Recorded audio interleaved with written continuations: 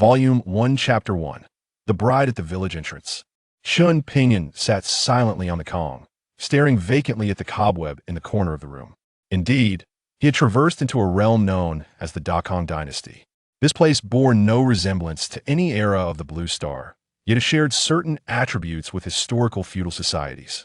While others found themselves as sixth princes or fourth young masters, or at the very least, as esteemed county magistrates, he had the misfortune of inhabiting the life of a destitute individual, one whose reputation was far from admirable. "Pingan, do you want a wife? Come to the village entrance if you do." A young man's voice echoed from outside. What? One could actually acquire a wife here? It appeared that this impoverished and backward society had its perks. Chen Pingan's spirits lifted as he hastily donned a tattered garment and followed Air go out the door. Chen Pingan recalled pertinent information. The chaos of war, coupled with droughts and floods, had led to a sharp decline in the population of Dakong. In a bid to stimulate childbirth, the court had enacted legislation mandating that all men aged 18 and women aged 17 must marry, or else face the imposition of double head taxes. In Dakong, a robust laborer could barely earn enough to sustain himself, and any slight misfortune could spell disaster. A doubling of taxes could lead to dire consequences. Most families would hastily marry off their daughters upon reaching 17 to evade the head tax, resulting in a surplus of unmarried women. Arriving early could yield the opportunity to select a comely bride. At the village entrance, a throng had gathered, with nearly all the villagers present. A makeshift stage had been erected on the ground, where rows of anxious young women surveyed the crowd below. It seemed he had overestimated the situation. The attractive girls had already been chosen by the wealthy landlords, leaving behind only the less desirable. "I'll take that one," old Sue exclaimed eagerly, pointing at one of the women. "With a figure like that, she's sure to bear sons." The woman in question had dark skin and a stout physique, with a faint hint of facial hair on her upper lip. Old Sue certainly had peculiar tastes, Chen Pingan mused inwardly. In truth, he was the only one who thought this way. The others believed old Sue had excellent judgment. In this era, a woman's strength and sturdiness indicated her capacity for labor, making her truly invaluable. "Old Sue, can your physique handle that? Perhaps you should let me have her instead." Chen Ergo chimed in, stretching on his toes and raising his voice.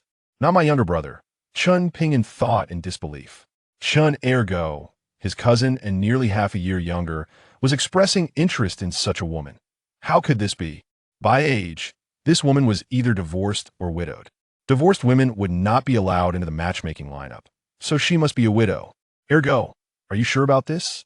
Chen Pingan asked, concerned, as he observed the woman's broad hips and stout frame, fearing for Ergo's well-being.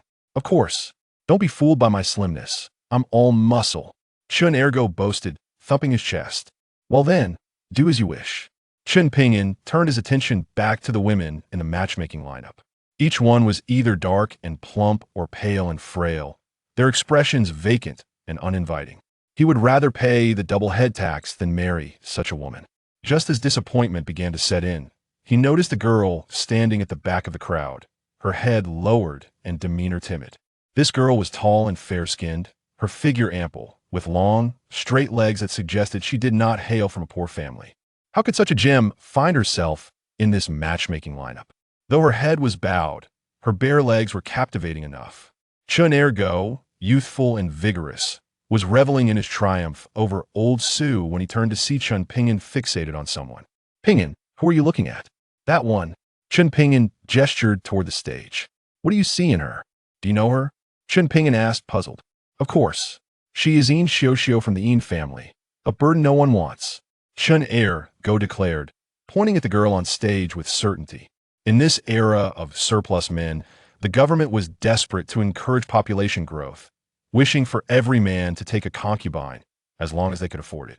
Women like Widow Zhao, though undesirable in the cities, were quite popular in rural markets.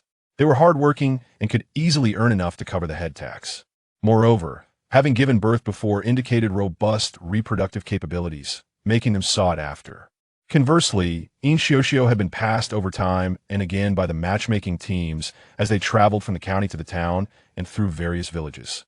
Her fair complexion set her apart, but her skin was so thin that one could faintly see the veins beneath. The elders referred to this as thin fortune. Additionally, her face would redden in the sun, and small red bumps could be seen on her neck, leading people to whisper that she suffered from a strange ailment. Pingan, consider another option. If worst comes to worst, I'll take Widow Zhao and let you have her, since we are good brothers, Chen Ergo said, as the number of women dwindled. You don't understand. She is a fair-skinned beauty. Such beauties have sensitive skin that burns when exposed to the sun, while she merely turns redder. This skin type is prone to allergies from dust mites if clothing and bedding are not clean. A simple wash with soap and ensuring clean linens would resolve any issues. Is anyone interested in this one? If not, we'll take her away, the constable called out, nudging Yin Xiuxiu forward. In this era, if a girl could not earn enough to pay the head tax and remained unmarried, she faced two grim prospects: being sold to a brothel or sent to the borders as a laborer. Given her small stature, she likely would not have the chance to be sent to the borders. Please, big brother, take me in. I can fetch water, plant crops, weave, and sew whatever you need, Yin Xiuxiu implored, displaying her hands, which bore cracks from labor. Her father was a merchant, and their family was not destitute. However, after her mother passed away and her father remarried, everything changed. Her stepmother frequently beat and berated her, forcing her to work day and night. In the winter, she was made to wash her younger brother's diapers, while in summer, she was sent to toil under the scorching sun at midday, all while being scolded for wasting food. Finally reaching 17, she was hastily expelled from her home. Seeing Chen Pingan remain silent, she continued, I promise I'm very capable. Please, big brother, take me in. Very capable, you say? Excellent. I'll take her, he declared, pointing at Yin Xiuxiu. Ah, do you truly wish to marry me? Yin Xiuxiu asked, her eyes wide with disbelief. Of course. Chen Pingan stepped forward, ready to lead her away. Wait a moment, I have another condition. Yin Xiuxiu timidly spoke. Before Chen Pingan could respond, Chen Ergu could no longer contain himself. What condition? It's a miracle anyone would want you, let alone with conditions. I have a younger sister who wants to come with me, Yin Xiuxiu said, aware of her own shortcomings, her voice softening as she added, I will work hard to earn her keep. All I ask is for you to provide us with food. Where's your sister? Chen Pingan casually inquired. Here she is. A small head peeked out from behind Yin Xiuxiu, her large, expressive eyes twinkling. She had been hiding her sister from the prying eyes of some unsavory characters. Now, seeing that Chen Pingan seemed amiable, she dared to show herself. Yin Xiuxiu, with skin as fair as her sister's, had a rounder face compared to Yin Xiuxiu's oval one, embodying the playful charm of a spirited little girl. Very well, I agree. Chen Pingan nodded affirmatively. Volume 1, Chapter 2. I shall support too. Is this man out his mind? He can't even support himself, yet he wishes to take on a wife. Indeed, how can he think of supporting two when he can barely manage one? Everyone knows Chen Pingan is the notorious idler of our village. For the villagers, supporting two wives was an arduous undertaking. Only wealthy landlords could afford multiple wives. The common folk simply sought a partner who could bear children and contribute to household work. One Yin Xiuxiu was already a burden. Adding her sister would further complicate matters, doubling the expenses and taxes. When his parents were alive, Chen Pingan's family was relatively well off, and they had hoped he would study diligently and achieve distinction. However, he squandered his youth in frivolity, and after their unfortunate demise, he was left to live off a meager inheritance. The villagers watched as he squandered a once stable household, hardly believing he had the capacity to marry, let alone support two wives. I shall not only support them, I will see to it that they are well-fed and healthy, Chen Pingan asserted with unwavering confidence. Then, let us obtain the marriage certificate. Upon hearing his agreement, Yin Xiuxiu beamed with a long-lost smile. Only with the official marriage certificate would they be considered a legitimate couple.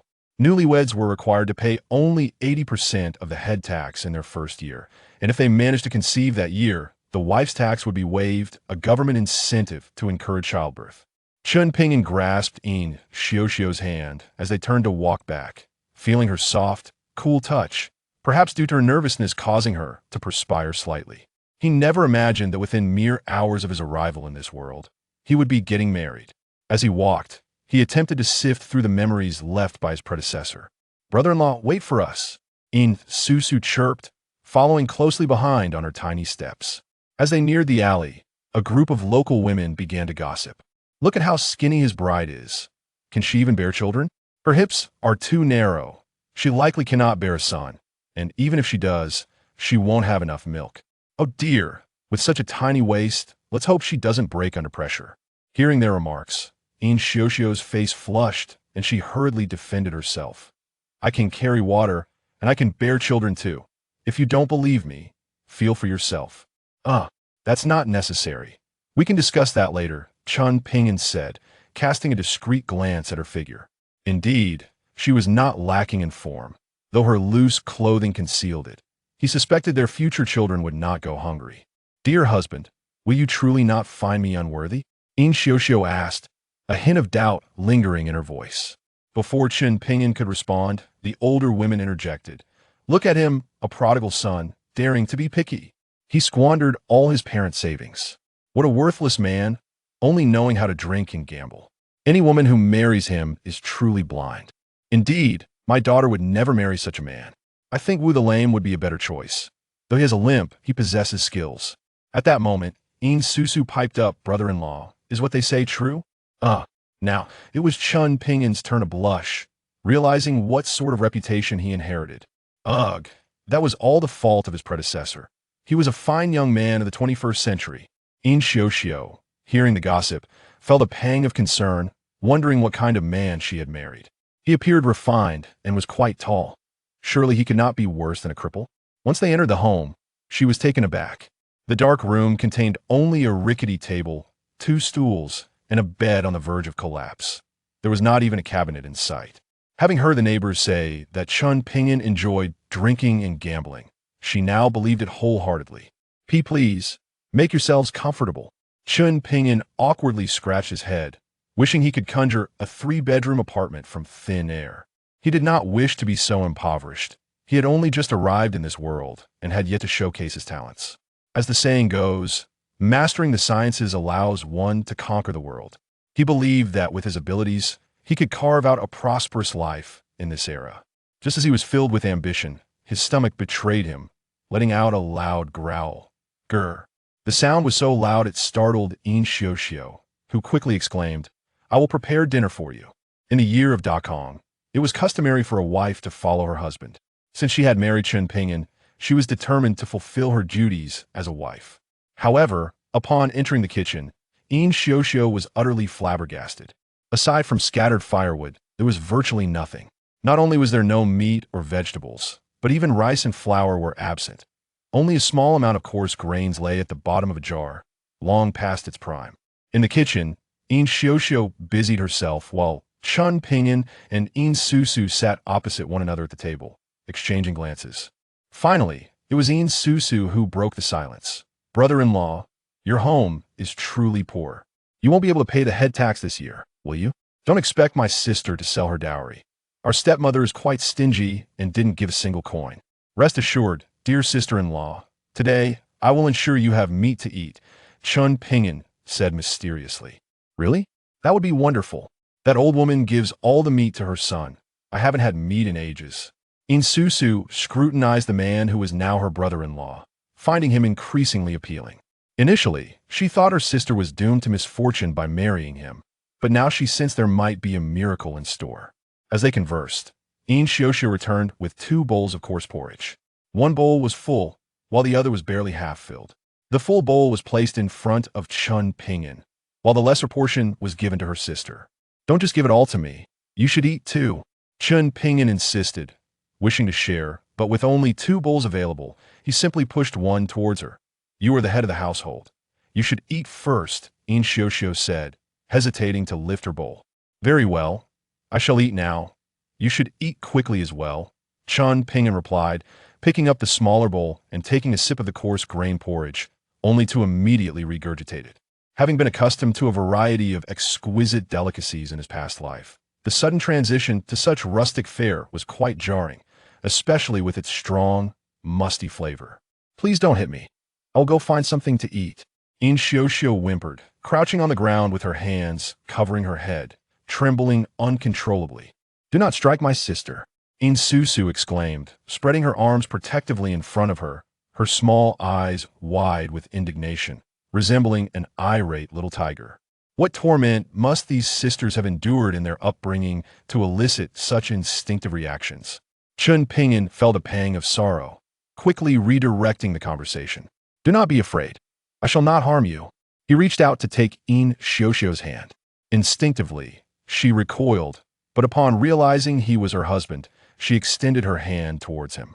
Chen Pingan rolled up her sleeve, revealing numerous scars marring her fair skin. Gently, he traced his fingertips over the scars, causing her face to flush a deep crimson. In her traditional mindset, such an intimate gesture was profoundly significant, and her body trembled involuntarily. The more he touched, the more his heart ached. Such delicate skin marked by so many wounds was nothing short of a tragic waste. Volume 1, Chapter 3, Eating Meat with Brother Confounded Scoundrel, he exclaimed, slamming his fist onto the table, only to turn and witness Xiaoxiao crouching on the ground once more, her small hands clutching her garment, her little face pale with fright. Do not be afraid, Xiaoxiao. I am not speaking of you, he reassured her. Rest assured, as long as you follow me, you shall never go hungry. Indeed, brother-in-law promised we would have meat today. Susu chimed in, having observed the gentle way her brother-in-law caressed her sister's scar, a sight etched into her memory. Chen Pingan wandered through the kitchen, discovering that the household was even poorer than he had anticipated. He then remarked, I shall step out to procure some food. If you find yourselves hungry, begin eating without me. With that, he exited the house. Watching him depart, tears welled in Xiaoxiao's large, glistening eyes. She was uncertain whether to trust this man. Could he truly bring happiness to the two sisters? During the Dekong era, industrial pollution was virtually non-existent. The sky was blue, the water clear, and the air remarkably pure, surrounded by lush greenery. Behind Qinjiagu village loomed a range of mountains, while a small river meandered by the village's edge. Chen Pingan assessed the shallow waters, noticing small fish darting about, too swift to catch.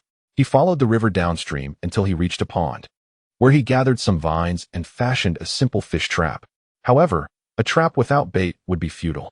In his previous life, he had often used broken pieces of steamed bread as bait when fishing with traps. Now, with no bread for himself, let alone for fish, he pondered his next move. He discovered a patch of soft earth and, using his axe as a makeshift shovel, began to dig. Soon enough, he unearthed a worm, which, when severed, would not die immediately and wriggled energetically when placed in the trap. After submerging the trap in the water, Chen Pingan returned to the grassy area where he had found the worm. He had noticed some shepherd's purse growing there, its leaves closely hugging the ground in a lotus-like formation. Slightly bitter, it possessed properties to stop bleeding and sharpen vision, making it suitable for salads or as a filling. Having gathered some shepherd's purse, he felt it was time to check the trap. As he drew it from the water, he was pleasantly surprised to find a sizable catch, a plump grass carp along with several small crucian carp. At last, they would have meat. He quickly added the gathered shepherd's purse to the catch and made his way home. Xiaoxiao Susu, look what I have brought for you. Chen Pingan exclaimed joyfully as he entered, eager to showcase his bounty, only to notice that the 2 bowls of coarse grain porridge on the table remained untouched. Why have you not eaten? Are you not hungry? He inquired casually. I wanted to wait for you to eat together, Xiaoxiao replied, her gaze lowered in timid response. But we cannot let Susu go hungry. She is still young and needs to grow. I shall prepare the fish for you, he declared, carrying the fish towards the kitchen. Let me handle this. It is uncommon for men to step into the kitchen. Xiaoxiao hurriedly pursued him. No, you must sit down. I am determined to prepare this meal today. Chen Pingan firmly pressed her back onto the chair. Very well, since you are the head of the household, I shall defer to your judgment. Xiaoxiao obediently settled in her seat, her hands resting motionless on her knees, her eyes furtively glancing towards the kitchen. The notion of a man cooking had never before transpired in the Yin household. Sister, do you think brother-in-law has truly gone to cook? Susu blinked her large eyes, brimming with curiosity about his activities in the kitchen.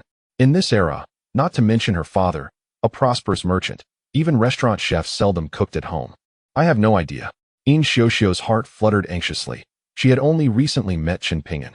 Their relationship still existed solely in name, lacking any substantial depth of understanding.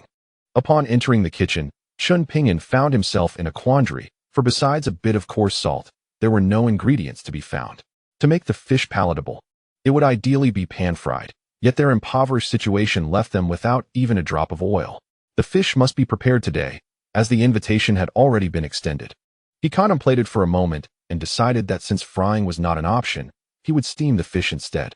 After scaling, gutting, and thoroughly cleaning the fish, he crushed the coarse salt into a fine powder and evenly coated the fish to enhance its flavor. The shepherd's purse did not require its roots to be removed. Once washed, it was placed beneath the fish. Although the roots carried a slight bitterness, they served a purpose in eliminating any fishy odor. With no green onions, ginger, or garlic available, he had to make do with what he had. 10 minutes later, Chen Pingan lifted the lid to inspect his creation. The crucian carp was slightly overcooked, its flesh appearing a bit flaky, while the grass carp was perfectly done. As her husband emerged with the fish, Yin Xiuxiu's eyes widened in astonishment. Since her mother had passed, she had not tasted anyone else's cooking, and the thought brought tears to her eyes. "Xiuxiu, why are you crying? Come, eat some fish." Chen Pingan placed the dish on the table, pinching his earlobe to cool his fingertips. "Here, enjoy this larger piece." He attempted to transfer the grass carp to her bowl with chopsticks, but upon exerting too much force, he inadvertently broke the fish, leading to an awkward scratch of his head as he picked a piece of fish and placed it in Yin Xiuxiu's bowl. "Brother-in-law, you are biased. You did not even offer me any fish." Yin Susu pouted. Here, how could brother-in-law forget you, Susu?" He promptly added a generous piece of fish to Yin Susu's bowl.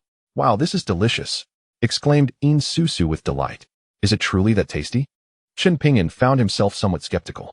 Lacking soy sauce, vinegar, Sichuan pepper, star anise, or MSG, and without his usual favorite Li Kum Ki steamed fish soy sauce. Could it genuinely be delicious? He too took a piece of fish and placed it in his mouth to taste, and to his surprise, it was indeed quite delightful.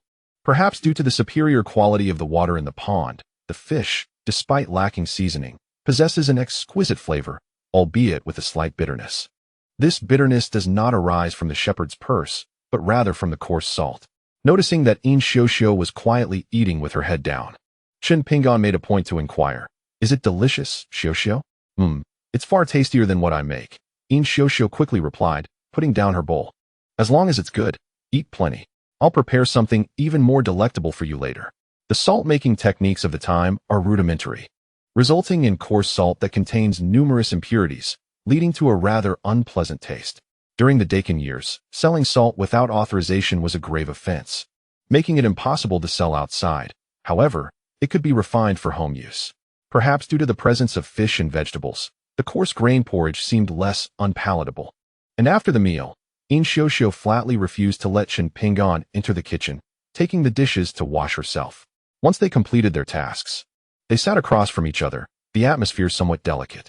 The sun had yet to set, making it a touch too early to retire for the night. "Xiuxiu, may I see?" "See what?" "That." Chen Pingan tugged at his collar, intending to examine the red spots from her allergic reaction. "Oh." Yin Xiuxiu's face flushed crimson, extending all the way to her ears. Although they had a marriage certificate and were legally recognized as a couple, they had only known each other for a brief period. Such a sudden request in broad daylight left her feeling quite embarrassed. After a moment's contemplation, she mustered her courage and rose to close the door. "Susu, wait in the living room. I have something to discuss with my brother-in-law," Yin Xiuxiu whispered. Volume 1, Chapter 4, To Fill the Void. "Brother-in-law isn't shy. Wanting to sneak a peek at my sister in broad daylight," Yin Susu remarked, her mouth still watering from the earlier fish. "No eavesdropping now? Eavesdropping is not the behavior of a good child." Chen Pingan playfully flicked her forehead, pulling Yin Xiuxiu into the bedroom and shutting the door with a thud. As the fabric of her garment slipped away, revealing her alabaster skin to the air, Yin Xiuxiu, despite the summer heat, could not suppress a shiver, instinctively pressing her legs together. This reaction stemmed not from fear, but from a complex swirl of emotions.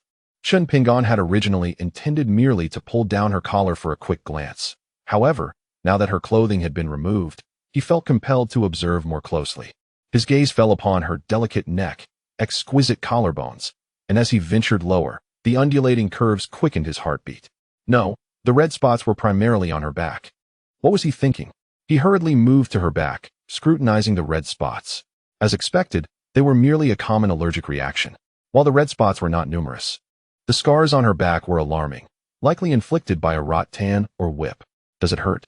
Chen Pingan gently stroked the longest scar on her back, feeling a pain that seemed to surpass that of his own wounds. He recalled that applying powdered astragalus and nodo ginseng to the skin could facilitate the healing of old wounds, and he could venture up the mountain to gather some.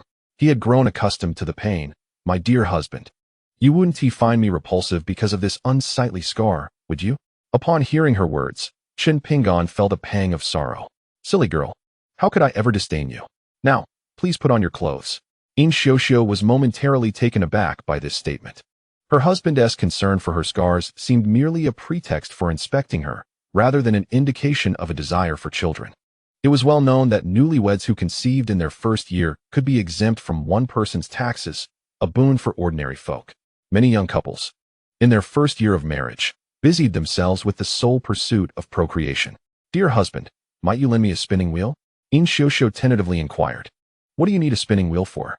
Chen Pingan retorted. I wish to spin yarn, to earn a little money. You see, our household. Before In Xiaoxiao could finish her thought, Chen Pingan exclaimed, no need for that. How could I, a man of iron, permit a woman to bear the burden of providing for the family? Do not be angry, my dear. I meant no reproach, she replied. Nor do I harbor any blame towards you. Simply stay home and rest. I shall earn enough. But remaining idle at home is not a viable option for me. Where do you gather those wild vegetables? I would like to forage some as well. In Xiaoxiao, accustomed to labor, found it difficult to adjust to idleness. Do not trouble yourself with foraging for wild vegetables. Instead, tidy up the house and await my return. Chen Pingan noticed that her skin showed signs of sunburn and wished to spare her from further toil outdoors. Very well, I shall wait for you. In Xiaoxiao conceded, knowing she could not outstubborn him. After a modest lunch, Chen Pingan felt no fatigue. The thought of earning money to support his wife invigorated him. He took his fishing net and axe and stepped out once more. Why, is that not Pingan? What is he up to? A few elderly women sat at the alley's mouth, engaged in handiwork while chatting. It appears he is off to catch fish. Can he truly manage that? One remarked. If he can catch fish, then I can climb the mountain to hunt tigers. Everyone knows he is the laziest man in our village. Hearing their gossip made Chen Pingan's lips twitch. He pondered the extent of his predecessor's infamous reputation and worried about how he would navigate life in the village thereafter. Upon reaching the village entrance, he heard someone call out, Brother Pingan, where are you headed? Looking up, he saw Chen Ergu. Instead of answering, Chen Pingan countered. Why aren't you at home with widow Zhao? What brings you out here? She is no longer a widow, Chen Ergu stammered. Oh, my apologies.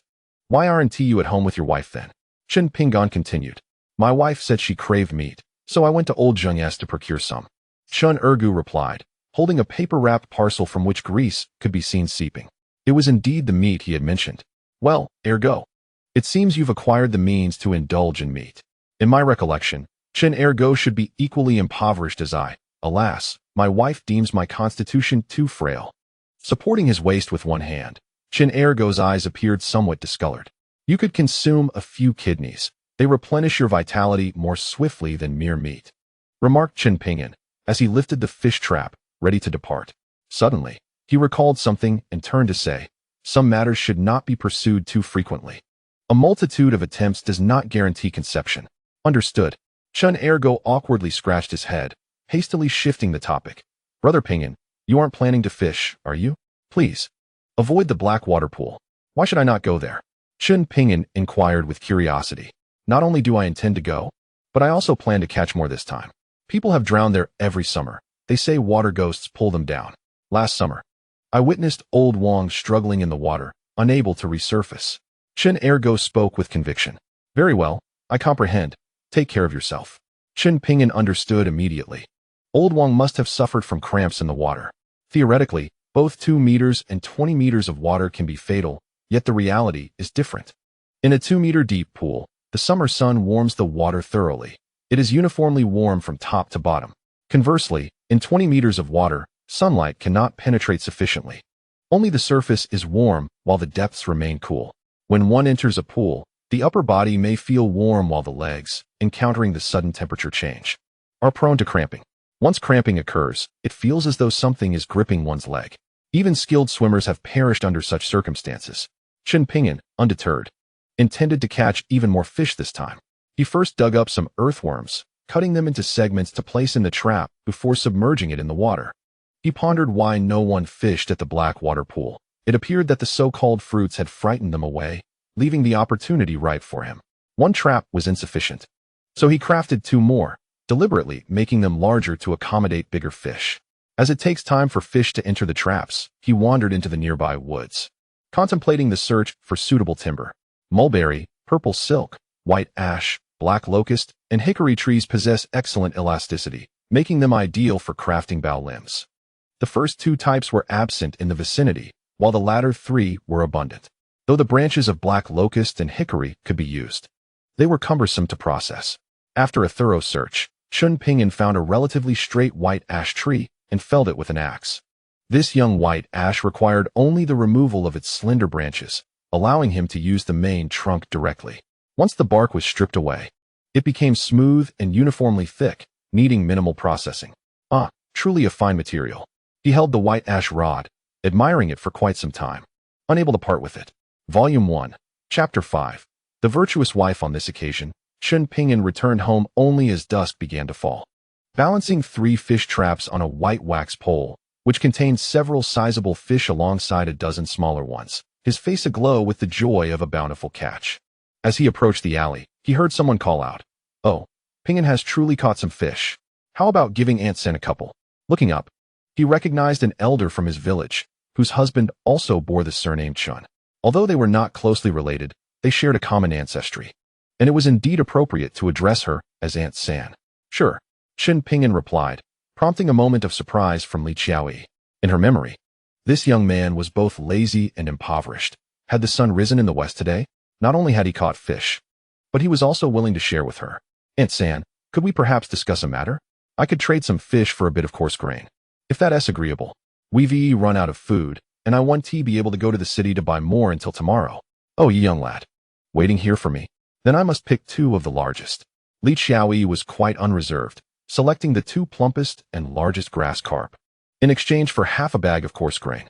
Considering the current market prices, a pound of rice costs 6 won, a pound of wheat 4 won, while a pound of ordinary grass carp fetches 31. Coarse grain is indeed less expensive than rice or wheat, and this half bag likely weighed around 5 pounds, amounting to no more than 20 copper coins. The 2 grass carp, however, together weighed at least 6 pounds, and their value would exceed that of the grass carp if sold at market. "Aunt San, do you have any baking soda at home? I need some for dinner tonight." Upon hearing him request more items, Li Qiaoyi's expression darkened slightly. "If you need anything else, just say it all at once. Don't make me run back and forth. My old arms and legs can't take the strain." She believed that her words would deter him from asking for more. To her surprise, Chen Pingan cheerfully replied, "Then please do hand me 2 green onions as well. One cannot make fish without onions. Go pull them from the field yourself." "I have no time to serve you," Li Qiaoyi retorted, tossing out a bag of baking soda and shutting the door with a thud. Chen Pingan glanced inside the bag, noting that it contained only a small amount of baking soda, but he did not mind and accepted it, since she had instructed him to gather onions. He was certain there would be more than just 2. He pulled a handful of onions, binding them together with some grass to fashion a rope. Weighing them, he estimated they would amount to about 10 pounds. With a cheerful heart, he made his way home, but by the time he arrived, night had fully enveloped the sky. As he reached the doorstep, he spotted a slender figure standing there, peering in his direction. "My dear husband, where did all this come from?" Upon seeing her husband return with such a bounty, In Xiuxiu's eyes sparkled with delight. Just this morning, their home had been devoid of provisions, and now they had fish, vegetables, and stored grain. "I traded the fish. Why are you waiting here? Come inside." I am just a bit worried about you." "What is there to worry about? I am a grown man. I assure you, nothing will be lost." "Let me help you with that. The green onion is quite heavy." "No need. My dear husband is quite robust," he replied. However, after a long day of toil, Chen Pingan was indeed exhausted. Upon entering the house, he plopped down onto a stool. "You must be worn out. Why not soak your feet to relieve your fatigue?" In Xiuxiu soon returned with a wooden basin. "Did you manage to repair the basin?" Chen Pingan asked, puzzled. He distinctly remembered that the decrepit basin had been left in the firewood room, already leaking, presumably intended for burning. "Well, we don't have much wood at home, so I patched it up. I hope you don't mind," she replied as she crouched down to remove his socks and shoes. The act of a wife washing her husband's feet is a rarity in the 21st century on Blue Star, and Chen Pingan felt a bit unaccustomed to it. Yet, the angle at which she knelt was just right, and the delightful sight before him captured his attention. By the time he realized what was happening, Yin Xiuxiu's delicate hand was already resting on his calf. "Let me massage your legs. You must be exhausted today." "No, not tired," Chen Pingan exclaimed, nearly moved to tears. There was a time when he had fantasized about achieving success in his career and having a virtuous wife at home. In his previous life, as an outstanding graduate in mechanical engineering and materials science, he had initially toiled for years in a state-owned enterprise, only to find himself marginalized and unable to rise through the ranks. Eventually, he ventured into entrepreneurship, struggling through middle age until he finally established a company and amassed some savings. Yet true love eluded him. Young women deemed him too old, while older women found him insincere. After excessive labor, he collapsed at a drinking table one day and unexpectedly found himself transported to this place. To his astonishment, he encountered such a devoted woman here. "Husband, husband," Yin Xiuxiu gently called twice, realizing he had fallen asleep. Quietly, she took the basin away and dried his feet. Chen Pingan dreamt that he had returned to Blue Star, tirelessly drinking with clients every day to expand his business until he felt as if he were bleeding from exhaustion. "Husband, did you have a nightmare?" Yin Xiuxiu asked, holding a cloth that had become worn and pale, wiping the cold sweat from his forehead. "How long have I been asleep?" "For a while. I fell asleep first when I grew tired." Chen Pingan looked around. It was still the same dilapidated house, the same broken table, and his virtuous wife remained before him. Thank goodness it was merely a dream. His parents had long since passed, and there was no one left in that world for him to worry about. Armed with his intelligence and wisdom, he was certain he could flourish in this era. With that thought, he excitedly embraced Yin Xiuxiu. "Xiuxiu, will you stay with me?" "Of course." Yin Xiuxiu's cheeks flushed like ripe apples, feeling a bit warm to the touch. Today marked the first day they received their marriage certificate, the day of their union. Though there was no grand banquet or matchmaker present, the bridal chamber still awaited them.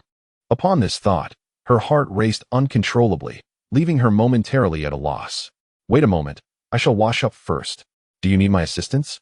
"No, it's quite all right. I can manage on my own." After all, she was an innocent maiden, unaccustomed to the gaze of a man, which made her feel rather bashful. "Very well, take your time." Hearing the sound of water splashing from within, Chen Ping's heart was a tumult of emotions, two conflicting voices waging war within him. "I am a man of virtue. I must not peek," he thought, compelling himself to step back. Yet, she was his wife. How could it be considered peeking? His feet moved forward of their own accord. Just as he found himself in a state of indecision, a gentle voice called from within, "Husband, come in and sleep with me." Is this permissible? Perhaps the fatigue from fishing today had rendered Chen Ping weak-kneed, almost causing him to stumble. Volume 1. Chapter 6. The Art of Fishing. With a bow in their modest home, there was but one bedroom and a single bed, with his sister-in-law still fast asleep on it. Could he simply enter? Perhaps we should go to the kitchen instead. Upon hearing this, Yin Xiuxiu paused, pondering whether her husband harbored some peculiar preference. Rumor had it that families of considerable means often possessed unique inclinations, and she never anticipated him to have such a desire. Although it was somewhat embarrassing, she could not defy his wishes, so she hastily donned her clothes. As she was about to exit the bedroom, a voice called from behind, "Sister, where are you going?" "I'm hungry." "Oh no," Su had awakened. Well, you two haven't eaten yet, have you? I'll go prepare something." With that, Chen Ping hurriedly retreated to the kitchen. Upon arrival, his heart continued to race violently. Though she was his own wife, he felt as if he were caught in an illicit affair. Initially caught up in excitement, he now found clarity. It was summer, and the fish he had caught from the river had yet to be processed. By morning, they would spoil. If that occurred, not only would he be unable to sell them, but even consuming them at home could lead to illness. At present, there was neither a refrigerator nor even ice to be found. However, he possessed a method to preserve the fish, known as the art of bow fishing. This technique involves binding the fish twice. The first binding occurs while catching them, as soon as the fish is netted. One end of a rope is threaded through its mouth and tied. Then, the fish is bent, with the other end of the rope secured slightly below the anus. This initial binding prevents the fish from jumping and injuring itself due to oxygen deprivation. Chen Ping had already executed this process by the waterside, and after the first binding, he submerged the fish to allow them to expel impurities from their bodies. This method extends the fish's lifespan while also significantly reducing the fishy odor. Now, he was preparing for the second binding, keeping the knot at the lips unchanged but readying the tail. The location of the binding was adjusted from slightly below the anus to slightly above it. The objective was to retain the moisture within the fish, thereby ensuring its freshness and vitality. The speed of the second binding was swift. After completing his task, he had 3 medium-sized grass carp left, which he transformed into grilled fish. He chopped the green onions finely and stir-fried them briefly in the pan, then sprinkled them along with salt over the fish. Brother-in-law, aren't we having steamed fish today? Susu rubbed her eyes, appearing as though she hadn't had enough sleep. You must try this grilled fish. I assure you it's even more delicious than what we had at noon, Chen Pingan said with a smile. Can something so dark truly be tasty? Susu questioned, her skepticism evident as she punctured the fish skin with her chopsticks and sampled a piece of the flesh. Wow, it's really fragrant. The 3 of them enjoyed the grilled fish accompanied by ample servings of coarse grain porridge, finally satiating their appetites. After they had eaten their fill, Chen Pingan gently inquired, Susu, are you still sleepy? If you are, you can go back to sleep for a bit. I'm not sleepy anymore, after eating the meal that brother-in-law made. I feel completely awake, Susu replied excitedly. Chen Pingan, momentarily at a loss for words, instructed, Xiao, please stay here with her. I'll head to the woodshed to work on something. He took the freshly found white wax stick to the woodshed, contemplating crafting a bow from it for hunting in the mountains in a few days. However, he encountered a new dilemma. There was no oil at home to light an oil lamp. Although the moonlight outside was pleasant, crafting a bow required precision and adequate illumination to avoid injury. He decided to find a clay pot and ignited some dry grass, then used it to kindle thin wooden sticks, eventually placing larger pieces of wood on top to create a relatively stable light source. With the glow from the fire pit, Chen Pingan began to shape the white wax stick. While the task sounded simple, it was quite labor-intensive. To ensure the bow had elasticity without cracking easily, the sides needed to be thinner while the middle, or back, should be thicker. Once he finished shaping it, he didn't rush to attach the bowstring, but instead sought out a piece of bamboo. The bamboo needed to be air-dried, as fresh bamboo was prone to mold and deformation, while sun-dried bamboo could crack. Fortunately, there was an old yoke at home that had been used for carrying water, crafted from air-dried bamboo with excellent elasticity. After splitting the yoke and selecting suitable lengths, he secured it to the back of the bow, thus creating a recurve. The purpose of the recurve is to enhance the bow's elasticity, thereby increasing its range and power. The bow he fashioned, distinct from straight and recurved bows, was known as a spider bow. After completing the bow, Chen Pingan drew it back to test its weight and found it somewhat heavy. This was likely due to his inexperience with drawing bows. After a period of practice, he should manage it better. Once he finished his tasks, it was already late at night. Chen Pingan quietly returned to the house, gently pushing the bedroom door open to peek inside. At that moment, the 2 sisters were already asleep. Susu lay inside while Xiao had taken the outer space, leaving a spot intentionally for him. What a thoughtful wife, he mused as he tiptoed into the bedroom and approached the bedside. Perhaps it was the 2 meals of fish consumed today that stirred a reaction within him. As he observed the undulating figure upon the bed, Chen Pingan gently extended his hand, caressing Xiao's waist, feeling the delightful softness beneath his fingers. His guilty hand unable to resist wandering upwards. A soft moan escaped Xiao's lips, and she furrowed her brow in her slumber. Oh no! He had touched her wound. What a fool! His wife's injury had yet to heal. How could he behave so inappropriately? Chen Pingan hastily retreated from the bedroom, his thoughts of mischief promptly extinguished. He resolved to lay down in the woodshed, having spread some straw for comfort. Perhaps fatigue from the previous day had taken its toll, for when he awakened, the sun had already risen brightly. Darling, you're awake. Come have breakfast. Xiao called to him. All right, let me wash my hands first. Chen Pingan replied, entering the living room to find 3 bowls of congee and a plate of scrambled eggs with scallions on the table. Curiously, he inquired, Xiao, where did these eggs come from? I traded a fish with Sister Zhao for them. You're not upset, are you? Xiao said, her hands nervously clutching her clothing. I swapped the smallest one, and there are still 5 eggs left in the kitchen. Foolish girl, how could I be upset? I was just craving eggs. Chen Pingan said, delightfully sipping the congee and savoring a piece of scrambled egg, finding it more delectable than any delicacy. Sister Zhao has invited me to help her with some work. May I go? Yin Xiuxiu asked tentatively, not holding much hope since she had been turned down last time when she expressed a desire to spin thread. Since it's Sister Zhao who invited you, then by all means go. Really? Yin Xiuxiu exclaimed, somewhat incredulous at her husband's swift consent. Volume 1. Chapter 7. Selling fish. There was indeed a connection between Zhao's family and Chen Pingan's past. One winter, after a drunken stupor on the road, it was Zhao who had carried him back. Otherwise, he would have perished from the cold. Thus, Zhao Hu was a savior in his eyes. However, at that time, Chen Pingan had been a scoundrel and had failed to express his gratitude. Tragically, Zhao Hu met his demise during a hunting expedition, killed by a tiger. How about this? I shall accompany you. Aren't you supposed to be selling fish at the market? It won't take much time. And I haven't visited Sister Zhao in ages.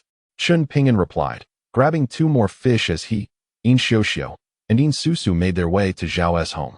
Upon arriving, just as he was about to knock, the door creaked open. Oh, Pingan, what a pleasant surprise. I had arranged to bring Xiuxiu along for spinning today. Lu Zhiling greeted warmly. In the past, I was inconsiderate. I brought these 2 fish to check on you. Why bring fish? Xiuxiu already delivered one earlier. I must admit, I underestimated your fishing skills. Unlike the delicate demeanor of Yin Susu, Lu Zhiling possesses a more carefree disposition, complemented by a fuller figure. Dressed in a short-sleeved blouse with a low neckline, she appeared slightly perspired due to the sweltering heat, leaving a damp patch on her chest. Xiuxiu, please take care of things for me. I must leave, Chen Pingan hurriedly stated as he set down the fish. This rascal is already married. Yet he still seems shy. Lu Zhiling laughed heartily. Is this Susu? Come in and share what you and your sister did with your brother-in-law last night. She beckoned the 2 sisters into the house. Goodness, aren't we in a feudal society? Why do the women in the village seem so unrestrained? Chen Pingan wiped the sweat from his forehead, bringing home the fish he had prepared earlier. The journey to the city was not short, and relying solely on foot would be exhausting. He recalled a bullock cart at the village entrance, which could offer a lift. Uncle San, are you heading to the county today? The man referred to as Uncle San was indeed the husband of the previous Aunt San, a distant relative. Don't try to get close. It's 2 coins to board, Chun Laosan replied with a scowl. Wasn't it 1 coin per person before? Why the price increase? Chen Pingan, whose fish had yet to sell, found himself a bit financially constrained. Previously, you were empty-handed. Today you bring goods, so it's different. This fish has left my cart smelling foul. If you want to ride, you must pay, Chen Laosan remarked as he drove the bullock cart to the city to deliver goods, hoping to earn a bit for his trouble. Very well. Can I pay you upon arrival? Get on then. After all, they were relatives, and Chen Laosan granted him some leniency. Old Chen, you're really allowing him on? Those fish stink, remarked one of the passengers, pinching their nose. Thank you, Uncle San. Chen Pingan joyfully boarded the cart. The old bull ambled along at a leisurely pace. Not much quicker than walking, but the advantage lay in not having to carry the fish himself. Midway, Chen Laosan suddenly inquired, Pingan, you were the one who pulled the scallions from my field, weren't you? Ah, yes, that was me. Chen Pingan pondered for a moment before admitting. You really ought to be more prudent. Only pull what you need. Why take so many at once and cause your Aunt San to shout about thieves at dawn? Chen Laosan sighed and continued. However, your Aunt San is also at fault. She took 2 large fish from you, causing you to incur a loss. I apologize, Uncle San. You know how Aunt San is. If I hadn't pulled more, I might not have had the chance again. All right then, refrain from such actions in the future. If you require something, you can discuss it with me. Your parents passed away early, and I am, after all, your elder. Understood, Uncle San. In the past, when the Chen family was well off, his parents had often looked after Chen Laosan. However, after the Chen family fell into decline, and Chen Pingan led a life of idleness, Chen Laosan had indeed begun to regard him with a measure of disdain. However, this time, witnessing him catch fish to sell in the city, I felt there was still hope for the boy. Perhaps marrying a wife had brought about a change in him. It is said that the daughter of the Yin family is a harbinger of misfortune, a source of financial loss. Yet from Chen Pingan's demeanor, it seems that this wife could indeed be a fortuitous presence. Around mid-morning, they finally arrived at the county gate. The gate was open during the day, and after presenting their identification and explaining their circumstances, they were allowed to enter the city without incident. I will deliver the goods. If you wish to take a vehicle, wait for me here in the afternoon, Chen Laosan instructed, collecting a couple of coins before departing. Chen Pingan, carrying the fish, surveyed his surroundings. He realized that if he were to sell them at the market, he would likely be driven away, as the stalls there were owned by individuals who had paid for their spots. While he pondered his predicament, he noticed a short man with a shoulder pole, baskets on either side covered with white cloth, calling out, "Steamed buns for sale." Before long, a crowd gathered around him, eager to purchase. Seeing others profit ignited a desire in Chen Pingan. Indeed, he too could hawk his wares on the street. To be candid, such a display felt somewhat humiliating. But given his dire circumstances, he thought, what shame was left to uphold? If he failed to sell the fish today, he wouldn't even have money to return to the village by ox cart. Clearing his throat, he summoned his courage and cried out, "Fish for sale. Grass carp, silver carp, bluegill, Christian carp, all at bargain prices." After calling out, he glanced around, noticing that no one was paying him any attention. Was it because his voice was too soft? Taking a deep breath, he raised his volume, shouting, "Fish for sale. Freshly caught, guaranteed alive and fresh. If they're not alive, you don't pay." Just as he finished, someone intercepted him, asking, "Are these fish really alive?" "Indeed, sir. You may choose whichever fish you desire," Chen Pingan replied, his heart swelling with excitement at the prospect of a sale. "Do you take me for a fool? These fish can't survive outside the water," the man remarked, fanning himself with a hand fan, exuding an air of nonchalance that suggested he was not to be trifled with. Alarmed, Chen Pingan's heart sank. Was this his fate on his very first venture into the world of commerce, to encounter an extortionist? With a wealth of knowledge from his past life, he knew that with sufficient time and materials, one could craft formidable weapons, yet now he was unarmed. The thought of being beaten here seemed unbearably unjust. Having navigated the trials of a previous life filled with social gatherings, he quickly donned a friendly smile and said, "I can see you possess an extraordinary demeanor. Surely, you would not seek to amuse yourself at my expense. How about this? You may choose freely, and if the fish dies, I shall not charge you a penny." Intrigued, the man, Ma San, had seen live fish sold before, typically in large basins at the market, where the fish would perish with prolonged exposure. However, fish strung up on a pole like this could not possibly still be alive. "Very well, let us agree that if they are not alive, you owe me nothing." As the two continued their banter, a group of women shopping nearby approached, drawn by the commotion. "Ah, this fish appears quite fresh. How much does it cost?" An elder, seasoned in the art of selecting fish, discerned its freshness merely by observing its eyes. Noticing the crowd gathering, Masen became animated, pointing to the largest of the grass carps and declaring, "I'll take this one." I anticipated he would choose that particular fish. Although the two largest grass carps had already been claimed by Aunt San, this one still weighed nearly 3 pounds. Chen Pingan readily agreed to the sale. Among various fish, the grass carp is the most valuable, a fact well understood by all. Typically, it fetches 40 coins per pound in the market, meaning this 3-pound fish could be worth 120 coins. If Ma San were to take it without compensation, the seller would incur a significant loss. "Young man, why not sell this fish to me at a lower price? At least let you recoup your costs," a kind-hearted elderly woman suggested. "Old fellow, if you wish to buy fish, you must adhere to the principle of first come, first served." "I have my eye on this one," Ma San retorted, his gaze fierce and defiant. "Bring it here." He beckoned to Chen Pingan with a flick of his finger. "Certainly." Chen Pingan hastily weighed the fish, declaring, 3 pounds and 1 ounce. "So let us settle on 3 pounds for 120 coins. "What money? You have the audacity to ask for payment for a dead fish." Ma San's expression darkened as he pointed at the fish tied with a rope, shouting, "Everyone, come and see. This person is trying to sell a dead fish while demanding the price of a live one." "You're right, young man, the fish is indeed good. But the price for a dead fish is not equivalent to that of a live one," the elderly woman chimed in, clearly intent on not overspending herself. Although the fish freshly pulled from the river was dead, its flesh remained quite fresh. Nevertheless, dead fish should always be cheaper than live ones. Indeed, business must be conducted with integrity, the crowd murmured, all voicing their disapproval of Chen Pingan. Observing the gathering crowd, he sensed the moment was ripe and untied the fish's tail. As soon as the rope was loosened, the fish began to thrash wildly. Agreed upon 3 pounds for 120 coins. "Now, pay up." He offered the fish to Ma San. Caught in an awkward moment, Ma San scratched his head, acutely aware of the onlookers. For the sake of his pride, he had no choice but to comply and pay. "Oh, this fish is truly excellent. I'll take one too. I want two." Chen Pingan's limited catch quickly sold out. Counting the copper coins in his possession, he found a total of 800 coins. Regrettably, he and T brought more large fish. Otherwise, he could have certainly surpassed 1,000 coins, as 1,000 coins in the kingdom of Dakong equated to 1 tael of silver.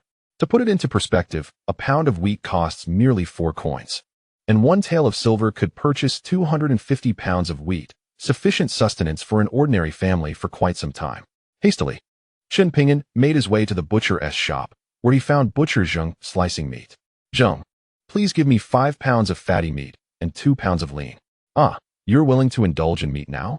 Butcher Zheng glanced at him, then continued, "First, settle your previous debt." "Very well, I shall repay you all at once this time." As Chen Pingan retrieved a handful of coins, he placed them upon the table. "Oh, this lad, so indolent, has squandered all his family's money. How is it that he possesses funds today?" Zheng, the butcher, inquired with curiosity, "What fortune have you encountered today?" "I have not gambled further. This is the earnings from selling fish," Chen Pingan replied, scratching his head in embarrassment, contemplating how tarnished his reputation must be if even a butcher looked down upon him. "As long as you pay, it matters not. The gambling den does not demand repayment from me." Zheng pocketed the coins, tossing a piece of fatty meat to him, and then another lean cut.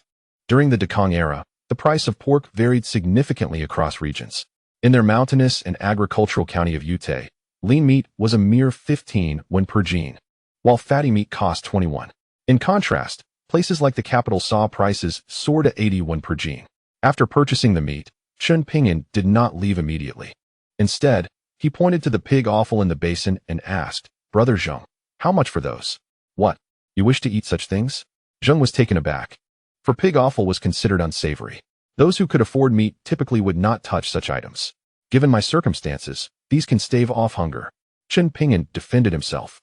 Among the pig offal, the heart, liver, and kidneys were slightly more expensive, while the stomach, lungs, large intestine, small intestine, and pancreas were deemed lower grade, with strong odors and difficult to clean. Some laborers, needing to replenish their nutrition but unable to afford meat, would resort to purchasing pig offal when necessary. However, many did not know how to prepare it properly, resulting in unpalatable dishes, and to save money, they had to endure the foul taste. Zheng glanced around. The valuable items had already been sold, leaving only scraps that attracted flies. "For 10 won, you can take these." "Wonderful." Chen Pingan felt a surge of joy. "May I borrow the basin? I shall return it to you in the village." "Very well, just don't lose it," Zheng replied. After settling the payment, Chen Pingan did not take the items with him, but left them temporarily. He then purchased some cotton cloth, several bags of alkaline flour, various seasonings, and some sulfur. Additionally, he acquired 20 jin of wheat and 20 jin of rice, proceeding to wait at the designated spot for Chen Laosan. After a considerable wait and feeling somewhat hungry, he spotted a short man with a shoulder pole passing by. "Hey there, could you bring me 2 steamed cakes?" "Don't call me boss, just call me Wuda," the man replied, ambling over and lifting the white cloth to retrieve 2 steamed cakes wrapped in lotus leaves. "Brother Wuda, your business seems to be thriving." Chen Pingan offered a polite compliment. "Ah, I merely scraped by. I noticed your fish sales are quite good as well," Wuda said, leaning in closer. "Let me give you a piece of advice. Do not sell fish on the street next time." "What do you mean? Please elaborate, Brother Wuda." Upon further conversation, it became apparent that vendors on this street are subjected to extortion in the form of protection fees. Today, the man was fortunate, having not encountered such demands during his brief visit. Moreover, there are regulations in place stipulating that only inexpensive items, such as steamed buns, are permitted to be sold on the street, while high-profit goods like fish are forbidden from such sales. This policy is indeed reasonable, as fishmongers have paid substantial fees for their stalls in exchange for protection from market regulators. Thus, undermining their interests would be inappropriate. Grateful for Wu's assistance, Chen Pingan consumed 2 steamed buns with cold water, finally satiating his hunger. "I see you've made quite a bit selling fish. Is this all you eat?" Wu inquired curiously. "As a man, one should save when outside and enjoy better meals at home," Chen Pingan replied with calm composure. "Well, you certainly exhibit the qualities of a man." During their light-hearted exchange, Wu had sold out of his steamed buns and decided to depart, shouldering his burden. After a brief wait, Chen Pingan spotted his uncle Chen Laosan leisurely approaching with a bullock cart. He hurried forward and asked, "Uncle, are you heading back?" "Yes, if you wish to ride." You should come aboard quickly, Chen Laosan replied with a grim expression, evidently having faced wage deductions during his deliveries that day. In this era, ordinary folk can only earn a living through hard labor, often suffering from unpaid dues. Those like Wu, who engage in small business ventures, are already considered quite astute. Please, uncle, I need to go to a certain place, Chen Pingan stated after loading his goods onto the cart. You already have so much. Where else could you possibly go? Chen Laosan's countenance darkened further. I purchased additional items that need to be transported back. I can offer extra payment. Upon hearing the prospect of additional earnings, Chen Laosan's demeanor instantly brightened. He had intended to return home empty-handed, which would yield no profit. Now, any extra income was welcome. Volume 1, Chapter 9. Washing up. When Chen Laosan beheld the items Chen Pingan intended to transport, he appeared taken aback. What do you plan to do with these? Is it that butcher Zhang who asked you to bring them? He has a house in the county. You needn't assist him. No, I purchased these myself, Chen Pingan clarified. What purpose do these items serve? When he wraps up for the day, he'll have to dispose of these unsellable leftovers, Chen Laosan presumed. Suspecting Chen Pingan had been duped. They will be useful to me, and besides, they are not costly, Chen Pingan reassured him. Very well. But you'll have to manage the loading yourself. My old limbs are of little assistance. The weight of a basin of pig offal was indeed considerable, and Chen Pingan exerted considerable effort to hoist it onto the cart. By the time they returned home, it was already mid-afternoon. Upon discovering the courtyard gate locked, Chen Pingan deduced that his sisters had yet to return. He decided to unload the goods from the cart and transport them to the house piece by piece. While most items could be stored without concern, the pig offal needed to be handled promptly. He divided the items into 2 portions and made his way to the riverbank in 2 trips. In the pig's intestines reside excrement. Remnants of food linger in the stomach, and the lungs are equally unclean. All these impurities necessitate copious amounts of water for cleansing. Fortunately, river water is free, and all the waste is washed downstream to become fish feed. After rinsing 4 or 5 times with clean water, a further scrubbing with alkaline flour is required to eliminate deep-seated grime while simultaneously serving a disinfecting purpose. Having completed this process, Chen Pingan placed the pig offal into a pot, added water, and poured in soy sauce, along with an array of spices such as star anise, Sichuan pepper, cinnamon, and slices of ginger, commencing a slow simmer. Most of these spices were not procured from a general spice shop, but rather from an apothecary, naturally at a higher price. What's that delightful aroma? As Yin Xiuxiu approached her doorstep, she was greeted by an enticing fragrance. Initially believing it to be a neighbor's culinary endeavor, she stepped inside to find her husband diligently at work. Husband, what are you making? She inquired with curiosity. Oh, Xiuxiu, you're back. Isn't Susu with you? Chen Pingan glanced around, but did not spot Yin Susu. Sister Zhiling mentioned she felt lonely at home and wanted Susu to keep her company. She wanted be returning tonight. At this point, Yin Xiuxiu's gaze faltered slightly. Being so astute, Chen Pingan quickly grasped the situation. Sister Zhiling had intentionally kept her sister behind, creating an opportunity for the newlywed couple to enjoy some time alone together. Quick, wash your hands and taste what I've prepared. It was the first time Yin Xiuxiu had heard the term braised dish. Peering into the pot, she recognized the contents as merely pig offal. However, she harbored no disdain, given their current circumstances. Upon taking her first bite, she was utterly astonished. It was simply divine. Husband, did you once work as a chef? Not at all. Then, were your ancestors imperial cooks? Well, probably not. At this point, Yin Xiuxiu was at a loss for words. In her memory, pig offal was synonymous with foulness and decay.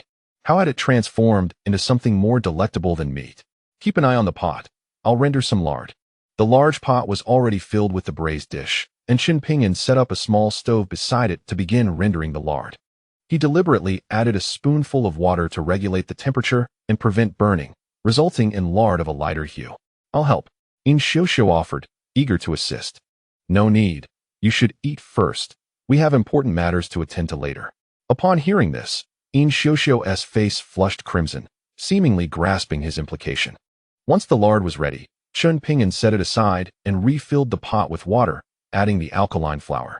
Yin Xiuxiu watched in bewilderment, unsure of his intentions.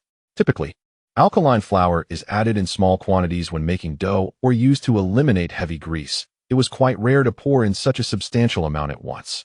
This ingredient was not inexpensive, and such an extravagant use seemed wasteful. yet she dared not voice her thoughts and could only observe discreetly. As the alkaline solution simmered to a near completion, Lu Yiming poured in the lard and began to stir. This left Yin Xiuxiu feeling increasingly unsettled. She had assumed that her husband was saving all this lard for their household consumption, and now it seemed wasted. "Xiuxiu, why are you crying?" Chen Pingan turned to find her eyes red-rimmed. "Oh, it's nothing. Just got some sand in my eyes." She hastily wiped away her tears with her sleeve, feigning nonchalance. There was no breeze in the kitchen. Where could sand have come from? Chen Pingan looked around in confusion, pondering that perhaps it was due to the excessive ash from the stove. Finally, it's done. Once the saponification process concluded, he poured the viscous mixture into various small containers. Lacking suitable molds, he had to make do with bamboo tubes. In a few of them, he added a touch of sulfur and mixed it in. "Husband, what are you making?" Yin Xiuxiu inquired with curiosity. "This is soap. It can be used for a delightful wash." Chen Pingan replied with a mischievous grin. "What is soap?" Yin Xiuxiu asked, bewildered. "Let us have dinner first, and you'll find out afterward." This hot process soap would solidify within a mere 10 minutes. Chen Pingan eagerly picked up a piece to smell. After the chemical reaction, the scent of lard had vanished entirely, replaced by a faint aroma of bamboo from the container, though not as pleasant as he had envisioned. He had initially intended to purchase some cosmetic powders to enhance the fragrance, but was deterred by the steep price, as those items cost several taels of silver per box. Chen Pingan selected a piece of sulfur soap and a regular soap, eager to put them to the test. "Xiuxiu, would you like to wash?" "I just washed yesterday." "Just wash again. This time, I'll assist you." "Well, all right then." Yin Xiuxiu's face flushed, her ears turning red. "What are you dawdling for? If you don't wash soon, the water will get cold." Chen Pingan placed his hand on her shoulder, gently massaging it. As a traditional girl, Yin Xiuxiu found this overwhelming, feeling as though her heart might leap from her chest. "Oh, what is this cool and slippery sensation?" she wondered, faintly detecting the sulfur scent mingled with something floral. Embarrassed, she turned her head away, allowing Chen Pingan to glide the sulfur soap across her back. "You need to wash the front as well. Bear with it." The sulfur soap had a certain stimulating effect on the little red spots caused by dust mites, effectively aiding in the process of disinfection and pest elimination. In truth, it was not only Yin Xiuxiu who endured. Chen Pingan bore even greater discomfort. His nostrils flared, struggling against the urge to sneeze, as he suppressed his impulses to remain composed while assisting his wife with her skin concerns. Volume 1. Chapter 10. The bride and groom. "All right, you can rinse it off now. I'll add some hot water for you." The effects of the sulfur soap were remarkably evident. As soon as she rinsed it off, the redness had noticeably diminished, a clear sign that the inflammation had subsided. Time would now be the determining factor. "Let me fetch you a towel. The new one is exceptionally soft." Yin Xiuxiu felt utterly overwhelmed. After all, this was her maiden experience as a bride. She could scarcely bear the embarrassment, wishing desperately to find a mouse hole to hide in. Yet, considering her role, she knew she must fulfill her duties as a wife. If she succeeded in conceiving this year, it would save her from a head tax. While Chen Pingan was out during the day, Sister Zhiling had imparted her some rather intimate techniques on how to please a man, but in her nervousness, she had forgotten them all. He had prepared a large towel, wrapping her up and carrying her directly to the bed. "I am so sorry, Xiuxiu. I didn't have time to prepare a wedding dress for you." Chen Pingan confessed with a hint of remorse. He had purchased new cotton fabric, but the pace of garment making in this era was painfully slow, and it would take several days to complete. "It's of no concern. Your willingness to marry me is already my greatest fortune," Yin Xiuxiu replied, resting her head against his chest, her flushed face pressed against his muscular frame. "Let me apply some medicine for you. I picked up some scar ointment on my way. Let us discuss the medicine tomorrow. Tonight is a momentous occasion for us." With the young lady being so forthright, Chen Pingan felt there was no reason for him to be coy any longer. He began to explore this uncharted territory, softly, gently, caressing and teasing. The sounds of strings intertwining and mingling. The warbler's calls glide beneath the flowers, their murmurs flowing like a stream beneath the ice. The silver bottle shatters, splashing water everywhere. The iron cavalry emerges, the clang of swords and spears echoing. Yin Xiuxiu rested her head on Chen Pingan's arm and fell into a deep slumber. The first time in many years that she felt so secure. "Oh dear, I forgot to make breakfast." When she awoke, the sun had risen high in the sky. Having been accustomed to rising early for chores at home, she felt a wave of panic at having slept in so late, fearing she would be reprimanded. It's all right. Sleep a little longer. I'll handle breakfast. Chen Pingan gently stroked her hair, his eyes filled with tenderness. In Xiuxiu glanced at the patterned sheet, a bit embarrassed, and said, then I should wash the sheets. No need to wash. We can just change to new ones. Let us keep this one. Chen Pingan replied with a mischievous smile. My dear husband, I'm so sorry. I was so nervous that I forgot everything Sister Jilin taught me. In Xiuxiu said apologetically. What did Sister Jilin teach you? Do tell. Chen Pingan's eyes sparkled with interest. Oh dear, how embarrassing. It's already bright out. Susu should be back soon. As soon as the words left his mouth, a sound echoed from outside the door. Oh my, what a delightful aroma. Suddenly, Chen Pingan slapped his forehead, recalling that the braised dish had been left simmering in the pot overnight, and he wondered if it had spoiled. Fortunately, he had sealed the stove last night, filling it with wood to ensure a slow burn. By morning, although the fire had extinguished, the contents of the pot remained warm. This traditional method of preservation proved quite effective in the absence of refrigeration. Sister-in-law, you've arrived. Come, let us savor the braised dish I've prepared. Chen Pingan hastily ladled out several bowls, inviting everyone to partake. Goodness, Pingan, when did your culinary skills improve so remarkably? Your sister-in-law is indeed fortunate. In Lu Jiling's memory, Chen Pingan was merely a layabout, living off others, and she had never heard of him cooking in all these years. While he had shown a spark of conscience by gifting fish, could he truly have mastered the art of cooking in just a day or two? She held her doubts, but chose to remain silent, sitting down to enjoy the meal with everyone. This is truly delightful. If you were to sell this, it would surely be a hit, Lu Jiling remarked while savoring her food. Sister-in-law, do you really think so? Where do you think would be the best place to sell it? Chen Pingan leaned in eagerly. He had considered selling it himself, but he needed a suitable location. Although the dish tasted wonderful, it was made from offal, and he feared it might not be well received by everyone. After a moment of contemplation, Lu Jiling suggested, if you were to sell it at the mines, docks, or the car market, it would fare much better. To the south of Yutei County, near the Kong River, there is a ferry dock bustling with workers carrying heavy loads. Their physical exertion necessitates hearty sustenance to replenish their energy. The mines are too distant and unsafe, so we can rule that out. The car market, however, is a hub for bullock carts, horse-drawn carriages, donkey carts, and various other rental services, where many drivers gather, all in need of affordable, filling food like your braised dish. What a splendid idea. Chen Pingan's eyes sparkled with excitement as he continued, Sister-in-law, may I propose something to you? Lu Jiling, a resourceful woman who had managed to uphold her household after her husband's passing, replied, what is it? Please, share your thoughts. How about this? You find a few people to sell the braised dish, and I will handle the supply. We can split the profits 3 ways. Oh dear, that's not feasible. You would incur costs for the ingredients. How could I take such a large share? Chen Pingan seized upon her words, realizing that while Lu Jiling hesitated at the prospect of a hefty profit, she had not outright dismissed the idea of selling. Do not worry. You will take on the challenging task of facing the elements, and we must also consider wages for those you hire. Then let me give it a try. The thought of potential earnings sent a flush of excitement to Lu Jiling's cheeks, her eyes shining with anticipation. During Zhao Hu's lifetime, he was a hunter, often skinning his prey and selling the pelts to fur traders, who regularly gathered at the car market. Over time, his wife became well acquainted with the coachmen there. Given their established relationships, selling marinated dishes at the market was undoubtedly feasible for her. Chen Pingan was also mindful of this, recognizing that he lacked familiar contacts outside and might face trouble before even starting to earn a profit. Additionally, if he were to manage the stall alone, it would hinder his ability to pursue other endeavors, so he deemed it wise to broaden his approach. Sister-in-law, let us formalize our agreement, he proposed. Oh, why bother with a contract among friends? I trust you, she replied.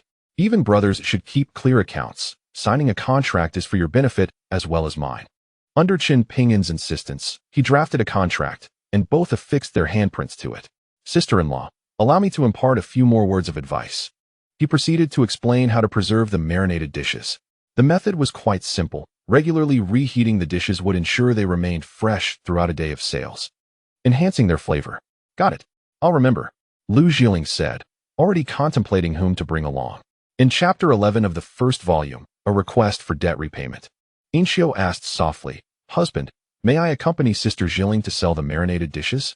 You need not go. There are other matters at home that require your assistance. Chen Pingan firmly declined.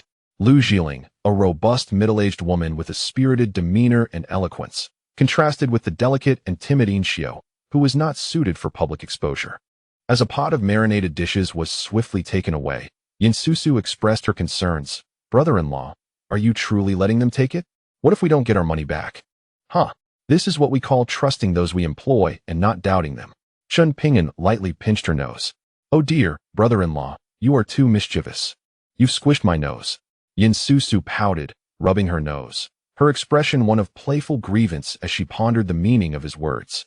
Suddenly, Yin Xiao recalled something and asked, Husband, are you also planning to sell the soap? No rush. The soap must first be sold to high-end clients. What do you mean by high-end clients? Those are the wealthy individuals. Chen Pingan certainly wished to benefit the local community, yet soap was a scarce commodity, non-existent throughout the entire Dakong nation. If he sold it cheaply, it would soon be regarded as a low-end product, losing its value. He needed to leverage this advantage while others remained ignorant of the craft. Sister, what is wrong with your leg? Did brother-in-law bully you? Yin Susu noticed her awkward gait. No, it's nothing. Children shouldn't pry. Yin Xiao's face flushed at the question. Being new to such matters, she was still somewhat unaccustomed. Xiao, you needn't do anything today. Just rest at home, especially since Sister Jiling is not around. All right then. Yin Xiao had originally intended to continue spinning yarn today, but with Sister Jiling out and her legs aching terribly, she had no choice but to abandon her plans. It is often said that no land is beyond cultivation, only the oxen tire. However, Chen Pingan today was a vigorous beast, arriving at Heishui Pond to cast the fishing net into the water while simultaneously drawing the spider bow beside it. Initially, his arms trembled as he pulled, but gradually he adapted. Next, it was time to practice accuracy. Having previously honed his archery skills at a club in his past life, he found it not overly challenging to pick it up again. As noon approached, he began shooting at trees with his bow, hitting his target 6 or 7 times out of 10. While this level of accuracy made hitting birds somewhat difficult, it still left a possibility of striking rabbits or deer. He believed that with continued practice, his precision would improve further. Today's endeavors bore fruit, and after returning the net to the pond, Chen Pingan, with bow in hand, ambled homeward, whistling cheerfully as a newlywed. From a distance, he could hear a commotion in his yard. You go back first. We'll wait for Ping and to return. No, I must collect the debt today. I saw Chen Pingan earning money in the city. If he doesn't repay me, I'll sell her to the Lichuan courtyard. The speaker was a scoundrel from Chun family village named Zhang Chong, who had often roamed with Chen Pingan in the past, borrowing from him when they lost at the gambling house. Keep your filthy hands off. A furious roar startled Zhang Chong, who turned to see Chen Pingan, unable to suppress a laugh. I thought it was someone formidable. Turns out it's just you. The good for nothing. How about I sell your sister-in-law to the Lichuan courtyard? We could split the profits. In the past, such a notion might have been plausible for Chen Pingan, who had sold his family's land for gambling, leaving only this dilapidated shack. Don't sell my sister. Let her go. Yin Xiao rushed forward and shoved Zhang Chong, allowing Yin Susu to break free. Zhang Chong surveyed her with a mocking stare, saying, Oh, she's not bad either, but too bad she's not a virgin. She won't fetch a good price. At that moment, Yin Xiao was terrified. For the past few days, she had heard whispers in the village about Chen Ping and S past indiscretions. Yet, her husband's recent behavior had sparked a flicker of hope within her. The ruckus in the yard drew the attention of nearby neighbors. See, I told you Pingan was no good, one aunt remarked, digging her nails into her teeth. I was mistaken. I thought he'd straighten up after marrying. But it seems he's only deceiving his wife to sell her for money.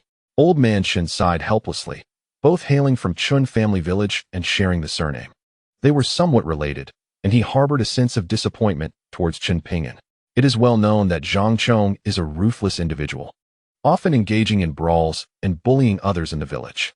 It seems that the Yin sisters are in grave danger this time. Upon overhearing the discussions, Yin Xiao's heart plummeted. They say that a day spent as husband and wife fosters a bond that lasts 100 days.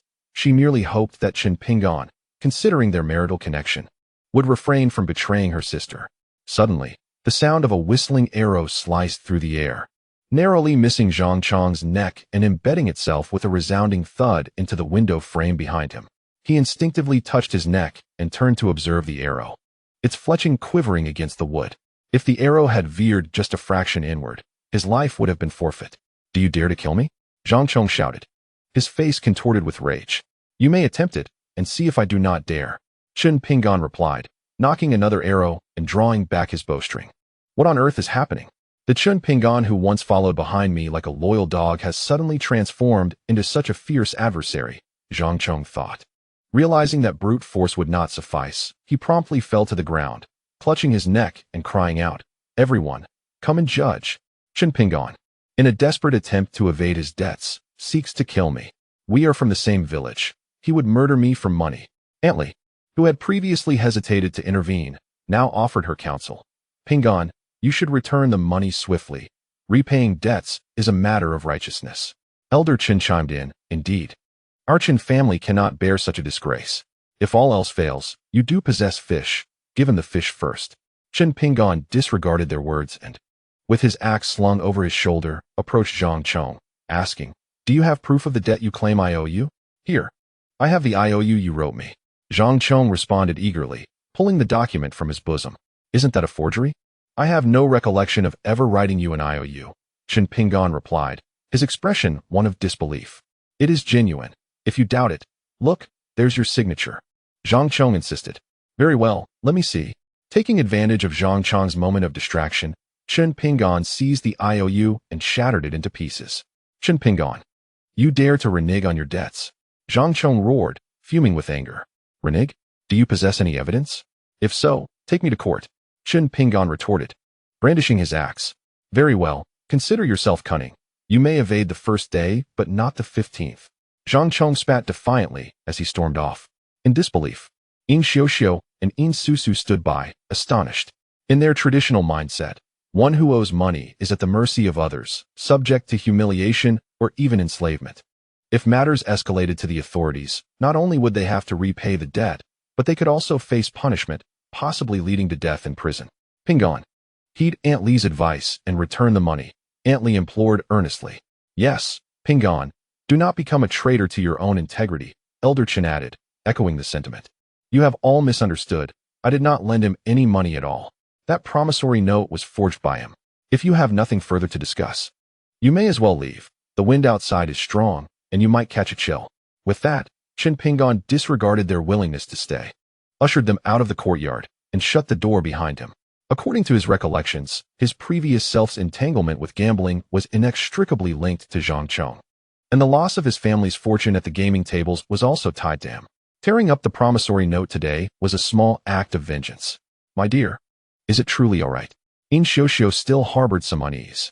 It is fine. Let us go inside and have our meal, Chen Pingan replied, though he too felt a twinge of apprehension. His intention in shooting that arrow was merely to intimidate Zhang Chong. He had not anticipated it would come so perilously close to his neck. Had it strayed just a little further, it could have resulted in a grievous outcome. If he were alone, it might have been simpler. He could have hidden in the depths of the mountains. However, now that he had a family, he could not afford to act recklessly. Clearly, he needed to practice his archery more diligently. He must not miss again next time. Brother-in-law, you are truly impressive. In Susu exclaimed, her face alight with admiration. My father, being bullied by those ruffians, does not dare to fight back. The sister's father was a merchant, theoretically in a far better position than Chen Pingan at present, yet when faced with troublemakers, he could only resort to spending money to settle matters. With reason on our side, we can traverse the world. Without it, we are hindered at every turn. As long as we are justified, we need not fear. Chen Pingan declared, patting his chest. Is it truly justifiable not to repay debts? In Susu pondered, somewhat bewildered. Yet she felt there was a semblance of truth in her brother-in-law's words. In the afternoon, Lu Jiling and several other women returned on Chun Laosan's ox cart. It's me, Pingan. Quickly, open the door. Upon hearing the knock, Chen Pingan hurried outside to unlock the gate. Come on, let us discuss inside, Lu Jiling said, her demeanor shrouded in mystery. Once they entered the house, she placed a bundle on the table and, upon opening it, revealed it was brimming with money. Wow, we've struck it rich, In Susu exclaimed joyfully. Pingan, the braised dish you prepared sells exceptionally well. I had barely arrived at the market when it was all gone. Not only do the cart drivers enjoy it, but passers-by are eager to buy as well. One pot is simply insufficient. Chen Pingan had considered various factors when setting the price. Currently, lean meat was 15 won per jean, while in a tavern, half a jean of cooked meat could sell for 31, equating to 61 for a full jean. Street vendors typically did not sell half jeans. They merely offered a bowl of noodles topped with a sprinkle of scallions and a scattering of minced meat. While the total price appeared modest when calculated per jean, it was not insignificant. Their braised dish was essentially pure meat, filled to the brim with pork innards. Priced at 10 won for half a jean, it was exceedingly popular, especially considering that a steamed bun cost 5 won. A meal consisting of a bowl of braised dish along with 2 steamed buns was indeed a delightful indulgence. Lu Yuling brought forth all the earnings, and together they counted. There was a total of 2,900 won, nearly equivalent to 3 taels of silver. Earning 3 taels of silver in a single day was something she had never dared to dream of before. Thank you for your hard work, sister-in-law. According to their agreement, Chen Pingan allocated her 30%. Brother Pingan, you are being too formal. Do not hesitate to call on your sister-in-law whenever you need assistance. Lu Jiling joyfully departed with the money, as she still needed to settle accounts with her old friends and Chen Laosan. Chen Pingan glanced at the remaining funds, contemplating his next course of action. The matter of Zhang Chang's debt reminded him of the debts he had incurred in his previous life at the gambling den. Personal debts might be evaded, but debts to the casino were inescapable, not to mention that the casino employed numerous thugs, and the connections between the casino owner and the county office made him wary of taking any reckless actions. What a mess you have left me with. Chen Pingan silently cursed his former self, choosing not to voice his frustrations for fear of alarming In Xiuxiu. In the afternoon, he returned to the pond's edge, fishing while honing his archery skills.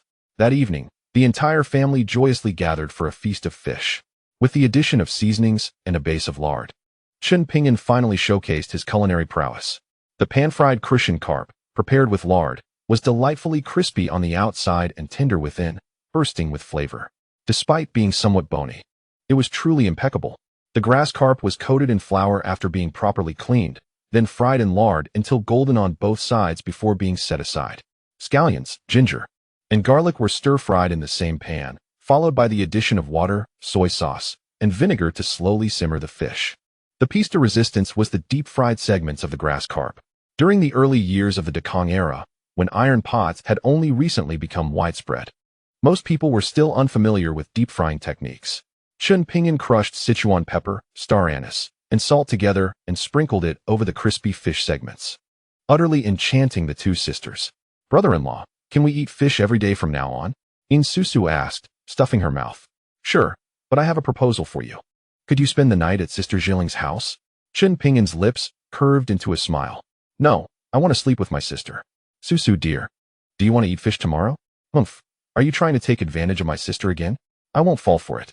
Chen Pingan attempted to continue his persuasion, but In Xiuxiu interjected, why not let Susu sleep at home tonight? She lowered her head, fearful that her husband would be displeased, and added, my dear husband, perhaps you should take a concubine.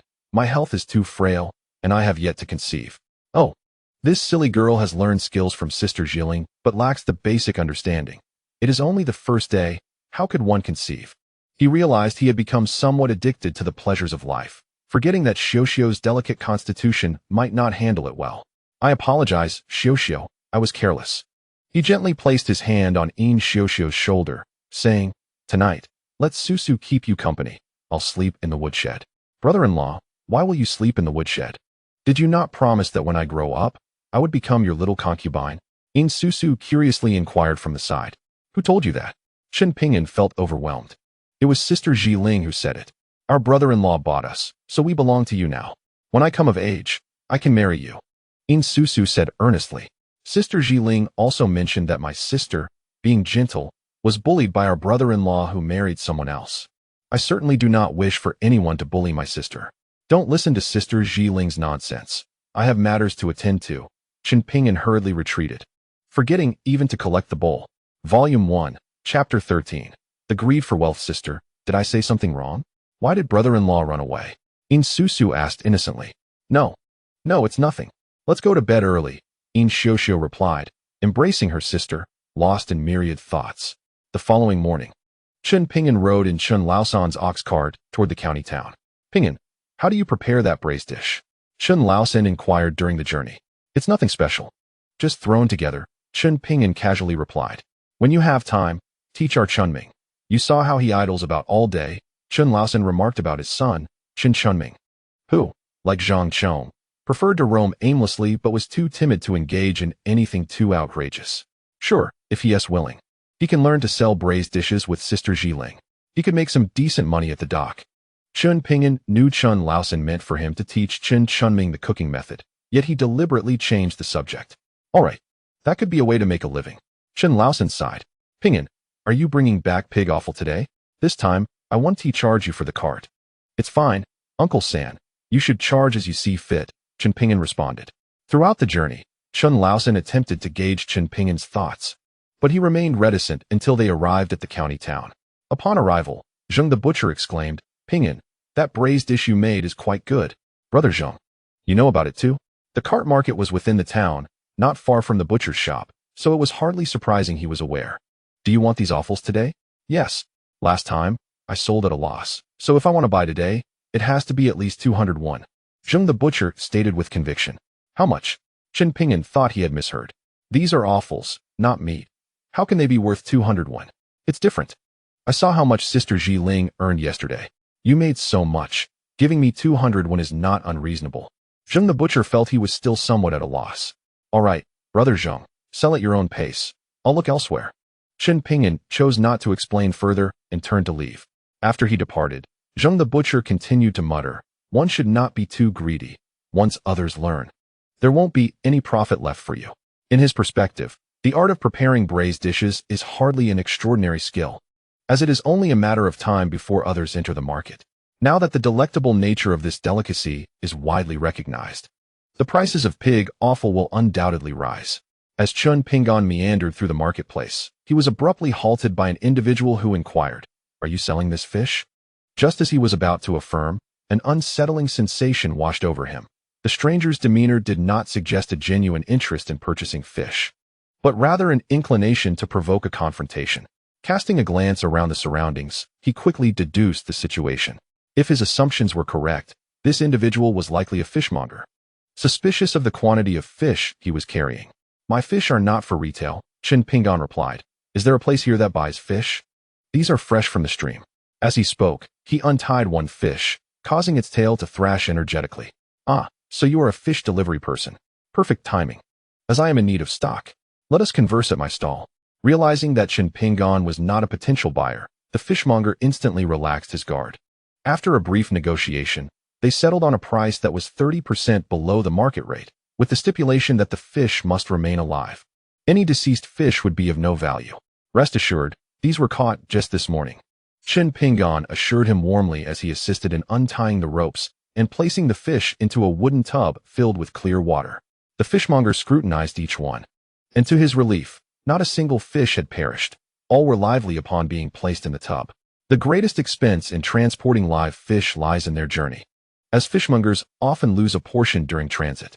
Consequently, the retail price of live fish is significantly higher than that of their deceased counterparts. Given that Chen Pingan guaranteed their survival, the fishmonger was indeed making a profit at this price.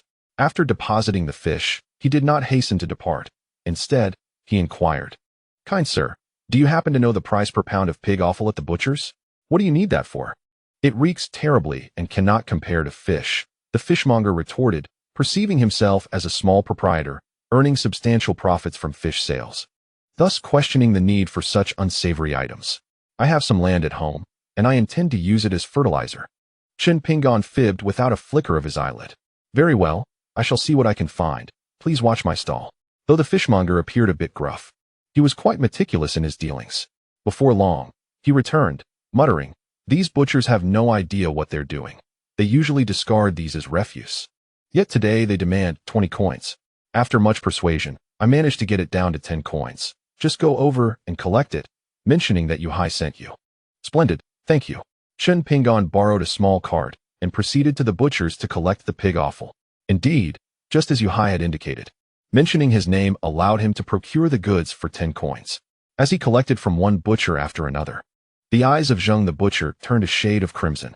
Only he knew the true owner of the braised dish, reluctant to sell it at such a low price. However, while other butchers had sold their pig offal, he still had a surplus remaining. These items are already quite foul. If they do not sell today, they will inevitably be discarded. Just moments ago, when Yu Hai approached to haggle, the other meat vendors acquiesced, but Zheng the butcher remained resolute, hoping to sell at a higher price. As Chen Pingan was about to pass his stall, Zheng could not help but call out, "Pingan, I have some offal here. Do come take a look. The price is reasonable." Chen Pingan paused, and without waiting for a quote, he said, "Brother Zheng, we are acquaintances now. I'll purchase 20 pounds of fatty meat. And how about you throw in the pig offal as a gift?" "Ah, a gift for you?" Zheng the butcher initially did not comprehend. After a moment's consideration, realizing that 20 pounds of fatty meat could fetch 400 coins and that he stood to gain a fair profit, he replied, "Very well, since we are familiar, consider it a gift. By the way, did Sister Ling return the basin yesterday? I shall need to borrow it again today." "Ah, that's fine. No rush to return it." As per usual, Chen Pingan stored the pig offal with Zheng the butcher before heading off to buy several bags of salt. He then purchased a few garments from the tailor's shop and visited the carpenter to order some tools. The carpenter inspected the items and, despite their complexity, confirmed he could make them, advising Chen Pingan to return in a few days. Once the ox cart arrived and everything was loaded, he sprinkled some salt over the pig offal. "Pingan, you've bought quite a bit this time," Chen Lao Sen remarked, glancing at the heavily laden cart. "Indeed, Uncle San. If Chun Ming wishes to sell braised dishes, he can come find me tomorrow." Upon hearing Chen Pingan's words, Chen Lao Sen smiled. "Very well. I shall make sure that rascal rises early in the morning." Volume 1, Chapter 14, The Burden of Wealth by the Heavens. "That rascal Pingan has earned so much, yet still owes me. Who is he? Don't you recognize him? He is Chen Pingan, often accompanying me to the gambling den." The two conversing were Zhang Chong and Fan de Biao, known as Biao Gu, a bouncer at the gambling house. "Ah, that lad. How could I forget that he still owes our gambling house money?" Fan de Biao began to scheme, planning to pay Chen Pingan a visit to collect his debt. "Do not be hasty, Biao Gu. The gambling house's dues are not yet due," Zhang Chong said with a sly grin. "What do you mean? Are you attempting to plead for him?" Fan de Biao glared, looking ready to devour someone. "Of course not, Biao Gu. Consider it, to reclaim the gambling debts. We must pay up ourselves. Instead, let us find something more advantageous for the two of us." "Ha ha ha, you always have the shrewdest ideas." Unbeknownst to Chen Pingan, who was being watched, upon returning home, he found the door locked and surmised that Yin Xiuxiu had taken her sister to Sister Ling's house again. He opened the door himself and began to move his belongings inside. After sorting some pig offal, he intended to wash it by the river when suddenly, "Husband, you are back." Yin Xiuxiu rushed over, breathless. "Xiuxiu, why are you running? Is something the matter?"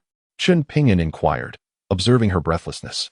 "I am apprehensive about having too many things and wish to assist you." "Ah, this is a matter for the gentleman. Your help is unnecessary. Call Su Su back in a moment. I have procured some delightful items for the two of you." No sooner had he spoken than Yin Su Su emerged from behind. "Brother-in-law, what wonderful things have you bought for us? Why don't you both step inside and take a look? They're on the table. I must attend to other matters." Chen Pingan carried a basin of pig offal towards the riverside. His tall stature combined with the meat he had consumed in recent days granted him considerable strength.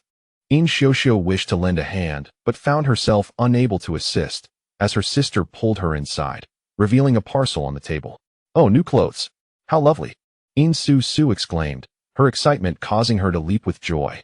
Girls adore new garments, and she was no exception, since their mother's passing. It had been ages since the sisters had donned anything new. "Sister, this dress is truly beautiful. It resembles something a bride would wear," Yin Su Su said, holding up a red garment and admiring it. "If you like it, you may wear it," Yin Xiuxiu replied, accustomed to letting her sister have the finer things. "Oh, that won't do. It is bridal attire, and I cannot wear it casually." Yin Su Su then retrieved another outfit from the parcel, declaring, "This one is meant for me. Yours is far too large for my frame." She twirled joyfully in front of her sister, who felt a genuine happiness at her sister's delight. "Alas, it seems I shall again be sleeping with Sister Ling tonight," Yin Su Su suddenly remarked, her expression tinged with longing. "Why is that? Does Sister Ling require your assistance?" Yin Xiuxiu inquired, puzzled. "Consider it. Brother-in-law is buying food and clothing. He cannot be doing so without reason. Tonight, I fear he may bully you again." "Oh, do not listen to Sister Ling's nonsense." Upon hearing her sister's words, Yin Xiuxiu's face flushed with embarrassment. Sister Jilin truly ought to be more mindful. Such talk may lead children astray. I am not a child anymore. In a couple of years, I shall be able to serve as a concubine for brother-in-law. In Su Su declared with a pout, adopting a solemn demeanor. Sister Jilin mentioned that we could share a bed then, and if brother-in-law dares to bully you, I shall protect you. In Su Su said this with a sense of righteousness. In Xiaoxiao sighed in resignation, contemplating the need to discuss with her husband the possibility of adding a chamber for her sister, as continual sleeping arrangements with Sister Jilin might lead her sister astray. After washing the first batch of pig offal and placing it in the seasoning to boil, Chen Pingan asked In Xiaoxiao to watch over the pot while he washed the second batch. Upon returning with the second batch, he discovered Sister Jilin was also present. Perfect. I have something to discuss with you. What is it, Pingan? Lu Jilin inquired cheerfully, already daydreaming about the profits awaiting her the next day. Please rent a cart for tomorrow. It seems that third uncle may not be able to take you to the county. When Chen Pingan mentioned the son of Chen Laosan wanting to sell braised pork as well, Lu Jilin's expression shifted dramatically. Are they truly going to the docks to sell? Rest assured, I have assured them that I will not compete with you in the market. Very well, I shall seek others to procure the goods. Given Chen Laosan's affection for his son, he will undoubtedly accompany us to the dock tomorrow, leaving Lu Jilin to devise alternative plans. After Lu Jilin departed, Chen Pingan cautioned. Xiaoxiao, Susu, you must remember not to allow anyone to glimpse the contents of the pot, especially the seasoning packets. Understood. Just now, Sister Jilin merely stopped by for a chat and did not inspect the pot, replied Xiaoxiao. In his pursuit of order and to prevent others from gleaning his secrets, Chen Pingan had intentionally wrapped the seasonings in gauze and placed them at the bottom of the pot. Yet, even with such precautions, he felt a lingering unease. The most significant secret of his braised dish lay within that recipe.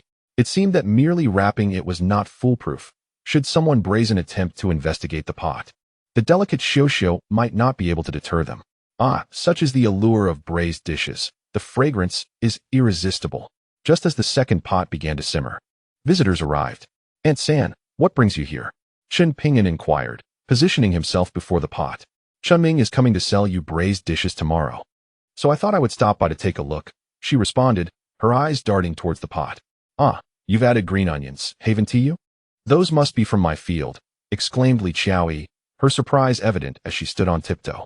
Indeed, I have added quite a bit, replied Chen Pingan with a smile that did not reach his eyes. It smells delightful. Aren't you going to let me have a taste? Li Qiaoyi leaned forward eagerly. Very well, I shall serve you some to try, Chen Pingan said, subtly pushing her aside as he filled a substantial bowl. Delicious. I'll take this home for your uncle to taste as well, she declared, turning to leave with the bowl. Aunt San, it would be better to finish it here before you go, Xiaoxiao quickly interjected, blocking her path. You silly girl, you can't just eat it all yourself. Your uncle deserves a taste too. Hurry, or it will cool down, chided Li Qiaoyi, a robust woman who was difficult for Xiaoxiao to maneuver around. Xiaoxiao, allow your uncle to have a taste. After all, he will need to come by for the goods tomorrow, Chen Pingan remarked, prompting Xiaoxiao to step aside. My dear husband, is this truly acceptable? She asked, glancing at Aunt San as she exited, her concern still evident. Do not worry. Keep an eye on the pot while I step outside once more, Chen Pingan reassured her. He had anticipated that once word spread about the profitability of his braised dishes, every resident of the village with a voice would seek reasons to visit. His seasoning blend comprised 26 medicinal herbs, a concoction far more intricate than the typical 13 spices, rendering it nearly impossible for others to deduce the specific components even if they were to acquire the original broth. Chapter 15. The Insatiable Heart Old Man. Look what I've brought back, Li Qiaoyi exclaimed joyfully upon returning home. My dear, isn't this a bit underhanded? Did Pingan not take offense? Chen Laosan inquired, a hint of embarrassment in his tone. What does it matter? He is nothing but a hopeless gambler. Is he truly remarkable simply for being able to prepare a braised dish? Why should we be inferior to him? Why must we run errands for him? Li Qiaoyi retorted defiantly. This dish seems quite simple to me, merely made from scallions, ginger, and green sauce. Later, let us procure some pig offal, and we shall prepare it ourselves. Observing her unwavering confidence, Chen Laosan could only let out a resigned sigh, unable to counter her enthusiasm. Chen Chunming, intrigued, asked, Mother, do you really think you can cook it? If that is the case, all the profits will be ours, and we have to share 30% with Pingan. Indeed, Your father is rather stubborn. Why should we allow others to profit from our hard-earned money?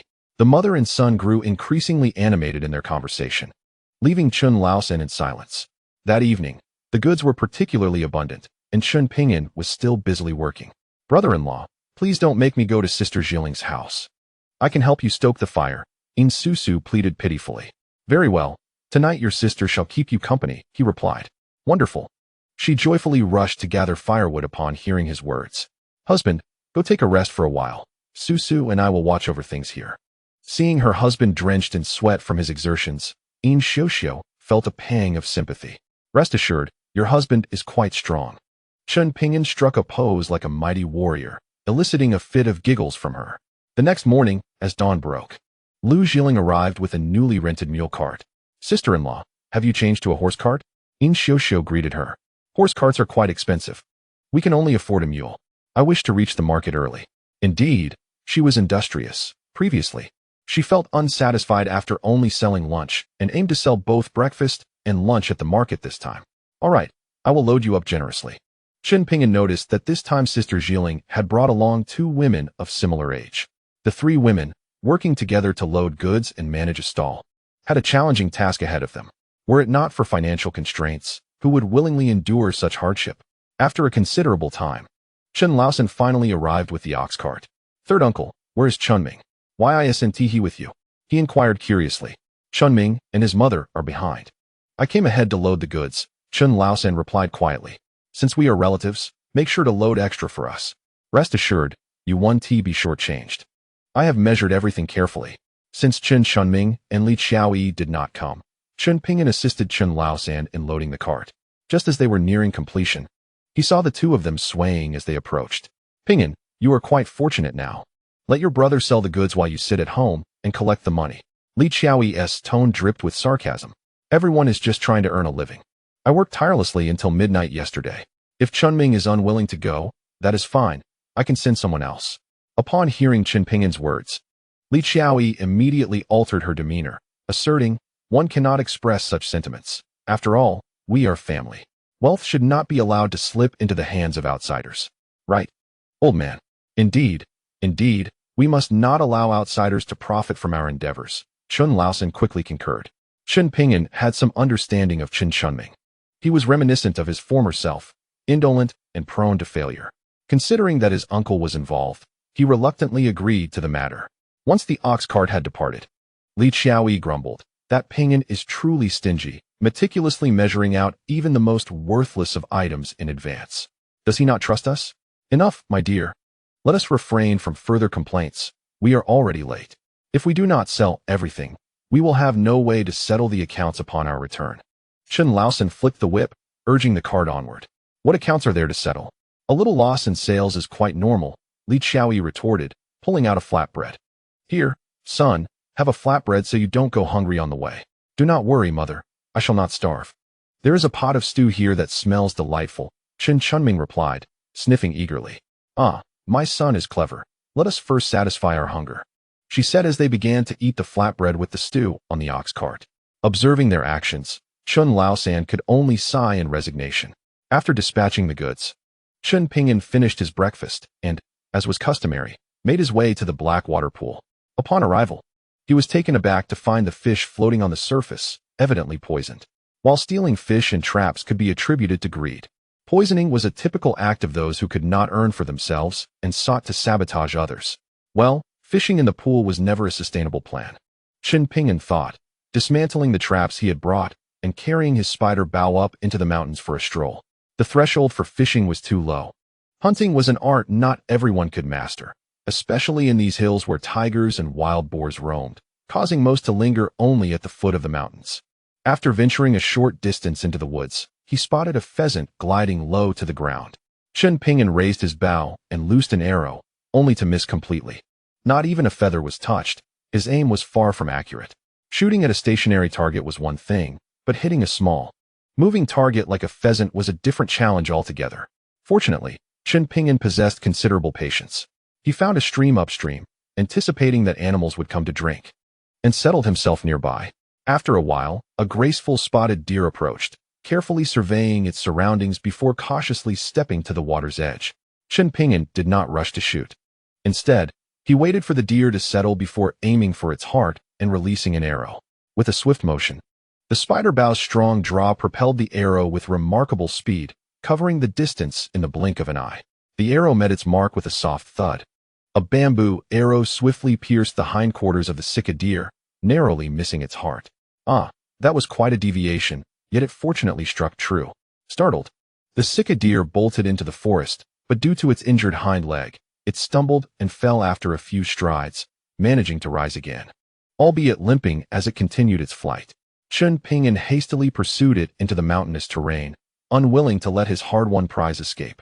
Thus, man and deer traversed the woodland for a considerable distance, until, breathless and on the verge of collapse, the wounded Sika deer finally succumbed to its injuries and collapsed on the ground. Gasping for breath, Chen Pingan approached the deer, hands resting on his knees. His chest ablaze with heat, sweat cascading down his face. He had believed his physical condition to be quite satisfactory lately, yet it seemed there was still much room for improvement. Binding the Sika deer with vine, he hoisted it onto his back and made his way home. Although he had not caught any fish that day, the meat of this Sika deer was substantial. Chapter 16. Hunting Darling, have you been hunting in the mountains? Upon seeing Chen Pingan, disheveled and smeared with blood, In Xiuxiu was understandably alarmed. Yes, I have brought back a deer to nourish you, so that we may welcome a robust son in the coming year, Chen Pingan replied with a sense of pride. My health is of no concern, but please refrain from venturing to the back mountains. There are tigers there, In Xiuxiu said, her expression fraught with anxiety. She had heard from Lu Jiling that Zhao, who had met his demise while hunting, falling prey to a tiger. Fear not, for your husband is quite formidable. Should I encounter a tiger, I shall procure its skin to infuse into wine, Chen Pingan boasted, though inwardly he harbored doubts. His spider bow, while powerful, would likely be ineffective against the thick hide and robust musculature of a tiger. It became evident that he needed a more formidable weapon. Previously, financial constraints had compelled him to make do with the spider bow. Now, with some funds at his disposal, he contemplated crafting a crossbow. The crossbow held numerous advantages over the bow. Primarily, its draw mechanism allowed for greater stability without the need for constant manual tension. Coupled with pulleys and ropes, it could be fashioned into a powerful compound crossbow. While other components could be managed, he found the pulley system beyond his capabilities. Hence, he sketched a design and made his way to the blacksmith shop. Brother Tainyo, are you busy? Chen Pingan inquired as he entered. Ah, Pingan, what brings you here? Replied Li Tainyo, a blacksmith whose lineage had been steeped in the craft for generations. During the prosperous years of Dekong, blacksmiths, carpenters, and butchers were esteemed professions, earning more than the average farmer or laborer. Brother Tainyo, could you take a look at this design and see if it can be forged? Chen Pingan handed over the sketch. Wow, you can draw? Truly a testament to your education, Li Tainyo remarked. He had heard of Chen Pingan's newfound wealth, yet viewed it as mere opportunistic cleverness, believing it could not rival the stability of his own ironworking skills. Brother Tainyo jested, suggesting that if such a task were feasible, I should name a price to see if I could afford it. During the Dekong era, iron items were somewhat more expensive than those made of copper. However, they were not exorbitantly priced, as tools like iron pots, shovels, and spades had become commonplace.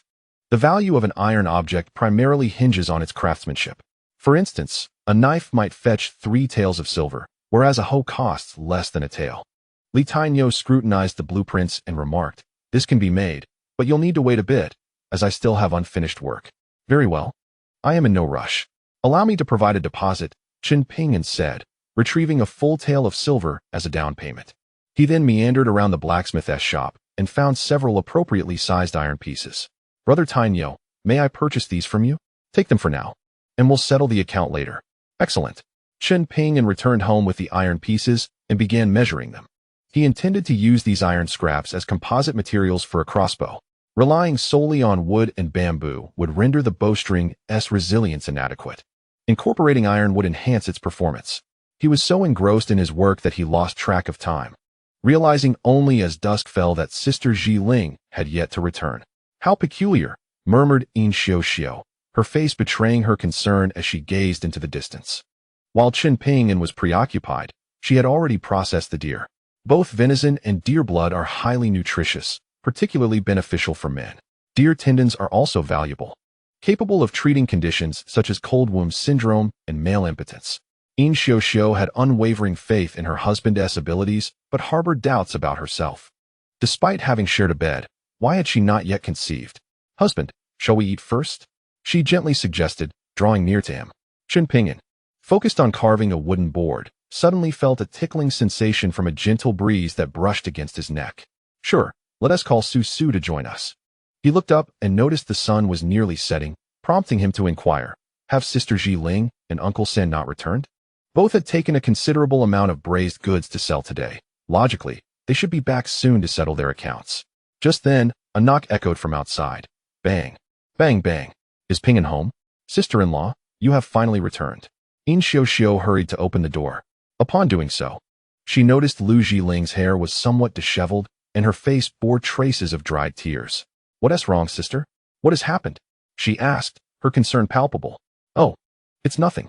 I just need to settle the accounts with Pingan," Lu Jiling replied.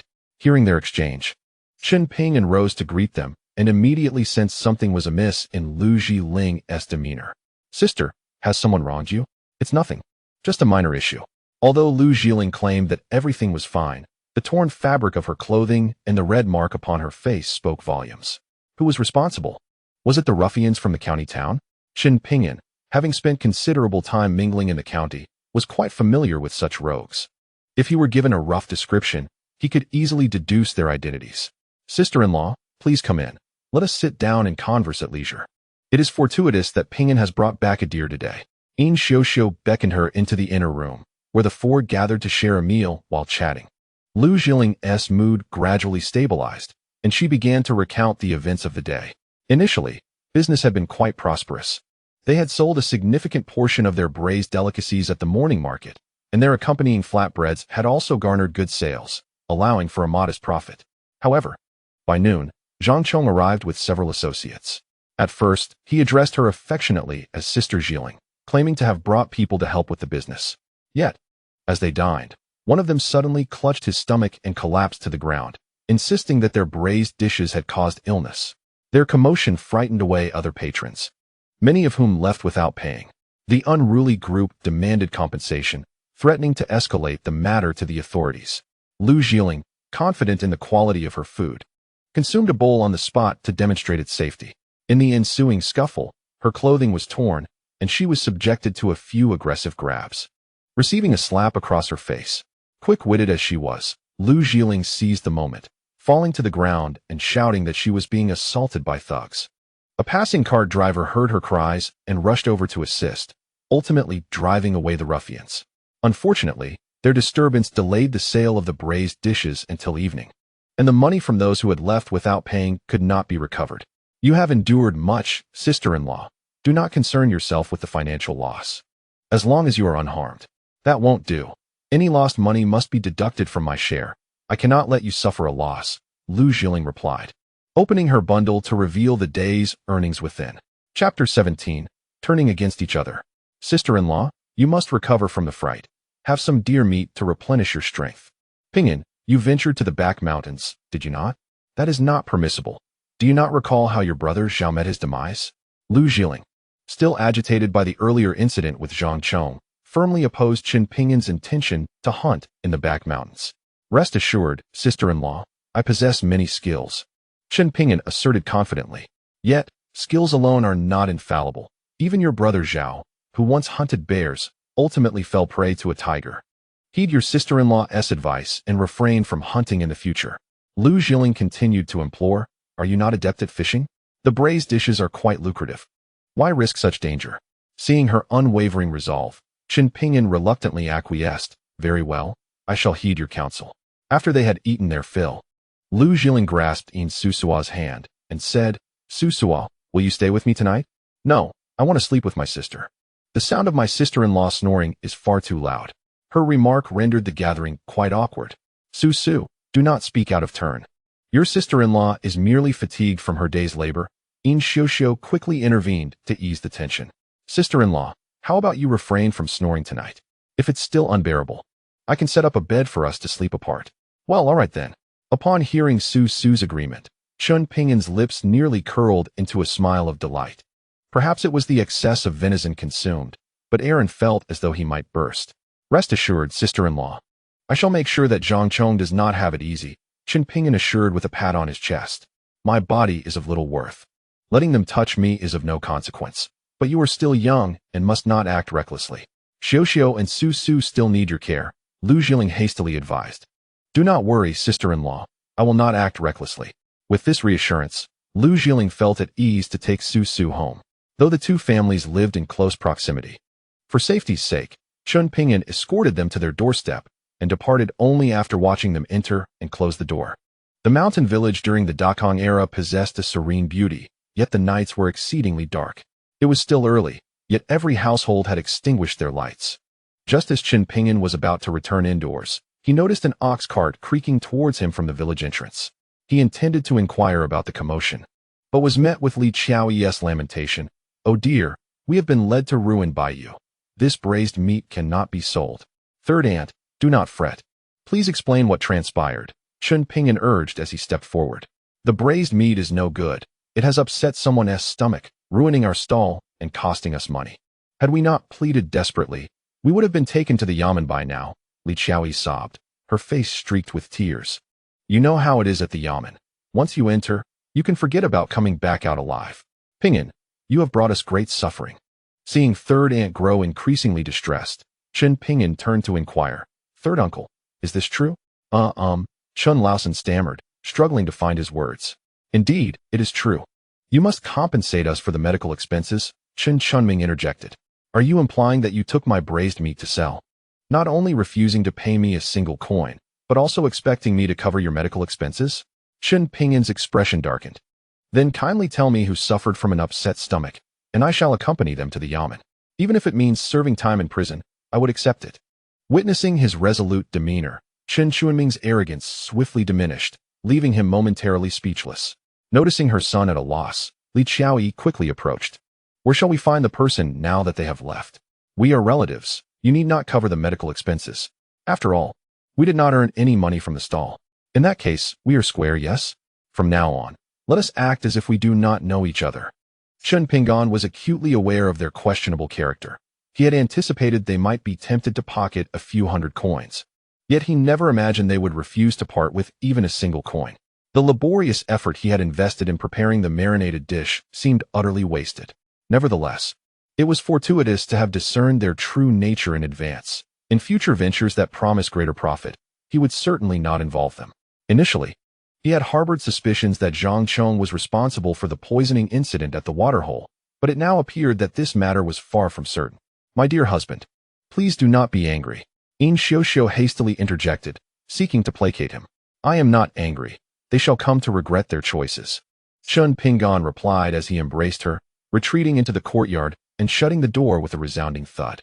My dear, do you think this is a bit excessive? Chen Laosan inquired with evident concern. What is there to fear? We now know how to make the marinated dish. Tomorrow, I shall procure some pig offal from the butcher Zhang, and all the profits will belong to us, Li Qiaoyi asserted with conviction. That scoundrel Pingan has set his sights on a staggering 70% profit from such a simple fare. Initially, Li Qiaoyi had intended to swindle merely a few hundred coins. But upon arriving at the dock, she realized how immensely popular the marinated dish was.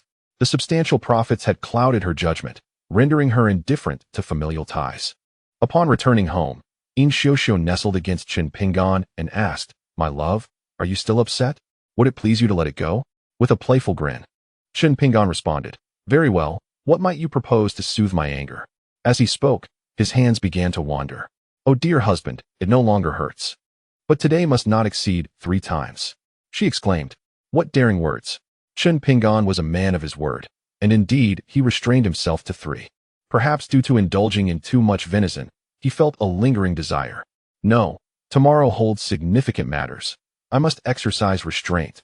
After some persuasive discourse, Aaron finally relented. They slept soundly until dawn, roused only by the sound of In Susu knocking at the door. My husband, you rest. I shall answer the door. In Xiao tenderly adjusted the covers for him. Xiao, you are truly kind to me. Chen Pingan pulled her close and planted a kiss on her cheek. You are my man. Of course, I must treat you well. But enough of this. I shall go greet Susu now. With that, In Xiao hurriedly rose and dashed out. Chen Pingan noticed that her gait seemed less awkward this time.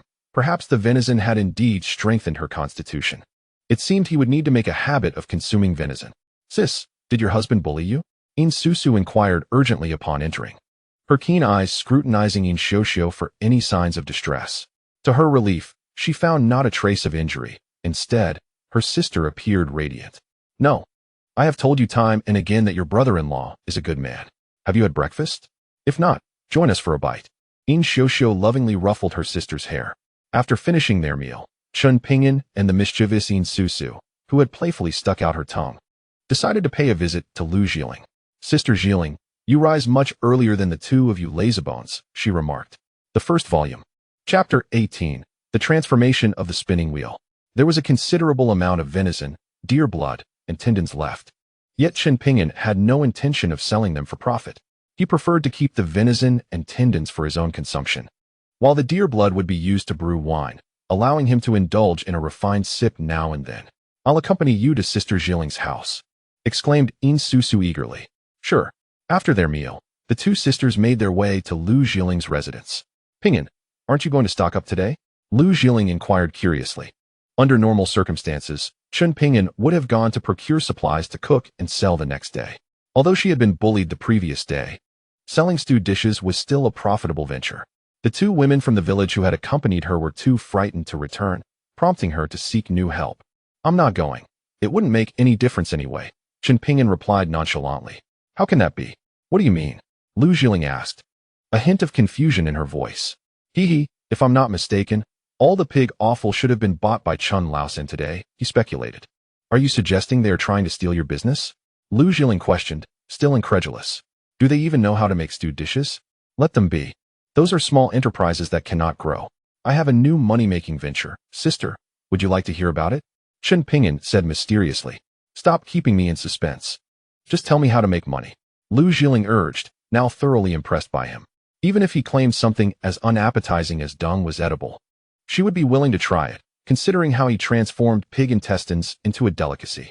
As expected, Chen Laosan had already procured the pig offal from the butcher Zheng and had arrangements with other meat shops to collect supplies that day. At home, Li Qiaoyi was busily preparing, her face radiant with joy. I told you, this isn't anything remarkable. Just add more green sauce, and the flavor remains unchanged. Mother, you truly have a talent. We are bound to make a fortune now, Chen Chunming exclaimed after tasting a piece of the stew, feeling something was amiss but unable to articulate it. Mother, why does it seem a bit foul to me? He questioned, a puzzled expression on his face. That's perfectly normal. The stew Pingan made also carries a certain odor. After all, this is where pigs store their waste. How could it not smell? Li Qiaoyi defended. I've seen those dock workers. They relish that pungent aroma and become increasingly addicted to it. That seems reasonable. Chen Chunming nodded in agreement. To avoid delaying their profits, they finished cooking by mid-morning and loaded the goods onto an ox cart to set out.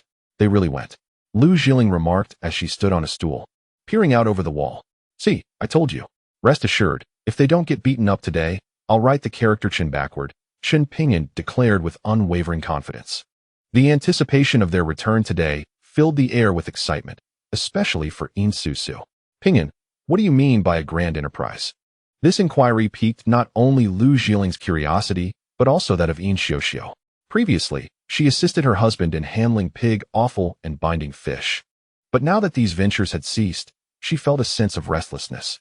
After all, a poor individual had finally discovered a means of earning a living, only to have it abruptly taken away, leaving her with an unsettling emptiness. Chen Pingan reclined leisurely in his chair, his hands resting behind his head as he replied. Weaving. Lu Zhiling, expecting something more substantial, felt a wave of disappointment wash over her at this revelation. In her idle hours, she engaged in spinning yarn, a laborious task that yielded little in return, especially when one had to procure cotton and linen as raw materials. If the materials were purchased at a high price, she risked incurring losses.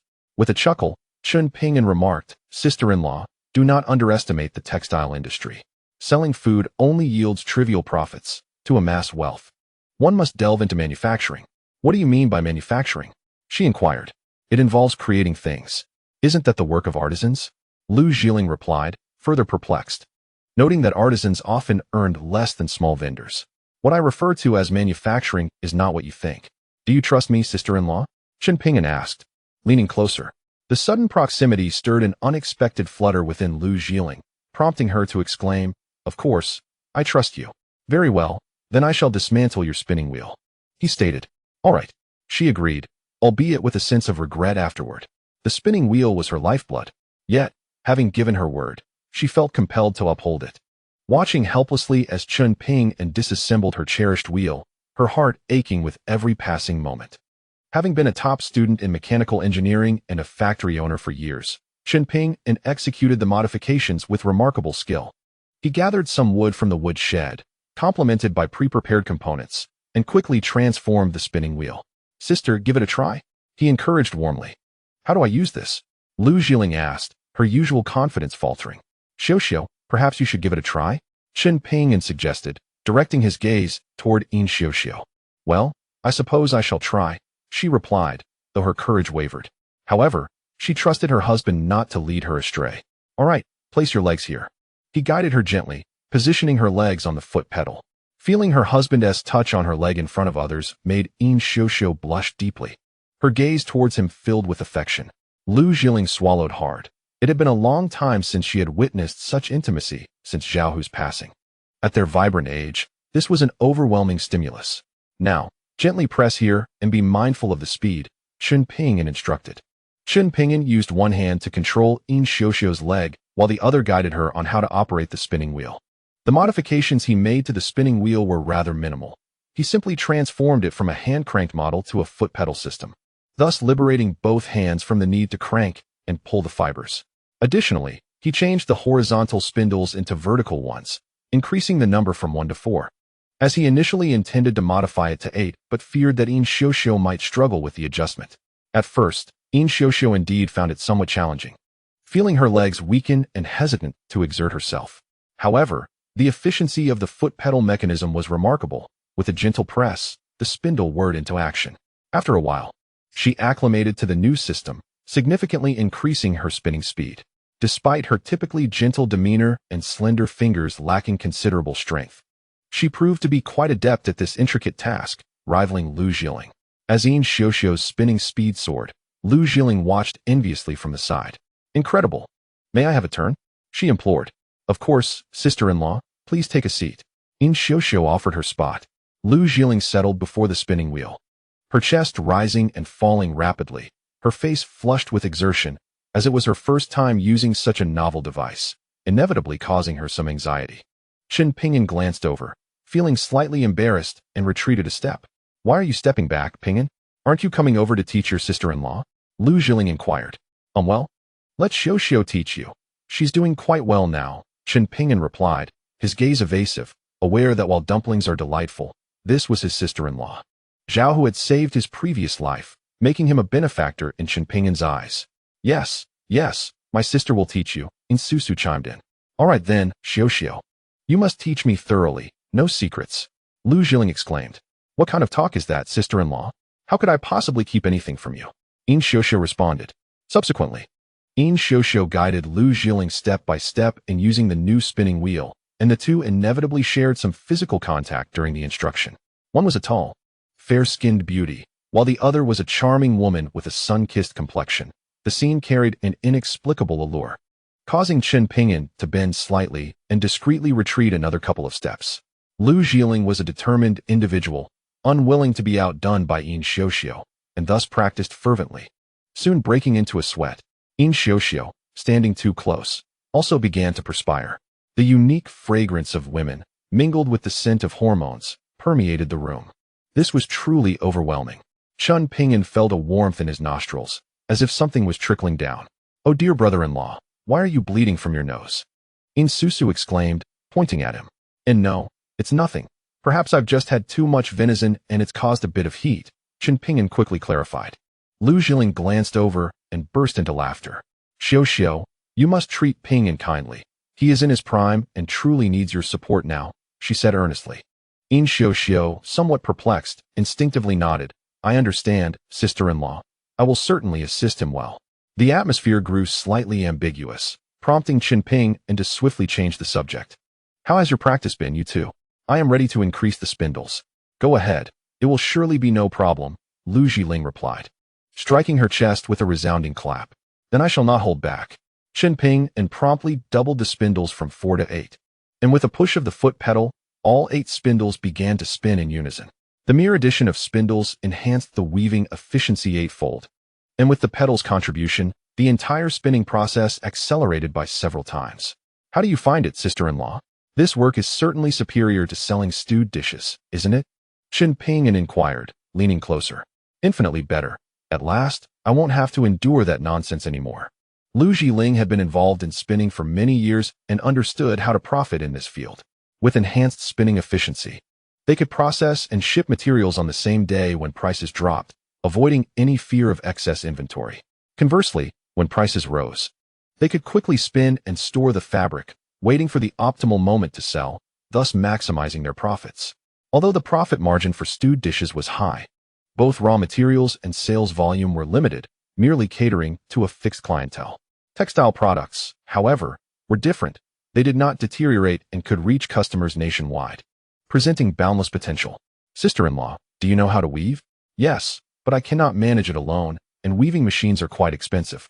During the Great Prosperity, technology was not as advanced. Cotton and linen must first be spun into yarn before they can be woven into fabric.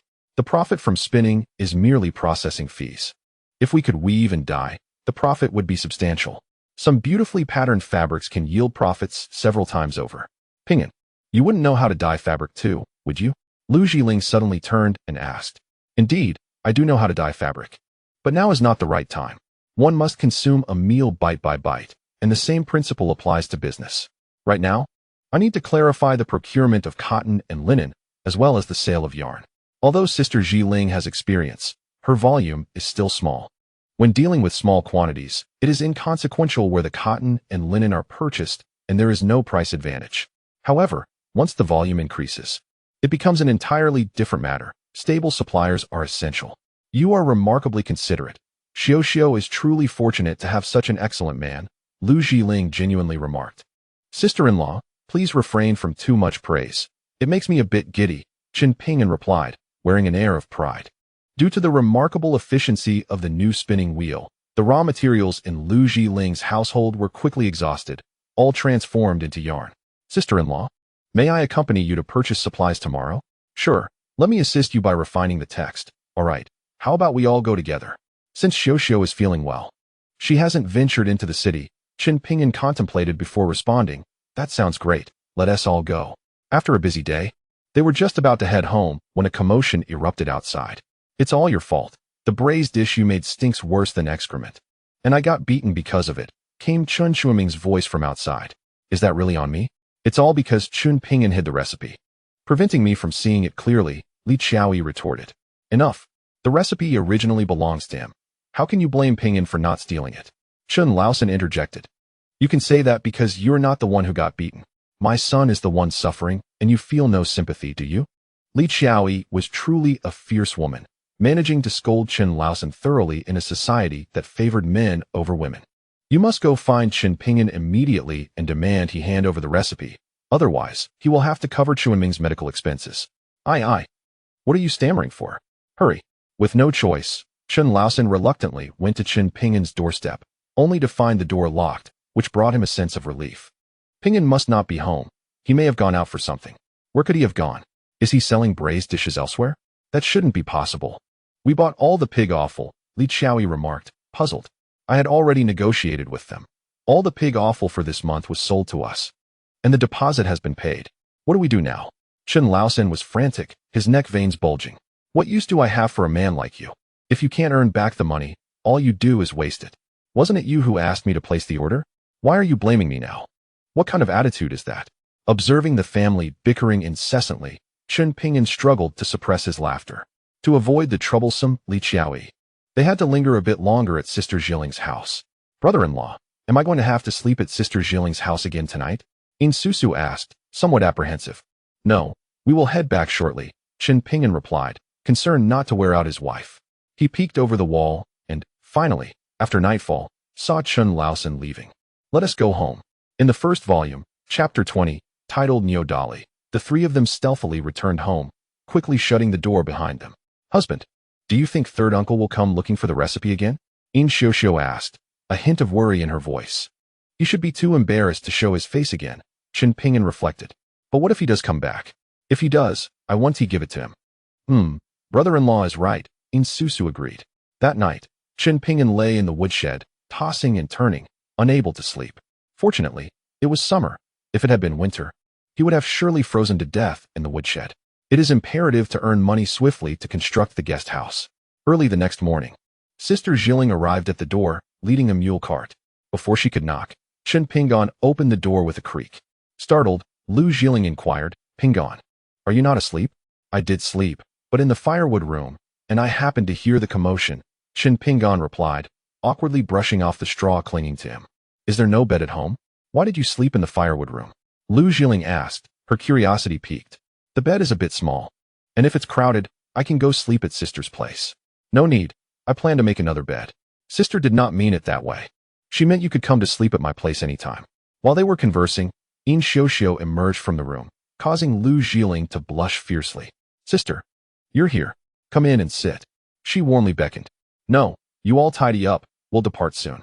All right then, I'll let Susu know. In Xiaoxiao had risen quite early, worried that her husband might be uncomfortable sleeping in the firewood room. However, In Susu, that lazy girl, lingered in bed, reluctant to rise. Are you going to the county town? If not, we shall leave you here alone. Startled by her sister's words, In Susu jumped up, exclaiming, I'm going. I'll wash my face right away. She got up, donned the new clothes her brother-in-law had bought for her, and began to style her hair at the basin. What are you dressing up for? We're just going to procure goods, not on a matchmaking trip, In Xiaoxiao urged. When did this girl become so vain? She muttered to herself. Since they had all risen too early, none had eaten breakfast. So they simply packed some dry provisions and a bit of jerky for the mule cart. The mule, a hybrid of a horse and a donkey, comes in two varieties, horse mules and donkey mules. Horse mules resemble horses more closely, with larger bodies, shorter ears, longer manes than donkeys but sparser than horses, and dense tail hair. They possess great strength and endurance superior to that of horses, though their explosive power is somewhat weaker, making them less suited for charging into battle. Donkey mules, on the other hand, resemble donkeys with smaller frames, long, pointed ears that stand upright, and a thick, robust feel. They love to run, but due to their short legs, they lack the explosive power of horse mules, although their endurance is greater, making them suitable for pulling. The mule cart that Chen Pingan and the others occupied was a horse mule, slightly more expensive than an ox cart, but significantly faster. Arriving at the county town just as the cotton and linen shop was opening, Sister Lu, you're here so early, greeted a woman responsible for welcoming them, indicating she was familiar with Lu Zhiling. Yes, I brought my brother and sister-in-law along today. They wish to learn about spinning. Lu Zhiling introduced them eagerly. Great. Just let me know what you need. Although the shop assistant spoke warmly, her gaze towards Chen Pingan was laced with disdain. During the prosperous era of Dakong, spinning was traditionally regarded as a woman's task, while men sought to earn a living through small trade or laborious tasks such as moving stones. The art of spinning was seldom considered by men. Chen Pingan, however, chose not to elaborate but instead observed the shop with keen interest. He soon discerned that this establishment not only sold cotton and linen but also purchased spun yarn, which they subsequently sold to workshops. These workshops would weave the yarn into fabric, dye it, and supply it to various textile merchants. Consequently, this shop was not a wholesaler of cotton and linen. Rather, it procured goods from others. Thus its prices were undoubtedly higher than wholesale rates. Lu Zhiling primarily sought convenience, as she intended to sell the yarn back to them. Ludijia, how much stock do you plan to take this time? Inquired a shop assistant. Before Lu Zhiling could respond, Chen Pingan interjected, if we order more, can we negotiate a lower price? How much can you take? The assistant asked. Typically, Lu Zhiling would only procure a few hundred wen's worth of goods, hardly amounting to a couple of silver coins, as cotton was more expensive than linen, leading her to primarily purchase linen for spinning. Let us start with these. We need cotton. Chen Pingan produced 5 taels of silver, a considerable portion of his savings. Very well. The assistant, recognizing his lack of experience, understood that the cost of cotton was high, and any errors in spinning could lead to significant losses. However, successful spinning would yield greater profits. Pingan, are you certain about this decision? Lu Jiling expressed her concerns. Do not worry, sister-in-law. Trust me. Chen Pingan assured her with a reassuring gaze. All right then. We shall take the cotton. The 5 taels of silver merely procured a single large bundle of cotton, which was indeed substantial. After all, during the Dakong era, most people could not afford cotton clothing. While cotton garments were soft and comfortable, they were not durable. Linen clothing, though somewhat coarse, was resilient and suited for the impoverished. Do you require anything else? I have some items at the carpenter's shop. Let us collect them together. As the mule cart approached the carpenter's workshop, Chen Pingan loaded the pre-ordered items onto the cart. Dear husband, what are these peculiar parts? Yin Xiuxiu inquired, her curiosity piqued by the unusual components. You will find out when we return, Chen Pingan replied mysteriously. He had initially considered purchasing additional items for the sisters, but his funds were dwindling. As the cart passed through the market, a familiar voice called out, Sister Lu, why have you stopped selling your braised delicacies? Yes, Sister Lu, without your braised dishes, we have nothing worthwhile to eat.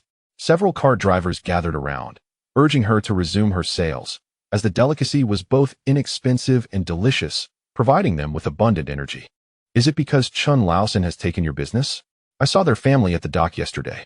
Their offerings were atrocious, worse than excrement. Yet they had the audacity to ask for money. Their son spoke out of turn, and I had to teach him a lesson, a burly cart driver rumbled. Chen Pingan glanced at him, noting the man's imposing physique, undoubtedly a figure of considerable strength.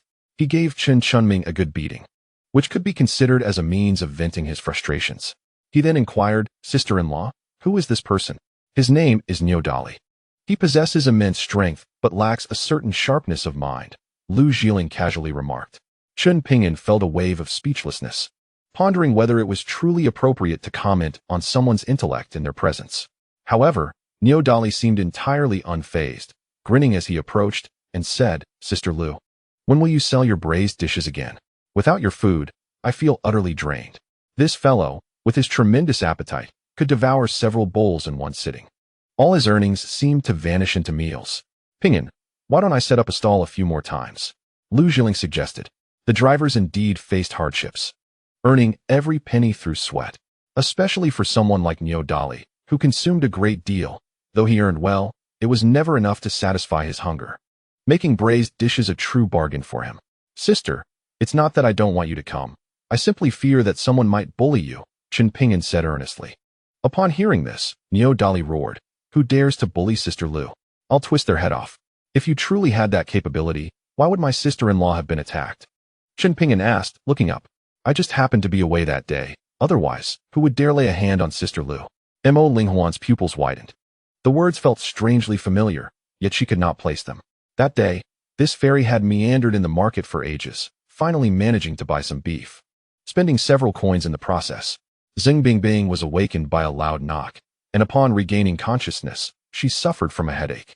Looking around at the unfamiliar surroundings, a wave of fear washed over her until she took a few steps and realized it was her own home. Perhaps it was due to the reduced opportunities for interaction after Ling Fei's pregnancy that the energy of the cold fairy bug had been unleashed once more. Hu Yi playfully struck Guijing once more, relishing the feeling of being able to tease the legendary hero, which had become somewhat addictive. As for the salting process, it was simpler still. One merely needed to coat the fish fillets, cut into long strips, with ample salt on both sides, then hang them up to dry. Salted fish could outlast smoked fish in preservation, remaining edible for 3 months as long as they were kept away from water. Kong Xiao merely cast her a quiet glance. He was uncertain whether she was jesting. Thus, he chose to remain silent. No sooner had Roman's words left his lips than the factory doors were forcefully swung open, and Mia stumbled in, supporting Hu Yi. Princess Shuangyang gently patted Black Hawk's shoulder, urging him to remain calm. It took him a while to regain his composure as Zhang Ren led Yang Paifeng to the D residence. Author, how much do you truly enjoy fried chicken? Is it really to avoid waste, or are you simply not full? Fortunately, a chorus of scolding, albeit somewhat weak, broke the awkward silence. Su Chuan recognized that this was the moment for gathering energy into elixirs, which also signified that the peak of the tribulation realm was imminent. Zhang Shirya rose to his feet, a smile gracing his face as he remarked, Of course, would I dare to be the elder brother to you few otherwise? With that, he sauntered out leisurely. The two factions held their respective views, each possessing merit, yet none could persuade the other. After much debate, they ultimately turned to Li Yu for direction. In disarray, they fled. Meanwhile, on the sidelines, Medela was already animatedly fixated on the swirling vortex of time and space, eagerly awaiting the celestial decree to leap into its depths. The perfume of fox fragrance was derived from a poisonous herb native to the western regions. It appeared colorless and odorless to ordinary humans, yet held an irresistible allure for certain insects, such as male mosquitoes and butterflies. He repeatedly tossed and turned, occasionally emitting soft sighs and moans, embodying a visage of torment ensnared by dreams. Consequently, Du Bian was now tasked with devising a solution to the crisis anticipated for today. As forewarned by the dreadful dream from the previous night, wherein Bai Chuan would attempt to do him harm. While Luo Ping and the others pondered, the ancient immortals of the return to origin realm patiently awaited, refraining from disturbing Luo Ping and his companions. A sense of impending danger washed over me. Just as I attempted to rise, a weight pressed down upon me. He had already leaned in, his hands propped on either side of me, obscuring my form in a haze of ambiguity between the bed and himself. Thus, it was evident that a medium capable of conjuring illusions existed within the illusory layers of space, yet the vitality of blood could awaken the senses. Ai Chow Chow found the call of master chilling, as if it were laced with ice, sending shivers through her heart. As lunchtime approached, with no sign of Lu Wu's return, Du Ruo sighed, deciding to find something to occupy himself with post-noon. Ai Chow Chow was deeply engrossed in the sounds from outside when, unexpectedly, she was jolted off balance. Just as the innkeeper stepped out, another visitor arrived.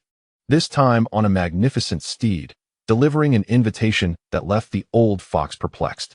I reminded myself that my sole desire was to gain Mr. Zhuang's consent to return, not to hear his voice. However, the longer I gazed at the wall, marred by ash, the more I saw, much like I had told Gushi before. Gradually, I became entranced, oblivious to the fact that the pair of eyes, so close at hand, had quietly opened. Jian Yijuan had not intended to consume much alcohol, yet she could not resist Fu Jinshan's persistent urging, compounded by the raucous encouragement of the table, and soon found herself genuinely intoxicated. His facial expressions revealed nothing, compelling me to fixate intently on his eyes, attempting to discern something from their depths. I must not behave so beastly, yet, indeed, such a scene would likely deter anyone from such conduct, let alone a man like Yi Lingfeng, who barely qualified as a gentleman, possessing AA-level combat prowess. While inferior to Moe, it was understandable that he could not withstand a single blow, yet he would not be easily dispatched. I apologize for my lack of clarity. Please allow me to finish my thoughts, Yin said, visibly shaken. Next, bow thrice before the tablet of your master, the esteemed Zhang Yuan, to honor his spirit in the heavens. Wang Yishuan proclaimed. The entire situation unfolded with alarming abruptness, given their prior assumptions. Considering that the objects on the ground had been obliterated and the two elders were nowhere to be found, it was reasonable to suspect that this enormous black vortex was responsible. Thus, in that fleeting moment of explosion, the two had not anticipated that they would survive. "Forite, you are truly insufferable," exclaimed Erksu, brazenly discarding the baseball bat from his hands and cracking his neck as he approached with clenched fists. The demise of Longli Jiao instilled intense fear and astonishment among his subordinates, leading to a unanimous silence regarding the departure of Han Jinyong and Zhang Zhangkue, as well as the rescue of Zhong Yun. "Are we truly going to declare war on the Yu clan?" A young member of the ancient clan inquired nervously, glancing towards his companions, his eyes betraying his unease. Yang Yisan observed Moe and Yang Yin laughing and chatting, showing no sign of discontent or change despite her newfound relationship, which only heightened her sense of isolation. If King Yu were to establish more cattle farms and dairy workshops elsewhere, would not the common folk across the land extol his virtues? A couple of years ago, shortly after King Yu arrived in Yuyuan County, he initiated a cattle farm in Qingyuan County, although it later became evident that the farm was primarily for profit. The breeding of dairy cattle and the resultant bull calves undoubtedly impacted agriculture significantly. Wang Yibo gazed at the towering edifice before him and double-checked the address in his hand. Indeed, it was here, Spring Tower. "Sister-in-law, you are truly a captivating beauty right now. I wager that if the three of us were to descend, all eyes would be drawn to you." Xiaoyan chuckled lightly. Volume 1, Chapter 22, The New Loom. "Sister-in-law, you continue with your tasks." I shall take care of these matters. The spinning process did not require Chen Pingan's assistance. He first unloaded the goods, borrowed a small cart from Lu Jiling, and then wheeled the pigs to the riverside for washing. For safety's sake, he deliberately moved upstream. With the cart, it was far more convenient than carrying everything by hand. He quickly washed all the pigs and placed them into a large pot to begin boiling. While the seasoning for the braised dish was indeed crucial, there was another element of even greater importance: the old broth.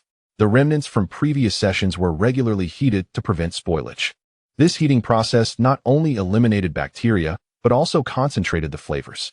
Hey, Peng Xiaoyu, don't tell me you feel nothing? Bai Yifan disregarded Peng Xiaoyu's refusal. His kiss suddenly turned fervent and intense, verging on insatiable.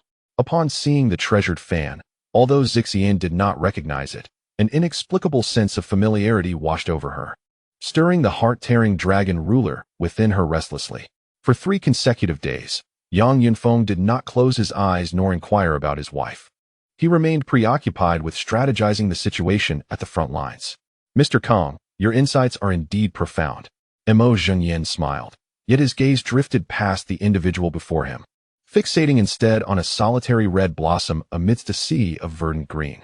Should this advantage fall into his hands, the prospect of surpassing the Demon Emperor would be imminent. Conversely, if this boon were to be seized by Zixian, it could very well plunge the demon realm into a tempest of bloodshed and chaos today. In this intricately woven world, every nation requires allies. And the most effective means of forging such alliances is by transforming the enemy of one's enemy into a steadfast companion, even if that ally was once an adversary. Peng Xiaoyu, grasping a cup of water, felt a surge of astonishment. She clutched the cup tightly, a wave of embarrassment washing over her. Commander, we have received a crucial piece of information from a channel, Yang Yunfeng replied, and then gestured to He Ziyuan for confirmation. Suddenly, the landline on Sun Roliu's desk rang, and upon glancing at the caller ID, her heart raced. This call was from the office of Jiyu. If she could not fully or adeptly master the power of light in this alternate dimension, it could spell considerable peril, such as being rebounded by the force of light or, worse yet, being drawn back into that realm devoid of time, sun, moon, or life. The might of Ningguo must also be harnessed, and it was time to discuss matters of Ningguo with her elder brother, Guan Yu. Gao Chong instructed De Zhu to summon Guan Yu. Tang Daoxu reported back to Wang Jian, stating that Hua Hong was obstinate, persistently inquiring without remorse, merely claiming that the king's merits went unrewarded and that once the birds are gone, the fine bows are hidden when the cunning rabbit falls. The hunting dog is cooked. He slaughtered loyal ministers out of envy for heroes. However, their words ignited a flicker of anger within me. They were nothing but the detritus of the demon dragon, tarnishing the reputation of our China, especially in light of the brazen demeanor of those from America. I felt exceedingly discontented. Wu Rue speculated that perhaps Chu Feng had forgotten his own name. Otherwise, why would he have spoken for such a lengthy duration without revealing it? Thus, she considered this a means of offering him an opportunity to extricate himself. The clash of gloved fists against gloved fists was indeed a spectacular sight. Yet, the primary confrontation remained a duel of sword light against a flash of purple, a heroic charge against violet lightning. The 4 combatants were evenly matched. Although Hong Shan knew that Qin Shengho was a trusted aide of the general and doubted there would be any mishap, he remained perplexed. Without hesitation, he commanded his subordinates to open the gates and allow a few individuals to exit, instructing them to stand guard while he accompanied Qin Shengho directly to the Central Army. Nonetheless, he understood that Dongfang Lungyu, a member of the racing clan, wished to witness the ensuing match, and thus he nodded in acquiescence. Wang Jizhao had just been cornered by Zhou Ken at the county office, and seeing Zhou Ken ready for battle was precisely to his liking. He pointed his spear and declared, "It is you I was waiting for." With that, he shook his hands, causing the spear to tremble and thrust forward with urgency. Mu Yun, hear me out. 2 years ago, you went missing. The Blood Shadow realm is certainly poised to take action against Tai family village. Lianming and I find ourselves with no choice but to surrender. The news has already spread, and it is likely that Xiemu Yun will come looking for us tomorrow. Chen Feng lowered his head, too intimidated to speak. Indeed, why did we not consider this before? Even if we had, would we be sitting here, listening to me now? Gao Chong pondered. After a few minutes of dazed silence, Zhu Dan erupted in frustration, hurling every pillow off the sofa. At that moment, Two formidable figures, surrounded by a throng, entered the grand hall. Xia Zimo had spent the entire day refining her design drafts and, having completed them, sent them to Jesse, striving not to delay the production timeline. Mr. Shen? Mr. Shen? Are you all right? Su Wei heard Ku Hao's voice, but it was faint and indistinct. Ruo Yu and Su Wei exchanged knowing smiles, after experiencing a tumultuous romance. Hai Xian was fortunate enough to encounter Shen Qian and find true love, a relationship that truly inspired envy. Chen Yinxing smirked, glancing at Xiao Yang behind him before extending his hand and pointing. Liang Cheng, Li Xianer, and Chen Lanhua were all adversaries of Su Xiu'er. Thus, Su Shuyun regarded them as key targets, having expended considerable effort to lay the necessary traps. Now she awaited their inevitable detonation. Following Li Liejuan's uprising against Yuan Shikai on July 12th, the left flank of the Gan army, led by Lin Hu, divided into two factions, one advancing towards Shaitown and the other flanking the Beiyang army stationed at Shirley-Pu. In the end, they took advantage of the chaos.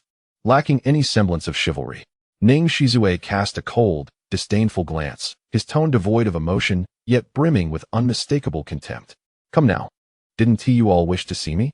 Chun, she said with a smile, understanding their perplexity.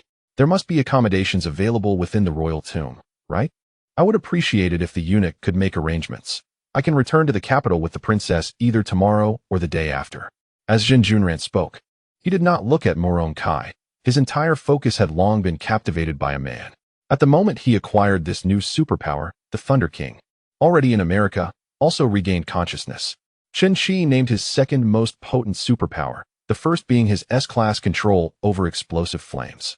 Lu Feifei was genuinely startled by Lin Feng's words, especially the fierce, murderous intent evident on his face, which instilled in her an unprecedented sense of fear and trepidation.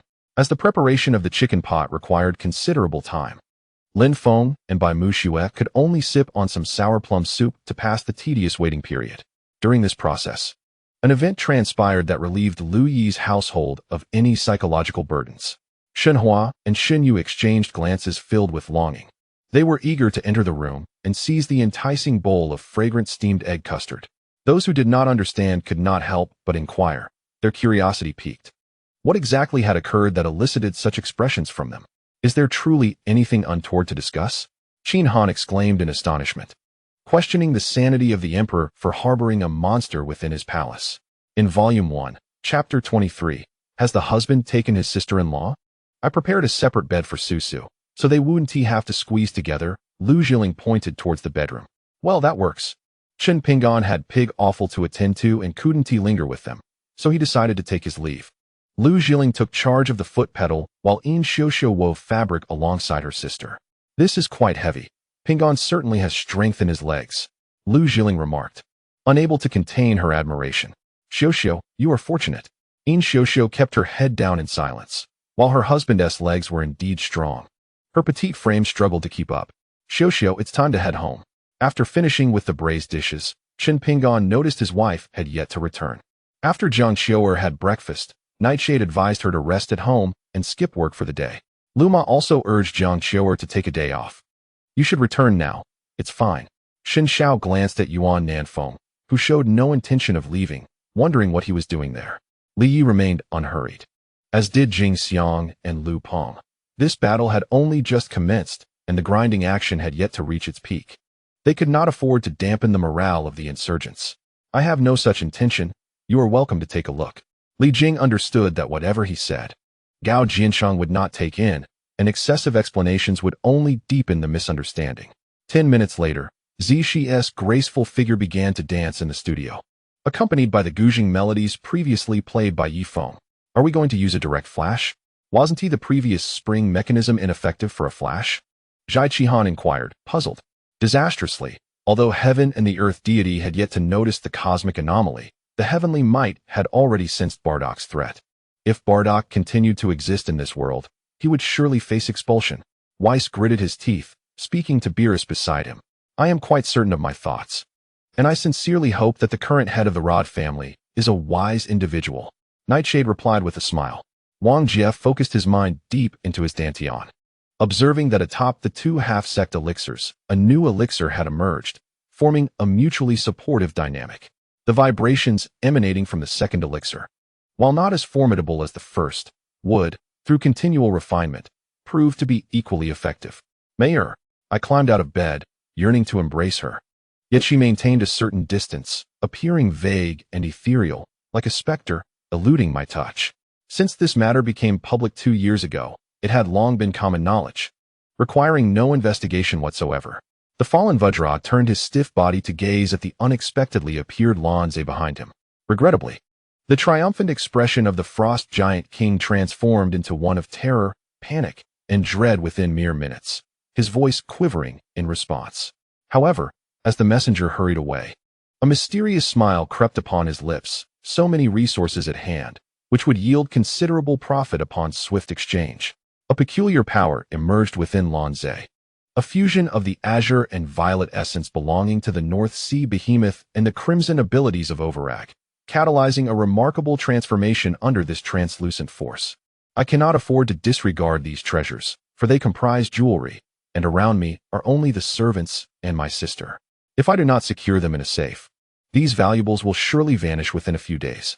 Jean Mingho opened the safe. The world tree possesses astonishing magical properties. Even a fragment of it can bring the dead back to life. Furthermore, knowing that if the Foxfire Kamiyama were to be discovered by enemies, all intelligence of the Straw Hat Alliance would be jeopardized, the Alliance refrained from resorting to murderous silencing, which is already a considerable testament to their honor towards these warriors. Liang Feng's words were interrupted by Wang Daong.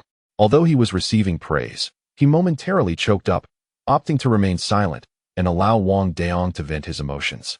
At that moment, 10 R-class aircraft carriers surged across the sea, their bows slicing through the wind, while rows of J-96 carrier-based fighters began to rev their engines. As ground crew waved signal flags with fervor, one fighter after another accelerated into the sky. It wasn't too long ago, merely the second day you entered my residence last year. Ding Wei stroked his long beard, exuding nonchalance. Were it not for his nakedness, he could easily be mistaken for an ethereal being.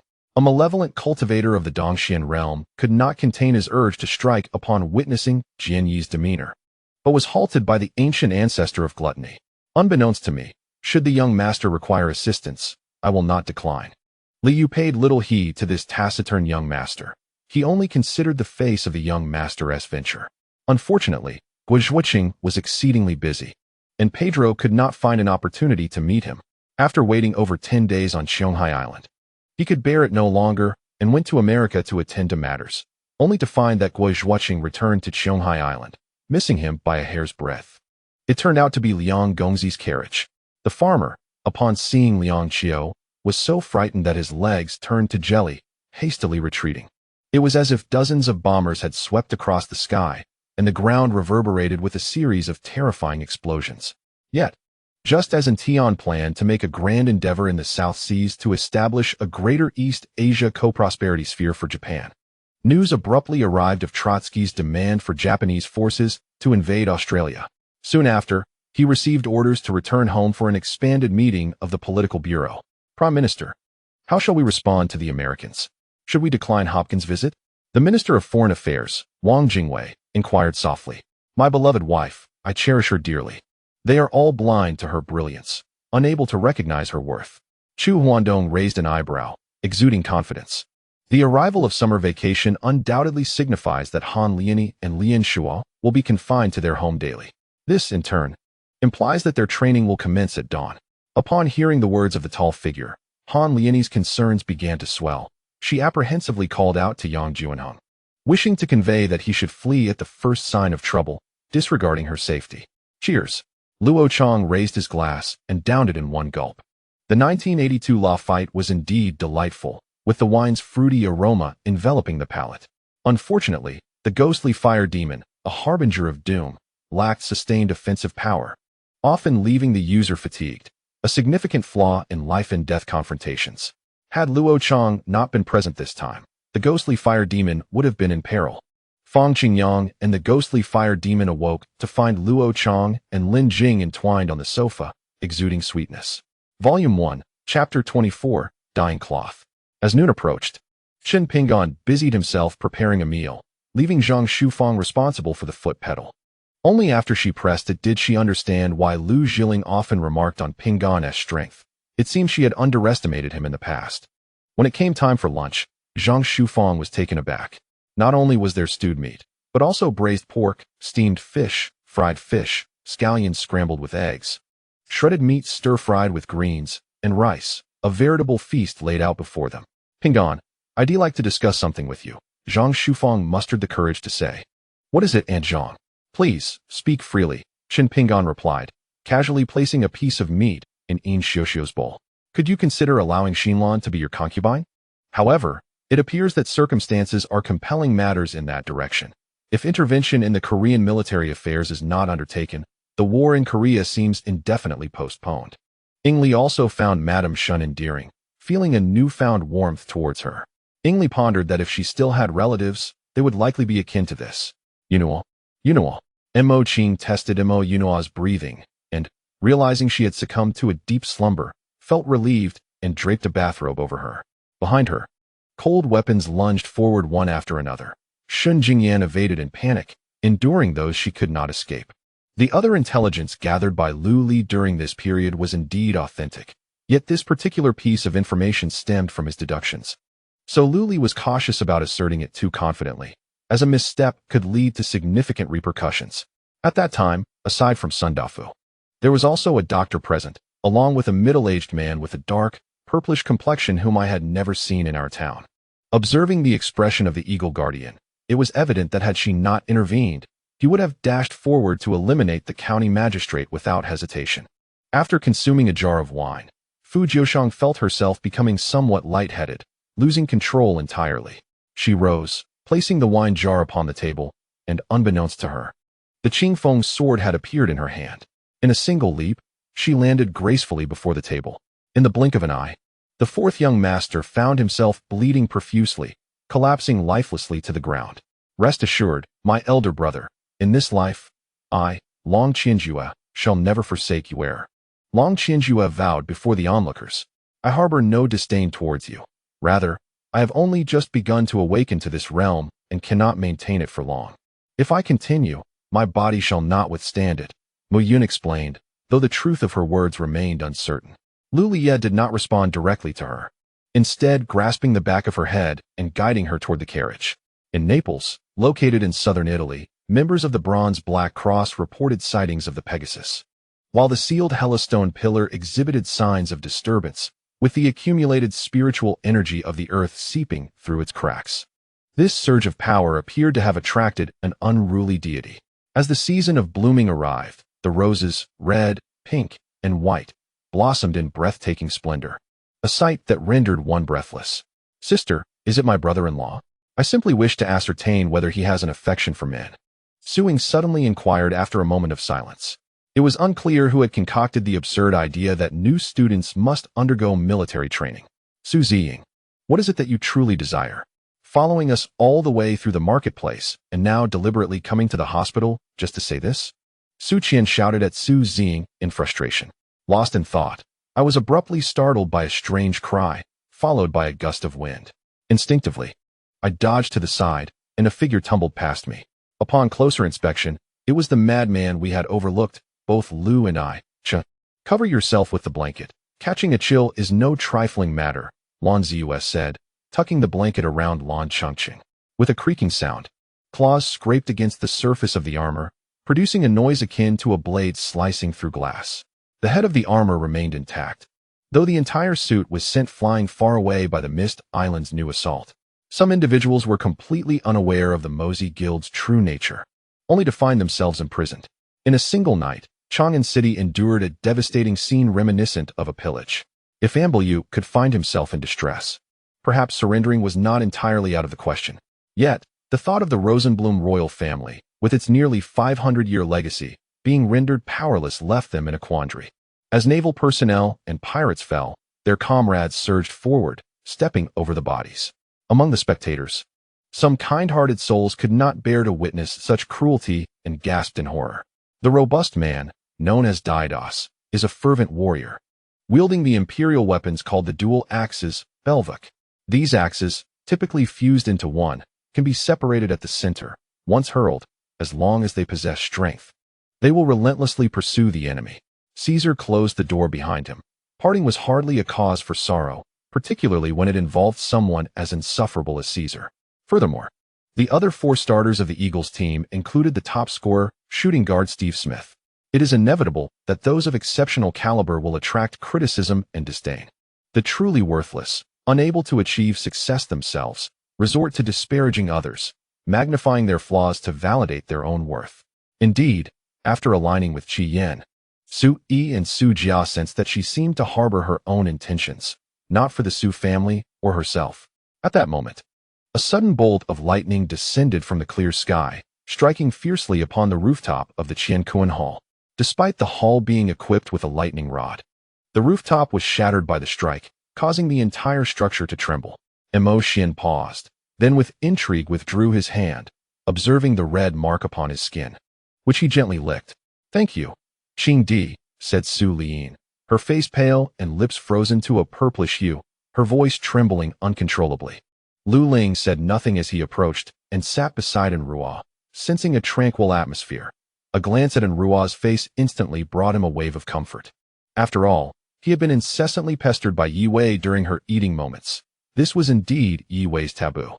As for the divine relics, aside from initially encountering illusions, they soon found themselves before the coffin after dispelling the mirage. It was a logical progression to reach the final challenge. The next step involved opening the coffin to retrieve the divine essence. However, circumstances seemed dubious, and many doubted that the alliance would smoothly allow them to obtain a divine essence. If one were to consider the territories under Cao Cao's control in Yanzhou and parts of Yuzhou, nearly half of the 13 provinces of the Han dynasty would fall under his dominion. Recently, the once mighty Lu Bu sought to ally with him, giving Yuan Shao an invigorating sense of empowerment. Xiao Yuan shook her head, feeling that the couplet was overly profound. She diverted her gaze and spoke softly. In Volume 1, Chapter 25, Hunger Marketing. Of course, this is not a contract of servitude, but anything you learn from me cannot be disclosed to anyone without my consent. Any breach will result in substantial compensation and potential imprisonment, Chen Pingan stated solemnly. Isn't this akin to a contract of servitude? Tai Xinlan pondered before replying, I agree. Very well, I shall teach you a few simple things first. Ah, you truly will teach me? Why? Do you not wish to learn? I want to learn, of course. I am merely surprised that I can acquire genuine knowledge without becoming a concubine. In Xiuxiu, who initially intended to voice her thoughts, reconsidered and refrained from speaking, recognizing that this was her husband's decision. Upon hearing Jian and S' response, Hu Tianjuan's expression turned fervent. It is known that any obstruction to one's own path feels akin to severing one's route. Thus, the prospect of something that could enhance his journey naturally stirred him with excitement. Jin Shursan had previously opposed his practice of simultaneously cultivating both soul and energy, persuading him to abandon a particular path. Lulu, seizing the momentum of the booming engineering class, raised the tuition fee to an exorbitant 5,600. Consequently, Jian did not show deference to the barbaric king. Outwardly, everyone maintained a cheerful demeanor, yet covertly harbored ulterior motives, as who would not desire additional benefits. Xing Ziyuan was acutely aware of the formidable nature of the blue sea killer whale, a veritable harbinger of death in the ocean, fierce and unyielding. Had the members of Tongdi already fallen victim to its wrath? Yet, even with the assistance of the figure in the black robe, the underlying cause remained elusive, resulting in a delay in their offensive, which instead incited a heated argument between the two parties. However, Qi Ran paused, affectionately ruffled Chu Yunqi's hair, smiled, and then nodded. Yi Tian's physical and spiritual energies began to recover at an astonishing rate, swiftly returning to their peak state. At that moment, Wu Bingbing's remarks seemed remarkably subtle, questioning, "What does it mean for me to be your good friend?" Particularly for those warriors who had previously attempted to ascend the sacrificial platform. They were acutely aware of the perilous nature of that path. Well then, although reluctant, there was little choice. The pet market was overwhelmingly crowded, making the search for a lost phone akin to finding a needle in a haystack.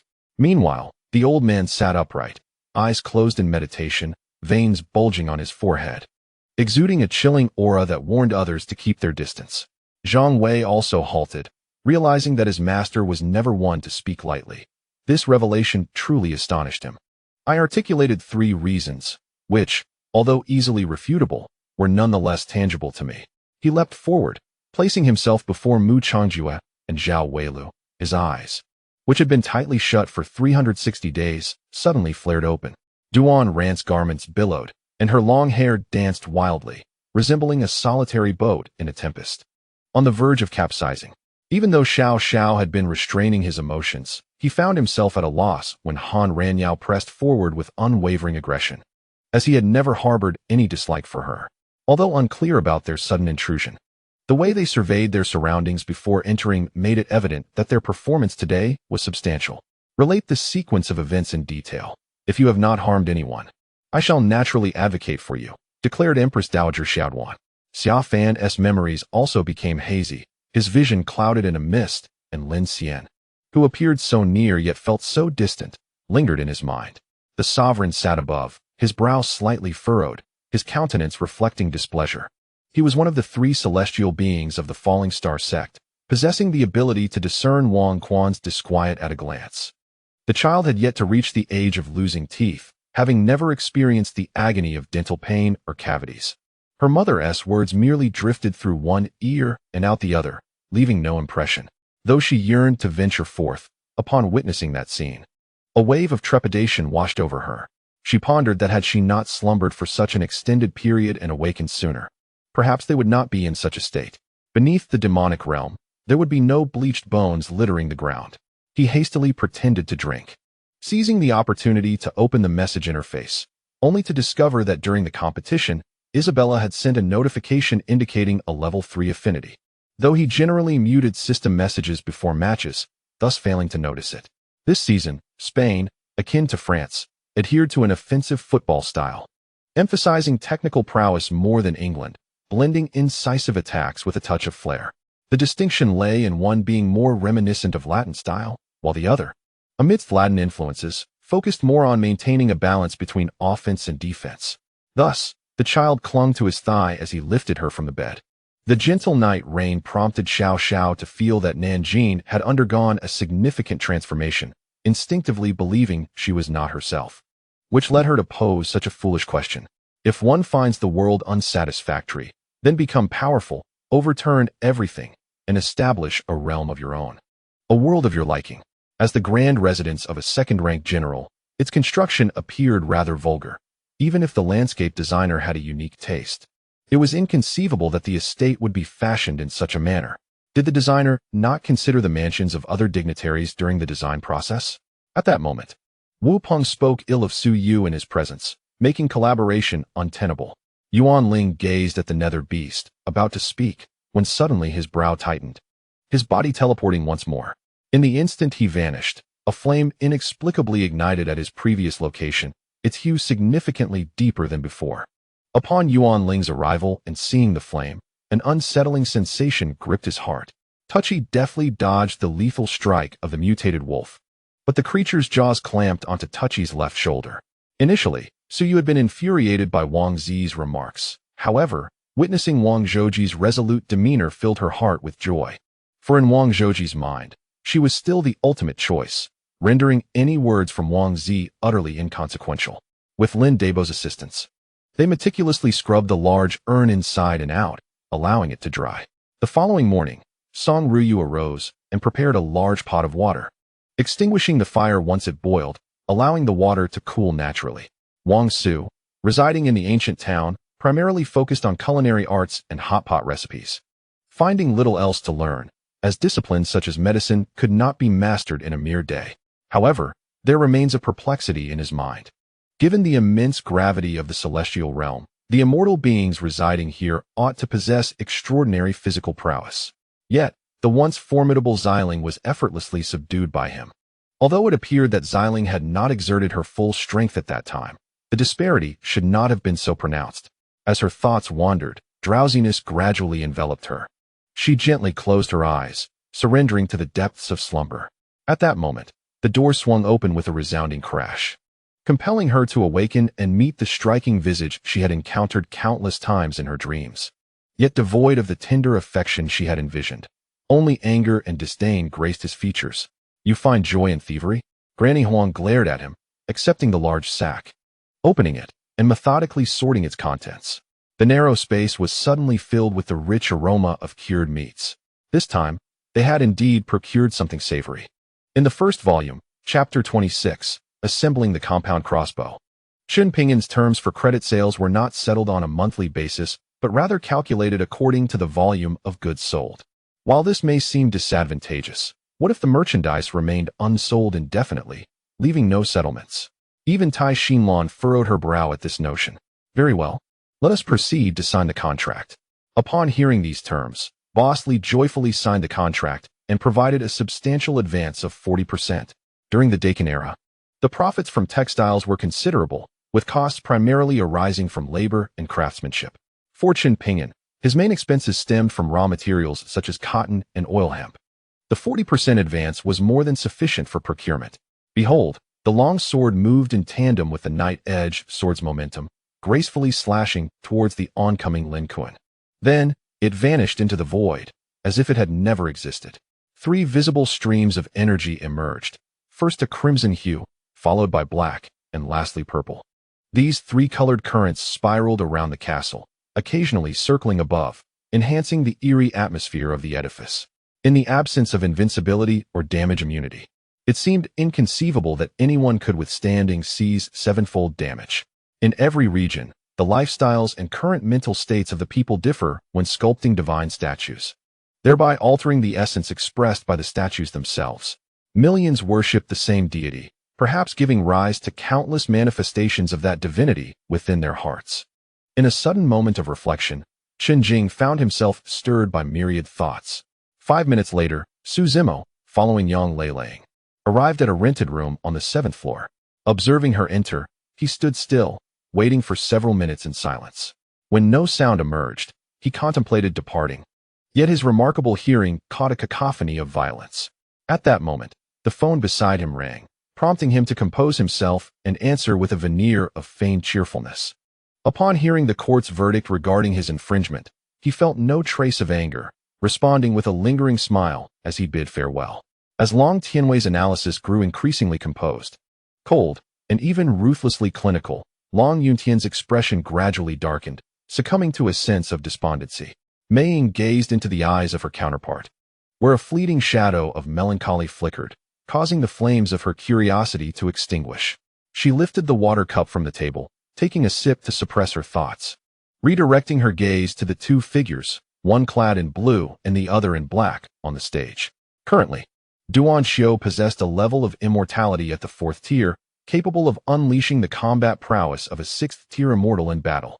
When Jiang Laodao returned home, he opened the door to find several children and women inside, instantly igniting his fury.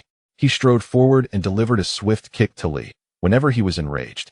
The power within him surged, granting him great strength, even influencing his thoughts, compelling him to act against his will. Yet, more than a week had passed since that day, and Shi Yunzhou had not inquired even once. Had he broken his promise, or simply forgotten? Zhang Wanru spotted her elder brother, who was addressing the passengers on the tour bus, instructing them not to move about carelessly to prevent the vehicle from losing balance. A tow truck was on its way. At present, both family heads were mutually satisfied, and with all the officials present during the morning court, Yi Qianxin found it challenging to refuse, lacking an appropriate excuse. I could discern a mixture of astonishment and shock in Yang Yishi's enchanting gaze. Yulinen had been so busy that she was hardly seen. With time on her hands and unwilling to languish in idleness, she pondered for quite some time before resolutely deciding to open such an establishment. Without delay, Yu Sheng promptly reserved a restaurant, featuring dishes that Niel Wandi favored, hoping that her apparent sincerity would lead Niel Wandi to overlook any grievances. Xi Yin's body suddenly froze for a moment, her grip on his hand tightening involuntarily. He turned to her, his gaze glistening with moisture, reflecting fragments of light. Tao Yao stood there in a daze until the figure of the young man vanished from her sight, prompting her to turn away.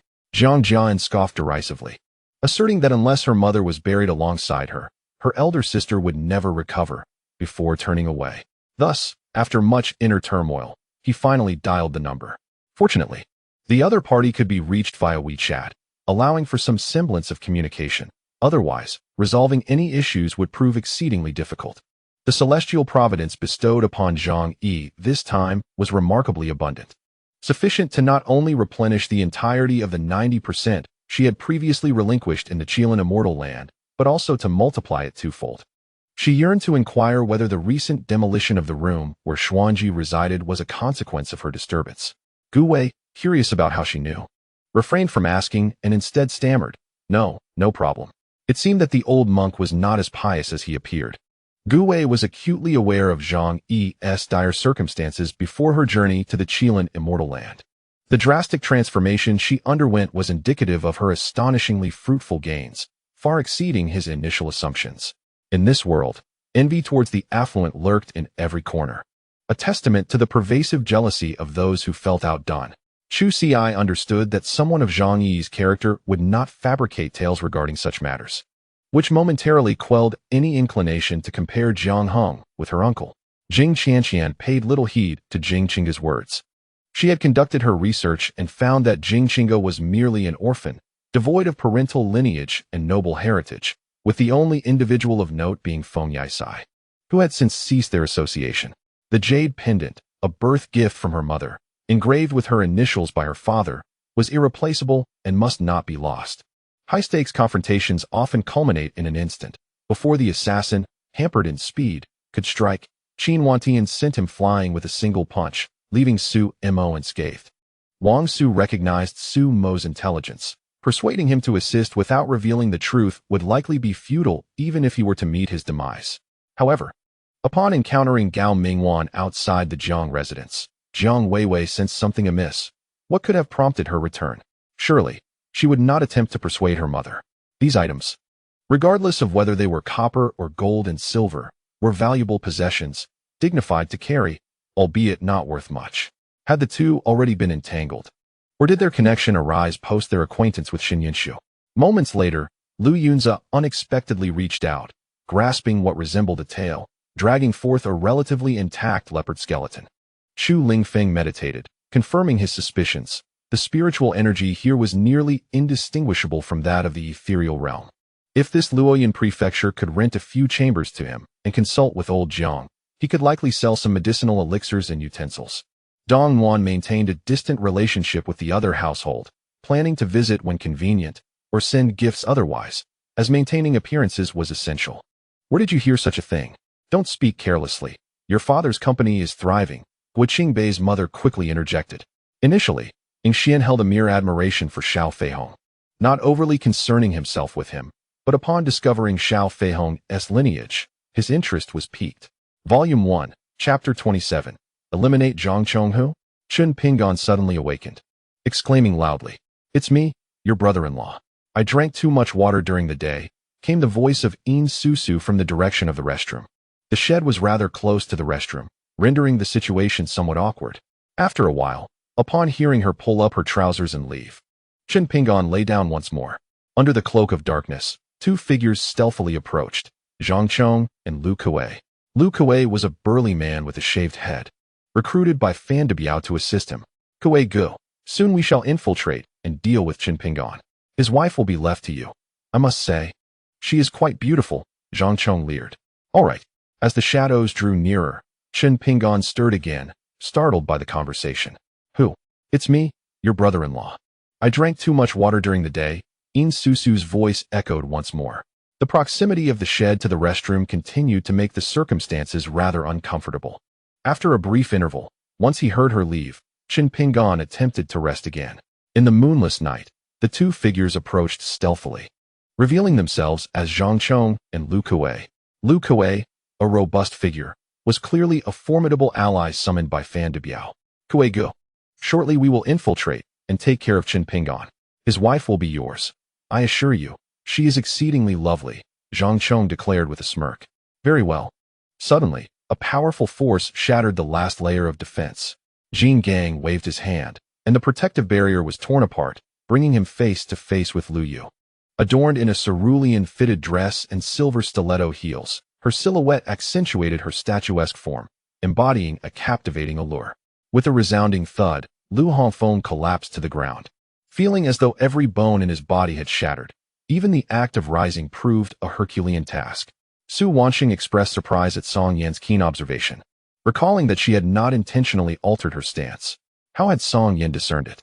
She had not anticipated that after following Ruan Feiyang for so long.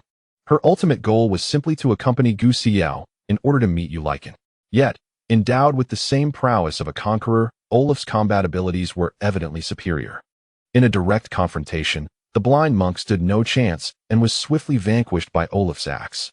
Such a formidable individual could easily extinguish the great merchant with a mere wave of his hand. Thus, kneeling before such a powerhouse is devoid of shame. Witness that exasperated expression akin to a parent chastising a wayward child, accompanied by a voice resounding with indignation. It is not the metallic scent of blood, but rather a unique aroma reminiscent of maternal milk. Jing Moyan had long since departed to attend the morning court, leaving Mu Culling to indulge in a leisurely slumber. Since aligning herself with Jing Moyan, her life has undergone a profound transformation, no longer requiring her to rise before dawn to gather firewood, nor wait for others to dine before she settles for the remnants. At this moment, the ever-observant wolf saint and the three elders behind him displayed overwhelming joy upon the arrival of a visitor. How curious! Was it not Lady Feng who proposed the terms of exchange? Now, the display of such a wounded demeanor raises questions. The man insisted relentlessly, his furious gaze seemingly yearning to pierce her very essence. Yun Xian let out a gentle sigh, gleaning understanding from the envoy's words. This nameless individual, perhaps, harbors unspoken burdens of his own. Yesterday, he came to atone for his sins, and today he arrives bearing substantial gifts, undoubtedly igniting the imaginations of those around him. Such behavior from the reputedly ruthless and decisive regent has once again reshaped public perception. On the journey, the tantalizing aroma of the venison became irresistibly enticing. Unable to withstand the temptation, he took a piece with his hand and savored it. As the rich flavor unfolded, Yun Xian coughed lightly, her countenance gradually brightening. Were she to be subjected to that scent any longer, she might have resorted to acupuncture for relief. In a state of urgency, Yu noticed Zhun Ro's expressionless demeanor upon giving her instructions. Not daring to delay, she hurriedly informed Jiang Ao of Zhun Ro's discoveries before rushing to the main hall. In recent days, Yin Shu had been in the Su residence, concerned for Linglong's safety within the estate, thus dispatching individuals to provide covert protection. With Yin Shu's return today, he could finally withdraw the hidden guards. What do you wish to ask? Speak freely, declared the creator deity, fully aware that she arrived brimming with inquiries. Jiang Yuan shook his head in irony. Wu Jing, our affair is irrevocably concluded, she asserted with seriousness. Indeed, the entrance lies here, Zhou Tu remarked, his expression somewhat unnatural, as if he had yet to recover from the recent skirmish. The energy of shadows coalesced into a void arrow that struck Odin, who swiftly seized a flying sword to slice through the air, while three others pierced the void arrow, shimmering with divine light amidst the shadowy forces. As for this matter, Li Chengxian truly found himself at a loss for words, still somewhat inexperienced in the current situation. At that moment, as Ding Jia was wholly absorbed in admiring Lu Shiyan's exquisite form, a sudden thunderclap startled him, causing him to lose his footing. This slip inadvertently affected Lu Shiyan beside him, leading her to stumble upon a large stone and fall to the ground, caught unawares. At last, it was the master himself who grasped his hand, plunging the deadly weapon into his chest. In the final moment, he cautioned him to be utterly heartless. Yet to feign that heartlessness, witnessing this scene, Chun Bo felt as if a chill had enveloped his heart, instantly regaining his composure and beginning to ponder. There was no distance left to traverse today. We must seek a relatively safe haven to rest. Li Zijing spotted a school ahead. Did you save me? Thank you, he expressed. At this moment, Chu Yun understood and conveyed his gratitude to the young boy, then propped himself on the bed, attempting to rise. Just as Chu Yun was anxiously pacing, his phone rang, revealing a stranger's voice on the other end. Meanwhile, Zheng Tingxiang's nephew regarded Lin Chen's silhouette with disdain, his face darkening momentarily. Observing Duan Yuming's actions, Litwa comprehended that the other party was not jesting. Judging by his demeanor, he would show no mercy, wielding his strike with the intent to kill. On the fifth day, as Su Lijing continued his cleaning, Yun Wanner cheerfully approached, inquiring about Su Lijing's progress. Ling Xia remained as composed as ever, smiling slightly, as if to suggest that asking him to repeat himself was a burdensome and laughable endeavor. Noticing the black mark on the surface of the heart, Duan Yuming furrowed his brow, then silently retrieved a roll of bandages to dress the wound before donning the ceremonial attire once more.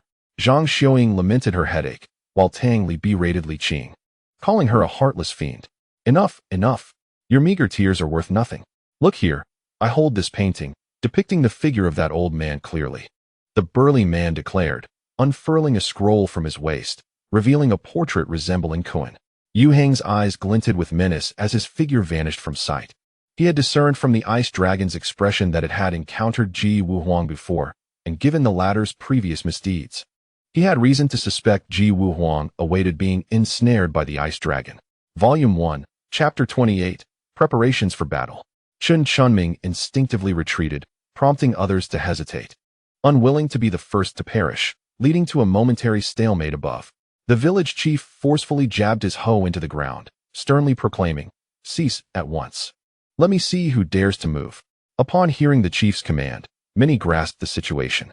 Given the bandits' temperament, they would slaughter the village if they learned that comrades had perished here, showing no concern for who was the culprit. Listen closely. No one is to speak of today's events. Let it be as if they never occurred. Anyone who leaks even a whisper will suffer the consequences. Huanantian withdrew his gaze from the distant horizon. The reputation of Dada Chong outside was far from favorable.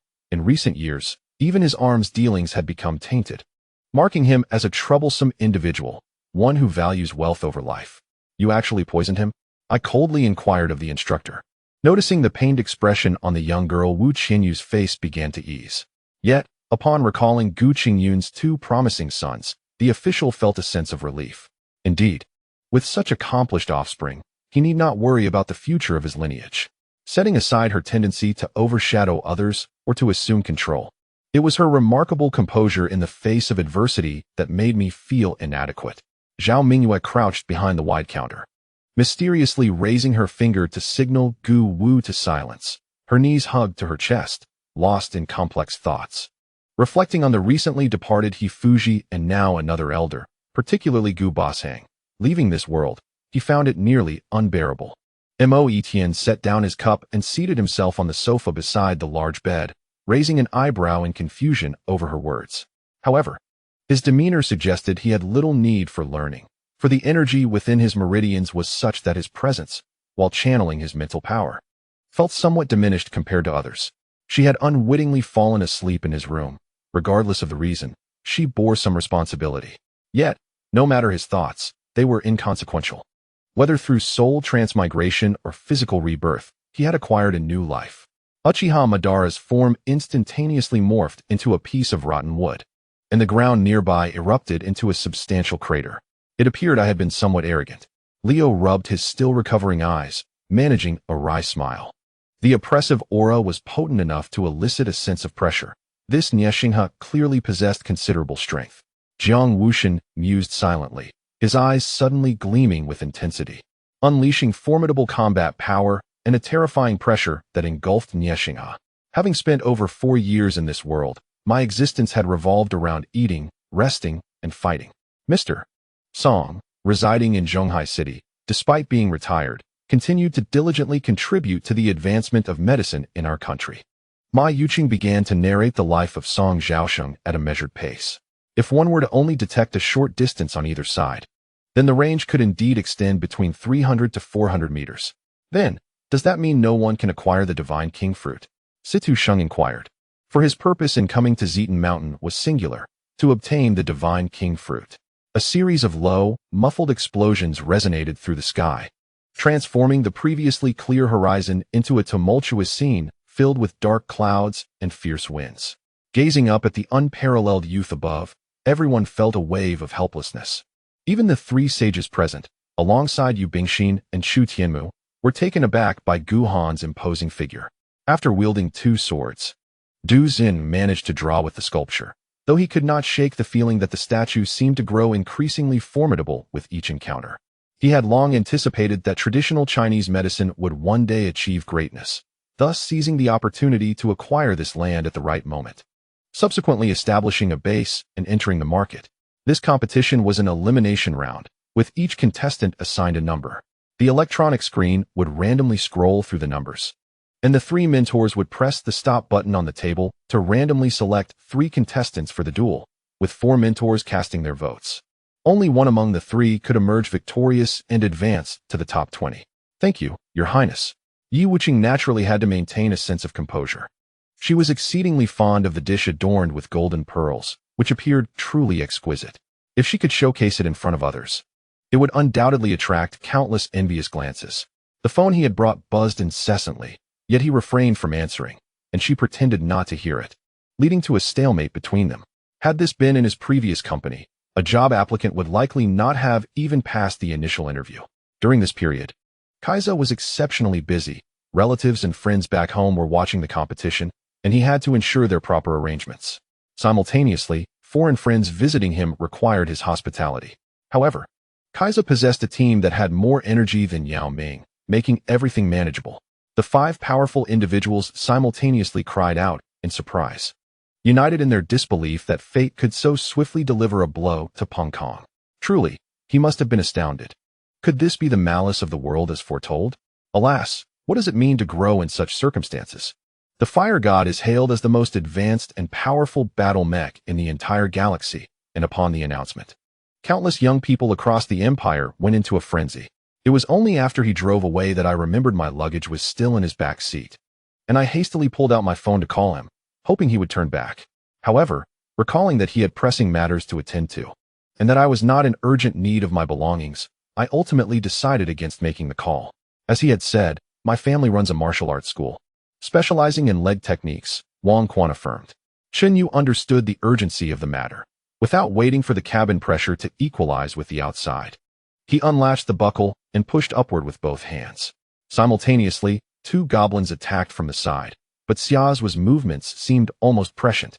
He deftly struck the arm of the axe-wielding goblin, diverting its weapon's trajectory so that it struck the thigh of another goblin instead. Under the rapid yet uneven rotation of the gaseous planet, the flowing clouds were stretched into menacing bands. Not long after, the knight reached the sturdy vine-covered walls of Lifu village. The towering wall required an exceptionally long siege ladder to reach its edge, and the top was lined with sharp, hardened vine branches curving outward in a defensive posture, making it impossible to breach through conventional means. Even if one managed to reach the top via a siege ladder, there would be no way to navigate around it. Volume 1, Chapter 29. The bandits have arrived. One must understand that within the county office, the constables number only 40 or 50, tasked with maintaining public order, collecting grain and taxes, and overseeing the ceremonial duties and protection of the county magistrate. During quieter moments, they often take the opportunity to bully the common folk, for any task is deemed easier than subduing bandits. The eradication of bandits involves peril, a risk the constables are reluctant to embrace. In the unfortunate event of a constable's demise, the compensation is substantial, and the office is disinclined to send them forth. As for the local militia, they are merely hired thugs funded by the gentry. Without payment, they are disinclined to act. Please, gentlemen, come inside. Chen Pingan was acutely aware of Luo Yi's proficiency with a spear, which made him regard him with heightened seriousness. He took special care to remind Li. Indeed, they were fully cognizant of who they ought to be grateful to, without Yi Guan and Yi Qing, who would recognize the 2 sisters. Nevertheless, the proper demeanor must still be exhibited. Firstly, Situ Yin realized that someone had indeed devised a plan for their benefit. Secondly, this individual harbored malicious intent, ensnaring them in a perilous situation.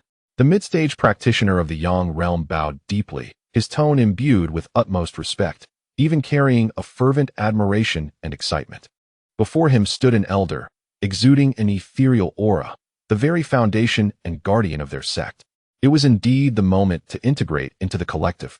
Yet Jiang Juanhao was compelled to endure a week of silence, communicating solely through glances. This environment, albeit restrictive, revealed much through its unspoken atmosphere. After a considerable duration, Tian Xie finally grasped the situation, his first words being, "Wang, are your accounts truthful?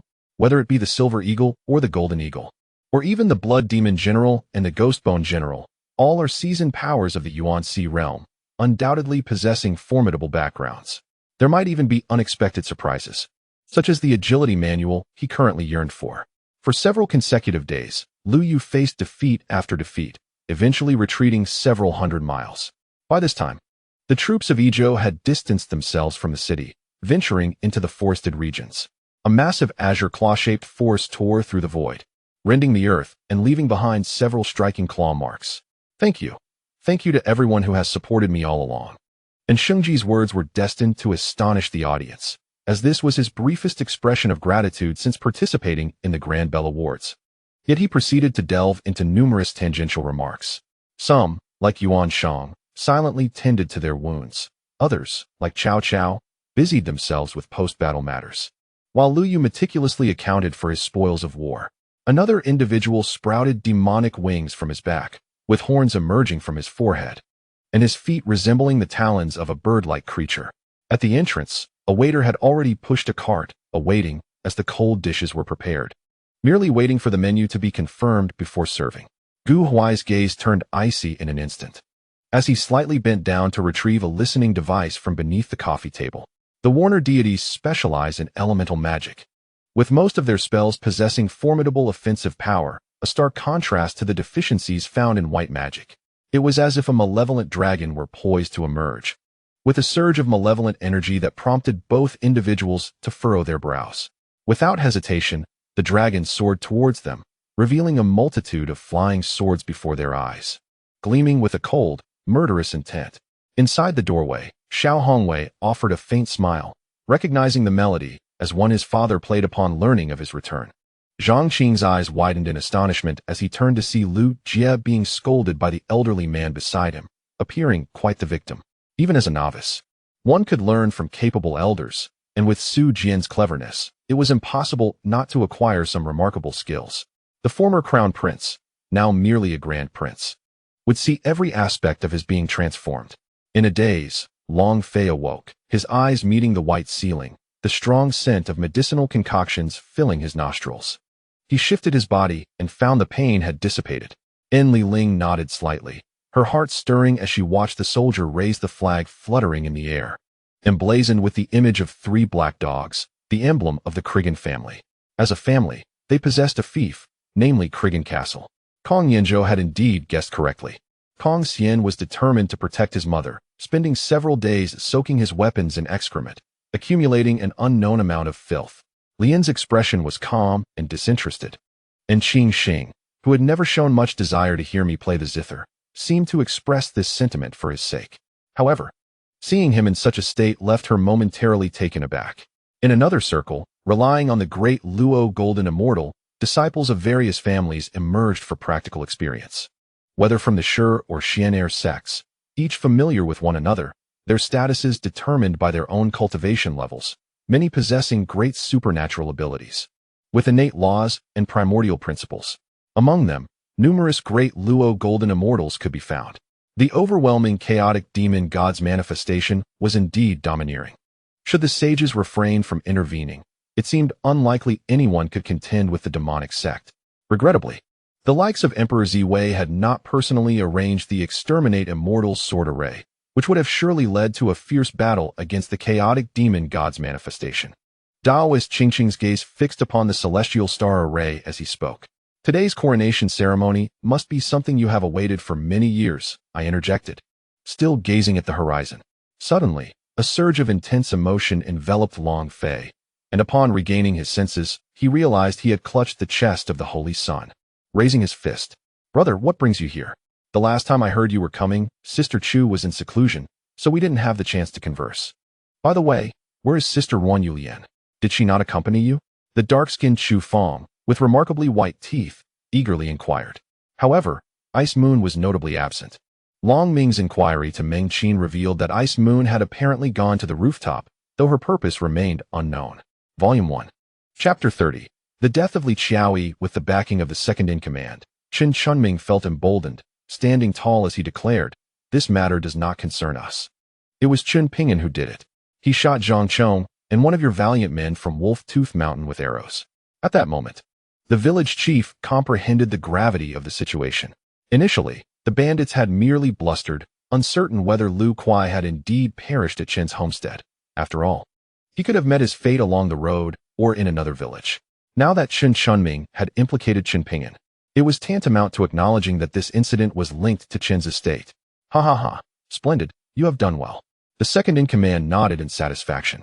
Esteemed warrior, our family's annual grain. The spatial abilities were indeed formidable, leaving one to ponder the reasons behind such a person's demise. ZFA interjected, I am Brand. The night raid, just call me handsome. Brand offered no further explanation, tacitly accepting the title. If the production of Vinerol across the nation could be centralized in Chongqing province, the current sacrifices would prove worthwhile. To the astonishment of all present, Orochimaru conjured 3 coffins, although the third coffin remained absent. The silhouettes emerging from the first 2 still left Sarutobi, Hiruzen wide-eyed. Wang Ningji smiled and nodded towards Xie Daoyun, who winked back, their eyes exchanging unspoken sentiments.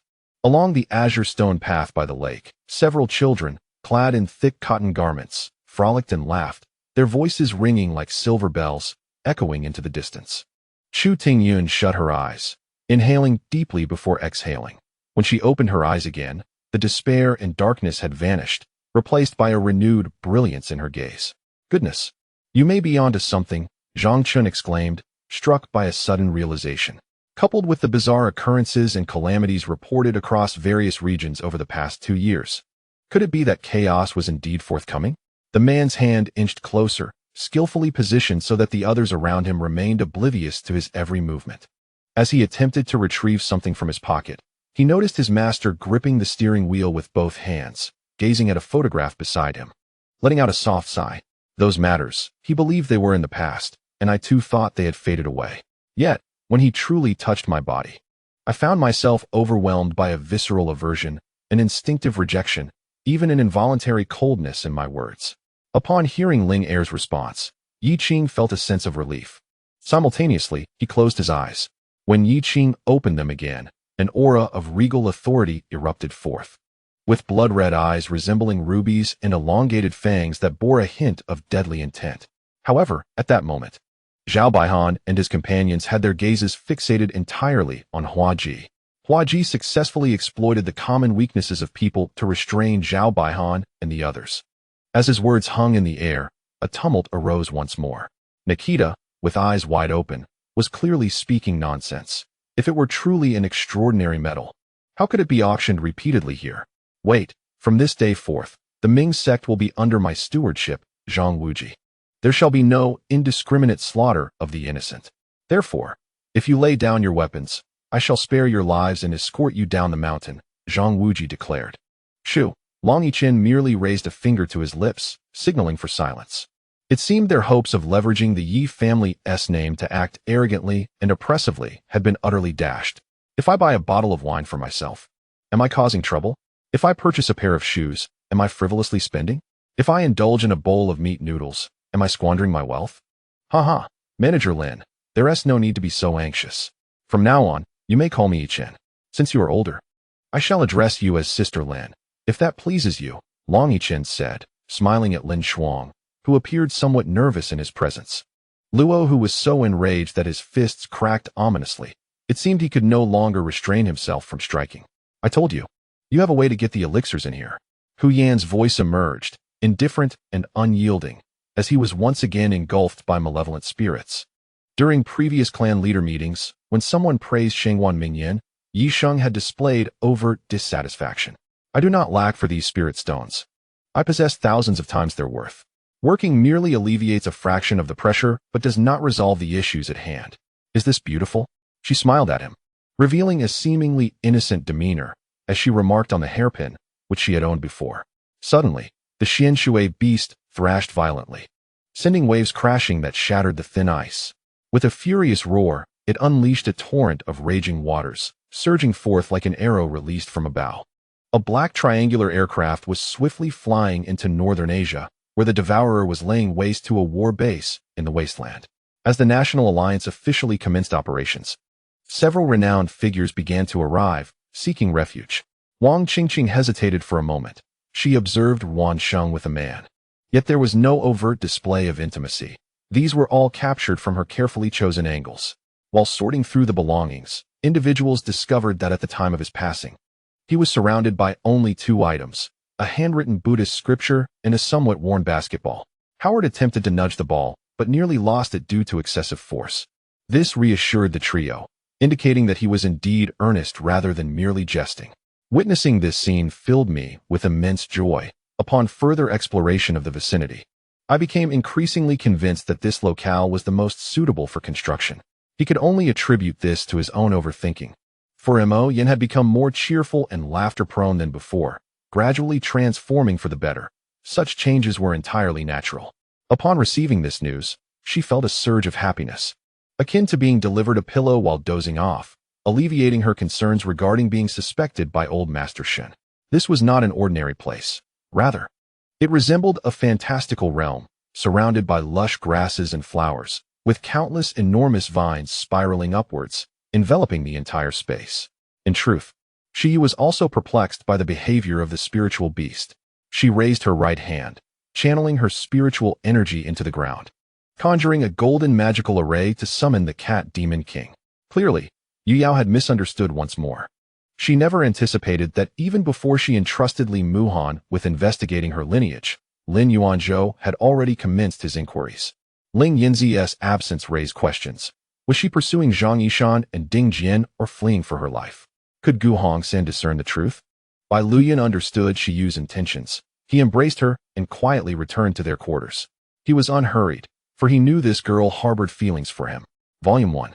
Chapter 31. The hero of bandit suppression. Prepare yourselves. Tomorrow at dawn, we shall transport the bodies to the county office. Understood. Upon hearing the village head's words, everyone was invigorated. Chen Pingan refrained from involving himself in the corpse retrieval, as he was utterly exhausted. Although this battle appeared straightforward, it was a true test of one's psychological resilience. The arrangement of tactics, the provision of weaponry, and the allocation of personnel were crucial, all while remaining vigilant against potential informants among the villagers. Should their hiding spots be exposed, a surprise attack on the bandits would become impossible. My dear, you should return home and catch up on some rest. It was already past the 4th watch of the night. If he did not sleep soon, dawn would break. Indeed. Let us return. In Susu still visited Lu Ji. Why not gift him to our Lord of 10,000 Demons, allowing him to be raised as a foster son rather than letting Laojun Mountain and Longyin Temple take him away to be killed outright? The dancer suggested. All the while, they endeavored to maintain an air of normalcy, sustaining a facade of harmony amidst the undercurrents of murderous intent, rendering the dining experience fraught with unease. Due to the fact that a significant portion of the first-year students are ensnared at the thresholds of the Martial Master, Force Master, or Soul Master at the 6th tier, this cohort of seniors represents the pinnacle of the overall first-year newcomers. Among them are those equipped with weapons and attributes that pose a formidable challenge to Chun Lang. This time, they accompanied Jiang Nan to Hudo, disrupting a wedding, and subsequently, all of them vanished without a trace. The shadow in question is the spirit of the innate treasure known as the primordial black hole, the primordial being, Wuji, who embodies transformation. If he so desires, he can flawlessly replicate the appearance and aura of any individual. A fleeting thought crossed Xiao Cheng's mind. My life is forfeit. Almost immediately, he felt his body tilt backward, as if colliding with an unseen object, followed by a glimmer of silver light piercing his vision. In order to persuade Yin Man, Bai Zheng turned away, morphing into a zombie visage with slight alterations to avoid detection. He then faced Yin Man, revealing his blood-red eyes and the sharp fangs of a zombie. Should the newly established heavenly principles of the world render the sacred laws cultivated by the saints of the old world, such as Zhang Haoyin and the true saint, obsolete or anomalous, even saints would be cast down into the mortal realm. Before he could finish his words, he inhaled deeply and hurled the last few incendiary devices from his grasp. Subsequently, Su Mo announced the award for Best Media, the most prestigious accolade of the evening, signifying the media outlet that would foster the most collaborations with stars in the coming year and indicating the direction of its traffic. Scanning her surroundings, Yun Jinyao settled beside Qin Ruishi, beginning to organize the materials provided by the Fire Fairy. I only ask if you wish to regain your dignity, Lan Fei inquired bluntly, disregarding the petty disputes between them. Understanding what the college entrance examination entails, Pei Anan endeavored to appear more cheerful. Su Cheng supported Yi Lianxiu as they sat in the back seat of the car. Her complexion was pale, and blood stained her fingers.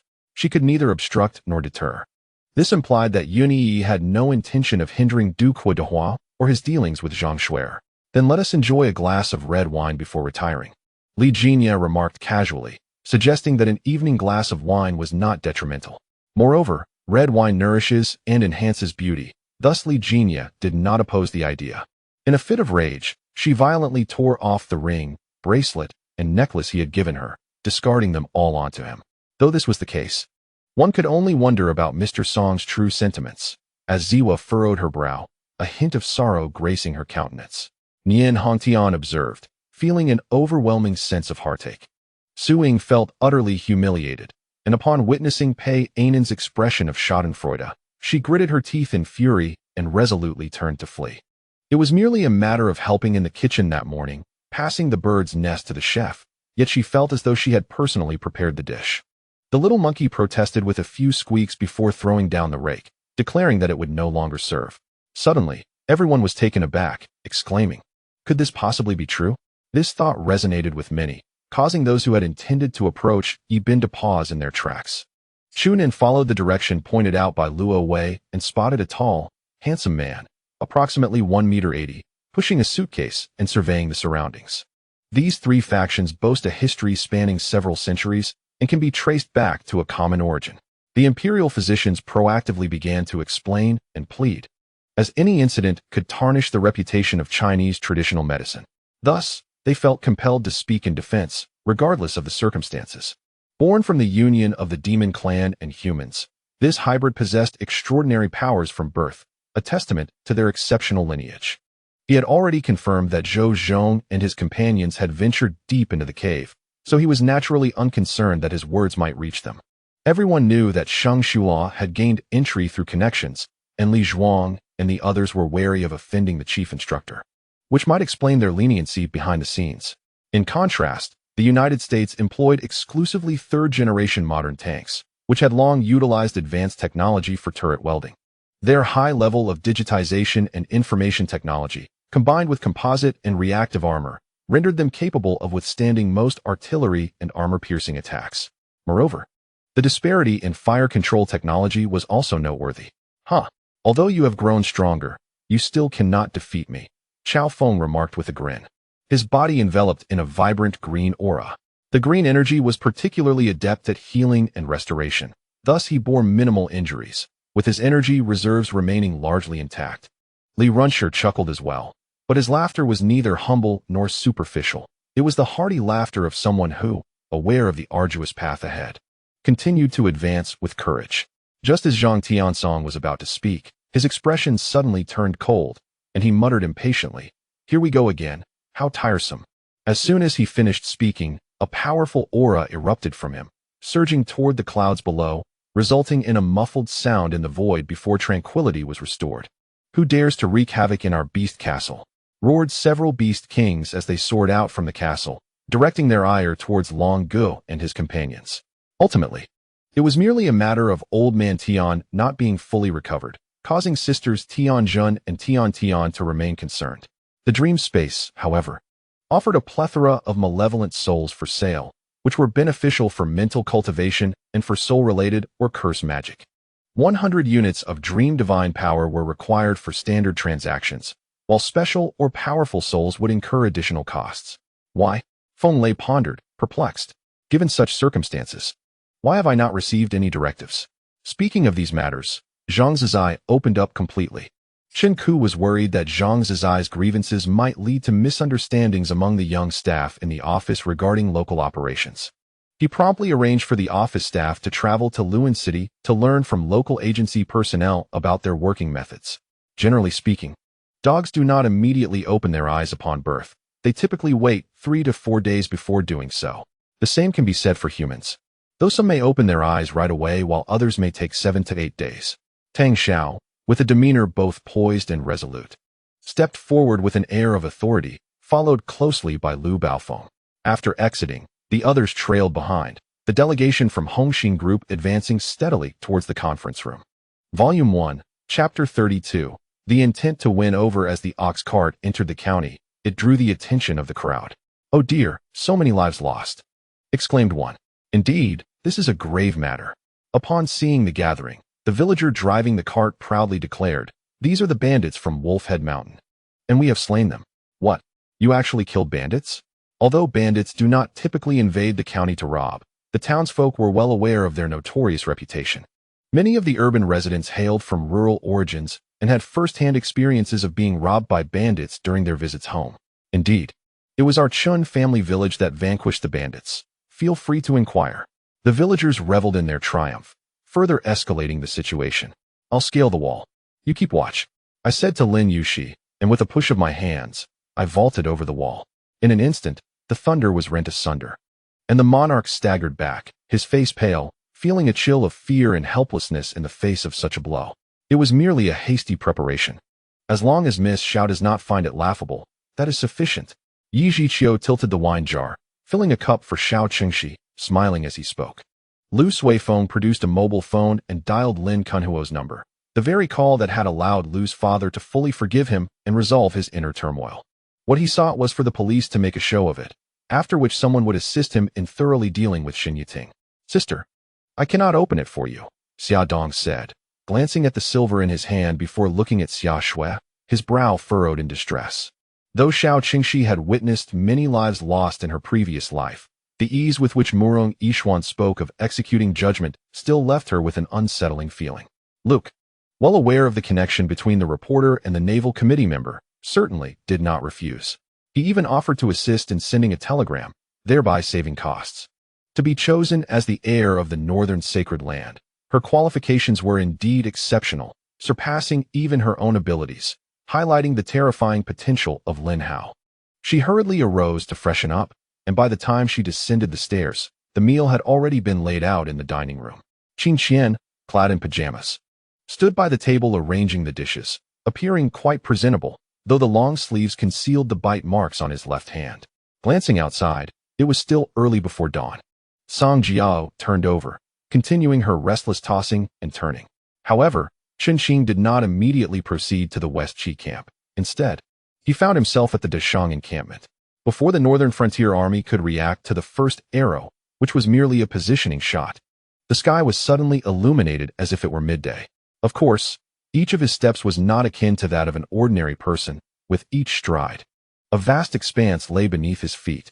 Chen Xing did not urge haste, for once a resolution was made, tranquility would not follow in its wake. Throughout, Song Luocheng remained coldly observant of the northern frontier soldiers struggling amidst the flames, the air thick with the acrid scent of charred flesh. Soon after, the primal force of chaos seemed to forge a connection with the starlight, transforming from a faint earthy hue to a richness that deepened significantly. Was it not the power coursing through my veins that beckoned you to crave my blood? A wave of nausea surged within her. Becoming sustenance for a vampire was hardly a delightful prospect. Reflecting upon the countenances of the ordinary populace in the capital, a suspicion began to take root in Chen Xing's heart, and her expression grew solemn. Upon witnessing the ample store credits, Shiyuan Tempelakio felt her underlying anxiety dissipate at last. Bang! Bang! At that moment, everyone heard two resounding thuds, yet they could see nothing. Indeed, moreover, the beasts that could not seek water alone were likely the younglings. Linglong exclaimed excitedly. After a fruitless morning, a real estate agent stepped out to take a call and returned to inform them that the company had just released several properties for sale. The price-performance ratio was particularly favorable, located nearby, and she inquired whether they wished to take a look. Coincidentally, with the intention of asking Dr. Huang about his business, Shen Su hailed a taxi straight to the second public hospital. Earlier, when facing the malevolent elder, she had expended every ounce of spiritual energy, leaving her devoid of any fuel to unleash.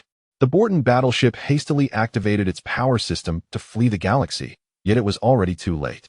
The massive and cumbersome Star Devourer had not even managed to engage its main engine before being engulfed by the furious flames of the star.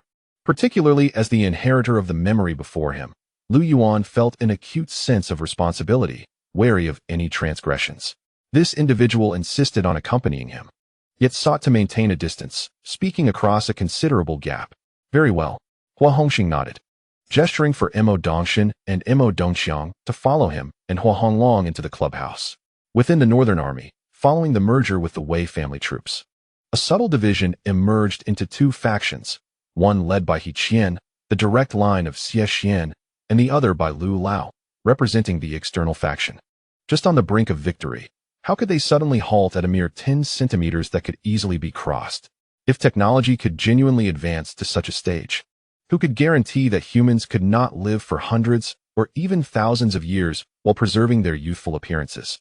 Prolonged sleeplessness can lead to adverse emotions, weight gain, worsening myopia, slowed reactions, increased susceptibility to illness, heightened pain sensitivity, potential kidney damage, and even sudden death. Dryness and heat serve as excellent sterilization methods. Yet living beings cannot endure such harsh environments. It seems that diligent practice is imperative, otherwise, one might fall victim to that shameless fiend. Xiang Yu silently resolved to elevate his mastery of the overlord's decision to new heights. Can Yuan Zhan truly claim neutrality with Wei Jie? Would he extend the same assurance to Xian?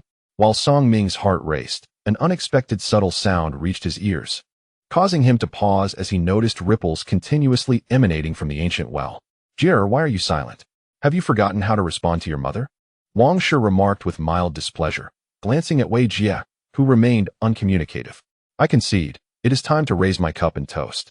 I glanced at the university student performing on stage, my eyes narrowing. Even my hand clutching the cup became rigid. Yi Tian leaned down, whispering. As Mo Zixian's lips parted slightly, her warm breath reaching Yi Tian's ear. Upon hearing this, Yi Tian's expression morphed into a peculiar amalgamation of fear, anxiety, hesitation, and above all, excitement. Volume 1, Chapter 33, The Transaction of Power. Chen Pingan's request was straightforward. He sought a title, even in the absence of an official title. At the very least, he desired a certificate allowing for the use of crossbows. It is noteworthy that during the era of Dekong, while the government imposed relatively lax regulations on swords, they maintained stringent control over bows, crossbows, and armor. Hunters could wield longbows with a hunting license, yet commoners were prohibited from doing so. Chen Pingan aspired to be part of a militia. Although merely a civilian designation, it would enable him to command local militias, which were permitted to wield various weapons. Establishing a local militia required the approval of the county magistrate, a challenging endeavor, especially considering the current situation with the militia. Peering deeper into the space, which seemed profoundly cavernous, it evidently led to another realm, revealing yet another exit. Jing Jian appeared to notice a cloud drifting in from the distance. For banks, the greatest fear is a bank run. For retailers, it is the anxiety of suppliers demanding payment. This encapsulates a crisis of trust, akin to the relationship banks have with their clients, as retailers too rely heavily on trust. Yu Luo clutched the corner of Yin Dane's garment with one hand, while holding a divination plate with the other. His gaze fixated solely on the plate rather than the path ahead. However, due to Cheng Tianyu mentioning that his friend's schedule was quite packed, it might take some time to get in touch with him. He would reach out once a time was confirmed. Jing Peng glanced at Long Tian, aware of the value of a celestial-grade potion, and recognized that Long Tian had casually gifted him one, indicating genuine intent to assist him. As he listened to Wang Roland's mother speak, Jing Jian furrowed his brow slightly, wondering why they were headed towards the main gate of the dilapidated garden. Xiao Xianzi was exceedingly excited. Although the Fireball King noticed the soldiers charging towards it, it carelessly continued its pursuit of Xiao Xianzi. At this moment, there was no need to wait for the adversary to initiate combat. After all, they held a significant advantage in terms of equipment. Even if they granted the opponent 10 doses of courage, it was improbable that they would dare to engage them in battle. Complaints of this nature are not particularly rare in this era, especially from someone like Qin Zi, who, in the age of online shopping, would undoubtedly be a fervent shopper. Jing Jian chuckled helplessly at the situation. It sparked curiosity in them all, who wouldn't wish to know the identity of their opponent, especially when shrouded in such mystery. The two of them simultaneously unleashed their palms, causing an instantaneous collision, and the onlookers witnessed a figure being forcefully repelled. Observing the two arrive in such an opulent vehicle drew numerous gazes, further attracting the attention of several service personnel. The black-clad individuals from the Red Fire sect may have been oblivious, but the 6 souls of the Fire-Winged Demon tribe felt an inexplicable sense of dread, a fear stemming from the depths of their hearts. As their energy absorption did not require complete focus, the two engaged in casual conversation while practicing, alleviating the monotony of their training. On the continent, as long as both parties consented, polygamy posed no issue, the key being mutual agreement. In the afternoon, after escorting Shui back, and Howren eagerly arrived at the cinema, where he had already purchased tickets in advance. Just moments ago, the security guard had sworn to protect the vehicle at all costs, preventing anyone from even touching it. Yet upon witnessing Gong Feng's courteous demeanor towards Lu Wu, he naturally stepped aside. Subsequently, two security guards each grasped a 2-kilogram perfume bottle, twisting off the cap, releasing an overpowering fragrance that filled the air. So intense it was almost suffocating. Hearing these words, the morning star perched on Su Yu's shoulder promptly extended its claws towards the back of his head, signaling him to nod. In Haiban City, 30,000 nautical miles away, Bing Yun was the heart of this vast ocean. She was intimately familiar with the uninhabited island and, with a tenderness reminiscent of flowing water, stood upon its shores. For the first time, Zhu Di traveled without the encumbrance of military affairs, and no one was aware of his identity.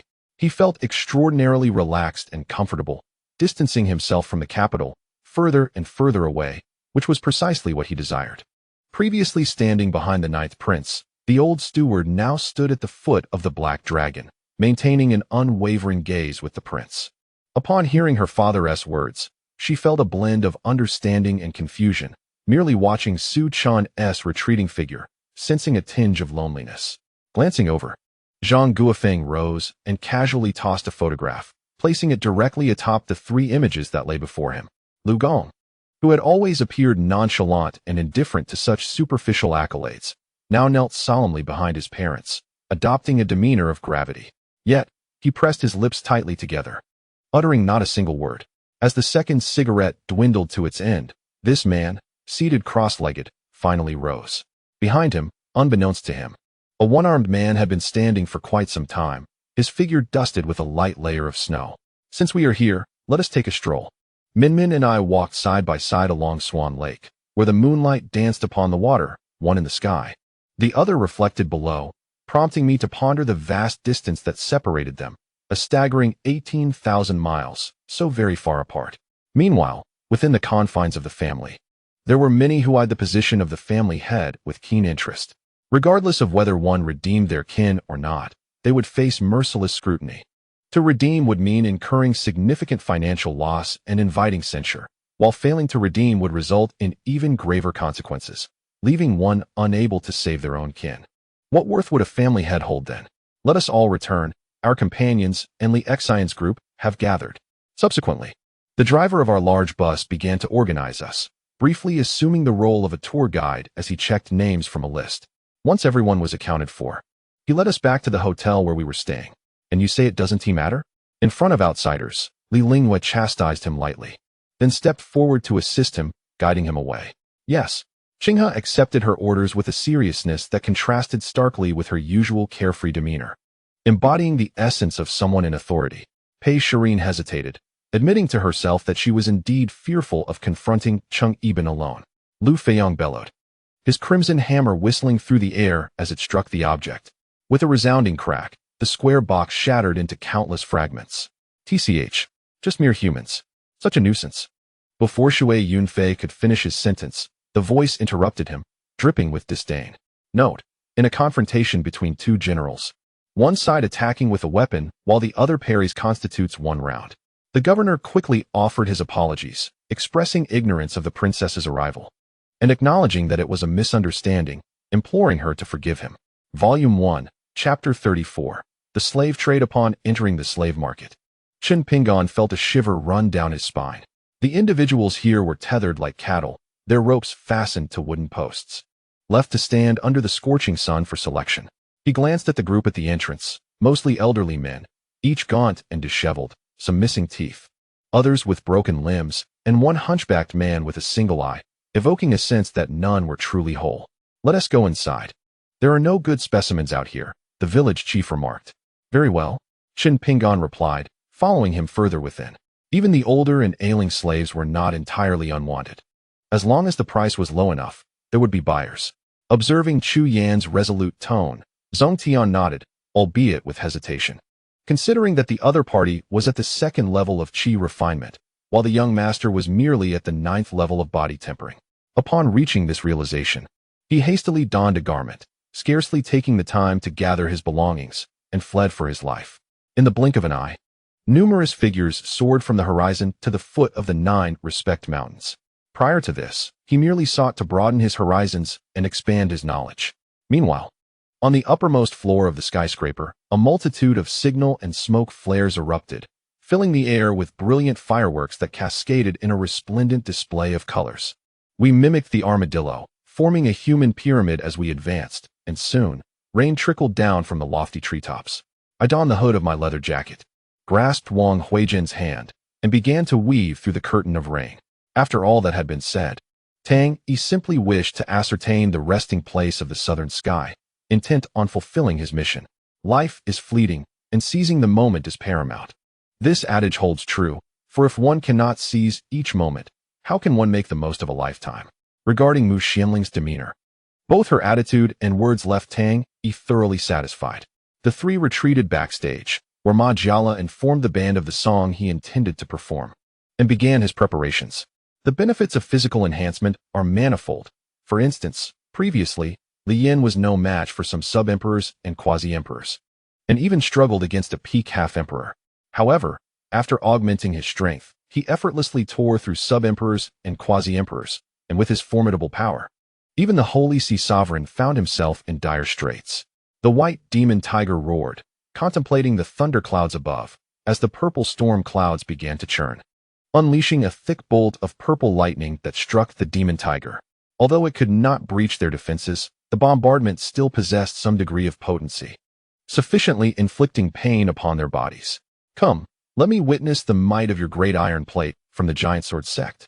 Fearless of the consequences, he taunted Jiang Fei.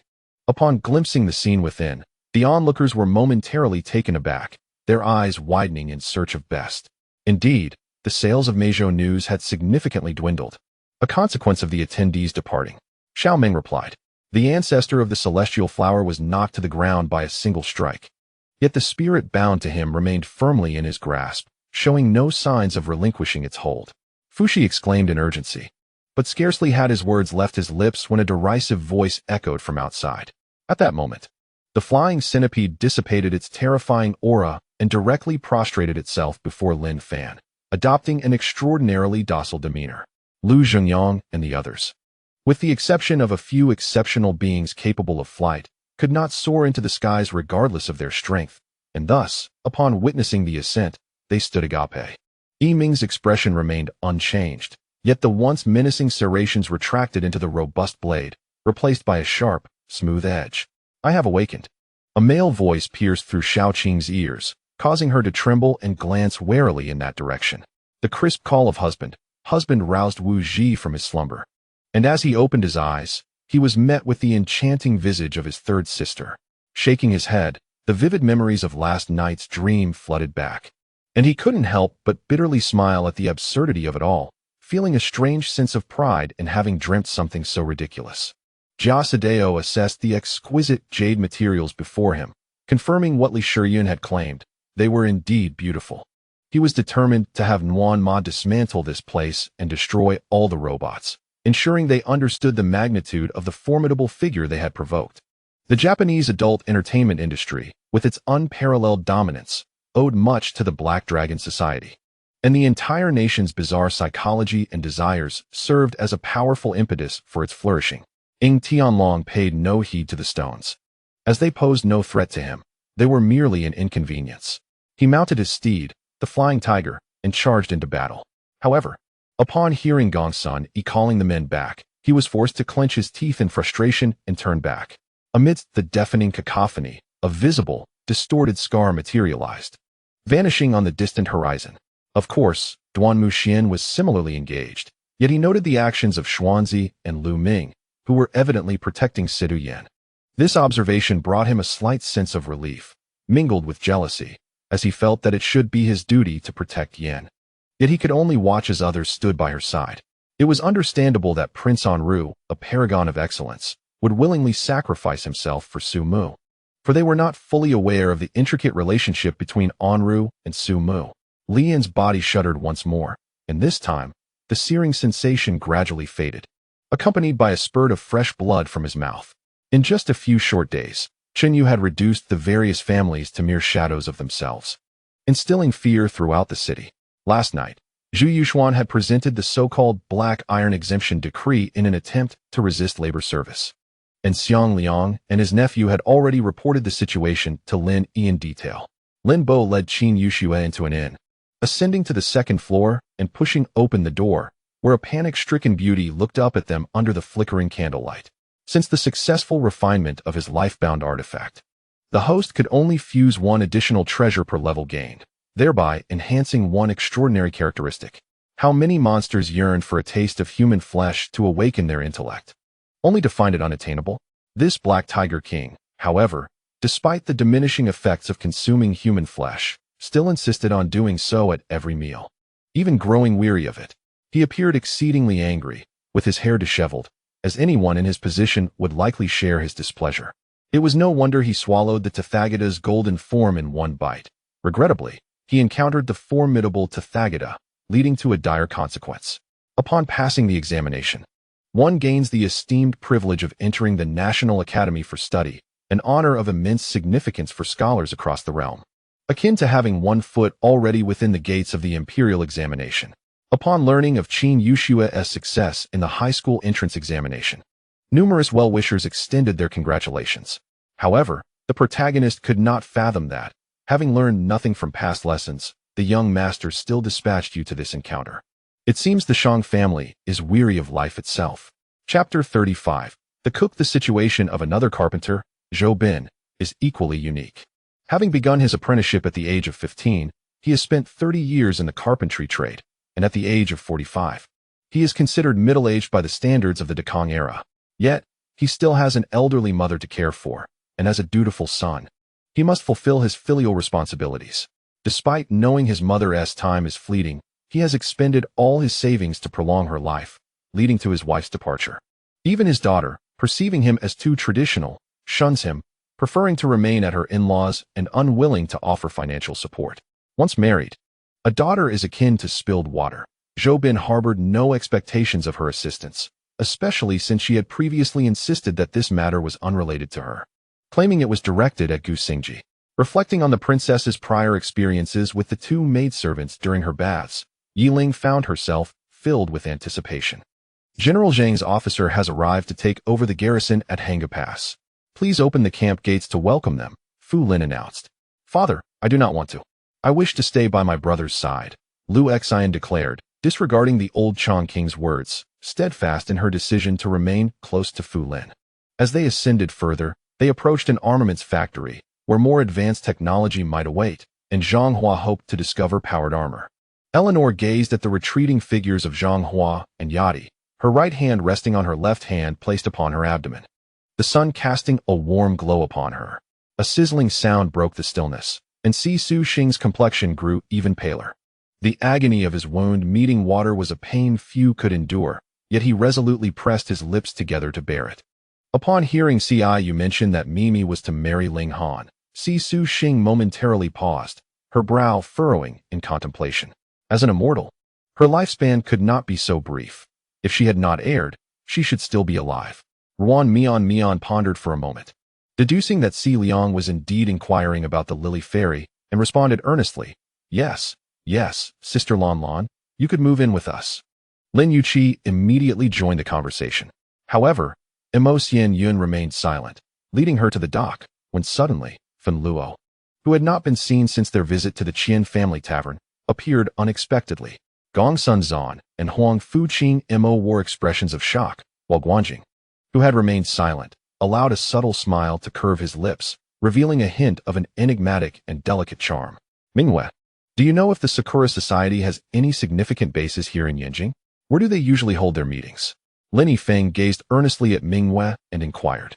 Yi Han, harboring malevolent thoughts, suddenly realized that the armored demon bull had unexpectedly yielded a spirit stone upon its demise. Swiftly collecting it, he turned to engage in combat with the other beasts. After being struck, Su Wei let out a faint gasp, his veins bulging, and it was evident from his expression that he was in excruciating pain. It remains uncertain when the sacred firestone would once again be birthed upon Flame Mountain. When that time comes, the flames will reignite, and the divine beasts will reappear, though it is anticipated to take considerable time. At the very least, Yi Han and his companions should be able to depart from Flame Mountain before everything revives. TSK.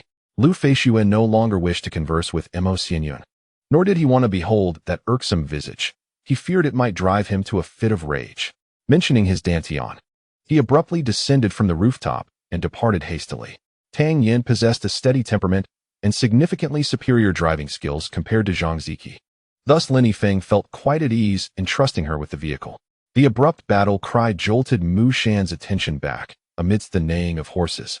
He clearly observed that of all the soldiers who initially accompanied him, fewer than 200 remained alive, and they were valiantly rushing toward him. Xin Shiyin was reluctant to associate with these individuals, yet at this moment, he had no choice but to acquiesce. The 10 great laws of Kong Sang were established for cultivators, one of which prohibits the mass gathering of practitioners in the capital, and mandates that one must walk upon entering the city. Quietly seated on the warm couch by the window, gazing at the snowflakes falling outside. Her expression was distant, yet laden with profound concern. Jiang Renbao sighed quietly. Despite harboring an inexplicable confidence in Li Lanji, he could not help but worry, fearing that the anticipated outcome would not materialize. I believe you are far too timid in your endeavors.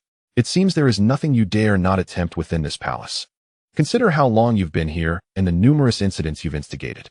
Were it not for the Emperor's unwavering support behind you, your life would have perished countless times. Someone, only she herself knew the extent of her anxiety. Could it be that Jin truly possesses the ability to see? Surely, Yun Jing's mother must also be present here. Nevertheless, his courage was somewhat greater than Chu Jin's. And having encountered the true ancestral-level beings in the ancient sacred land, he could withstand the visual shock before him. Following Jing's instructions, he sat down on the mat.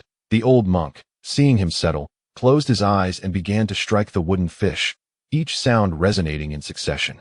Jing lived to the age of 80, free from illness or pain, surrounded by a multitude of descendants. 3 days after Jing's passing, Xiao Qifeng also departed from this world. In the afternoon, the court dispatched a secret envoy bearing clothing and provisions, along with the king's decree. The message conveyed that Xiaokong had reached the age of 18, possessing exceptional talents, and must serve the nation. The position of Mu Zheng is one of fair competition. Should he succeed, he will become a pillar of the state. Father said. Beneath the Grand Ming Palace, over 100 robust men, bare-chested, maneuvered a colossal stone platform using wooden wheels. However, with the combined forces of King Jinping and the esteemed Mingling Jinjuan, alongside the strategic support of Qingluan Lingjun and Madame Zheni, the isolated and beleaguered adversaries ultimately succumbed to the siege, their defiance extinguished under relentless suppression. Conversely, even if one were unable to secure a bank loan, alternative means of funding could still be sought. Consequently, those who had originally come to investigate the situation halted in their tracks, deterred by the divine symbols flashing in the sky, and turned back. Presently, it was inadvisable to consume anything with a strong flavor. The rice balls were still warm, and Zhongli thought it an opportune moment to indulge. Xiaoyang shrugged, offering no objections, and then utilized wood-based ninjutsu to rejuvenate the death forest before bidding farewell to the third Hokage and returning to the grand residence of the Senju clan. At this juncture, Jin Zhuang Yuanling interjected, interrupting the actions of Bodhisattva Tianjua, while a semi-ethereal golden Buddhist incantation coalesced from the Seven Treasures Golden Pagoda. Before Ning Wuchie could speak, an elevator nearby opened, revealing a youth of 26 or 27 years. Meanwhile, outside, Master Tianpeng and the other 3 remained oblivious to the fact that their companion's consciousness had quietly darkened, although they instinctively found it hard to believe Jiang Chen's assertions. Upon reflection, they recognized that if cold fusion were indeed developed, it could only plausibly be attributed to Jiang Chun. Situ Xiao was aware that after her mother married the commander, she had followed him into battles across the land. Unable to pay her respects to her grandmother during her passing, the grandmother had given her mother a gold hairpin, which she cherished more than any treasure. Today, it was bestowed upon Mengzhu, signifying her profound affection for her. Volume 1, Chapter 36. A Sense of Crisis. Sister Zhou, have you practiced with a sword? Chen Pingan suddenly inquired. Could we not wait until we reach our destination? Zhou Ping was momentarily taken aback. No, I have not practiced with a sword. Why do you ask, sir? I noticed calluses on your finger joints, resembling those of someone who has wielded a sword for an extended period. Chen Pingan's keen observation had detected that Meng Hua also bore similar calluses, yet Zhou Ping's were even thicker than those of a dart master. I merely perform manual labor. Zhou Ping finally understood that Chen Gongzi was scrutinizing her hands, though she had rested her palms on her knees, inadvertently leading to her misinterpretation. Oh dear, how could I? Chu Feng sighed, recognizing that it was time to clarify matters with his mother, lest she indulge in wild thoughts.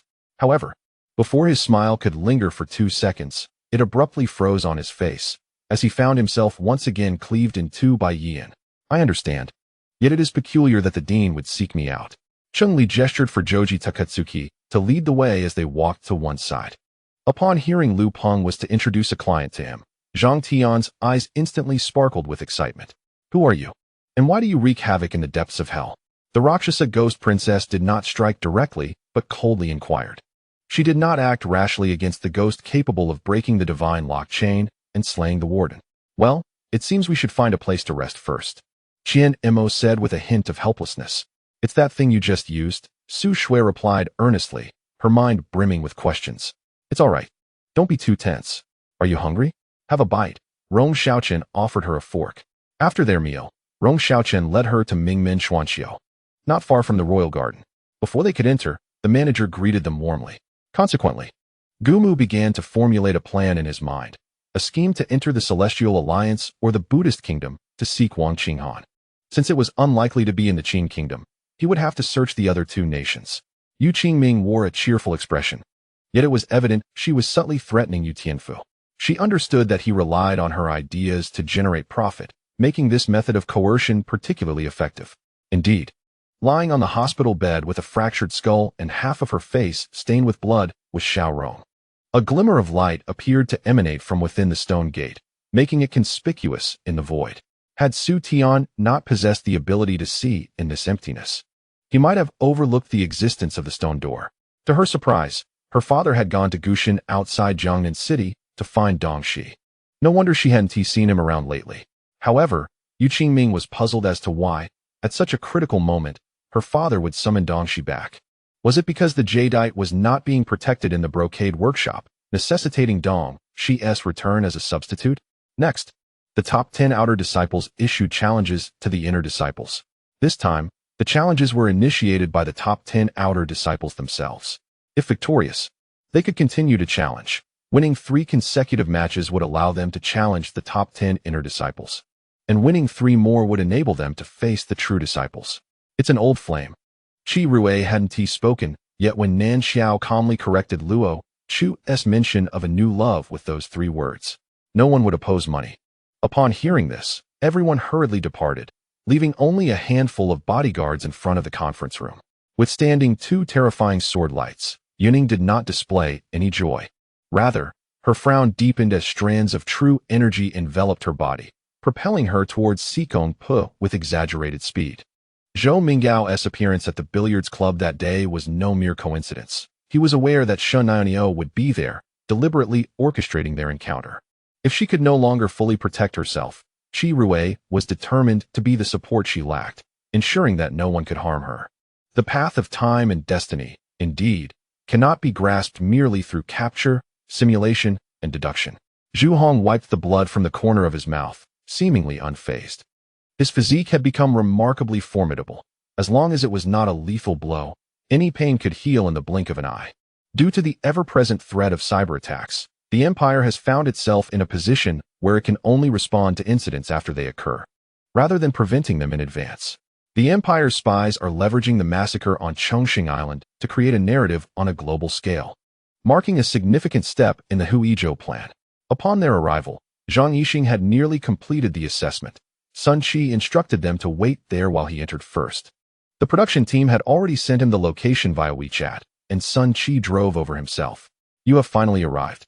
Sun Qi was the last to arrive, as the others had already gathered. After all, he could not devote all his time to training them, while Lin Feng also took the time to enhance his own abilities. On the street outside the Divine Hall, Yute continued his weight training, his clothes soaked through, yet he persevered without faltering. Indeed, if a martial artist, who could only achieve postnatal perfection in the martial world, were to practice in the realm of the sword and immortals, The same amount of effort could sufficiently allow him to break through to the mid-stage of innate mastery. Furthermore, the Beihai Kunpeng, under the orders of Tongtian, bestowed the green bull, which Laozi had once left on Prenglai Island, to Shingongbao. A tide of pressure surged forth, leaving the two members of the dark faction momentarily stunned. After finally finishing dinner, Ingji instructed the servants to clear the plates and personally assisted Fan Wei in taking a leisurely stroll within the Taoyao Palace. The master and servant walked in silence. Yet Fan Wei's spirits noticeably lifted, her heart no longer as burdened as it had been earlier. "Let go of me," she said, her voice low as she regarded the man pressing against her, their distance a mere 5 centimeters apart. Guahai and others, who were from different schools and had limited prior contact with Lu Man, had gained a certain understanding of her through their time together. Unusual? Ding Qingkuan pondered, slowly savoring the words. Suddenly, his eyes brightened with excitement, nearly causing him to exclaim aloud. Forcing himself to regain composure, Ding Qingkuan finally grasped what this big bad wolf was implying. "Master, you need not explain, for perhaps the lady has already met her demise. And whether or not she enters the medicine hall may now be of little consequence. Why risk entering to face death?" The monkey remarked. "Even if obtaining a visa requires some time, it is not impossible for the school to intervene and expedite the process. My child insists on using this opportunity, with so many people around, to promote themselves, lest they inadvertently tarnish their own reputation by selling out later." As she spoke, Liang Ke displayed an unusually humble demeanor, offering a standard bow to the audience below. "Muwan, sign it. As long as you divorce, whatever you desire, I will provide. As long as it is within my means," Mu Nian remarked from the side, clearly endorsing Omo's actions. Moreover, Xiaofeng's remuneration is modest. Having never acted in a film before, he aspires to enhance his credentials through cinematic endeavors. Volume 1, Chapter 37, Blood Deer Wine. Recently, for my affairs, my 2 elder brothers have exerted considerable effort, Chen Pingan remarked as he raised a toast to the village's 2 carpenters. "Pingan, your words are rather distant. You 2 have the village's interests at heart. Should anything arise in the future, simply say the word, and we shall assist," they replied, their mutual respect deepening with each toast. Although Chen Pingan currently had no need for their assistance with the construction of the shed, numerous tasks would soon require the carpenter's expertise. After dinner, In Susu proactively stated, "I shall sleep at my sister's house tonight. Dear brother-in-law, do take good care of my sister." Surprisingly, the young girl was aware enough to make space for others, which astonished Chen Pingan. Taisher Kuan ordered the gates of Zhending Prefecture to be shut, establishing a formidable presence to seize the military supplies within. Though reluctant to accept defeat, Ji Kaleo could not compel his team to endure any further. With blades drawn, the overwhelming force surged once more towards Xiongba, the essence of their strength coalescing into a singularity. In a one-on-one confrontation, Xiongba could unleash a powerful finger strike. Despite its limited range, it could not be easily deflected by Nie Renwang, Duan Shui, or Bu Jingyun. At that moment, the sealed Ancient Cliff, Blood Demon, and Zhu Feng, among others, broke free from their confinement, their fury palpable as Blood Demon appeared eager to exact vengeance upon Nie Tianqing. However, what truly captured Chao Xinyuo's attention was the intelligence from Qiong Nazan, who astonishingly possessed the ability to unveil the British Army's secrets, a rather intriguing revelation. All players of Burley fixated on Richard, their gazes conveying a silent affirmation. "Suppress my power?" Nie Tianqing smirked, unfazed, with his eyes betraying no hint of concern. In the director's office, the police chief regarded Richard, expressing his frustrations in a manner directed at him. Together, they stepped outside, finding a discreet corner where, once certain no prying eyes were upon her, Xena summoned the long-absent Simba from her contract space. Yet, Zhou Chuqing did not ponder deeply. Having spent considerable time with Li Tangtang, she trusted that Li would not deceive her. This contradictory tension caused a pang in Lu Wan's heart. That infuriating man possessed such an undeniable charm. The intermediary was easily identifiable, clad in a cheap dress shirt and slacks, with an identification badge hanging from his neck. She was acutely aware of her own worth. The booming business relied on the fruit system, devoid of any secret formula. Regardless of the collaboration method, the sight of strawberry jam would invariably raise questions regarding its cost. She struggled and protested. Yet the officers paid her no heed as they escorted her into the police vehicle en route to the station. Not only did the figure before him, known as 9527, stand utterly astonished, but the other guests in the room also ceased their conversations, turning their attention towards him. She hailed from a world decades after the apocalypse, where people had already embraced transparent mobile phones. These devices, designed for convenience, contained built-in spatial storage, functioning simultaneously as portable refrigerators while retaining all conventional mobile phone capabilities. Prior to his arrival to rendezvous with Mu Zhantian, Master Nyang had sent him a WeChat message, informing him that during this martial arts competition, they would be covertly safeguarding Chen Fan. As Chen Wei returned with his belongings while waiting for the elevator, he warmly greeted them. It was evident that Xia Shuyao held great affection for the girl. She clasped her hand and led her onto the main thoroughfare. Upon witnessing Su Miao's successful approach to the green, Xie Yuan understood that victory was secured and proceeded to the launch platform to await her. After Li Biao made his statement, he pretended to beg the empress for forgiveness. Listening to Li Biao's words, Shi Heng's tightly pressed lips remained unyielding. Yet he nodded in agreement. Jiang Weidong faintly grasped Ho Yan's intention. 1. To express gratitude. 2. To avert danger, for if there were indeed numerous treasures within, greed might arise. This estate appeared larger than others, with 2 stone lions flanking the crimson door. The pearl astonishingly attracted birds and butterflies to dance around it. Surely not an ordinary object, as onlookers marveled. How dare the crown prince act in such a manner? This could be deemed treason against the emperor and would bring repercussions upon him. He could only press his hand against his chest to quell the rising anger, preventing himself from fainting. In truth, most of these children had never contemplated becoming monks. Their presence here was merely a result of having nowhere else to go. As she emerged, she found Xia Mubai gazing wide-eyed, his ink-black eyes radiating a chilling light in the darkness. He had not changed out of the old clothes he wore for their afternoon meeting, as he possessed no other garments. This was the only attire he had. Yin led everyone in bowing to Kangxi and concubine Tong, feeling relieved to see them unharmed. In the eyes of the onlookers, the strange fire was a remarkable phenomenon. Its scarcity was beyond mere description, and its power was something that left many yearning. After exchanging blows for over a dozen rounds, the ice spirit realized that the current Huang Wuya had become exceedingly formidable. Luo Qinyan stepped forward, grasping Lu Mingxuan's wrist to check his pulse. Her brows knitted tightly as she discerned through the pulse that Lu Mingxuan's health was indeed poor. He exhibited signs of excessive liver fire and weakness, typical symptoms of overthinking and insufficient rest. It seemed she would need to attend to her husband's health. In the Changchun Gardens, Zhan Huitang, Prince, and Yulu knelt on the ground, tears streaming down his face as he implored Kangxi to allow Ba Fujin to leave, even if it meant faking her death.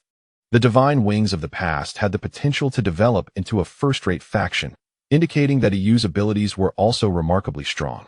She moved slowly, gazing vacantly at him, then curled her body, her arms embracing her shoulders.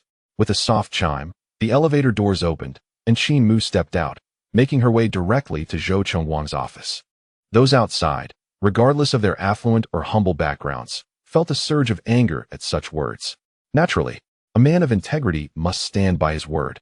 As Li Yunxiao solemnly declared, unexpectedly, today Wu Sangawei proved most formidable, having summoned over 100 people, instantly bolstering their confidence. Volume 1. Chapter 38. The transformation of the furnace. Due to the high quality of the Chun family's fabric, the fabric shop correspondingly raised its prices. Nevertheless, it remained in high demand. Particularly, the bright yellow fabric, priced at twice that of ordinary cloth, continued to be sought after, with some individuals purchasing it specifically for resale at higher prices in other regions. Brother Jean, you must think of a solution quickly. If this continues, we will be left to starve. Boss Chen incessantly complained to Jean Yuanwei. Humph, that mud-legged fellow thinks he can contend with us? Has he forgotten how his parents met their demise? Jean Yuanwei, a well-established figure in Yute County, commanded respect from surrounding merchants. He remained somewhat wary of Chen Pingan's identity. With a fierce roar, a dark aura surged forth, the dragon formed from Han Dong's fist, intent shattering under the immense pressure, resulting in a violent explosion that left the onlooking martial artists visibly shaken. Then let us depart. Speaking of healing, Yunxi regained her usual seriousness and composure, turning to push Jiang Qilan's wheelchair. I understand you have your world, and I have mine. Between us, it is impossible, Ji Chui expressed, her earlier sense of desolation deepening. She had come to terms with her feelings for Shi Qian, yet the realization dawned too late, leaving her without the opportunity to voice her affection. Han Dong's gaze deepened as he felt the potent energy emanating from within him, continuously absorbing the essence of heaven and earth to refine his body. Xiaoyun's words caused Su Ming's previously masked smile to falter, a chilling glint flickering in his eyes. Han Dong's cultivation began to seal slowly, the circulation of his Tai Xian Heart Sutra becoming sluggish, and his aura aligned with that of the three others. As Wang Chun removed his shoes, he cheerfully inquired about Qin Mingyun. Since the falling out between Qin Mingyun and Qin Lanruo, they had not been in contact for some time. What was meant to be an explanation from Yunqi, however, felt to Liang Xiuqin like an act of boasting. Yet, upon reflection, it was understandable. The Nine-Yang Pearl had first endured a grand battle, subsequently being devoured by Zhu Rong, absorbing considerable energy, making its current energy deficiency quite reasonable. Under the allure of wealth and status, these individuals appear to have lost their sanity, disregarding their very lives. Some even charge at me despite their physical impairments. Although there exists a celestial abode, the concern remains that in times of crisis, they may not even have the opportunity to enter it. Furthermore, transcendent beings possess the capability to shatter the void, and even within the celestial abode, they could potentially locate it amidst the chaotic currents of the void. He harbors jealousy towards Lu Qi, envious of all that he is.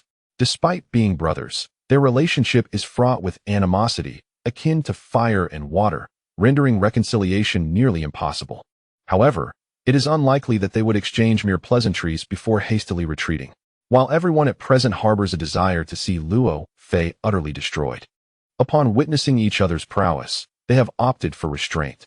Xiang Gangtian exhibits no fear. With a swift motion, he elevates himself, transforming into a towering figure, 3 yards high. With 3 heads and 6 arms, brandishing a supreme spear, a thunderbow, and a blood tower as he charges forth. Strangely, the individual known as Fujita has vanished, leaving no obstruction in my path. I comprehend his intentions. I handed him Angeliai's business card, only for Shen Linfeng to shred it into confetti, discarding it into the car's ashtray. As I gazed at the scattered remnants of paper, a pang of sorrow gripped my heart. Shen Linfeng lit a cigarette, taking a drag, his demeanor tinged with irritation. Liang's expression shifted dramatically, yet it was too late. I watched as a fine powder was hurled towards him, causing him to lose consciousness. Alongside Hubei, he firmly believes that cultivating friendships, even superficial ones, is never a detriment. Acquaintances are preferable to enemies. You mean, as long as you remain unseen, it suffices? Yi Fan pressed, a mischievous grin on his face. It appears you remain oblivious to the current circumstances. The middle-aged man shook his head in disappointment, then gestured, prompting the previously dormant army of zombies to advance. Evidently, negotiations had failed, necessitating a forceful assault. However, the present situation is exceedingly intricate, as this is a globally broadcasted 4th-tier competition, organized under the auspices of himself and the Grim Reaper. In such a context, committing murder in plain sight would surely incite widespread outrage, potentially fracturing the ranks of human evolvers. The children generally fare well. They can manage, yet during moments of distress, their ability to cope diminishes significantly. He wields the banner of the King of Hell, and the worst outcome would be his demise. Yet, upon his passing, the King of Hell cannot simply disregard him. At worst, he would be reborn. With this reassurance, even if Meng Shu is a formidable tiger, he must extract a measure of malevolence. Why? The head coach of the national team is monitoring my progress, Natalie exclaimed in anger. To this, Wang Yun proudly remarked, "See, you are all my elders, uncles and aunts. This is your golden era. Seize the awards without reservation." In terms of individual prowess, it is estimated that Yi Fan is the weakest. After all, he is only at the late 3rd stage. Although he once triumphed over the sword dragon puppet, numerous factors contributed to that victory. Initially, it was due to the counteraction of his metallic abilities, and subsequently, the sword dragon puppet conspired with him, intentionally conceding defeat. Otherwise, it is truly uncertain who would ultimately prevail. How could this happen? I assure you, I did not fabricate the report. I am certain of my conclusions. Moreover, our clients have not called to contest this result for quite some time, which leads me to believe he is indeed dead, Mei Lidge hastily explained.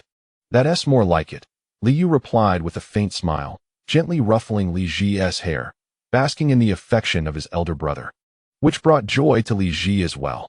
Zhou Yi and Yin Xiuchan returned to the sofa, entrusting the task of administering medicine to Chen Ji. At that moment, Tang Wu inquired about the status of the shadow replication game. In recent days, to avoid choking while drinking water, Yuan Xiangwan devised a clever method, hollowing out vegetables to use as straws. Go and administer the medicine to him, rest assured. I will find a way to conceal his death, Shui Nyang said, trembling at the sight of the medicine, fully aware that she had no retreat at this juncture. The tea in the Great Tang was genuinely unpalatable, often infused with ginger and scallions, which Li Yu found difficult to adjust to. However, since drinking tea was a trend in the Great Tang, he could only gradually adapt. Volume 1, Chapter 39, The First Steel Blade. Coal, on the other hand, was quite different. It was hard and easily soiled, and those with refined tastes would not use it, while the impoverished would not purchase coal at all.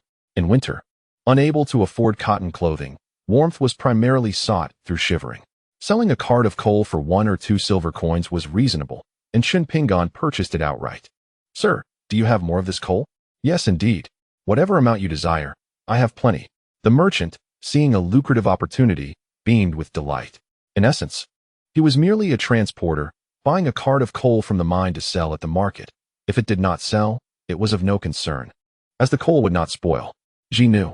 Chi-Ho gazed up at the towering, dense trees surrounding him, listening to the eerie calls of crows and partridges echoing through the forest, and he swallowed hard, responding hoarsely.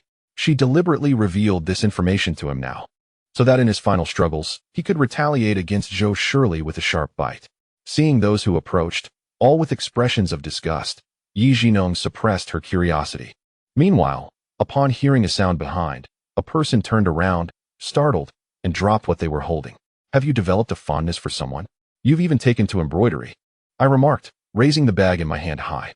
The rampant activities of the Japanese pirates in the mid to late Ming dynasty can be attributed to the lax military discipline of the Ming forces. But another significant reason lies in the swords wielded by the pirates. Gao Gong gradually slowed his chewing, a heavy expression settling upon his face. Although he lacked understanding of the ongoing military affairs, he comprehended Zhang Rong's words. For several days, the emperor had been murmuring about this issue, and Gao Gong had been troubled, pondering how to alleviate the emperor's concerns, all the while fearing that Su Jie might seize the initiative.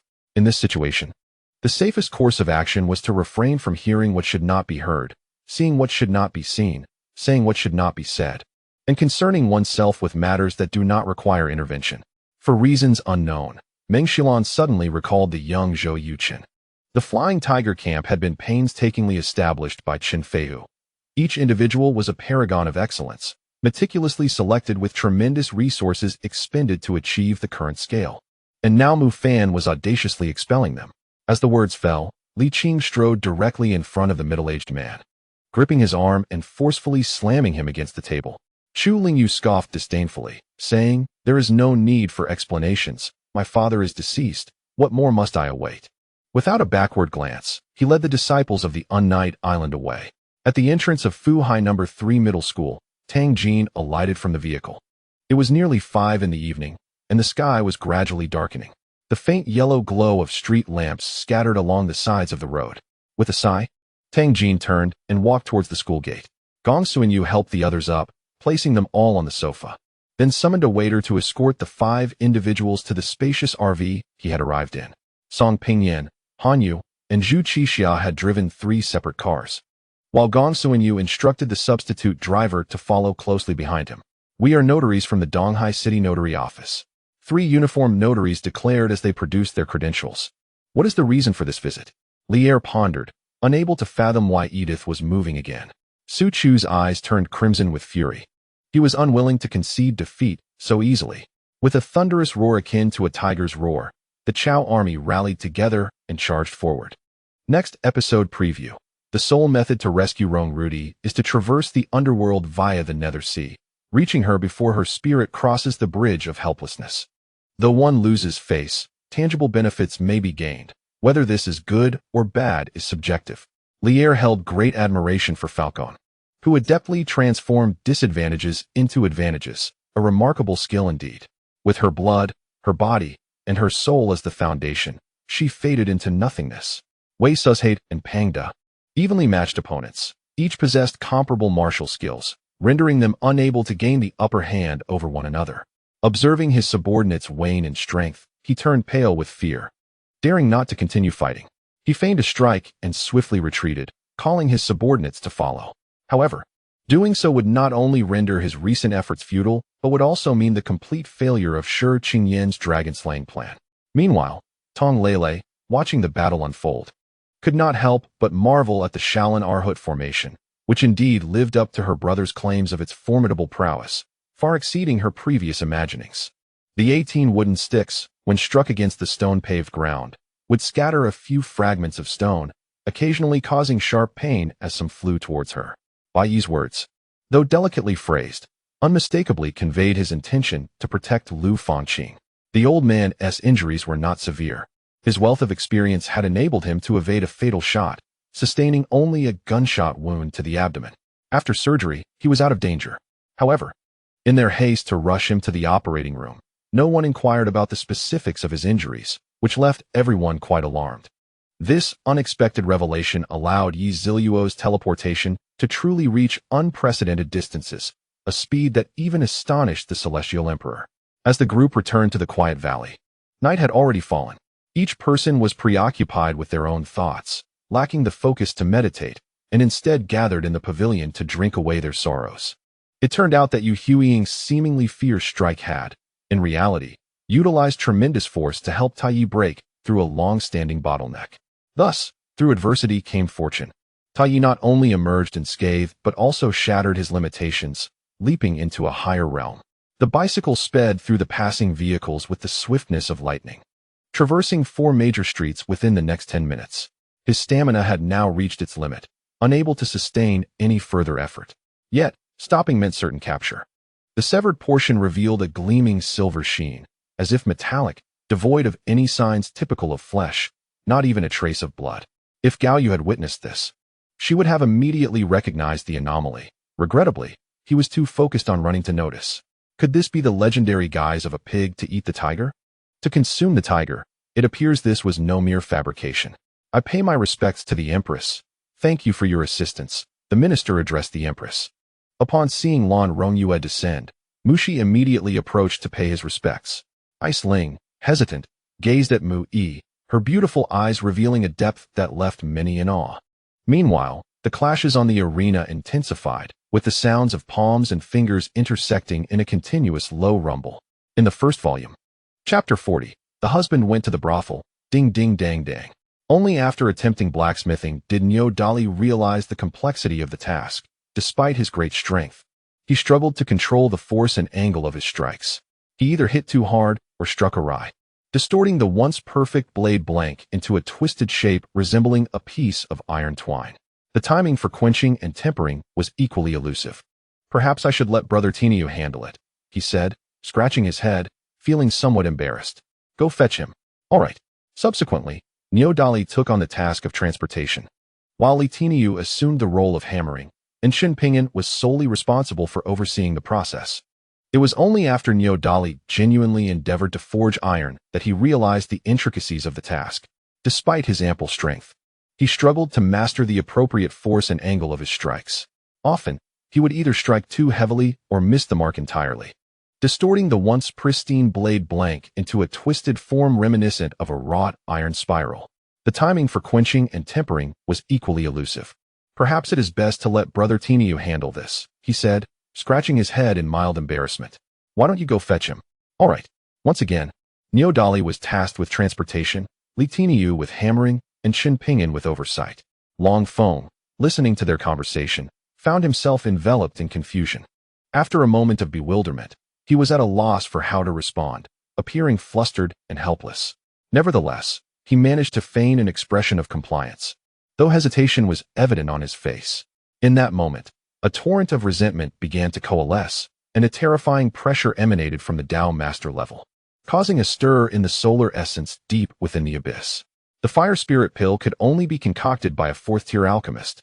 Yet Ning Fan was merely a 3rd-tier alchemist, and thus incapable of producing it. My master is willing, and so are we. Over 100 individuals knelt, their faces alight with excitement. The elder speaking was a revered figure among them, and his words were met with unwavering belief, prompting them to bid farewell to the police and follow him home. Though he did not entirely trust the predictions of fortune-telling, he did not dismiss them outright, finding them somewhat exaggerated. At that moment, a sleek black red flag sedan surged into view, coming to a halt before Chu Chun. However, Fu Lu Kang's malignity was undeniable. They must not be allowed to rise again. A leader with nefarious intentions would never steer a factory down a righteous path. Once she could harness the power of the light Tao source, her own path to enlightenment would undergo a profound transformation, significantly enhancing her combat prowess. Earlier, he had retrieved 2 bottles of prized wine from C2 Yuelong's residence as instructed, and, upon passing this way, he spotted Xia Lin basking in the sun against a stone. The buttons of her skirt were carelessly undone, and the deep ravine of her neckline, illuminated by sunlight, captivated his gaze, leaving him momentarily spellbound. After exhaling deeply, he maneuvered his vehicle into the Zhou family's garden, yet remained inside, lighting a cigarette and contemplating until it was entirely consumed before finally exiting the car and entering the villa. A collective sigh of relief emanated from the crowd, only to be followed by a sudden intake of breath and shock. The sovereign emperor did not wait for her approach. Instead, he stepped forward, paying his respects to his parents as a junior would, and took Pu Tao's hand, leaving her momentarily stunned, especially under such circumstances. Confounded by the situation, she pondered whether there was any distinction to be made. She was now Shui Xin, and the matter was best left untouched. Upon hearing her words, the classmates expressed their sentiments. Had anyone else spoken thus, they would have deemed them either mad or foolish. Why should this concern me? Sui Ran was taken aback, instinctively glancing toward the staircase, yet there was no trace of Gong Yeching. On Tuesday, during work hours, her spirits lifted. With the formidable backing of the Jiang family, she no longer fretted about being coerced into carrying heavy burdens.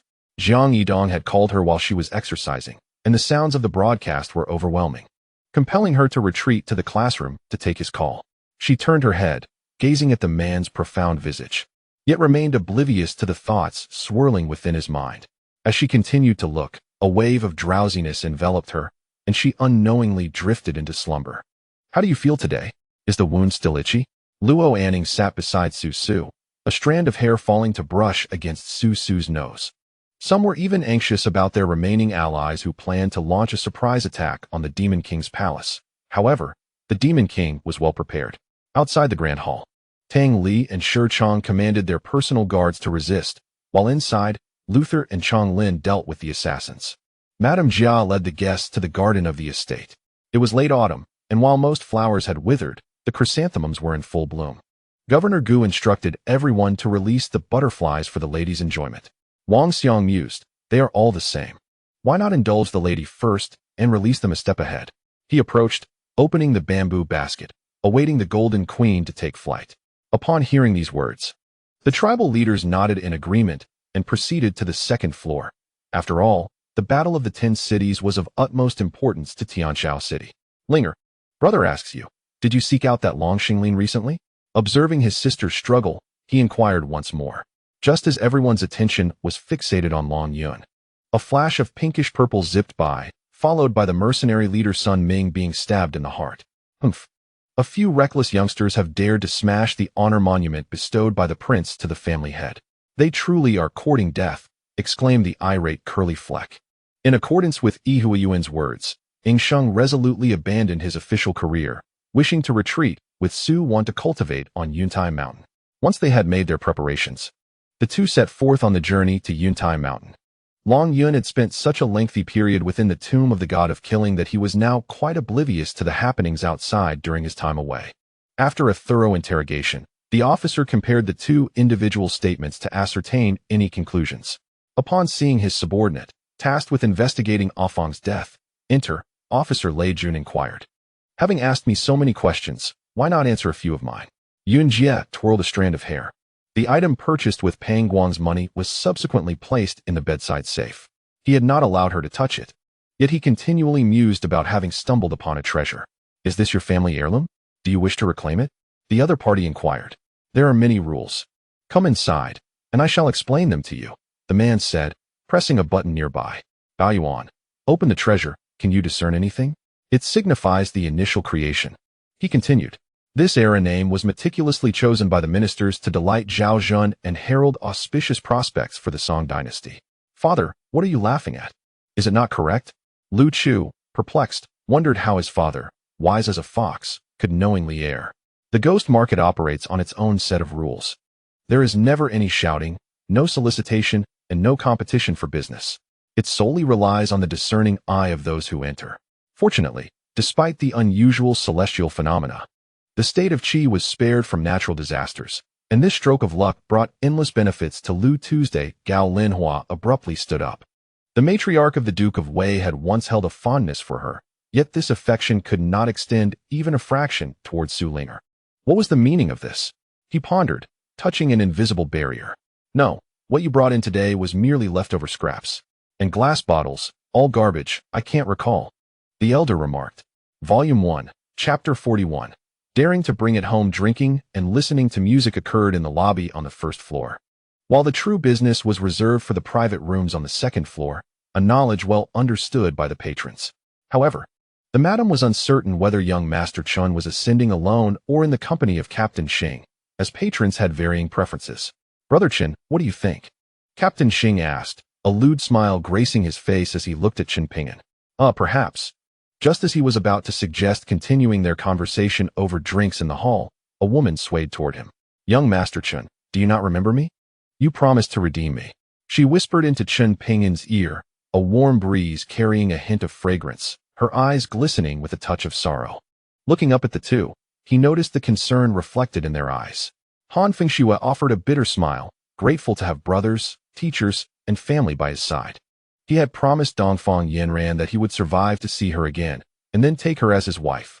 He could not break his word. At this moment, the streets were sparsely populated, primarily by business people who had risen early to toil and hurriedly traversed the thoroughfare. Among those present, Shangguan Wentian held an unwavering faith in Yi Tianxiong and his companions, having personally mentored them from the outset. As for speed, Nie Wushuang was impeccable. Compared to the star shuttle he previously employed, its velocity had increased by at least 50%, and it possessed the added capability of transformation. Now, when he was alone, the star shuttle consumed only half the energy stones when fully deployed. Lei Gang nodded in agreement with Luo Tianming's remarks, pondering the strengths and weaknesses of the wilderness against the underworld lightning.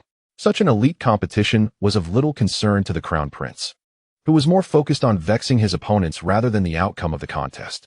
Nevertheless, the Crown Prince's objective in bringing me here had been accomplished, and lingering any longer served little purpose. After exchanging pleasantries, he departed with me. Ling Zhuzi's large eyes were fixated greedily on the black and white soul refining array, contemplating whether there was a way to acquire this formation. Nie Wushuang grimaced in surprise. He had not anticipated the sheer force behind Luo Dong's punch, which seemed to carry a corrosive energy that pierced through him with excruciating pain, momentarily stalling his internal spiritual energy. What did you say? Kiran's mouth twitched in irritation. As an emerging prodigy of the Zixiao sect, youthful and impetuous, he detested others referencing his age. After escorting Shu Qinqin out of the school gates, Xing Fuchen turned back, made a call to Qiao Yunxi, and upon learning she had returned to her dormitory, he simply stated that he would seek her out before hanging up and heading towards her building. Qin Feng pressed forward instead of retreating, driven by the fervent spirit of the battle spear, daring to confront the Blade Emperor head-on. Speak louder. I didn't hear you, he shouted, as the piercing pain from a vicious kick overwhelmed Zheng Wanli, who, despite his injuries, shouted with all his might. I heard you. Yes, Sister Xinxin. During the upcoming holiday this semester, I will come to Shanghai to find you. Please wait for me. I was uncertain why Sister Xinxin had not shared even this simple matter with me. My desire to understand was strong. Yet I sensed her suffering and did not wish to pressure her further. The immortal spirit stone could be regarded as the sublimation of immortal essence. 100,000 immortal essences could be exchanged for a single immortal spirit stone, which contained rich spiritual energy essential for cultivation. It had become the universal currency among practitioners. Shui Etian and Ao Fong exchanged astonished glances, for they understood the implications of this maneuver. However, Mu Feng had evidently not broken through to the martial saint realm. How could he possess an inner divine realm? Ultimately, all of this would lead to a singular outcome, a significant increase in material consumption. The authorities of various nations were astonished to discover that their countries had undergone unprecedented changes compared to previous years, resulting in unparalleled economic growth driven by these new transformations and their immense energy. My dear brother, why wield a sledgehammer to crack a nut? First, let us observe that he, who has just ascended to the rank of martial sage, is still unsteady in his realm and lacks a holy weapon. How can he possibly contend with the seasoned veteran, Qi Huayu, who possesses such a divine armament? Yi Fei took the cup, gulping down the fine liquor, and casually set it aside as he sat on the ground, back to the entrance, gazing at the neon-lit nightscape of Tokyo. Although Zhao Baier claimed to be unafraid, the ghost stories recounted by Xing Fuchen and the eerie occurrences left her with an unsettling sensation of countless ghostly eyes watching her from the darkness. Once they entered the campus, she refrained from speaking recklessly, tightly clutching Xing Fuchen's arm, disregarding the advantage he might gain from her proximity. After all, exchanging an apple means they still share the same fruit. Swapping a seed, in essence, allows each person to experience two splendid tales. The next morning, Xu Yiming arrived at the company early, as Lin Peishi was scheduled to come. He had instructed the staff to prepare a warm welcome for the newly appointed Lin Peishi. A thoughtful gesture indeed. In the 8th minute of the second half, Guangming High School earned a favorable free kick in the attacking zone. During this time, when Kato Yufeng inquired about the Uchiha clan and the organization of Shimura Danzo, Sarutobi Hizashi remained noncommittal. Kato Yufeng slightly turned his head to observe the throngs of people around him while teasingly whispering into Tsunade's ear, playfully provoking her. At this juncture, the rebellion led by Zhang Ju and Zhang Chun had suffered a crushing defeat at the hands of Cao Cao and Gong Sun Zan, retreating to Donglai in a desperate struggle for survival. As a reward for his merits, Cao Cao was appointed as the governor of Shuzhou, while the original appointee, Tao Qian, found himself relegated to the position of governor of Yangzhou. Could it be that Linger has truly gone to Yamajun? How could a child of less than 6 years venture there? Tang Qi murmured to himself. Volume 1, Chapter 42, The Old Affection of a String of Candied Hawthorns. Not only did Niu Dali dismiss Chen Pingan's words without a shred of belief, but even Captain Xing held skepticism. Every guest arriving here, should they wish to rescue a maiden, would claim her to be the daughter of an old acquaintance, not for desire but out of nostalgia and a benevolent spirit. The maidens, having discerned the guest's psychology, proactively introduced themselves, each exhibiting remarkable acting skills with tearful eyes. Mama Zhang reluctantly bid farewell to her goddaughter, ultimately making a hefty profit. Chen Pingan found himself genuinely wronged, as he recalled who Dong Xiaowan was. His parents had been fur traders, procuring furs from hunters to sell to a certain Dong boss in Qingzhou. What then shall be done? Will this loss be borne by Fan Gu and Vang? Hu Guanda and Du Zhuang were taken aback. If this were indeed the case, it was highly likely that Fan Gu would not recover his losses this evening. The citizens' promotional prowess could be likened to advertising. Within mere hours, the effects of the Firestone had spread far and wide. After tidying up the meat on the table, Uncle Ergu was briskly cleaning the entrails, wiping his knife clean before sheathing it back into its cloth and returning it to his bag, a tool for Lu Xiaoyu's meals. Reluctantly, the two of them hailed a vehicle, trailing behind Zhang Guodong's car. However, the taxi Zhang boarded did not pause, directly heading out of the city. At that moment, he professed his love for me, promising a lifetime of happiness. Do I love him? This sentiment is difficult to articulate, as love has always been a complex amalgamation of emotions. This place is not like my hometown village, which was sparsely populated, devoid of concerns about indiscretions. Although these mountains are quite remote, the nearby residents are numerous and diverse. Who knows if anyone might have ulterior motives upon witnessing the eventual outcome. This bald-headed man is exceedingly cautious, contrary to his rugged appearance. Which path should we pursue? Zhang Guodong's heart was shrouded in a dreadful gloom, intensifying his anxiety. As they emerged from the mountains, Zhang Niu and his companions diligently buried the vines once more, perhaps hoping that next year would yield such yams again, though that seems like a daydream, as it is not so easy to cultivate such yams. Xiaofeng, listen to your father. Liang Chen is. Ling Xiu grasped her husband's hand, attempting to soothe his rising anger. Hung spoke as they walked toward the city, and I closely followed him, fearful of losing my way again. Gu Lin glanced disdainfully at the disheveled grass above, then sat down under the somewhat gleeful gaze of Song Mingzhi. Midway, a A sharp pain pierced his wrist, and in shock, his arm fell to his side, revealing a silver needle embedded in it. Upon hearing that Su Jior had fallen ill, he was naturally filled with concern, prompting him to scale the wall that night. The last two words were spoken with resolute finality, yet laced with a tone of mockery. Wei Mingqi's eyes were darkened with a brooding intensity. Finally satisfied, Wei Jingqian gently caressed Wei Juanfu's lips, the rose-colored lipstick smudging his fingertips, still warm with lingering heat. Jiang Bo understood that Gu Lin preferred to shoulder everything alone, so he refrained from probing further, instead casting his gaze toward Tao Tao, who merely clutched the hem of Yi Yuntian's garment. Having spent 20 years in the palace, Xiaohua had become accustomed to these schemes and immediately sensed that there was more to this matter. Shen Nanxing pondered for a moment, realizing he had nothing of value to offer, except perhaps some of his cherished pills. However, he could not retrieve them from his space at that moment. Ruan Lihua collapsed to the ground once more, her hands tugging at her hair as if in a trance, her expression a blend of laughter and tears. After a while, she suddenly broke into loud sobs.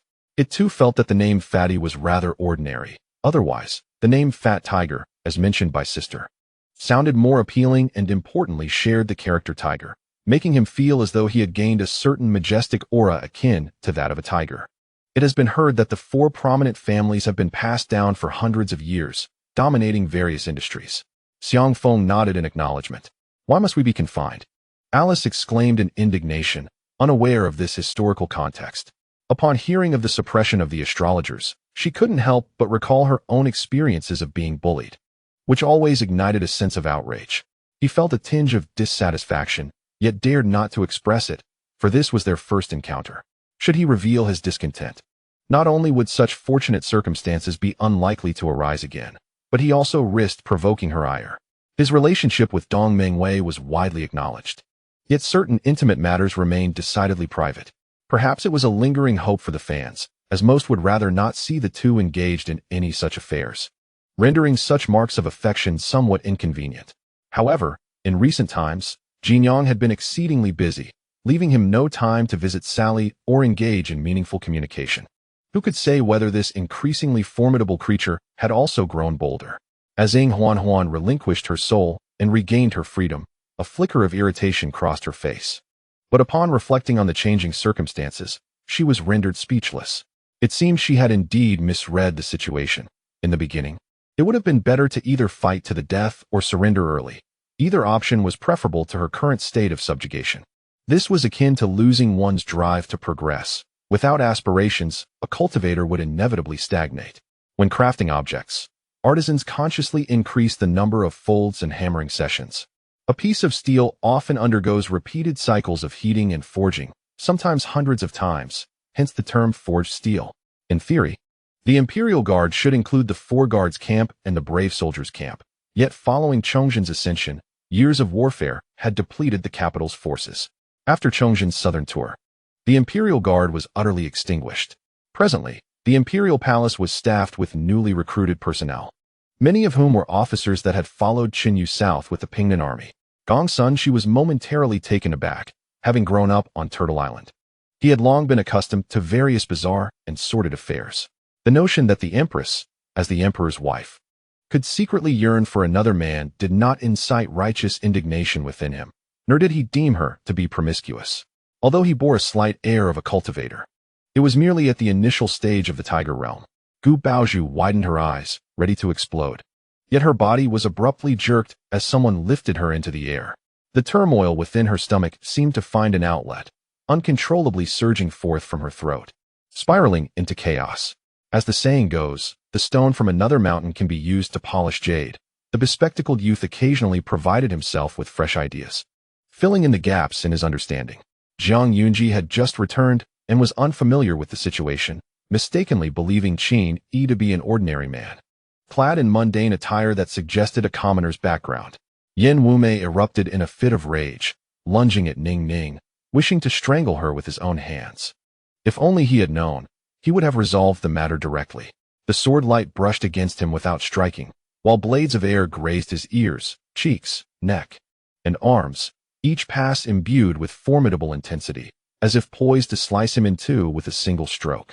The stone forest here does not interfere with the signal of the walkie-talkie. If anything were to happen outside, a warning would inevitably be sent. Riel's voice, though still exceedingly weak, brought warmth to Maya, as if Riel had been with her all these years. Volume 1, Chapter 43, Reconnaissance of the Bandit Denver. Let us hurry back. All right. At Chen Pingan's command, Neodali urged the horse-drawn cart to accelerate. The two sets of carts they utilized, drawn by 2 horses each, moved at a commendable pace. Throughout the journey, silence enveloped them, the atmosphere laden with tension. Concealed within the cart were a crossbow and 2 steel blades. Among the 3, Neodali possessed the greatest combat prowess, while Chen Pingan's skills with the knife were mediocre, though his archery was passable.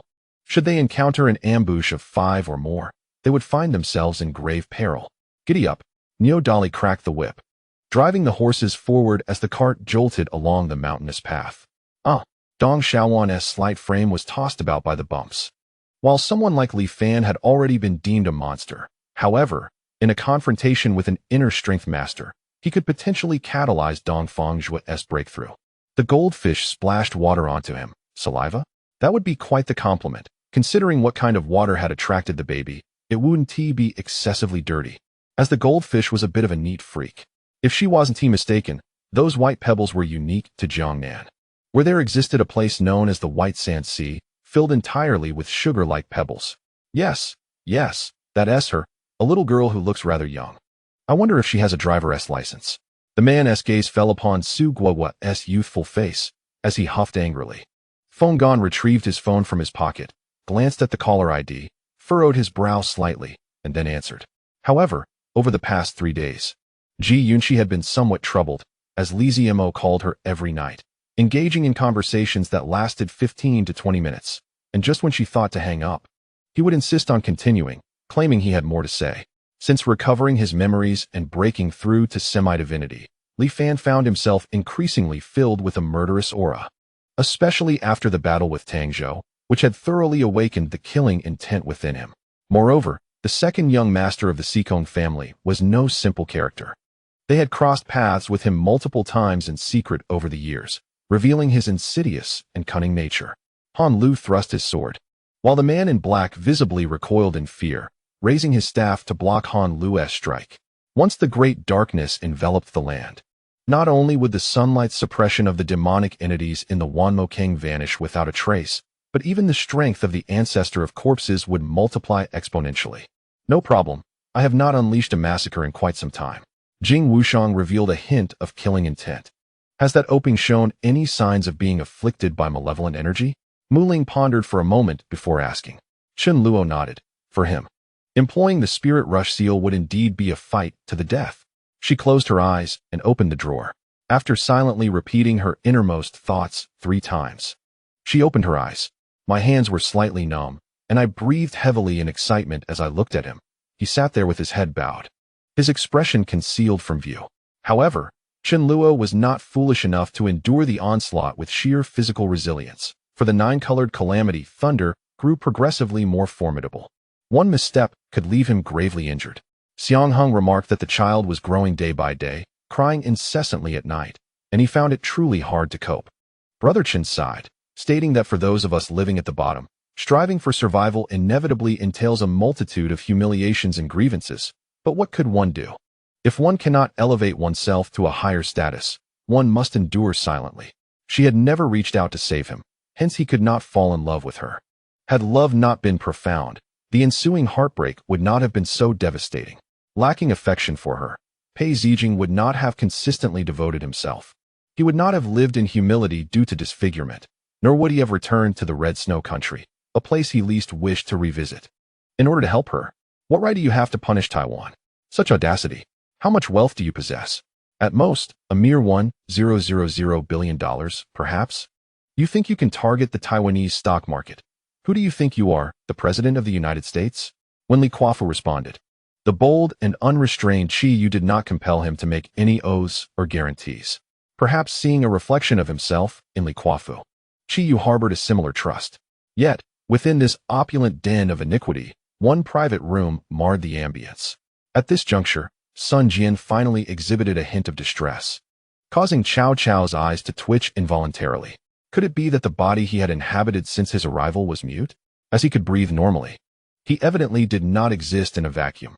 Thus, it seemed that this was the only truth. Upon discovering Lin Hongfei's prowess in developing the V10 and V12 engines, Vice President Li's attitude towards him underwent a complete reversal. He no longer dared to present demands or conditions before Lin Hongfei. Consequently, the strategists of the Bingzhou army were more inclined to view each enemy as an independent entity. Yet, in terms of execution, these unburdened clay figures clearly exhibited a simplicity that surpassed the complexities of human thought, thus avoiding unfounded musings. After 2 days of relentless travel, a fragmented and dense independent space appeared before the trio. Yet, with the defeated Wu Dao Quang Tian having fled and Tian Ku already annihilated, had everything truly reached a temporary conclusion? For instance, after fully recovering, Ying Ming had attempted to personally tidy his dwelling. He did not wish to delegate even such trivial tasks to others. Even though his relationship with Ying Xiong had not yet returned to its former state, he still personally attended to his own affairs. Sister Yunyan said, "What I say is absolute." Beside Wang Yunyuan stood a young woman with shoulder-length hair, elegantly arched eyebrows, and captivating eyes that seemed to ensnare the soul. Her refined nose complemented her slightly flushed cheeks, and her cherry-red lips resembled droplets of dew. With a delicate, oval face that gleamed like jade, she gently grasped Wang Yunyuan's hand and replied in a soft voice, "While what you say is indeed correct, it will significantly diminish our efficiency, making it impossible to ensure that each brother seizes his opportunity," reminded Shangwan Qingyun to Junyan. Just as Chun Hao was about to speak, a sudden, sharp cry erupted from the black cat, prompting his piercing gaze to dart toward the depths of the valley. "Huajiao, you must end my life," the senior sister calmly and tenderly urged, grasping Huajiao's hand as she cast her spell. Outside Chu Jingnan's dwelling, they encountered Xiao Ping, who was about to depart. Upon seeing Huajiao, Xiao Ping's expression shifted to one of surprise and fear, despite his apprehension. He forced a stiff smile and respectfully bowed to her, addressing her as Sister Hua. In the first volume, Chapter 44, titled Setting Out to Exterminate Bandits, it was noted that a mountain of the scale of Wolfhead Mountain could only accommodate around 30 individuals. Should their numbers exceed this, they would face shortages of living space and food resources. Thus, once a certain number was recruited, they would cease to enlist further. The chief of Wolfhead Mountain was no fool. After the demise of over 20 brothers at Chen's village, he realized the village had produced formidable talents. Upon sending scouts, he learned of a young man named Chen Pingan who had slain his men. Currently, with insufficient manpower, the chief decided to remain inactive for the time being while quietly gathering new recruits. It is worth noting that the region of Yutei County was not solely inhabited by their band of robbers. Numerous bandit dens dotted the mountainous landscape. It was indeed rare and perplexing for someone capable of holding the second seat in the Qingtian stronghold to remain largely unknown in the martial world. After exchanging a few casual words, the plump girl departed, and soon after, Song Yi received a call from a reporter, informing him that he would be participating in a program the following day. Before a stall stood a young and charming priestess, perhaps in her early 20s, adorned with a pair of black cat ears, signifying her identity as a member of the catfolk race. Indeed, I wonder if you are aware that our esteemed elder in the Ice and Snow Palace is a transcendent master who has reached the nirvana stage, having undergone 2 rebirths. Yet, in the presence of that individual, he could not endure even 100 blows before being defeated, lamented a voice from the Ice and Snow Palace. In pursuit of infiltrating the Lord of Chuan's residence to seek the Xian Tai fragment, Su Dong diligently practiced the Overlord technique in preparation for the upcoming rank assessment. "You are indeed capable of defeating cultivators with your supernatural abilities," exclaimed the commander of the Mars Corps, his energy in turmoil as he gritted his teeth against the pain. Lu Qian's mind raced as he swiftly pivoted and approached the edge of a pit, reaching inside to test the breath of the fallen. Confirming the individual was unconscious, he gripped the person's wrist tightly and, with immense effort, finally managed to pull him up. First, he found Wang Erlin bound to the bed and, from his lips, discerned the whereabouts of others, systematically eliminating them one by slashing their major arteries, watching them bleed to death. Finally, he retrieved his mobile phone and sent a text message to Shinfeng. The 3 of them emerged onto the street, where a 4-wheeled carriage stood prominently. The horse, robust and resplendent, was clearly accustomed to long journeys, its hooves seemingly dancing in the wind. The interior of the carriage was lavish, adorned with gold-trimmed curtains that gave it an air of royal elegance. After leaving home, Liang Dong took advantage of the night to fly swiftly to the disaster area. Along the way, he discovered the extent of the calamity, with heavy snow obstructing the roads and communication devices severely damaged. Power lines lay severed, isolating the people from the outside world. The grandeur of the moment allowed Saga, who previously possessed only an empty realm without corresponding strength, to swiftly grasp the eighth sense. Haha, I must say, you are remarkably decisive. However, as your kin have stated, our two clans are sworn enemies. It is inconceivable for us to accept you as servants. For us, only the dead demons are considered good demons, Lucifer chuckled, though his laughter was laced with a chilling severity. The 28th floor housed a nightclub, vibrant with flashing neon lights.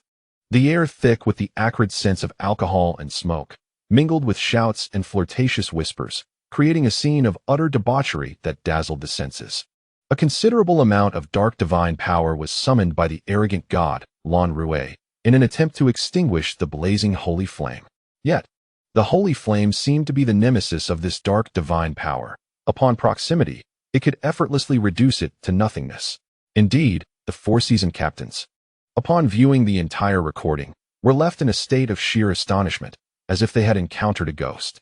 It certainly saved on lodging and meals, reducing trouble. Why not? Thus, I shall intrude upon your esteemed residence. A soft voice emerged, laced with a hint of nonchalance yet impeccably sincere, leaving no room for critique or doubt. How could Brother Haonan ever go back on his word? He will give you the child. He did not kill Yumo.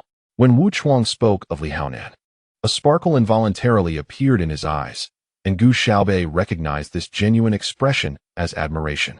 The man with the surname Wang harbored a cold smirk within, yet maintained an air of disdain upon his countenance. Lu Feiyong silently called out, and with a flicker of intent, a shroud of black light enveloped the youth behind him, who was poised to strike with a beer bottle. As the shopkeeper spoke, cold sweat trickled down his forehead. He knew his actions were questionable. But compared to hiring a new assistant, purchasing these few beast kin was evidently more economical. Damn, how have I become like Jean Gu, lost in such trivial thoughts? The time was still early when Qin Wan dragged me to buy some breakfast. After a struggle, I finally found a neighboring seat. But Qin Wan insisted on relinquishing her seat to an elderly person, perching herself on my lap instead. Oh dear, I find myself akin to Jean Gu, lost in trivial thoughts. Time remains ample, and Qin Wan has pulled me along to procure some breakfast. After much effort, I finally located a neighboring seat. Yet Qin Wan insisted on relinquishing it to an elderly gentleman, opting to perch upon my lap instead. After a while of casual banter, the group gradually relaxed. Although some tension lingered, it was vastly improved compared to the initial stammering exchanges. In the control room, Shun Huai and AI Limi, among others, remained vigilant, monitoring Hawking's data status within the biological intelligence network, and thus far, all was functioning smoothly. The aroma was utterly delightful. Chongzhou could not help but touch his nose. The faint fragrance wafting from the spout of the pot lightened his spirits by threefold, for he realized he had encountered a rare and exquisite wine. Sire, you have returned. A voice, reminiscent of a mournful duck, echoed throughout the Baibo pond, causing an immediate stir. Upon arrival, it became evident that the number of monsters in the vicinity was increasing exponentially, flying in the sky, scurrying on the ground, swimming in the water. The creatures encountered on this journey far surpassed those seen on the first day in the Jilei Mountains. Shortly thereafter, two figures appeared in the sky, crashing down before Gilmore with a thunderous sound, one clad in white, the other in black, marking the arrival of Luo Yi and Kili Merson. An aged monk sat cross-legged, his body seemingly forged from gold. At the instant when Fa Hai was struck by the sword light, he suddenly opened his eyes, filled with fury. This was none other than Fa Hai's master, the ancient Buddha of Lamp. Volume 1, Chapter 45. The situation grows dire. The bandit, wounded in the leg, could not flee swiftly for long before Meng Huo caught up with him. Please, good sir, do not kill me. I know where the goods are hidden, the bandit pleaded. Realizing escape was futile. Very well, leave me there. Meng Huo stepped forward, severing the tendons in his hand with a knife, then yanked him up from the ground.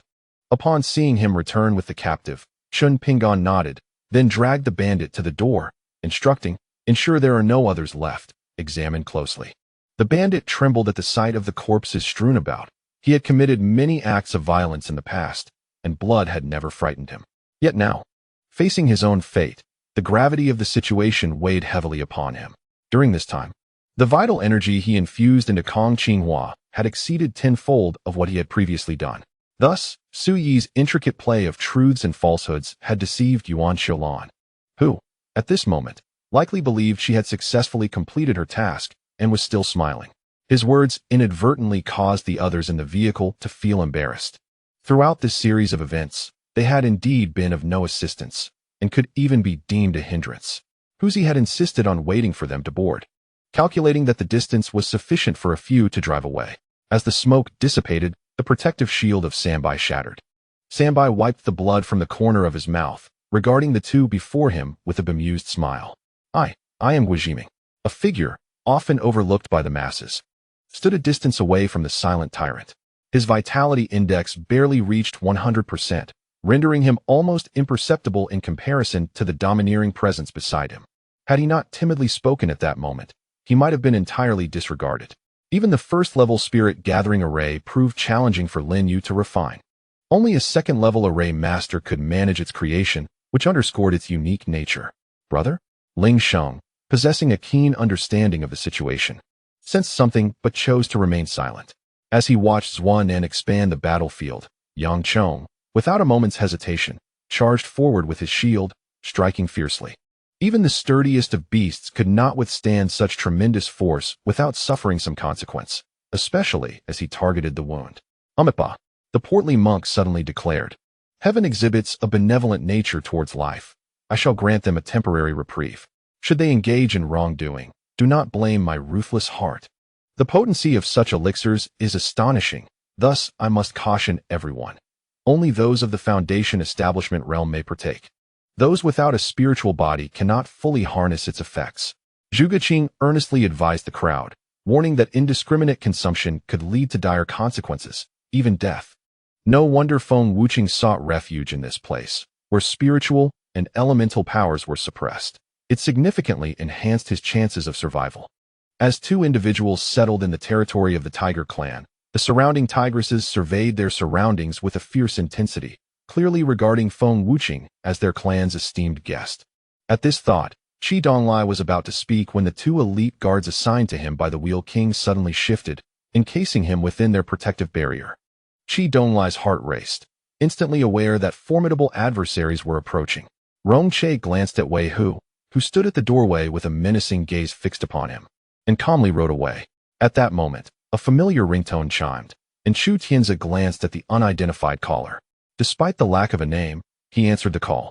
Even Qin Bai, despite his extensive experience with the bazaar, felt a shiver run through him at the sight before him. Qin Feng sharpened his focus. In this place, one could only navigate by spiritual awareness, as relying on sight was akin to being blind.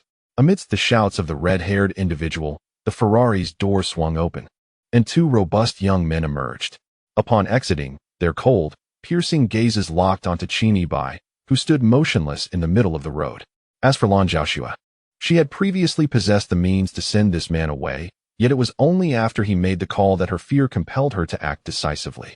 Kong Kongmi's priority was to minimize casualties, for he sensed that the defensive stance of the Emperor's soul diagram could not be sustained for much longer. There is no need for such expressions. There is no one else here. Who are you pretending for? Yi Lushing sat contemptuously on the ground. Her words brought a smile to Liang Bo's face, making him feel that Lin Bixiao was rather easy to manipulate. Mo Fan curiously inquired, not out of dissatisfaction with these individuals, but rather from a sense of intrigue. What an audacious declaration. Very well. Prepare to witness true strength. Gather your companions. So I need not exert myself repeatedly, the scruffy man coldly asserted. The crowd continued to swell, and the restaurant was bustling with extraordinary business. It wasn't until Zhang Donghai went to fetch his sister that the numbers began to dwindle. At that moment, Chao Liangjin fervently wished for the absence of acquaintances. Otherwise, if word spread, old Master Chao would undoubtedly be furious. Later, upon spotting Fang Jingrui drinking in the second-floor hall, Chao Liangjin self-deprecatingly chuckled, realizing that she was now married. and thus old Master Chow would likely refrain from striking her so carelessly. On the street, a tank, 3 armored vehicles, and a platoon of soldiers clad in camouflage uniforms, armed with submachine guns, rushed from the armored vehicles. Without a moment's hesitation, they surrounded the police station, kneeling on one knee, bullets chambered. Guns aimed at the county police headquarters. This matter stems from the police. You, young Master Huang, merely acted in bravado, and it has nothing to do with me. Xiao Yunfei exclaimed, shoving young Master Huang aside and delivering a decisive blow. However, at that critical moment, several uprooted trees suddenly soared from the woods, forcefully pushing Han Ping and the nearby water dragons back. What else can we do? If she falls ill again, she might truly drown, Bai Nandan lamented. Could it be that you're blaming yourself for Shun Danny's situation? Henry speculated, noting that it was evident to anyone with sight that Xia Yongning had turned a cold shoulder towards Yu Haochen. Yet, Ning likely remained unaware of Shun Danny's predicament being shelved, right? Wang Mingyang turned back and asked, does the junior have any plans for Christmas Eve? I heard from Henry that their activities were cancelled due to Xia Yongning's unavailability. Do you not know that I shattered armor and bones in the first battle? Can that truly be blamed on me? And why did you not use your energy sword for defense? I reminded you, did I not? You possess 5 energy swords, which could have countered my 5 strikes. Why did you choose to clash with me instead? Guqiu chastised. Volume 1. Chapter 46. I shall take the silver. Rabbit Ear Mountain is rather distanced from Chun family village, separated by Wolf Head Mountain. Previously, although the bandits of Wolf Head Mountain suffered devastating losses, they were not entirely eradicated and posed no threat to Rabbit Ear Mountain. With the complete annihilation of the bandits from Wolf Head Mountain, news would swiftly reach Rabbit Ear Mountain. They would not perceive this as a personal act of Chen Pingan. After all, who among the common folk would possess such audacity? Therefore, the first assumption would certainly be that Chen family village had collaborated with the authorities to eradicate bandits. The relationship between bandits and the government is intricate. While the government publicly claims to eliminate all bandits, the reality is far more complex. They cannot overtly support the bandits, yet they must occasionally strike against them. The Green Rose listened, somewhat dazed, and after I finished my narration, she appeared lost in thought, uncertain if she could comprehend the plan. One side consisted of 17 or 18 individuals, all clad in uniform gray attire, adorned with an emblem of a winged horse on their lapels. They were encircled by another group, forming a cylindrical formation, adopting a defensive stance. Tomorrow marks the weekend. Coinciding with the Lantern Festival on Sunday, it is certain that many will return home to celebrate. Not only did the expression of the dog seem amiss, but even I, as an observer, felt an overwhelming urge to dispatch that rotund figure immediately. Chen Tian realized that, at some unknown point, hundreds of disciples from the Wu Hua sect had completely surrounded him. Qi Fang exhibited no intention of evasion. With a single punch, he advanced relentlessly, determined to achieve his objective without retreat. The founder of the Yu family from the Deluo sect is none other than the sect leader, Yu Feijuan, a master of the spiritual sea realm. Once again plunged into the realm of phantoms, Mu Suo evidently slowed his pace, allowing me to intermittently glimpse the surroundings, city walls, streets, the river, the watchmen, and finally passing through the palace walls, weaving through numerous chambers until halting outside a palace wall. Suddenly, I heard my junior sister calling my name. Upon opening my eyes, sunlight penetrated through layers of water, illuminating the lake's surface. Some spectators from the Taoist sect had already submerged beneath the lake, seemingly having been observing from above, with my junior sister among them. Gliding toward me propelled by spiritual energy, Qi Fang exhaled slowly, as if out of options, yet in the next moment, he abruptly surged forward, seizing Brother Fan's head and forcefully striking it against the table. A dull thud echoed as both their bodies momentarily paused, appearing evenly matched. Certainly, it was not only her that garnered admiration. There was also a circle of canines squatting on the ground, gazing up at the 3-headed hellhound with expressions that conveyed not merely reverence, but an abundance of affection. Ahead, 50 miles away, we would enter the starry forest. Where soul beasts roamed, caution is advised. At least when players like Fabregas were clamoring to leave, no coach would care for his players as tenderly as Wenger did. Louis Feng, caught off guard, was pushed to the ground. His expression darkened, and upon recalling that this was being broadcast live, he quickly composed himself and asked with concern. The Celestial Hall, from its inception to its demise, had only experienced a single defeat, and that defeat was at the hands of this individual. After which the celestial hall ceased to exist. After the flash of the sword, it goes without saying that the sharp, golden energy accompanying the sword light tore through everything around it, leaving behind enduring scars across the vast azure sky. Suddenly, from the flames, a majestic eagle soared into the sky, as dense waves of ninjutsu and shurikens accompanied by explosive talismans descended from all directions. When Zhu Yang spoke thus, not only was Blood God infuriated, but even Su Feinyang and the others were equally agitated. This cannot stand. Upon hearing that Sarutobi Hiruzen was contemplating abdication, Shimura Danzo erupted in anger, slamming his hand on the table in opposition. The sight of blood trickling from his lips evoked mixed feelings in the usually composed Kodoheim. Joy at the thought that no matter how high she climbed, it was still dependent on him, and sorrow at the faint trace of blood that brought tears of anguish to her eyes. The meticulousness of the text and the impeccable alignment of each line were beyond reproach. The news anchor on the television fluidly read from the script, delivering the news with fervor, even showcasing several videos in the background. In an instant, a deluge of negative news flooded the internet, while those previously eliminated from the program, such as Gujia, began to send messages. She realized that the leader had treated her with utmost kindness and that his gaze seemed to hold a hint of change, leaving her anxious and uncertain, fearful that her feelings were misguided and too bold to voice. Indeed, you startled me. You came at us wielding that cursed spirit, proclaiming us to be monsters. I could tell at a glance that you were under an illusion. Yi Bingshi chimed in. I am at a loss. Perhaps this is a contingency left by Qi Sigu. The blood coffin is ominous. Only in extreme necessity or when faced with formidable foes would one dare to disturb it. Jiang Wuchuan sighed, reflecting on the possibility that Qi Sigu had perished, casting a shadow of melancholy over him as he glanced at Lui. However, he understood the gravity of the situation.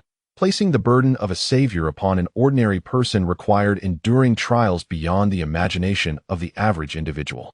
The intelligence I'd gathered indicated that the situation at the Rose Night was similarly dire, prompting a cessation of hostilities within the core area as factions convened. The urgency of the situation had escalated to a point where further conflict among our three factions was no longer viable. Li Shiguang regarded them with a kind, gentle smile and nodded affirmatively. The wooden door creaked shut, leaving the Chun family head and others to pace restlessly, their tension palpable. Although they were aware that the seal remained intact and the Fu clan had not been exterminated, Su Jinj found it difficult to feel any relief. Only a heavier weight of oppression.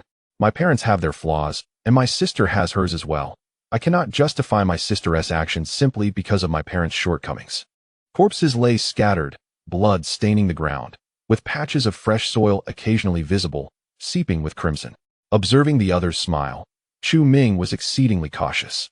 If even the emperor of the Lu dynasty possessed such cunning, how much more so the ruler of a powerful domain? Volume 1. Chapter 47. Recruiting soldiers. Chen Pingan steeled himself and followed Captain Xing to Yunyu Pavilion. Along the way, he mused nervously whether he might encounter any familiar faces. Even if he did, he could not afford to redeem any damsels, as his household was already strained. Ah, Captain Xing. It has been ages since you last attended to our business, the madam of the brothel exclaimed, hastening to greet him as he entered. Furthermore, Master Chen has not returned since he took our dear Xiaowan away. If you do not come back soon, we may have to close our doors for good. Madame Zhang jested, stating that Yunyukshuan is thriving and does not rely on me alone. Chen Pingan offered an awkward smile. A new lady has arrived. Yet regardless of his intentions, I must express my gratitude towards him. Had it not been for his presence, I would likely have to wait much longer to step into the realm of Qi Si. Is it truly worth it? This question lingers, with no clear answer. Perhaps even the great sects are uncertain. The sea, devoid of land, has been transformed due to the influence of the Jiaolong ship, where the Shura fruit has taken root and flourished. There are two possible explanations for this phenomenon. First, that Tang Yuan speaks nothing but the truth. Second, that Tang Yuan is cunning and deceitful. Ultimately, despite having one foot in that entirely different world, he remains ill-prepared psychologically. This Qi Wind pill is unlike the stimulating elixirs you are familiar with. Its effects last for 3/4 of an hour.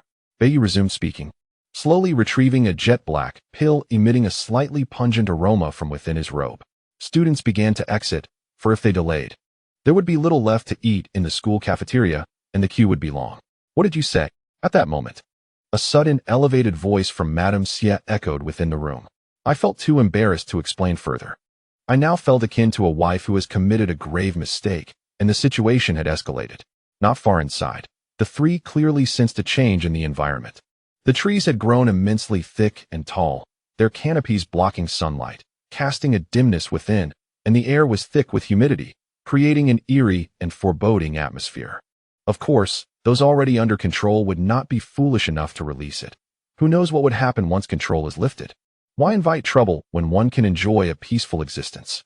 This was something Xiao Etienne would never contemplate. Xuan, what are you plotting? Humph. Do you intend to wage war against our Tongshan sect? The leader of the Maple Leaf asked, to which Xuan merely smiled faintly. In the days that followed, Xiao Etienne behaved in a manner that was both proper and fitting, allowing the observant Yoshino Keisuke to feel more at ease, subsequently inviting him to participate in internal meetings. Let us wait a moment longer. We shall bombard their forces with artillery, and once they are thoroughly routed, we will charge forth. Erkanai calmly instructed her troops.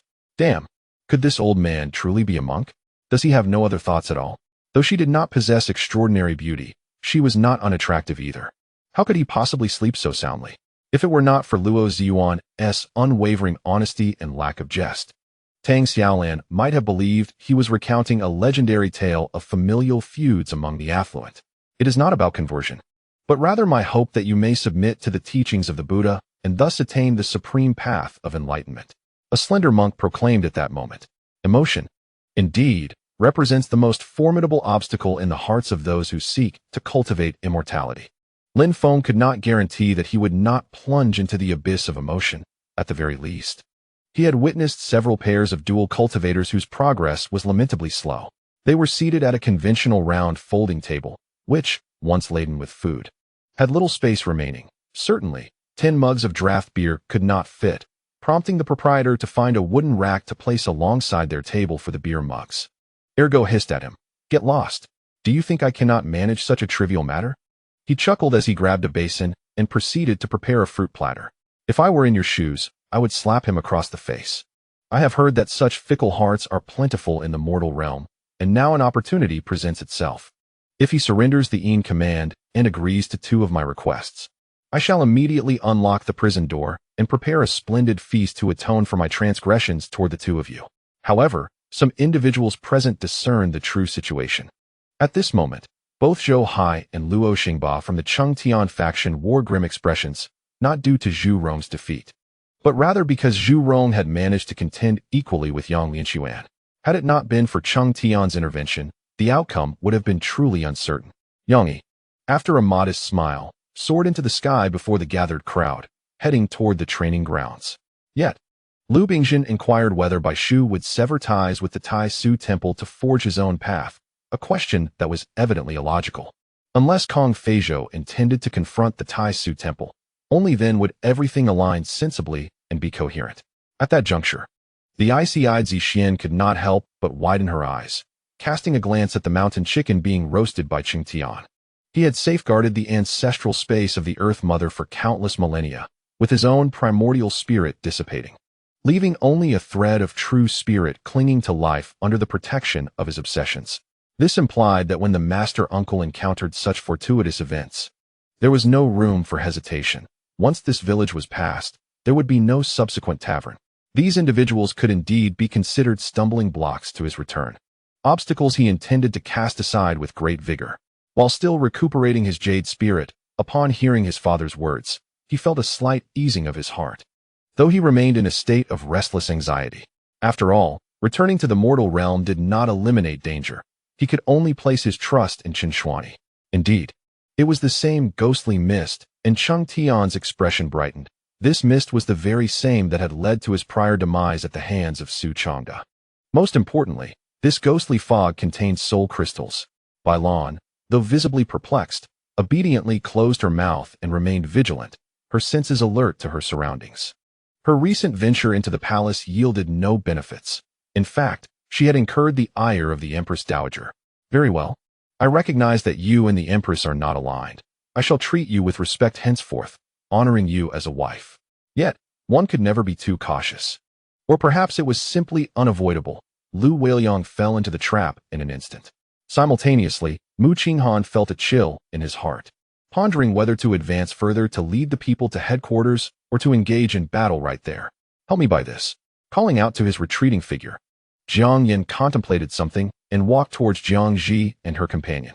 However, two tall silhouettes brushed past, and upon recognizing Shun Wang and Jiang Yan, Song Jinyu instinctively wished to retract her words. He had actually prepared a more lavish gift, yet, being astute and perceptive, he discerned the slight arrogance in Wang Yuqing's demeanor and surmised that presenting an extravagant gift might irk him. Thus, he merely produced a few bottles of floral nectar. In the past, the Qiao family did not intentionally ply wine when interacting with Yun Jietan, yet yesterday, for reasons unknown, the men of the household took turns drinking with him. When Yun Jietan began to feel lightheaded, a sharp sound of shattering porcelain echoed through the air. Volume 1. Chapter 48, Seeking Refuge. Chen Pingan felt a wave of frustration. He understood that in this era, illiteracy was rampant, and rough men like Neodali might not be able to read. Generally, however, the common folk, despite their illiteracy, could still count, as they needed to handle money for purchases, along with various other miscellaneous items. Bai Sin somehow managed to gather enough funds to forge the golden-headed staff, ultimately succeeding in crafting the formidable sword. Moved to tears by the efforts of so many on his behalf, Luda was momentarily speechless. After exchanging hugs with each person, they all went their separate ways. Jiangda nodded, explaining that it was precisely because of this individual that Huyin Zhua was forced to surrender to the bandits. Liang Gong should also be aware that I previously risked my life to ascend Liangshan in an attempt to persuade those bandits to surrender, hoping to earn merit for the imperial court while also wishing to avert a bloody conflict. Seeing Han Liang rush out, Han Luo felt anxious, maneuvering her horse restlessly, prepared to provide assistance at any moment.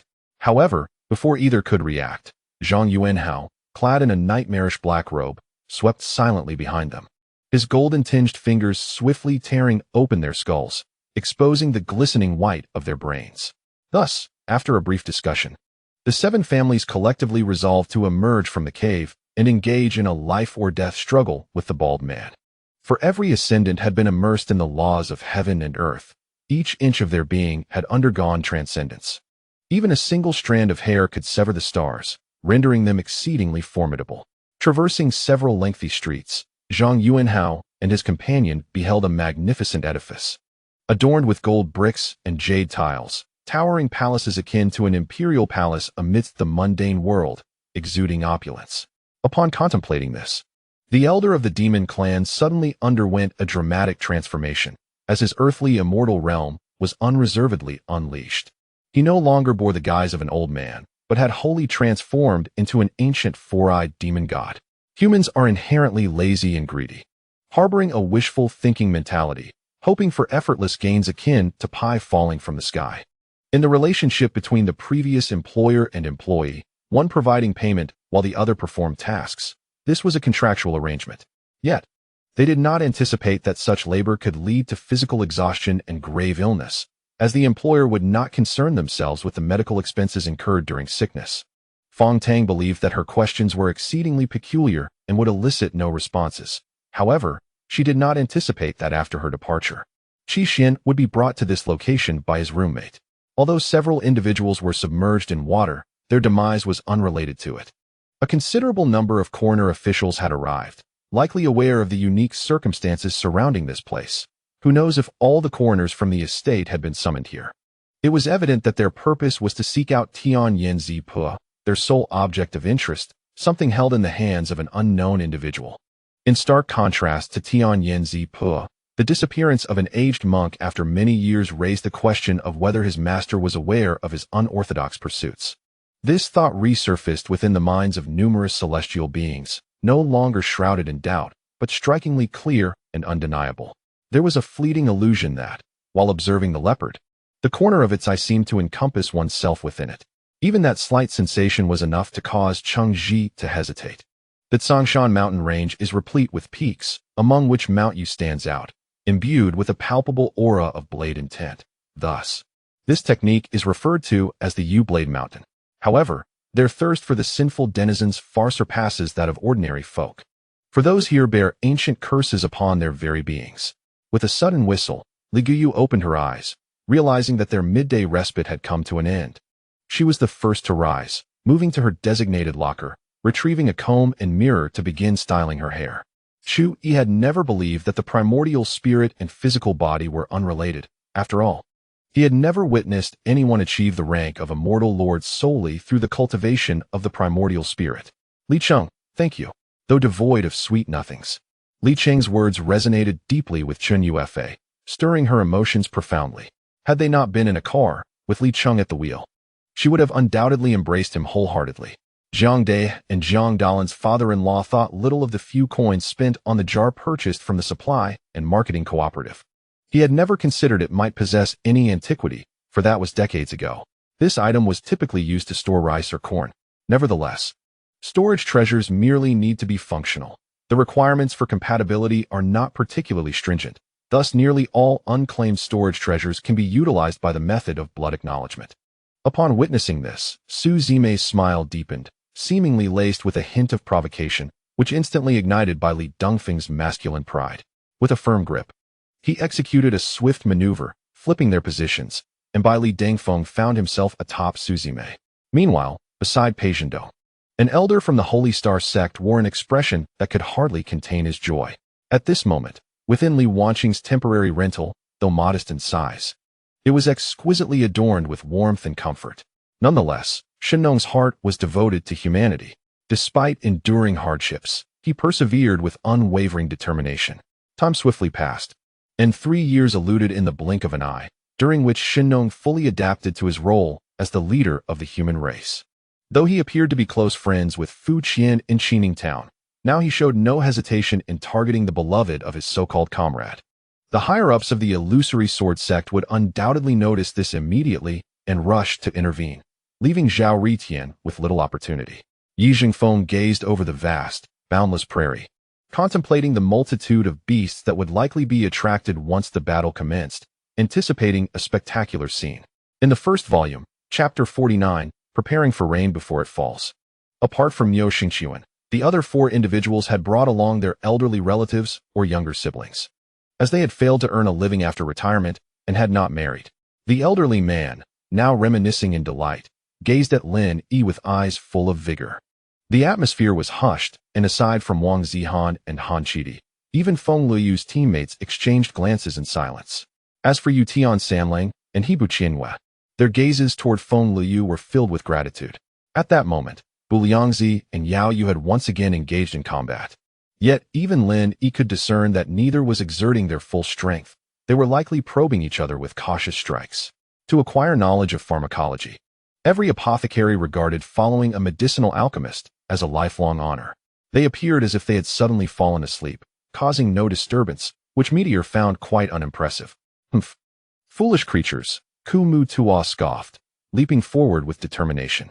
Do you still wish to provoke me? Very well, if you are so eager to know. I shall not enlighten you.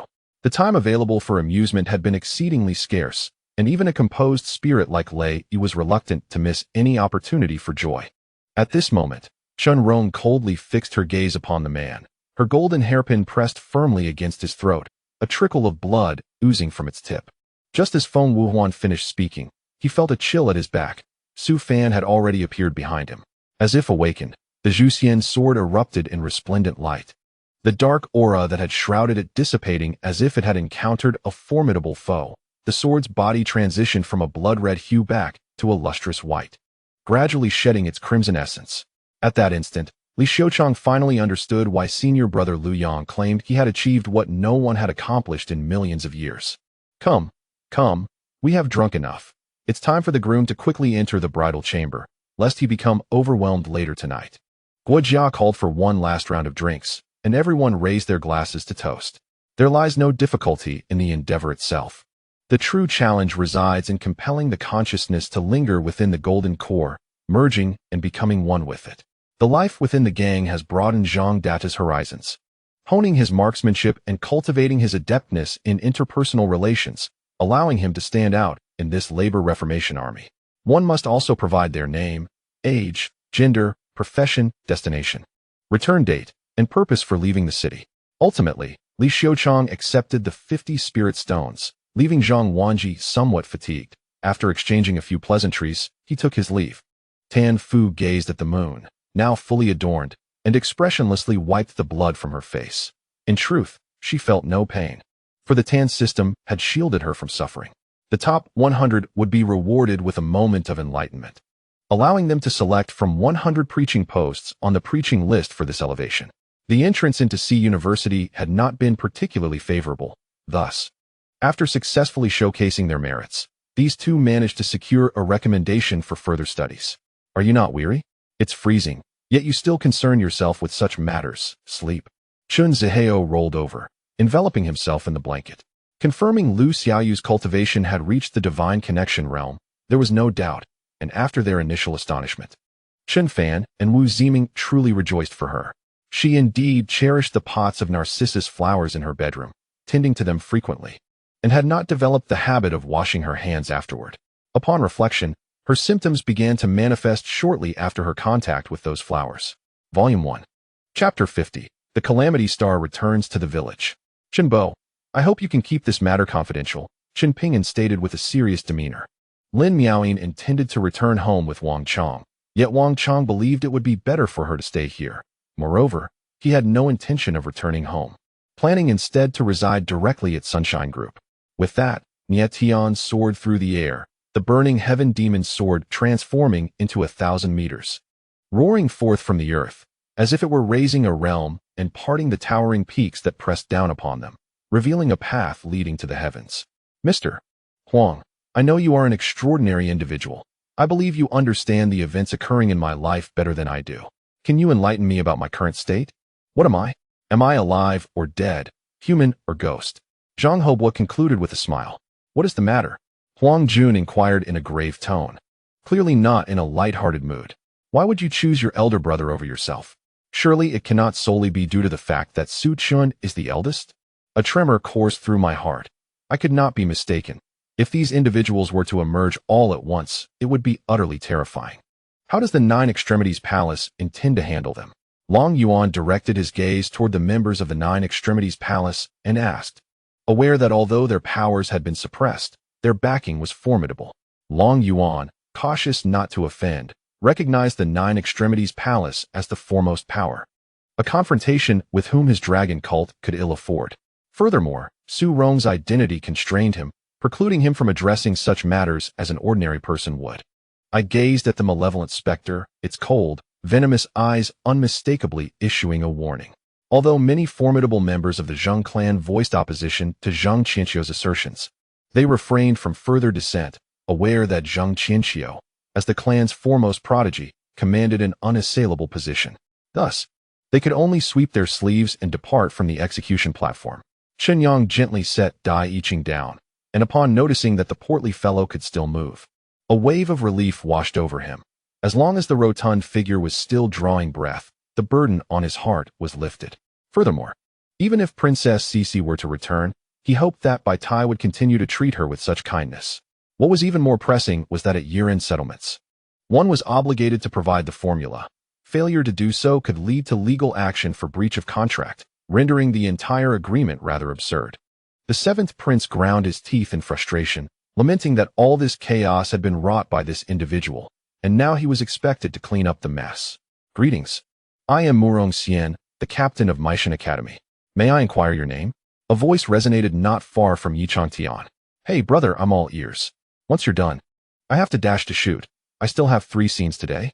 Zhang Bushi complied, knowing that as long as he refrained from taking action, everything could be discussed amicably. Zhang Mingxi reclined in the back seat of a taxi, feigning slumber while his mind raced. After all these years in Chen Yilan's company, he had never had to think so hard. He felt a sense of unwillingness and lingering attachment. Yet what of it? Even if he possessed the world, it would not sway the heart of the beloved maiden. Did any of this hold meaning? He found himself beginning to comprehend the melancholic state of Long Xuanzang, whose beloved had perished. That despair seemed even more harrowing. To illustrate, the painstakingly crafted nutrient blocks he produced would be renamed energy blocks merely upon reaching someone else's lips. He would then have to bear the cost and package them according to their specifications, shipping them as directed, with payments fronted by him, settled every 6 months, requiring inventory checks and reconciliations, all over a 6-month cycle. In the first volume, Chapter 51, Breach of Trust, In Shosho sat at the bedside, her gaze fixed intently on Chen Pingan. She was aware that her husband had indulged in too much dear blood wine that night, and that she was feeling fatigued. "Husband, when will you allow little Juan to keep you company at night?" she inquired earnestly. "Please do," Su Jingru remarked, perceiving the other as an obstruction, adding that such a statement was already a considerable exception for her, who was typically sparse with her words. The dimensional black flame sword cleaved through the air, tearing the fabric of space. Xianyu seemed to sense the painful rending of reality and was forced to shift her stance, halting her side attack on the wind god. Though she could trust her heart, her lips could not so easily express it, for when things come too effortlessly, people tend to lack appreciation. After a moment of curiosity, Qin Lang, perplexed, reached for the red towel, intending to wipe his damp hands clean. Upon hearing this, Ding Yintian appeared somewhat hesitant, as his master held a rather unfavorable view of the Jinwu clan.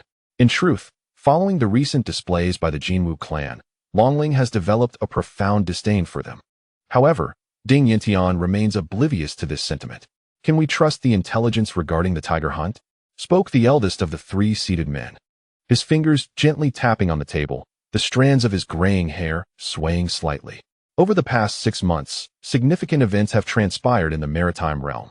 With the assistance of the ancient dragon, Zhonghua has decisively vanquished the human alliance in their conflict. Although he has yet to attempt it personally, it would now be a mere effortless leap for Shen Chong, who has already entered the Golden Core stage, to ascend to the 2nd or 3rd floor. Qin Lang cast a glance at his compatriots, tormented by the Arnation. Indeed, their innate talents were extraordinary. In just a brief period, their average combat power has astonishingly reached around 6,000, a rate of progress that is truly terrifying. Ordinarily, a million-level bounty task at the Luoxian realm would require at least half a month and is exceedingly perilous. A single misstep could lead to dire consequences. Ningyu, meanwhile, piloted the spacecraft to the Bamboo Sea, assessing dangers while scouting for a suitable landing zone, ensuring there was a place to hover for emergencies, to evacuate personnel if needed. Her true concern was that the corpulent man might misconstrue her intentions as a power grab from Jingjing. In her heart, the only individuals capable of safeguarding her in this foreign land, apart from the base supervisor Hulong, were this very man beside her. Otherwise, the symptoms observed above could very well manifest within her, potentially leading to severe repercussions. Upon hearing the words, Wei Jie felt a jolt of apprehension. Following Ho Liangxing's gesture, he turned his gaze towards the great river, and his heart trembled as he beheld a fleet of vessels emerging on the water's surface. Judging by their flags, they belonged to both the Jingzhou naval forces and the Dajiang gang. "If you refuse to comply, we shall take our leave immediately," another peak expert stepped forward, smiling as he addressed Xiangyu. It is important to note that while Chu Yin is regarded as a top-tier genius in the outer realm, he pales in comparison to the prodigies of the Shifeng Star Domain and the Star List. A few tanks could effortlessly accomplish any task. However, for the tank brigade, the greatest threat did not stem from the mission itself, but rather from the various factions, including the military, within the Luo Gate. Obtaining a selfie of the moon goddess Chang'e, even in the most conservative depiction revealing her exquisite beauty, would be highly coveted. Many matters cannot be contemplated too deeply, and one must be capable of bearing the consequences. Otherwise, one might risk spiraling into despair. Indeed, akin to the situation in Anhuang City, the members of the Yin-Yang Divine Sect and the Black Blood Temple exhibit similar circumstances. Their cultivation is commendable, yet their actual combat prowess falls significantly short of their counterparts from the Central Sky Continent.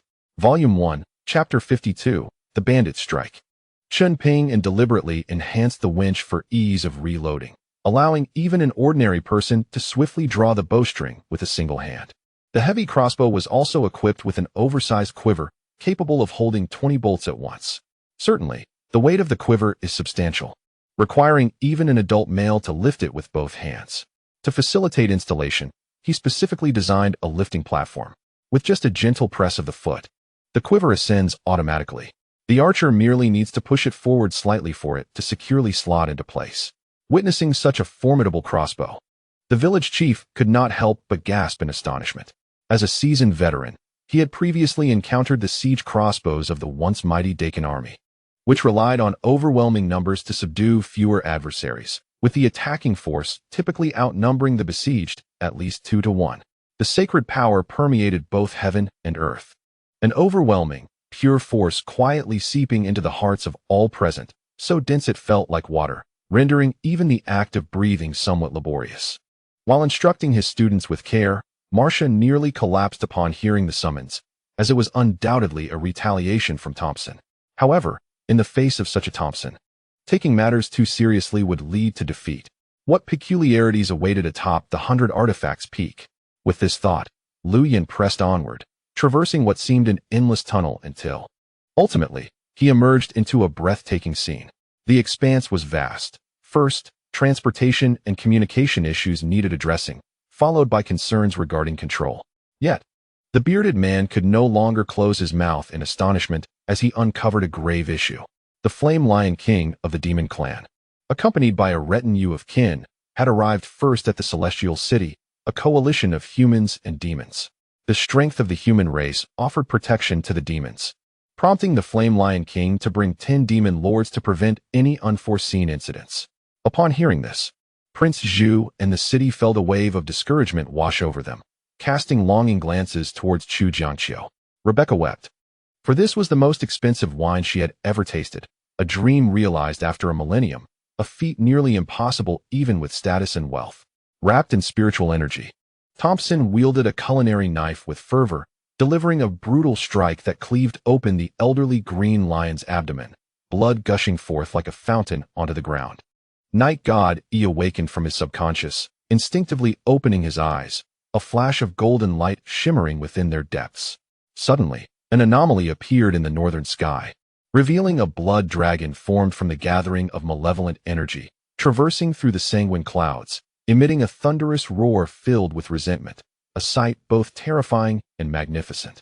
Due to the proximity of the street trees, each had grown so large that they nearly crowded one another, leaving little room for passage.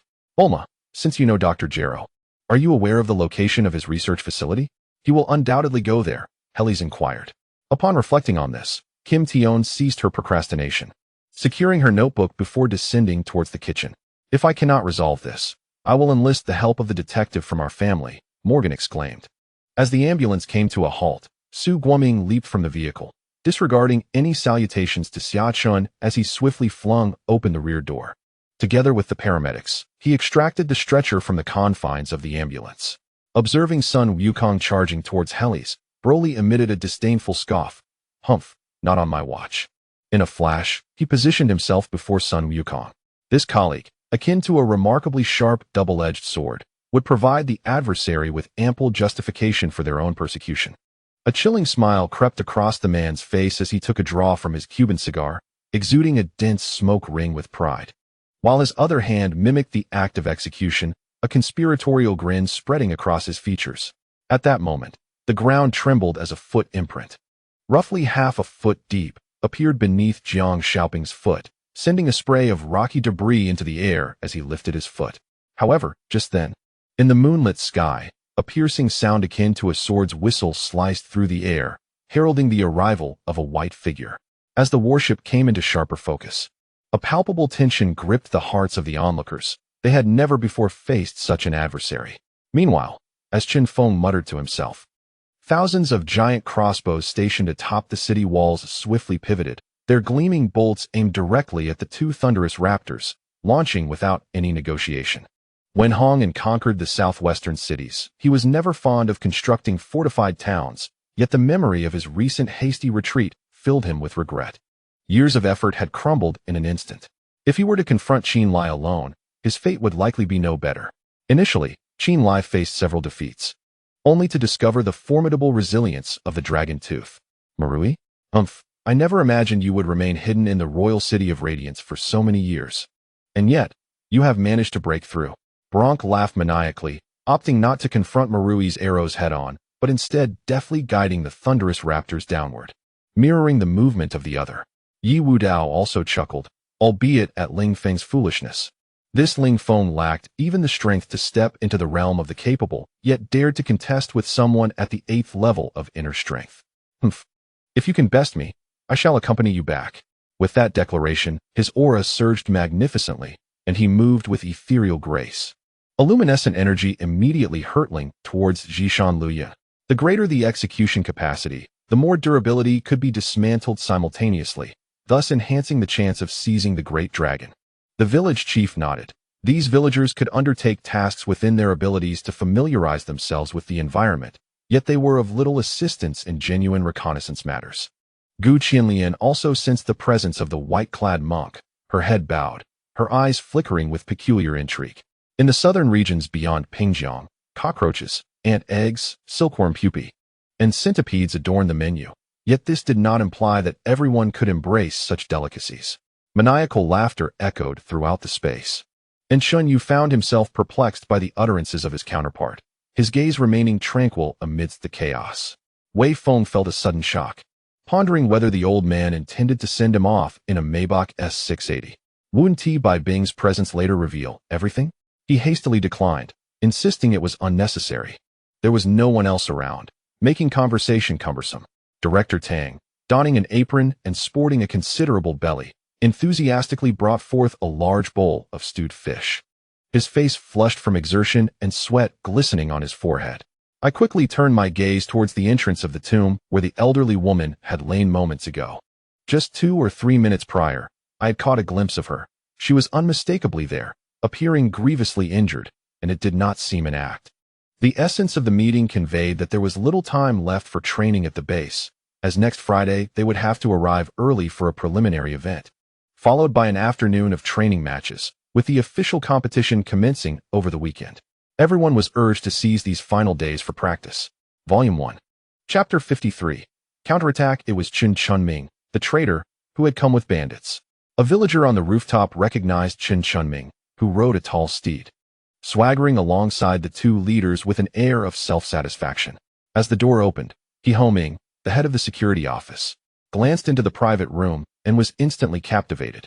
Zhong Yusin's eyes widened in disbelief, his pupils nearly bulging, as heavy breaths escaped between his lips.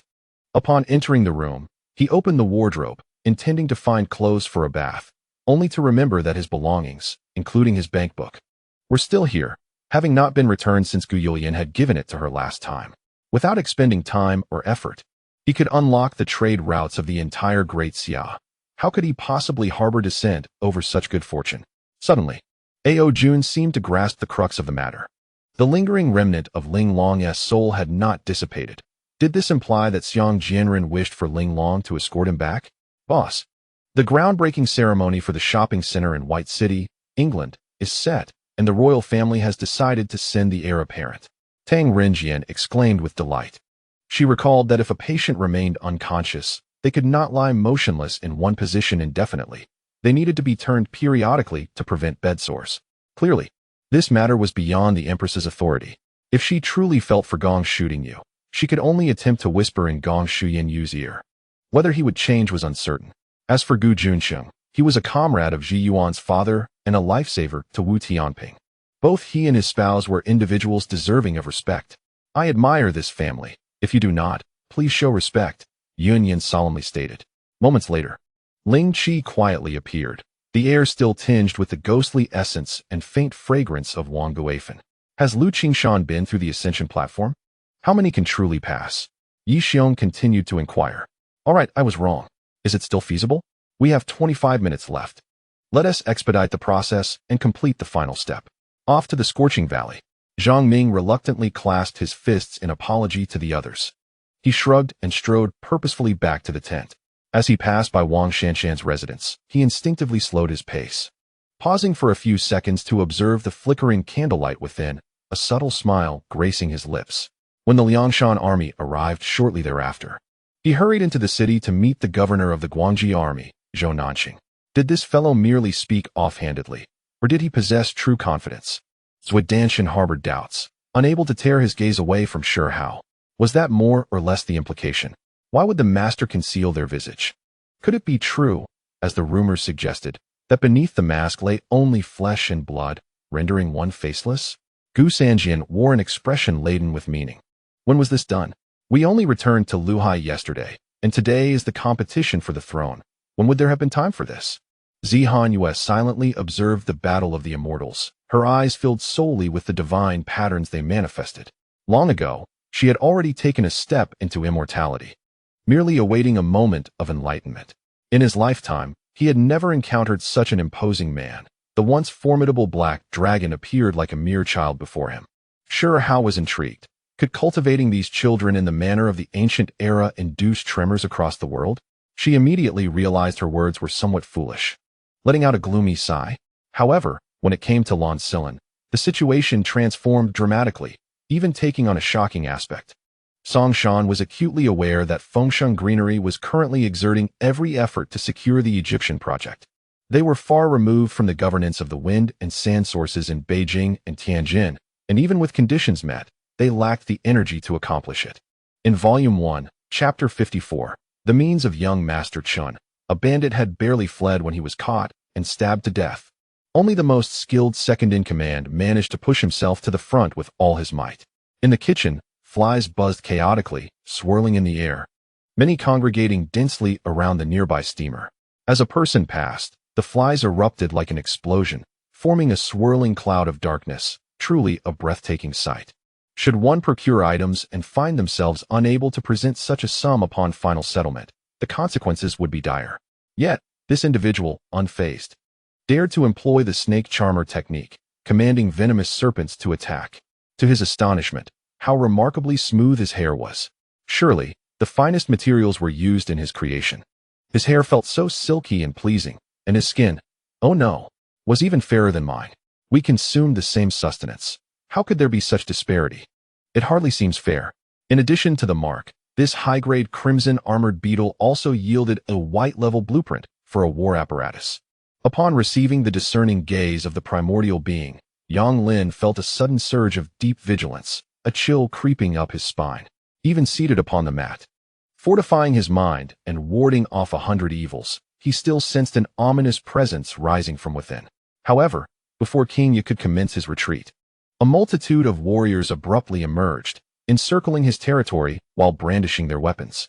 On the latter descending from the walls of Lanmu, King Yi listened to the resounding chants echoing in his ears, reflecting on the scene he had just witnessed, and a flicker of existential doubt crept into his heart. The critical local television stations, in their relentless pursuit of profit, exhibited a flagrant disregard for ethics, inundating viewers with advertisements to a staggering degree. There is an adage that aptly describes the situation. It is akin to interrupting a drama with incessant commercials, a statement that, in the context of television stations during the 1990s, is far from hyperbolic and serves as an objective characterization of that era's broadcasting landscape. Since his return from the culmination of the celestial evolution, Yang Jingjian had been engaged in external training, having not made an appearance even during the great upheaval in the ancient divine city or the establishment of the Sui dynasty. Now, it has been over 4 years since his departure. Have you encountered significant issues in your relationship with Li Yinglu? Tenghua, relieved by his willingness to speak, discreetly sighed in relief, marveling at the unexpected efficacy of Qin Song's provoking strategy. The Grand Elder and the Second Elder, prominent figures among the 10 elders of the Yang family, spoke with authority, indicating that at least 7 elders supported their statements, as their power and influence were immensely significant.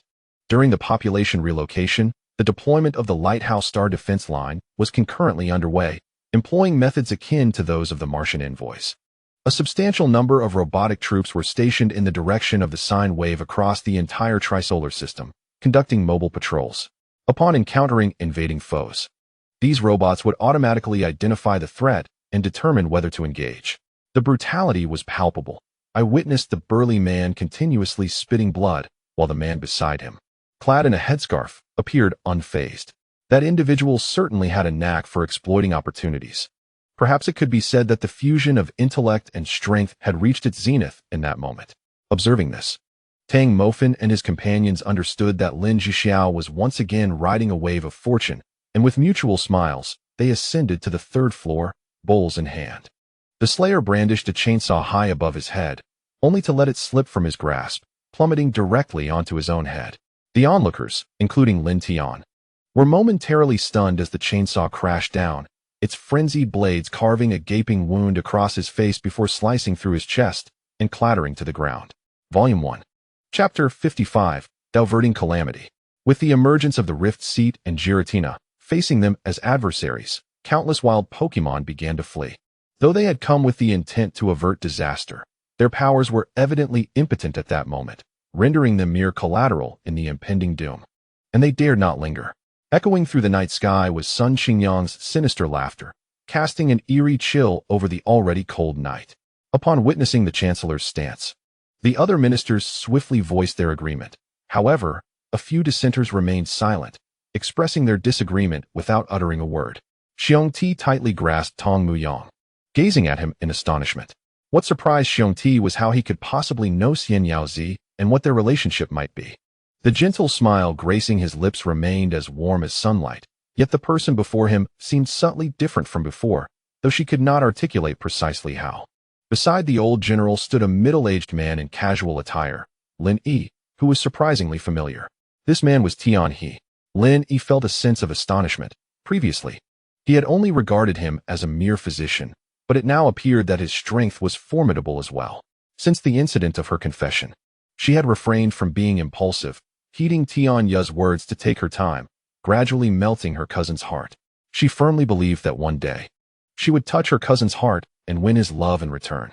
Indeed, with the sound of clanging, Lin Yi's pupils dilated as he wielded his spear vigorously, sweeping aside numerous golden rays. Nevertheless, he still bore many wounds, and the intense pain nearly compelled him to cry out. At that moment, Xiongti began to regain some sensation, attempting to sit up and slowly channeling her inner energy. After a brief period, she could stand and walk. Strolling about the peak of Yunhen, she noticed many disciples observing this newcomer who had been on the mountain for less than a month. Several disciples even took the initiative to greet Lin Yi, who responded with nods and smiles. The deputy of the mid-level regiment, witnessing the veteran being kicked down, felt a spark of hope, struggling to rise and vehemently cursing at the laborer. "Do you truly believe we would grant you such an opportunity?" The figure in the black robe spoke in a calm tone. The princess of the Tian Huang demon clan turned to face Yi Feng, who was half kneeling on the ground, and it was evident how arduous it was for him to withstand the pressure exerted by the fifth elder. This young man was eloquent, his boastful words ringing loudly. Yet despite his age, he possessed clear and bright eyes. Had it not been for this, she might not have agreed to keep him. Through the blurred glass window, Wang Bao witnessed a scene that would forever be etched in his memory. However, she now harbored no hostility towards it, recognizing that this monkey genuinely wished to assist them. Suddenly, for reasons unknown, a sense of trepidation surged within Shun Mengyao, as if she had committed a grave error.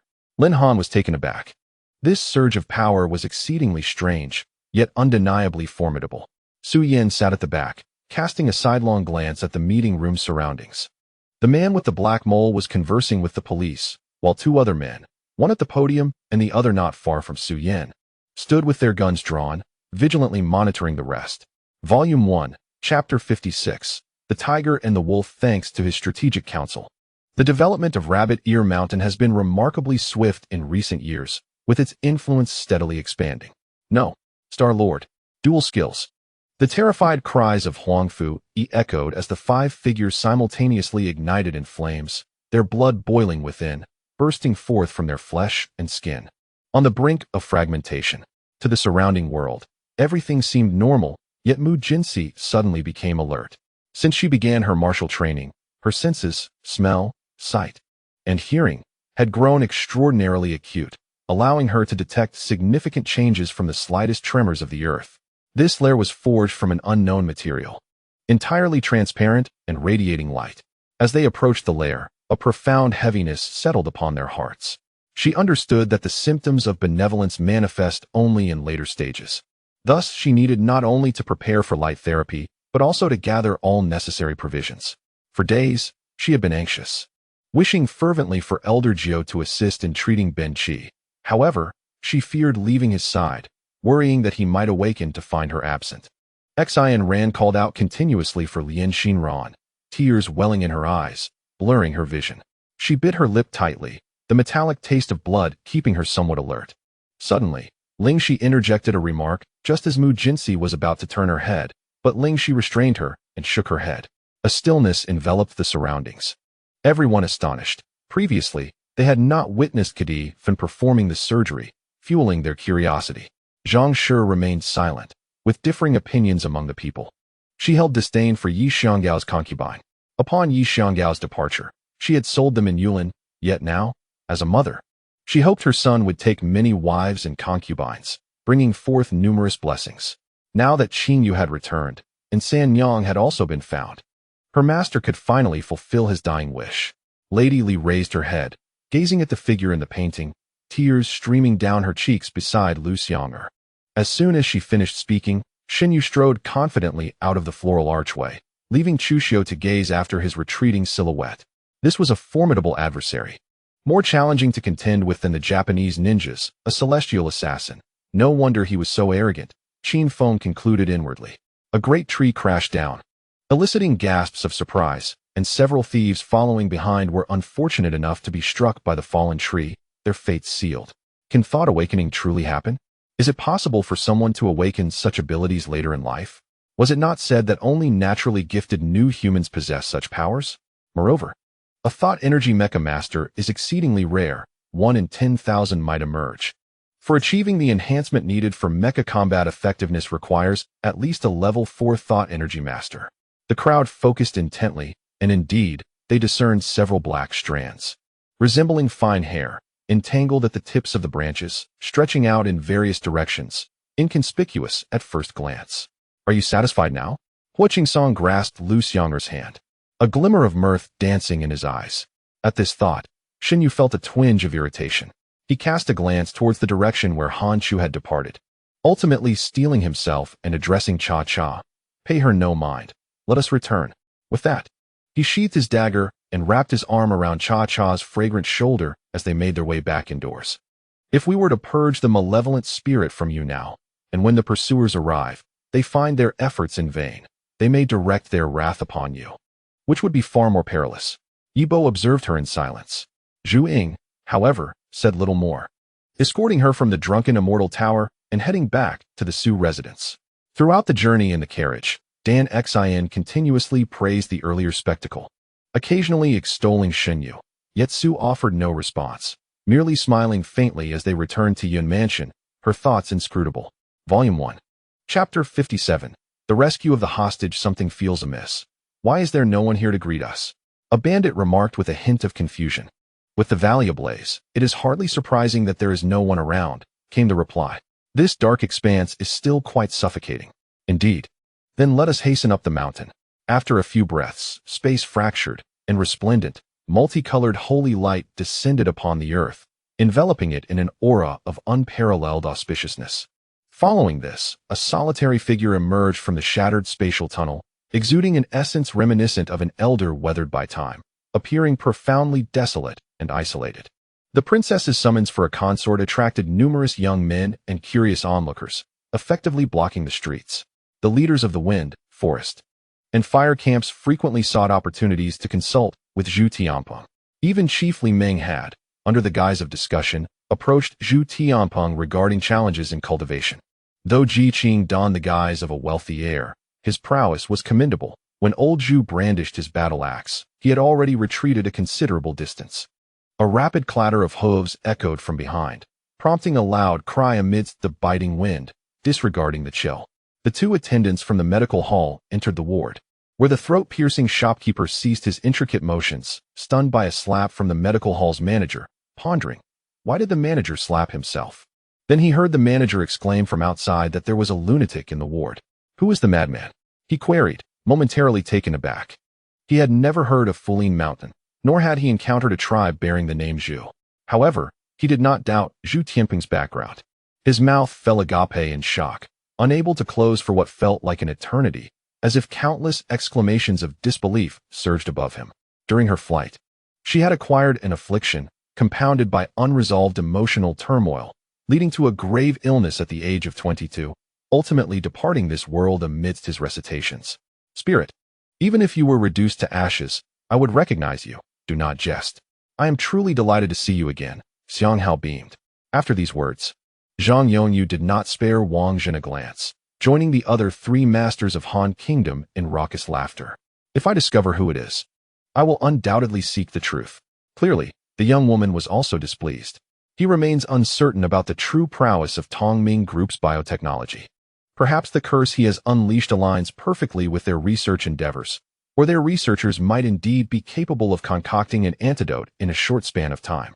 Thus, in the absence of clarity regarding the enemy's strength, it is prudent to rely on his most adept skills.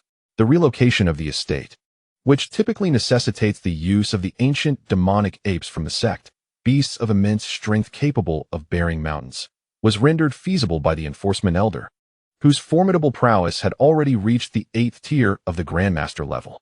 With such overwhelming spiritual energy, he effortlessly utilized supreme divine techniques to accomplish the task, simplifying numerous complexities. The snails, indeed, are artificially bred. They thrive by consuming the green mold on corpses, continuously increasing in value. Yet, I still cannot fathom their ultimate purpose.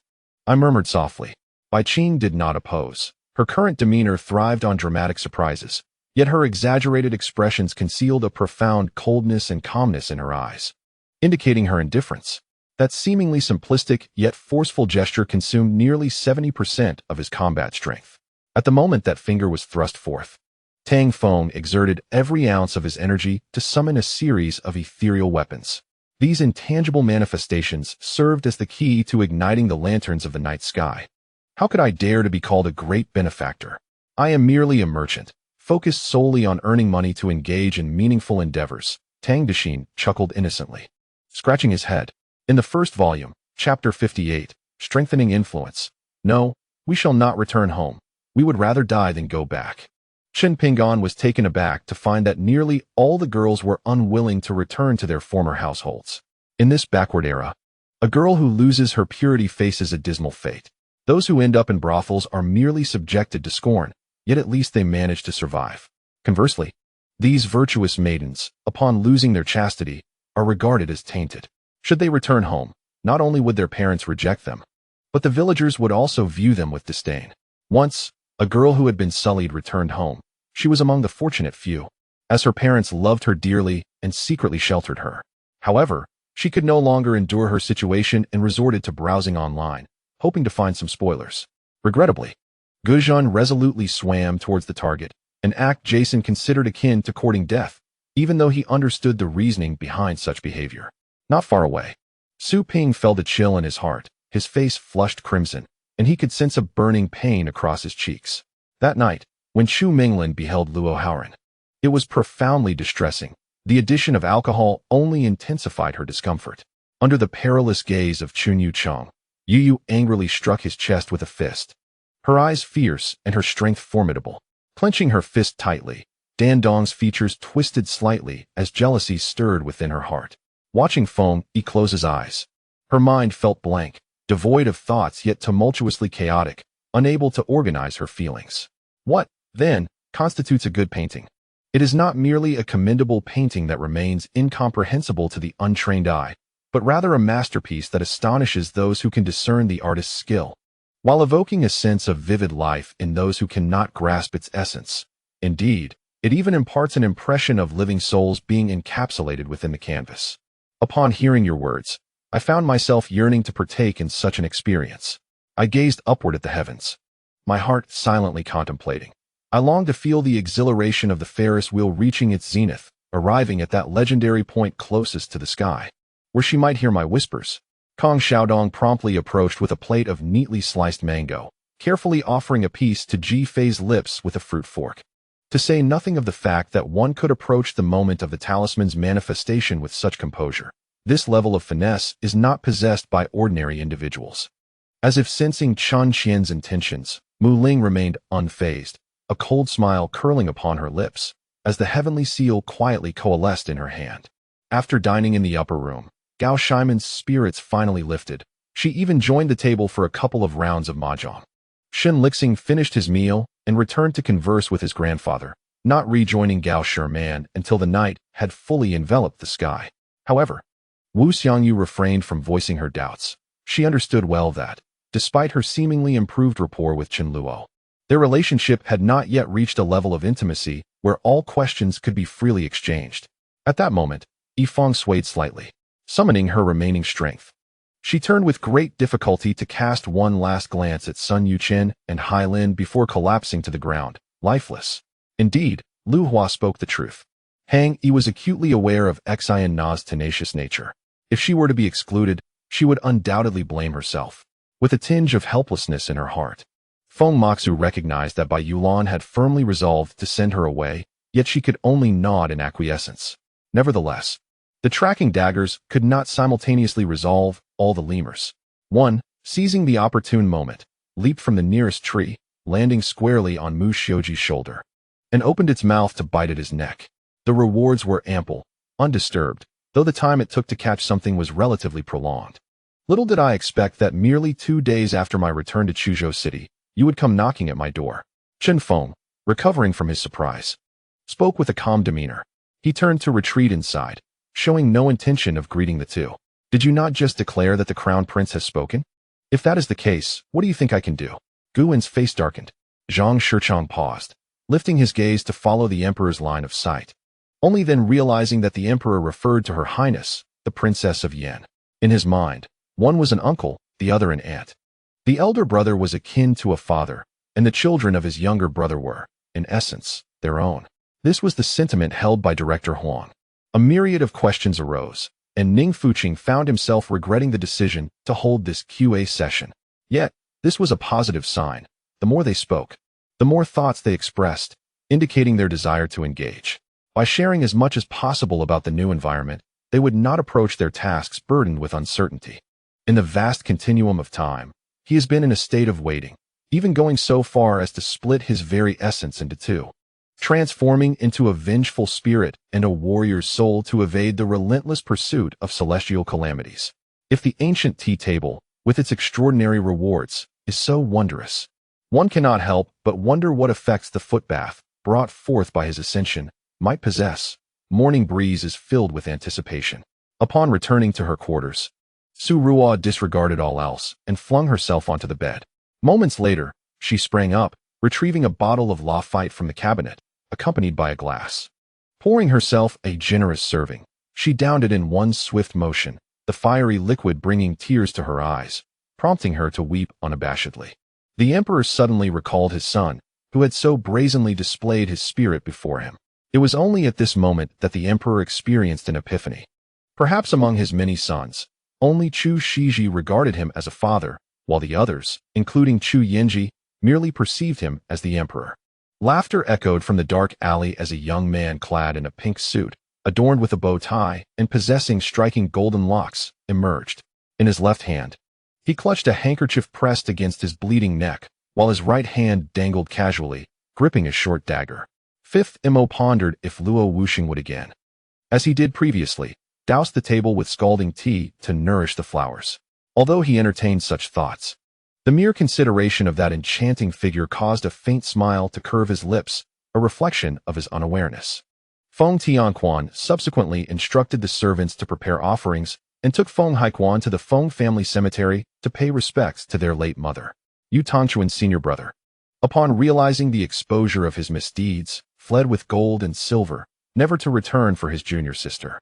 Meanwhile, Bai Bohan uncovered the affair, subjecting Yu Tangchun to relentless torment from several servants, marring her visage. Is there anything I can assist you with?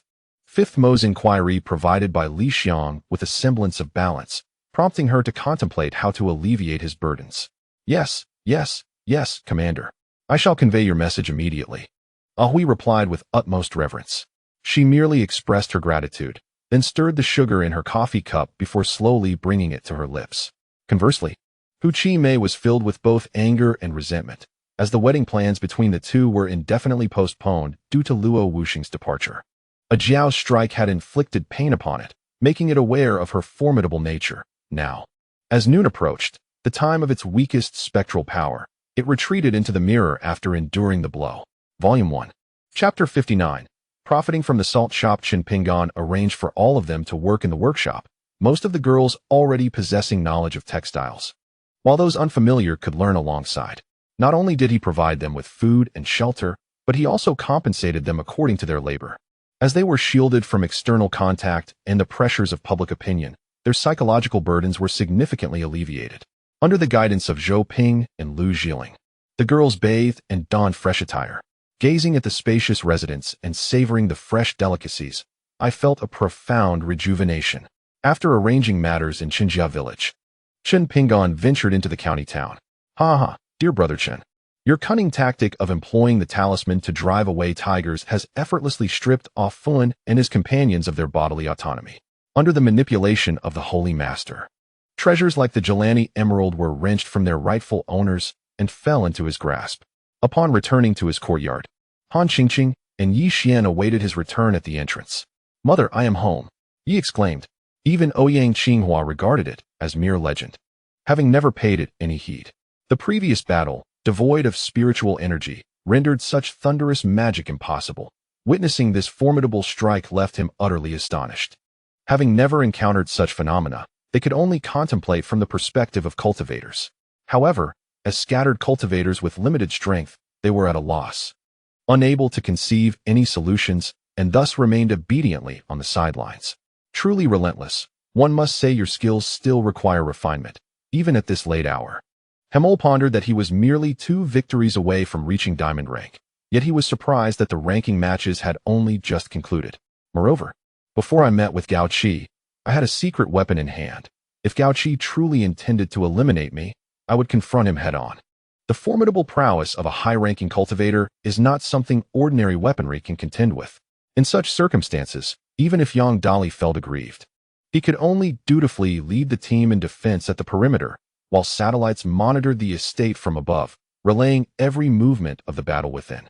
Upon seeing someone escape, over a dozen heavy sniper rifles were readied. The 9-striped tiger slowly advanced into the woods, now in disarray, with several trees uprooted and discarded aside. Nearby, towering pines lay in splintered ruin. As the 9-striped tiger traversed the scattered branches, it pressed forward, suddenly noticing something stirring in the depths of the forest. Her actions instantly alerted me to the presence of another, and at the moment she spoke, Schweder sprang into action with remarkable speed. I initially thought she had overheard Su Qingqing's words and was attempting to flee, but fearing she could not outpace Schwer, I hastily squeezed into the crevice between the stones. My expression shifted dramatically as I shouted vehemently, declaring that they could not take my jade away, asserting that Zhou Dingtian could not treat me thus. After all, I had saved Maoshan on 2 occasions. Should word spread of such mistreatment towards a benefactor, the people of Maoshan would find themselves without a foothold. Could it be that the path I had traversed was indeed the same? Xin Qiansan found it hard to believe that such a coincidence could exist. Casting a glance at Dao Go, I noted that he had reached mid-stage foundation establishment. To ordinary folk, such a cultivation level would be akin to that of a celestial being. During our meal, Bai Qi circulated around the tables, raising his cup in toasts. For immortals, consuming vast quantities of alcohol posed no concern, as they could effortlessly evaporate the alcohol from their systems. However, after a full 10 minutes had elapsed, he still found nothing of value, yielding not even the slightest reward. The deeper one delved into the combat zone, the more formidable the attacks and targets encountered became. Danger and opportunity were inextricably linked, and the suitability of one's position for accumulating scores depended entirely upon the capabilities of the ship girls. Although no blood was shed, Lu Qingshi let out a cry of agony, his form visibly fading, clearly indicating his severe injuries. Yet, the pressing question remained unanswered, as all the beasts involved in the refinement of the witch's blood had perished, leaving behind a scene of utter devastation. In the realm of medicine, most cancers, once they reach advanced stages, seldom have a curative outcome. Should such a case arise, it would indeed be a miracle. He, Li Kuan and Shirtu chuckled, for they had never witnessed Yi Xian's embarrassment and unease. Seeing it now, their spirits were quite lifted. For the Lin family, the explosion of the tunnel below was mistaken for an earthquake. At that moment, he Dashan, accompanied by a dozen brothers, stealthily descended the mountain to launch a fierce assault on the enemies by the riverbank. Yu Yan, intrigued, marveled silently at the unparalleled craftsmanship of his master, wondering what kind of existence the Qingfeng gang truly represented. Simultaneously, he found himself increasingly looking forward to the upcoming auction. Yu Yanglin's gaze sharpened as he refined his Dao heart once more, unwittingly resonating with the celestial will, as if his very being harmonized with the essence of the heavens. The 3 of us recognize your prowess, yet others may not be as aware. I am curious to see how you will navigate this, thought Liang Zhongmin with a smirk. Although the old ancestor of Meishan was a true master of the true void realm, almost mythologized, before Yu Yanglin, he appeared as an ordinary elder, revealing his genuine nature without a hint of pretense. So, are there magical beasts nearby? Or perhaps a spider? Yi Yanqing inquired, stepping back. Only one remains. Yi Yanqing fixed his gaze on the dark-skinned man. Sword Sovereign, I am a man of my word. Once spoken, it is as binding as a horse-drawn chariot. Even if Ling Xian, the Star Master, finds satisfaction with me, I shall not betray my promise. I ask for your permission to duel with Murong Yang, Han Bing declared. This staff was not merely for show. It was of a higher caliber than the Grand Elder Mo Ju's great sword. Upon seeing it, Elder Mo Tian and Elder Mo Sha exchanged glances, having reached a conclusion regarding Ouyang Hongma's identity. Chen Junyi could not see, but through the sound waves. He widened his eyes in astonishment, for he beheld towering trees and an entire forest, recalling how he had just been traversing the sandy roads. What must I do to save her? Yi Lingchen spoke, resembling a helpless child in that moment. Volume 1, Chapter 60, Salt Field Site Selection. The county office had only approved one permit, thus only one salt shop could be opened, yet there were no stipulations regarding the scale of this establishment. Thus, Chen Pingan decided to establish an extraordinarily large salt shop, its area surpassing that of other salt stores by 5-fold. Look, whose mansion is this that has found its way onto the street? The salt shop was temporarily closed for renovations, employing renowned local craftsmen, and naturally, the costs were exorbitant. During the Dekong era, the emphasis was on grand residences, with affluent families concealing their estates within alleys, while only commercial establishments were erected along the bustling streets. The opulence of the renovations led some to mistakenly believe that a mansion was being restored. Surely not. It resembles a shop, an elderly gentleman mused as he walked, nodding in contemplation. The onlookers, perplexed by his thoughts, assumed that the esteemed old dean was pondering profound matters, evoking an impression of depth, despite their ignorance of the actual subject. Just wait. I shall adjust my mindset and seize the opportunity to eliminate Sun Wukong, Zhu Beiji declared with unwavering conviction. This year, the venerable matriarch of the Zhu family had surpassed 60 years of age, reaching a stage of understanding one's fate. She was quite taken by the renown of Yu Yao. Naturally, had the matriarch been in the capital, Yu Yao would have had no choice but to oblige, yet she expressed her reluctance to endure the upheaval of travel, preferring instead for Yu Yao to return to her hometown to paint for her. In the tranquil night, the crescent moon cast a delicate silver light, weaving a gossamer veil across a meticulously crafted courtyard. However, after a whirlwind of activity, Lu Yiwei's deliberately slowed next utterance caused her actions to freeze entirely. Once the tea was served, Luo Mingzhu observed Yu Yao with great curiosity. The maid beside Luo Mingzhu inquired, "Why does Miss Lian use plain water? Is it possible that she has no tea leaves?" She noted that the Zhu family treated Yu Yao well, and it seemed improbable they would deprive her of tea. The originally clear scene was shrouded in a misty layer, reflecting a pair of silhouettes, his, solely his. Yet those figures appeared so ethereal.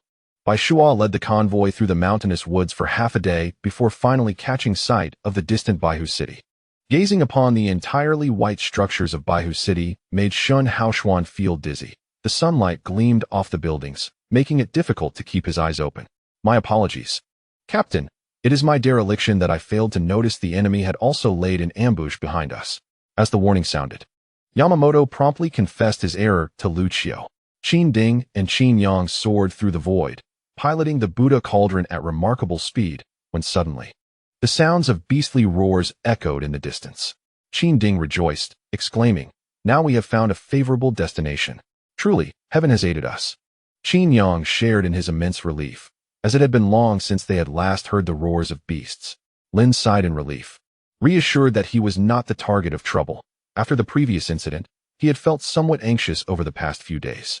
Grabbing 2 bags of trash, he sheepishly made his exit. Wu Hao remained unaware of the relationship between Bai Shui and Zhao Xiaoqing, yet the magnitude of her reaction startled him considerably. Could it be that Bai Shui was a villain? However, the circumstances surrounding the birth of this child are utterly astonishing, and the peculiar appearance of the child suggests that he may indeed be extraordinary in the future. "Do you think we should keep him?" the old village chief inquired once more. In the classroom, there was but one individual, sipping milk and nibbling on bread. Observing him with an expression akin to that of a spectator at a performance, which ignited a flicker of annoyance within him. Yet what could he do? He could only sulk as he plopped down onto a chair, his visage rife with despair. At long last, his son had grown up, finally establishing a home like all the other children in the village.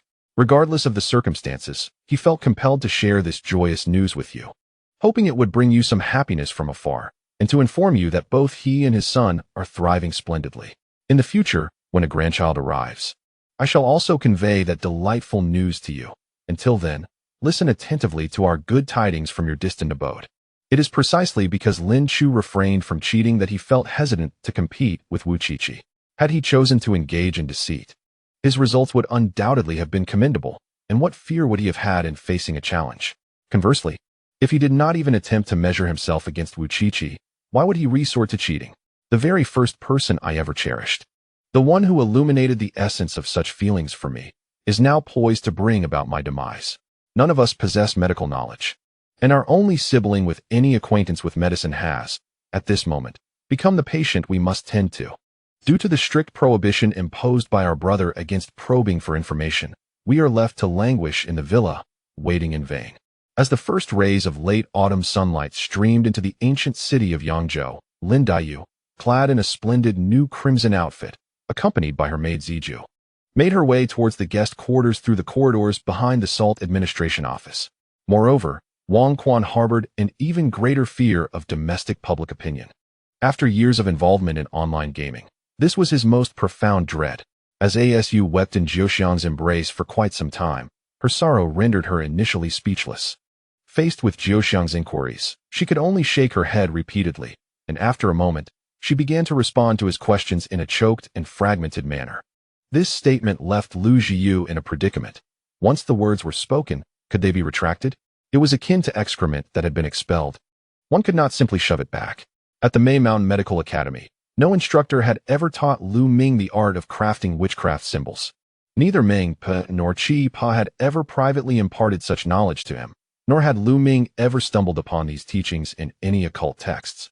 Meizhuang is situated at the base of West Lake, though it is essential to clarify that this base is not to be confused with another, but rather refers to the downstream banks of West Lake.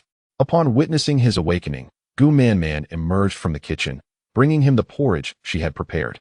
Qi Changfeng obediently consumed the bowl of plain porridge, and at long last, his body, having gone a day without sustenance, began to regain its vitality. After the Red Ribbon's army had reorganized, they resumed their journey. The clouds shrouding Penglai created an ethereal atmosphere. The landscape along the way was enchanting and worthy of exploration. However, Fu Sheng found himself devoid of such leisure, frequently glancing at his father, whose countenance bore a pallor of discomfort, burdened by unspoken worries. Outsiders may remain unaware, yet those within the pharmaceutical circles, such as Yushang and several others, are cognizant that there exist ailments so perilous that even the seasoned matriarchs of the medicine halls are rendered powerless in their treatment. Nevertheless, Lu Ming, through profound contemplation, has devised a method for their cure. In the first volume, Chapter 61, entitled Establishing an Industrial Town, the notion of frugality should be cast aside. For those who have long resided here, this place has become a second home, and if they find it suitable, they are welcome to bring their families. Chen Pingan had long contemplated that operating a salt field is no trivial endeavor. As the scale of operations expands, the demand for labor will be exceedingly high. Eventually, not only will they require manpower, but also a degree of protective capability, as the substantial financial stakes may attract unscrupulous individuals. Hence, his vision is to transform this area into a brand new industrial village, or perhaps even a full-fledged industrial town. Since our young master has spoken, let us commence the construction of houses. After all, the salt field has yet to be established. Under Luo Yi's guidance, the patriarch of Luo family village, Gan Zhao, suddenly knelt at the feet of King Wu, respectfully bowing his head until his forehead nearly touched the king's toes. You take advantage of your position, which is utterly excessive, an elderly yet robust black man exclaimed, pointing a finger at Lu Laoda in reproach. Suit yourself. This place has already fallen under your control, Kalita remarked, spreading his hands in resignation. Luo Mingxian adjusted in Ruyu's position, administering medication to induce hypnosis in order to clarify her own doubts. Very well, you may speak with her. I shall fetch you a glass of water, Li Shui shrugged, subsequently instructing 2 guards to position Long Zimeji's sickbed closely next to Lei's. By the way, my brother, where are you headed? This is Puni Air. The driver had already reduced the vehicle's speed to somewhere between 30 and 50. Logan called out to Annie in a state of urgency, but she seemed oblivious, swiftly disappearing down the corridor. Shuelu Jia was inspecting the troops, while Ning Baoguan and Gan Zhao engaged in animated conversation across a table. Several Japanese men spat on the ground and swaggered into the medical hall. He was not skilled in the art of political maneuvering, nor did he take pleasure in torturing himself to decipher the thoughts of others. The serene and warm scene before him filled his heart with joy, as if blossoming flowers, prompting him to lightly rap on the door. Bai Xian also returned to his homeland by plane, initially intending to bring Meng Qi for a holiday while simultaneously discussing business. There's no need. Although we are all in the capital, we have never met. This serendipitous occasion brings us together, and that is fate. Meanwhile, Su Man, who lingered in a store, patted her chest, letting out a long breath, finally convincing Rong Yu of her sincerity. Shen Zue, on this occasion, did not intervene. Even when a hand reached out towards her, not a single word was uttered. She hurriedly prepared a bowl of seafood noodles for the fastidious Ouyang Wuxiao, serving him his meal before taking a bath, changing into fresh attire, and then dialing Nangong Yuan. Shen Zue found herself trembling under the intense gaze of the man's deep, dark eyes. Lowering her head, she focused on the medical report in her hands and gently inquired. Throughout her studies, she often faced bullying due to Mu Yan's indulgence, and upon entering society, misfortune seemed to plague her at every turn. Thus, her life reached an abrupt conclusion. The experiences of her early years had faded from her memory. Suddenly, Yin Qingyi opened his eyes. I trust the prince, Qing Feng declared, turning on his heel and mounting his horse, urging it towards the imperial palace at a swift pace. A mouthful of fresh blood erupted from Xiao Ye's lips as a sharp tail pierced his back, writhing violently and tearing away flesh mixed with blood. The subsequent forces of the fallen were unable to breach the solitary city, as the vanguard unit effortlessly dispatched the fallen soldiers within the walls, forming an assault phalanx that advanced while disregarding the enemy's attacks. All foes encountered were engulfed in a storm of explosive projectiles of various attributes. On the terrace, 2 men clad in thin garments appeared unfazed by the chill of the wind. After all, Chu Yunxi could not explain to them that her presence here was merely to await a feast of crabs and prawns. Could she? Qing Air, stay close to me. And do not act recklessly. A distant voice resonated in Meng Qingga and the other 2's ears. Wang Zeping turned his gaze towards a young man, brimming with vigor, whose bright eyes reflected his abundant energy. Reflecting on past circumstances, he recalled how his phone rarely rang, and when it did, the calls were trivial. It was during a time of conflict that Zhou Shuhan's father entered the battlefield, leaving Zhou Shuhan and his brothers in the care of the Chu family, where he eventually crossed paths with Chu Yunxi. Now, his strength had significantly increased, yet the adversaries he attracted were even more formidable, leading to consequences beyond his solitary resolution. The mist stretched towards the heavens and met the sea below, resembling an immense wall spanning the ocean, dense and oppressive, exuding an ominous aura, as if colossal claws might tear through the haze at any moment, releasing a demon. Perhaps this exemplifies the greedy yet cowardly aspect of my humanity. I yearn for love, yet I shun vulnerability. Thus, I desire to possess this love dominantly, regardless of the years, even if it be but a fleeting moment of beauty. I wish to remain in this blissful oblivion forever. The officer corps immediately fell silent, yet what had once been a relatively orderly formation soon became scattered. Suddenly, a resounding crash revealed a vast black void in midair. Within, flickering lightning created an atmosphere of dread, and from this pulsating abyss emerged a colossal entity. Yet in Hua Xiang's heart, was not Yu Haoran also the most unfathomable person she had ever encountered? Wu Hai let out a howl akin to that of a foolish pig. The intense pain rendered him incapable of comprehending Zhao Chang's inquiry, let alone formulating a response. He suddenly mused that had Zhao Chang's aim deviated just slightly, the bullet might have struck his forehead instead of his shoulder, sparing him from this torment. As he sighed with melancholy, Tontian Daoist began to calculate the current whereabouts of Xia Xia, deftly manipulating his fingers. However, When the task of Jiao Chengji stealthily advanced to the 8th step, he was promptly invited by Fei to join a voice chat. And he realized that he had been exposed. Gold coins scattered across the ground, yet alas, no trace of equipment could be found. It appeared that even with a high luck value, this creature's drop rate was insufficient to entice anyone. A distinct click echoed from behind Zhao Chong. It was the sound of a handgun's safety being disengaged. Zhao Chong's heart tightened. He had no knowledge of the assailant's identity, but being aimed at with a gun boded ill. In the first volume, Chapter 62, The Strength of Concrete, Meng Hua stepped forward to explain, "Young master, I came here after failing to find you in the village. No matter how many people came this time. Only those well-versed in dark magic could fathom the fierce exchange between Rhineville and a Frankide in that fleeting moment. Although Shirley might possess a significant identity, how could he possibly compare to the young monarch of the Hua Kingdom, Sima Chongkong? If she were to successfully capture Sima Chongkong's heart, Shirley would have no choice but to show utmost reverence before her. Taoyalu, now 70 years old, still appeared youthful compared to the age of at least 500 that was typical in this world. His skin was dark, and he adorned his ears with pendants crafted from bone. Ho Liang recognized Shirley. Seeing Su Zun suffer a setback, he disregarded the unfolding situation and raised a bottle, aiming to strike Shirley on the head. Upon encountering Chu Yu's body, they exaggeratedly screamed, akin to fervent fans in reality. Solalika turned to glance, adjusting her view, only to find nothing extraordinary, merely a pair of ordinary hands. How could they possess such miraculous effects? No problem.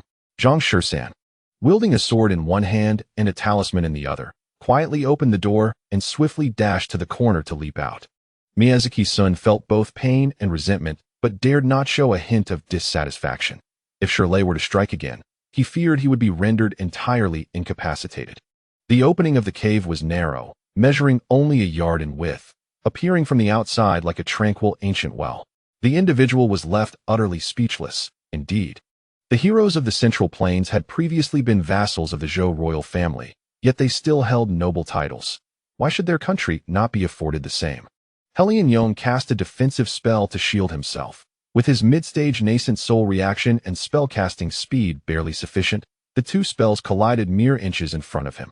Without needing to look, Helian Yong anticipated the outcome of the duel and swiftly retreated. If such a small number of people still dared to recklessly ascend the city, they would merely serve as living targets for those atop the walls to practice their throwing skills. Time was of the essence. Qin Baoxian and Jian Hui accompanied Hong Xian for a brief stroll before escorting her back to her residence to rest. He harbored a multitude of thoughts, a torrent of grievances and sorrows that he longed to share with these erstwhile comrades with whom he had toasted and exchanged pleasantries at banquets and in the business realm, seeking solace through conversation. Although the force of that slap did not claim Tianjizi's life, it left him grievously injured, blood trickling from the corner of his mouth. Cheng Huailiang nearly voiced his thoughts but swallowed them back, ultimately taking his leave, as others followed suit and exited the grand tent. Wasn't he that Zhang Kuan, the illustrious young master? Why had he come to disrupt my gathering today? Chowder recognized Zhang Kuan as well and expressed his displeasure. Is there a ghost? Chun Yun pondered, momentarily taken aback. Could it be one of the spirits from the haunted realm? Yet, how had he failed to perceive this? This is my private secret. Whether you believe it or not is up to you. Xin Su Ran nonchalantly rolled her eyes, disregarding them as she busied herself rummaging through the desks. The moment that radiant light appeared, the entire battlefield quivered as an unseen, bizarre energy surged rapidly from all directions into Chun Shihao's body. How could a dignified prime minister be unable to afford a piece of fine rosewood, evoking such admiration? Of course, this is not absolute, after all. The reason Pokemon are labeled as such is due to their extraordinary nature, yet most of the time, barring unforeseen circumstances, they typically behave as previously described. Along the journey, the wind and sand lashed against their faces painfully, yet in their hearts, every survivor of the Jinzi camp felt as warm as the blazing sun on a summer day. Volume 1, Chapter 63, The Sedimentation of Legal Salt. Alas, still unwilling to believe in the supernatural, he adjusted his stance, transitioning from a horse stance to a bow stance, leaning forward as he exerted force with both hands in a vigorous push. Rather than being a mere coincidence, it felt as though some unseen hand was deliberately orchestrating events behind the scenes. Through the sheer veil, her features were obscured, Yet Gao Xiaorong's voice was gentle and amiable. As their conversation unfolded, Yuan Sun found himself envisioning her as his mother, pouring out his grievances and fears to her. However, before she could retract her hand, the regent seized her wrist, twisting it painfully, causing her to involuntarily jump in distress. After dinner, Ning Lu chose to remain with the others to assist Sheng Shi in attempting to awaken his memories. After it proved futile, she resolved to return home. Bai Qi Ling cast a serious glance at the security captain, her expression grave. She held a debt of gratitude towards him, having funded the treatment for his wife's illness. And she trusted in his character. Thus, in Bai Qi Ling's eyes, he was akin to a confidant, and while she did not conceal certain matters from him, she also chose to tread lightly. 5 years ago, a man once challenged the master of Black Ming Island to a duel. An event that I believe everyone present has heard of, Su Ning Lu inquired gently. She remembered him, a brilliant student from the University of Washington's law department, remarkably talented, whom she met during her volunteer work. Feng Miao understood his concerns.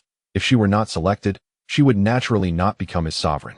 As soon as Yao Fuchuan departed, Feng Miao promptly instructed someone to prepare hot water for bathing and sent Rindong to fetch the customary cosmetics. Feng Miao attempted to open her eyes, but her eyelids felt as heavy as lead, resisting any effort to lift them. A broad hand parted her hair, resting on her damp forehead. As she moved her fingers, Qin Lan could not refrain from poking at Dongfang Yusho to clarify whether the words spoken by Li Shilang were indeed true, and if so, to whom he belonged as a cherished companion. Suddenly, a mirror-like object materialized behind Xiong Weitian, who gracefully leapt backward and vanished into the mirror.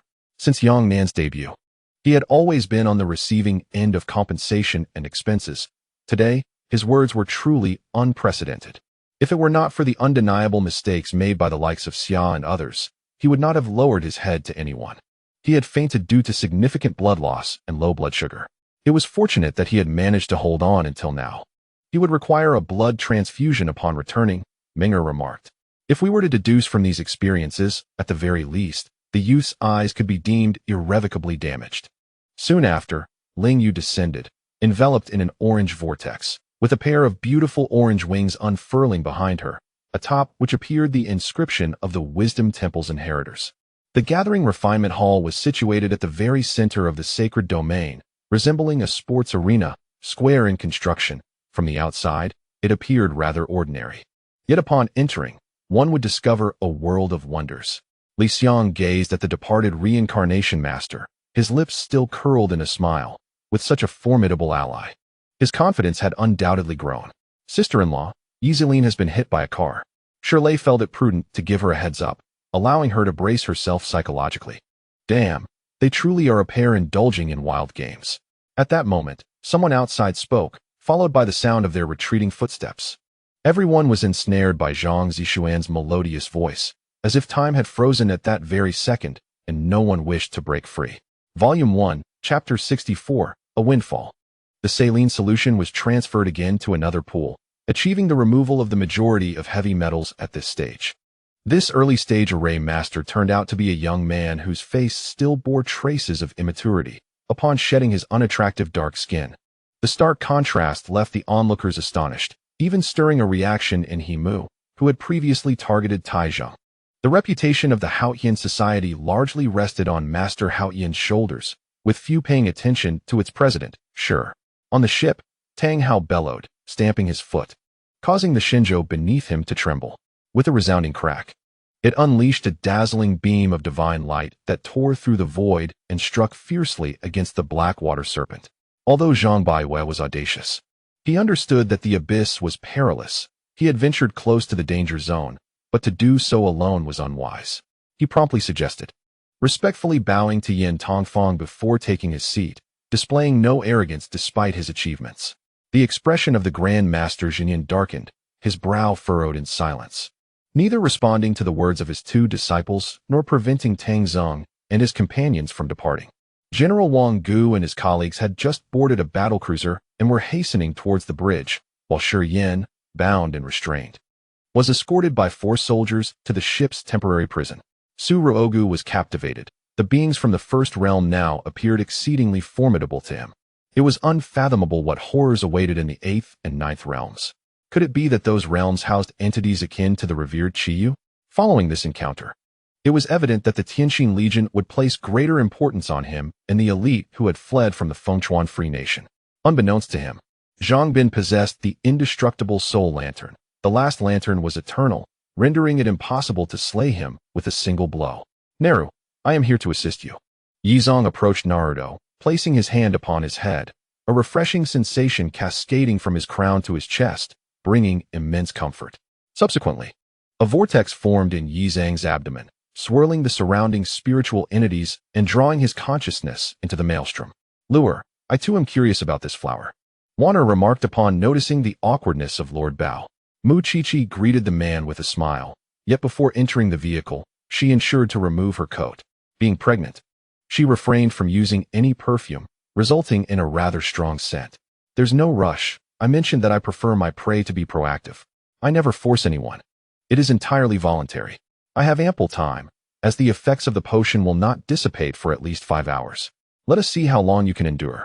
Gui Wessian said nothing further, unfurling her crimson paper umbrella and stepping back into the rain, making her way towards the distant Thousand Island Palace. Her figure gradually fading into the night as curtain of rain, as the wind and rain swirled, transforming the mist into ash. Gu Xiling remained frozen in place, compelled to acknowledge that Mu Qiqi's words echoed her own concerns regarding Sheng Kai's benefactor, who had promised to support his godson. She had initially anticipated a favorable arrangement, yet the reality was otherwise. Is that so? You cannot disregard the Empress Dowager's words. Can we not also go there to hone our skills? Mad Dog questioned. Yet, her body was that of a 6-year-old. After enduring sleepless nights for so long, even if she felt unwell, her eyelids would not open.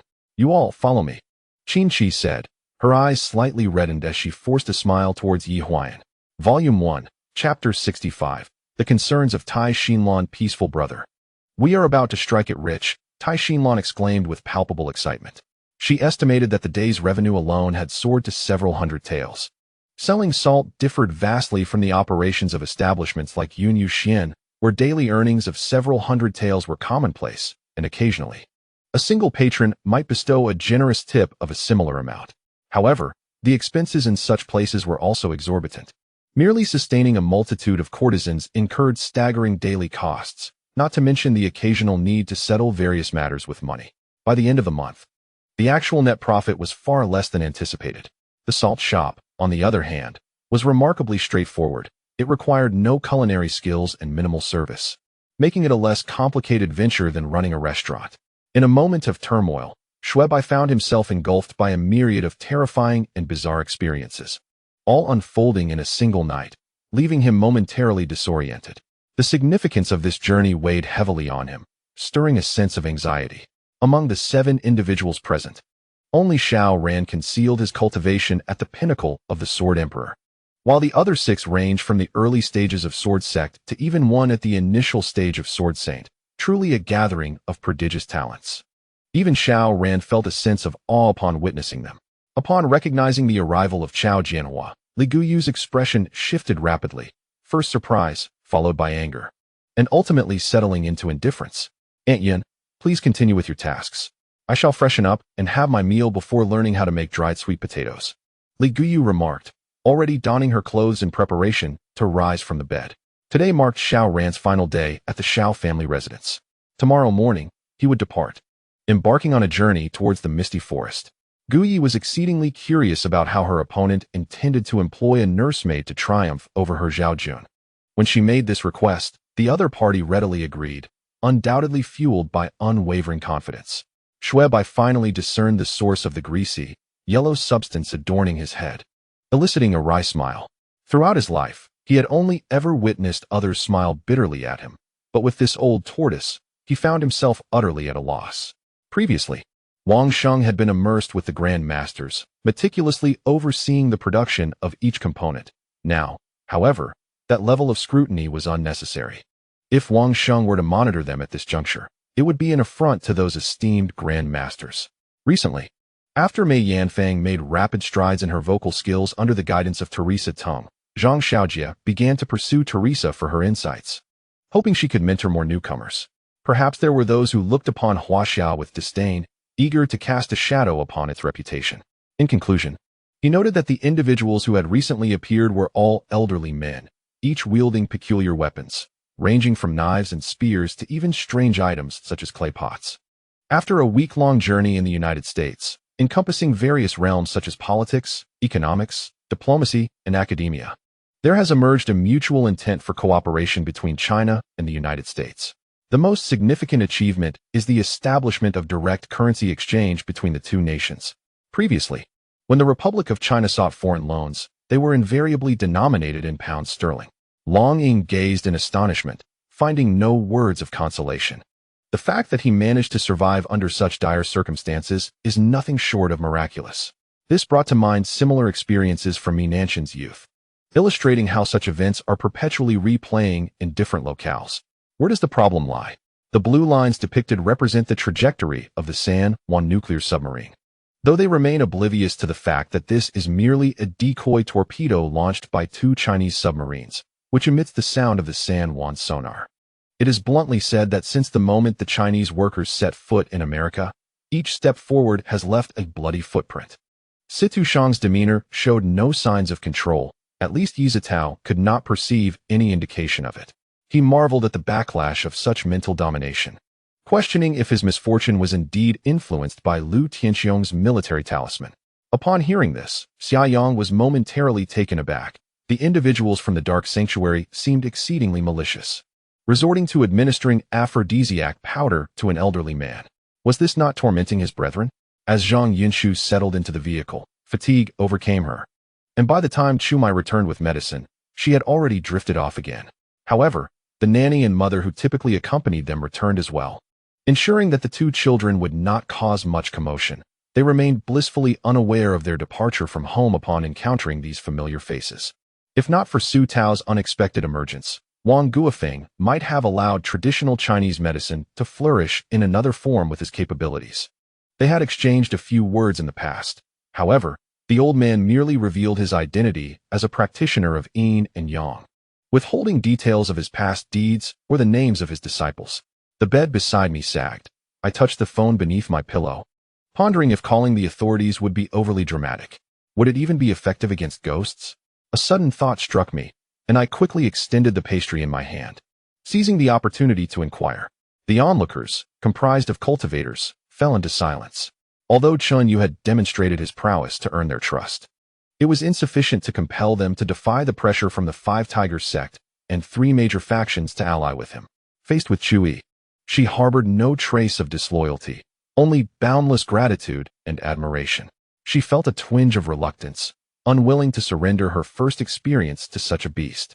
Yet, should she reject Director Zhang, her father would be left entirely without hope. The crimson flame demon blade shattered the seal of the stone armor, hovering in midair and glimmering with an eerie red light. Li Zhitian once believed that he held considerable popularity in the hearts of Americans.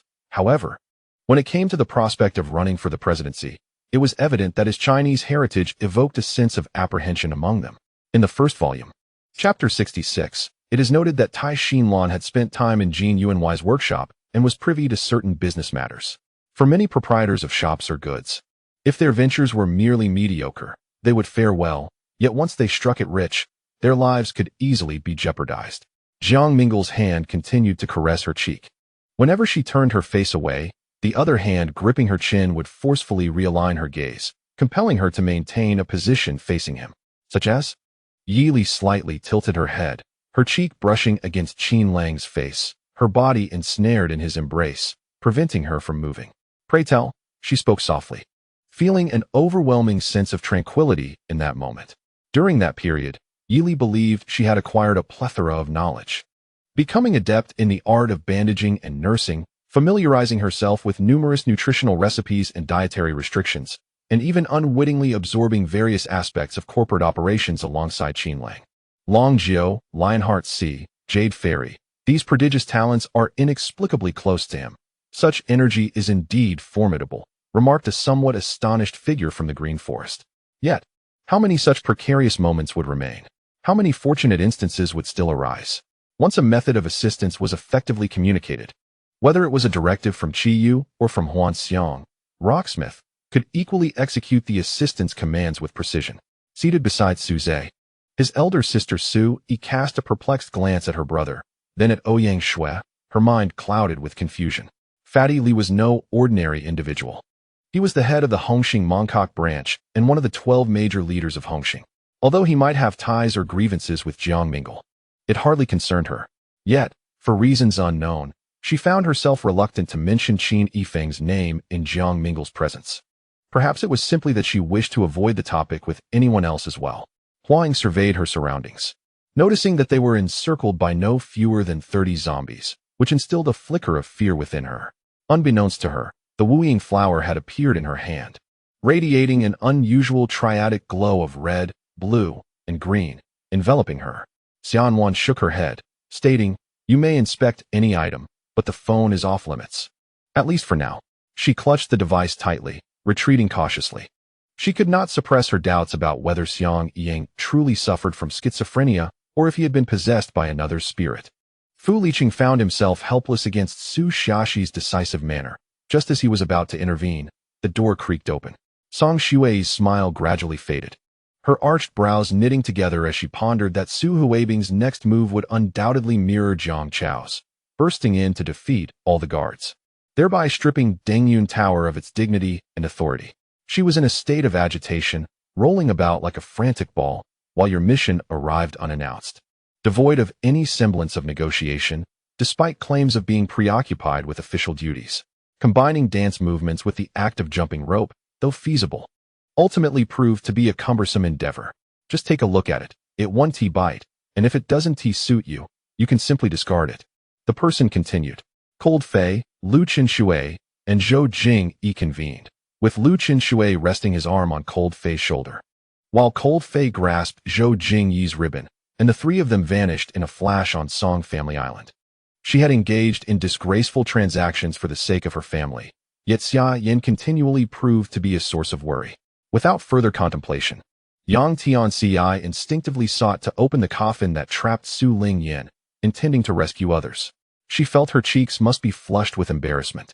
If he were to gaze upon her, he would surely mock her, thus she dared not meet his eyes. Volume 1. Chapter 67. The Might of Firearms. The salt field was situated in a remote area, necessitating a detour around several mountains. Fortunately, Chen Pingan and his companions were using a horse-drawn carriage with 4 horses, allowing for a relatively swift pace. Go, go, go! Nyoda Li urged the horses with vigor, eager to reach the salt field more quickly. I listened intently, but remained puzzled. How was his business being obstructed by others relevant to my own affairs? If some souls desired to seek freedom and roam the world, I would present myself as a traveler before them, extolling the virtues and methods of travel, enabling them to fulfill their wanderlust. Among them, Nan Musheng's sentiments were considerably more profound than those of Sister Li, for she had previously encountered many skilled individuals akin to a Da within the Shin family. His voice was soft, yet it was evident to all that it contained an unwavering resolve, as solid as metal and stone. Gui Ling, what are you pondering? Speak up. Li Shun, she urged as he noticed Gui Ling ensnared in indecision. Seeing my earnest dedication, he naturally felt pleased, yet this only intensified my exertion, leaving me drenched in perspiration, though with a faint metallic tang. Given his popularity and prowess, he was undoubtedly destined to appear on the award ceremony's list of honorees. It remained uncertain, however, who the presenters would be. Could it be that the male protagonist, due to his emergence, was erased by the world's will in the construction of the Faith Tower? Much like the myriad beings in this realm, if their hearts are untainted by lust, they would not be compelled to follow the cycle of life and death. Gazing at the elder of the evil clan, Shun Yi was engulfed in wrath, promptly exclaiming, "You scoundrels of the evil clan, you truly are devoid of any virtue." Accompanied by the surging tide of his indignation, a fierce shout erupted from within him, and the virtual celestial physique was instantly activated. As MS forcibly breached the battleship's hull and soared into the cosmos, Alfred seemed to recollect something and inquired of Camus. This merely represents the destructive power of the late celestial sovereign. Were he to reach the pinnacle of his power, or even become a formidable great sovereign, he could effortlessly annihilate countless angels. Yang Yi has now found a semblance of calm. Although he senses an acute danger within his mind, he does not succumb to fear. Having endured numerous life and death experiences, he understands that until the final moment, no one can predict the outcome. When did I become so cautious? In the past, I would have wept inconsolably, having perished countless times in my imagination. Lu Zhongmin and Niu Jingxing have already approached, prompting Qin Yifan to hastily gather his scattered thoughts. With all matters, including minor details, discussed and settled among the four of them, they returned to their respective quarters to rest with a sense of relief. Upon hearing this, Cheng Xiang hurried forward to investigate. He dipped his finger into a bottle of wine and suddenly looked around in search. At that moment, he spotted the pearl-adorned high-heeled shoe I had discarded and dashed over to retrieve it. Situ Mingkong, feeling rather unlucky today, lost all desire to admire the couplets in the wine house and promptly strode inside. Yongchuan Xiangji, still harboring doubts about the young master, saw Situ Mingkong enter the establishment and ceased to ponder further, hastily following suit. However, after a thorough search, he failed to locate Zhao Belong's soul, finding only some scattered soul energy throughout the vast sea of consciousness. There are two ongoing projects.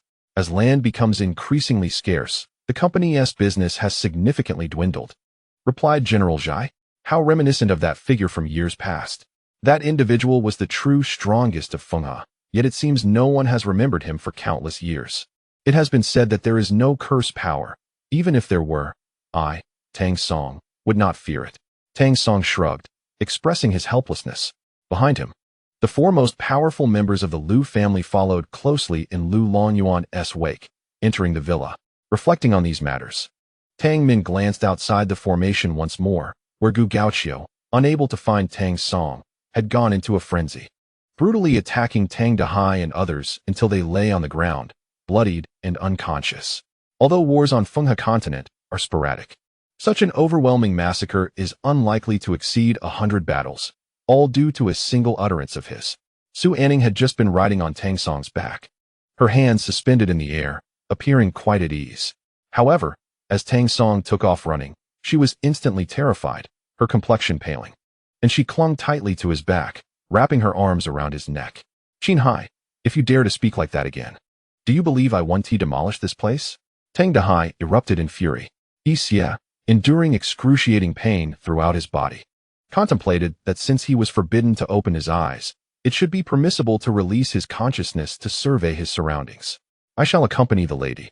As this is Luoyang City, should anything arise, I can lend my support, said the monk Yuanjue. After the surprise, there lingered only troubles. For Zhu Xiuxiu also held a marriage contract of her own. My goodness, he was among the most formidable in the entire school. Yet, he couldn't withstand even 5 minutes in Jiang Zhige's presence. After much contemplation, Han Bo felt that his abilities were still woefully inadequate. Individuals like Chun Yingying could only engage in certain peculiar activities, and even then, not frequently. Chapter 68. The one-legged thief Zhang Hailan, go ahead and kill me. If I furrow my brow, I am not a hero. The opponent had barely uttered a taunt when Chen Pingan unleashed an iron orb, the first 4 powerful mantras of Buddhism striking forth. The magnificent light of the Buddha's teachings awed the masses. However, those very individuals remained ensnared in delusion, charging forward without hesitation, even as they beheld the dazzling golden light, fraught with lethal intent. Didn't we just make garments for your birthday? Chu Xian furrowed her brow while examining the clothes.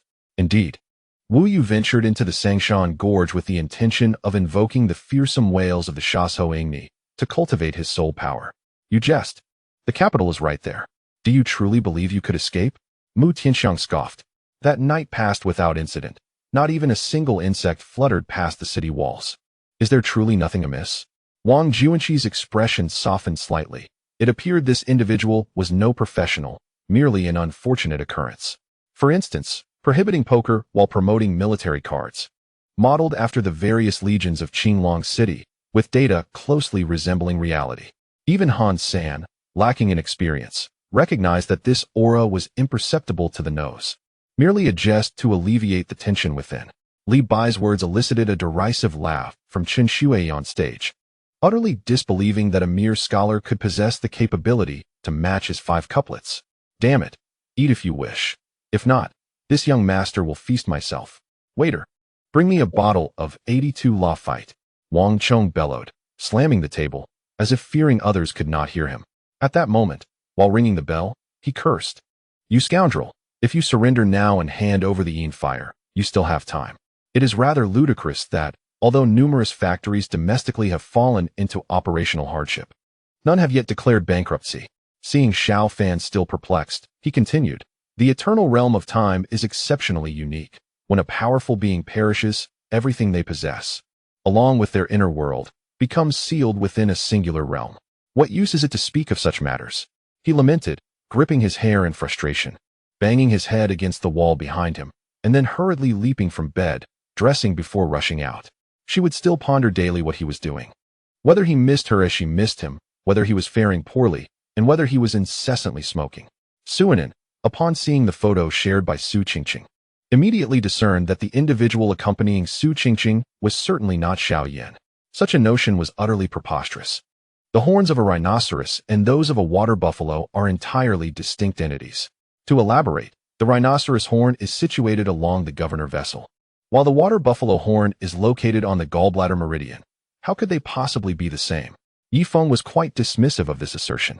Du Zitong, who had never been adept at socializing, found herself at a loss trying to extract information from Shi Guangguan, feeling that any opening remark would reek of ulterior motives. He nodded, observing the eager expression on Yin Tao's face, and contemplated saying something, yet ultimately refrained. Considering the sharpness of the samurai sword and the peculiarities of its technique, the special training team could not afford to confront them directly. They must employ a strategy of softness to overcome rigidity. After much deliberation, a broom seemed the most suitable tool. Yi Chun hesitated as he gazed into Mu Qianquan's eyes, his heart pounding, yet he chose to respond truthfully. Commander Li and his team awaited news from the 6th Battalion, and with no word forthcoming, they prudently dispatched the 7th Battalion to encircle the enemy's rear, severing their connection with the adversary at Yasudu. In Volume 1, Chapter 69, A True Master. Greetings, young master. Zhang Hailin hastily approached to pay his respects. You are too kind, Brother Zhang. It is my honor to have you here. Chen Pingan politely returned the gesture. Individuals like Zhang Hailin, who had spent the better part of their lives as a lone bandit, would never seek a partner unless it was for the safety of their family, no matter how formidable his skills. It was impossible for him to vigilantly guard his loved ones 24 hours a day. Even a tiger must occasionally nap. How much more so for a mere human? Many masters in the martial world typically sought the protection of a powerful noble or an official. Relying solely on one's own strength was insufficient in such a society. The realization struck Han Guangxing, who regretted consulting Lu Fei for advice, wishing to deliver a few stinging slaps to himself. If only he were not in Jiang Ming's clutches. This revelation astonished Li Hao even further. Was it possible that besides beauty, force was also employed? This was not the scenario Li Hao wished to witness.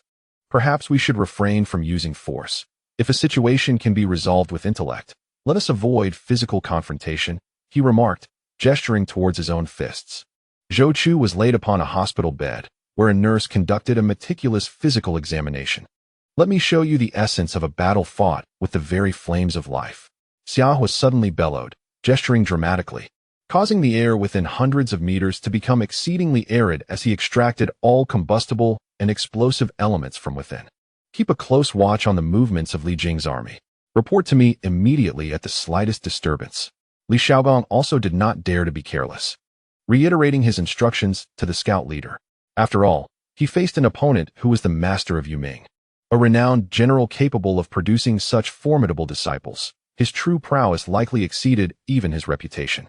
Observing the 4 Iron Corpse Ghost Kings entangled in a chaotic brawl was a sight both grotesque and somewhat comical. As Jiang Yi spoke eloquently, Tang Hua beside him blinked her bright eyes, fixedly gazing at him, her expression one of suspicion. The 2 assassins had not anticipated that Yu Ming would disregard the obstruction posed by his own comrade, and instead turn his attack upon them. Yu Ming looked over and saw a young martial general, no more than in his teens, with eyes like copper bells, clad in freshly issued black Zhou military armor. An audible gasp filled the hall, as onlookers pondered the high stakes involved, regardless of the outcome. The defeated party would likely find it hard to hold their head high in Luoyang in the future. He Xian felt a deep sense of injustice, convinced that Yun Zijing's affection for Gong Wuxia stemmed from his prolonged companionship. It was said that this prince had previously been kept hidden away by the old king of the Feng clan, while the gaze of the people was captivated by the remarkable princess of the Feng clan. The old king had been secretly nurturing his growth, and only after Feng Wushuang's unfortunate demise did he bring him to the forefront, a debut that stunned the entire celestial path.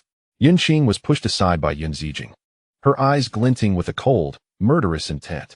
Yet, she leaned weakly against Gong Wuxia, who silently evaded her. At dusk, as the sun set in the west, the towering cliffs on either side of the canyon blocked the cascading twilight, plunging the deep and perilous ravine into darkness, where not a sliver of sunlight could penetrate. The towering trees within the gorge cast an oppressive gloom above the ground. The man, devoid of joy or sorrow, inquired of the other, his tone more akin to soliloquy.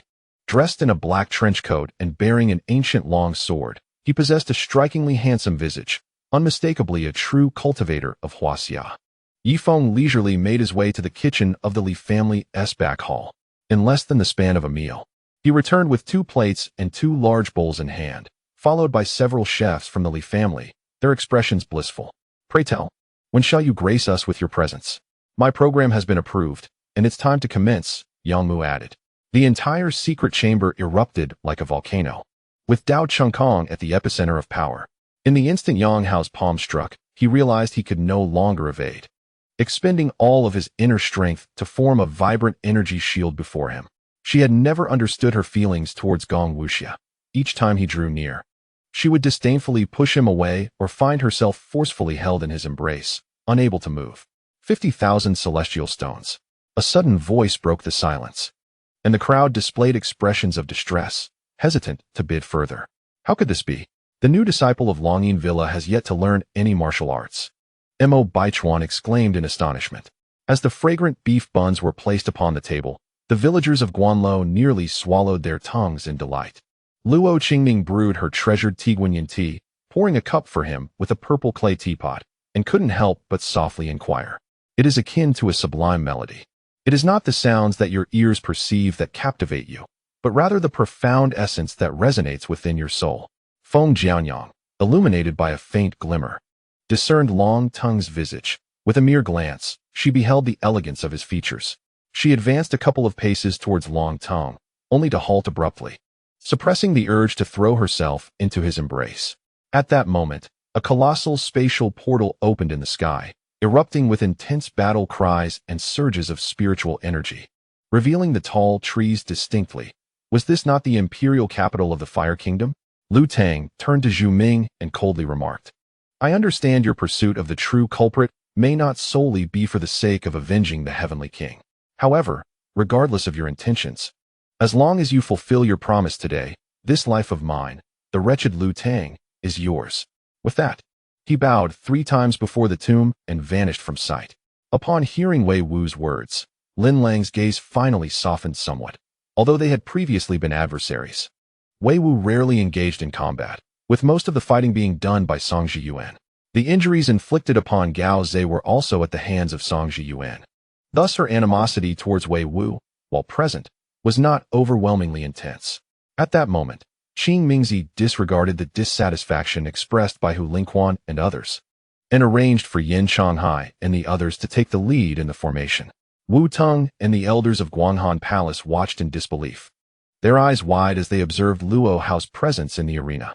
"No matter who you truly are, perhaps in the end, we shall find ourselves on the same side," remarked Xia Yunjin, a knowing smile gracing her lips. "I want you to return. Come back, my wife, my beloved.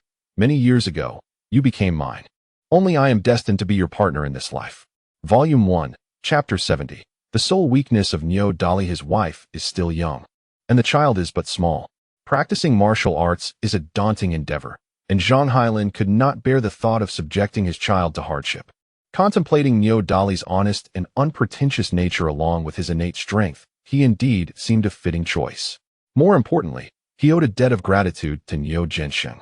And with young Master Chen looking at him with eager anticipation, he found it impossible to refuse. "Rise, for I shall accept this disciple." In truth, Han Qinya's primary intention upon returning was to diminish Ji Wuye's influence. Although those soldiers were insignificant, any reduction was beneficial. The beauty had evidently overestimated herself. Under the guise of indulgence, she had become soft and feeble, her garments partially draped, cheeks flushed with color, reclining on the couch. Her exquisite figure unveiled before Yuan Longjuan's eyes. What did the other party say? Upon meeting Yuan Hui yesterday, Xiang Jun hastened back to the state city to contact the employer. As for Yuan Hui, even at this moment, he had yet to determine what role he would play in the forthcoming turmoil of Yuzhou. But it was indeed prudent to utilize the Iron Hand Brigade to first probe the situation of the rebellious forces led by the Grand Princess of Debo. Yi Li said little more. His vital energy flowed among the three, relying on the inherent life principles contained within that energy, enabling them to finally traverse through the luminous barrier. Han Xinya wore a serious expression, placing a hand on Ning Rongrong's shoulder, gazing into her eyes as they locked their stares.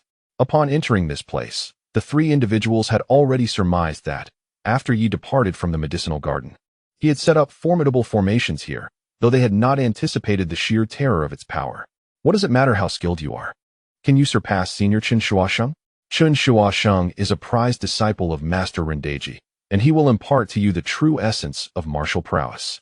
Before the watchful eyes of many, the tall, slender youth ultimately let slip a few harsh words before turning and fleeing. With these thoughts, Qin Shao felt his vision darken, and he subsequently succumbed to the depths of darkness, accompanied by the sea's embrace. The news of relics had long been leaked, without our vigilant patrols. It was only natural for some unworthy individuals to intrude. Yi Qinghan smiled faintly, remaining unperturbed, yet he instinctively extended his consciousness to discern the identity of the unwitting trespassers. Tianhe City was perpetually at risk of bombardment. Remaining here undoubtedly jeopardized personal safety. With a mere grip, Ping Yi found himself unable to resist, captured effortlessly, his throat ensnared by Shuang Wangu's hand. Aware of his opponent's lethal prowess, capable of ending his life at any moment, Ping Yi nonetheless felt his skin flush as he was gripped fiercely, a strange pleasure coursing through him. The Flame Emperor, also known as the Red Emperor, is a descendant of the Lishan clan, linked to the divine lineage of Shinno. Born in the stone chamber of Lishan and raised by the Jiang River, he is revered for his saintly virtues and is thus called the Flame Emperor, ruling with the virtue of fire. As long as the Baisa tribe can demonstrate their capability to contend against Zhongwei, they will undoubtedly be willing to form an alliance. Zhongwei is bordered to the east by the Shanchuan Tribal Confederation and to the south by the Fenglei Legion of the Yi territory. Should the tribes of the Western Dan Nation also rise in defiance, it would spell a situation of betrayal and isolation, besieged on all sides. Shisa realized he had guessed correctly, astonished by the current circumstances. Unable to fathom how Zhang Cheng managed to replace the original guardians of the valley with the forces of the Green Nation. Remarkable. Even a pager is essential for work. I truly envy you for being assigned to such a commendable unit. Our high-ranking leaders have yet to be equipped with pagers, exclaimed Song Jingang with envy. Sun Dongfang's heart jolted, as he placed the teacup he had just raised back down. The subtlety of his action, though small, was sufficient to convey his discontent. Roar!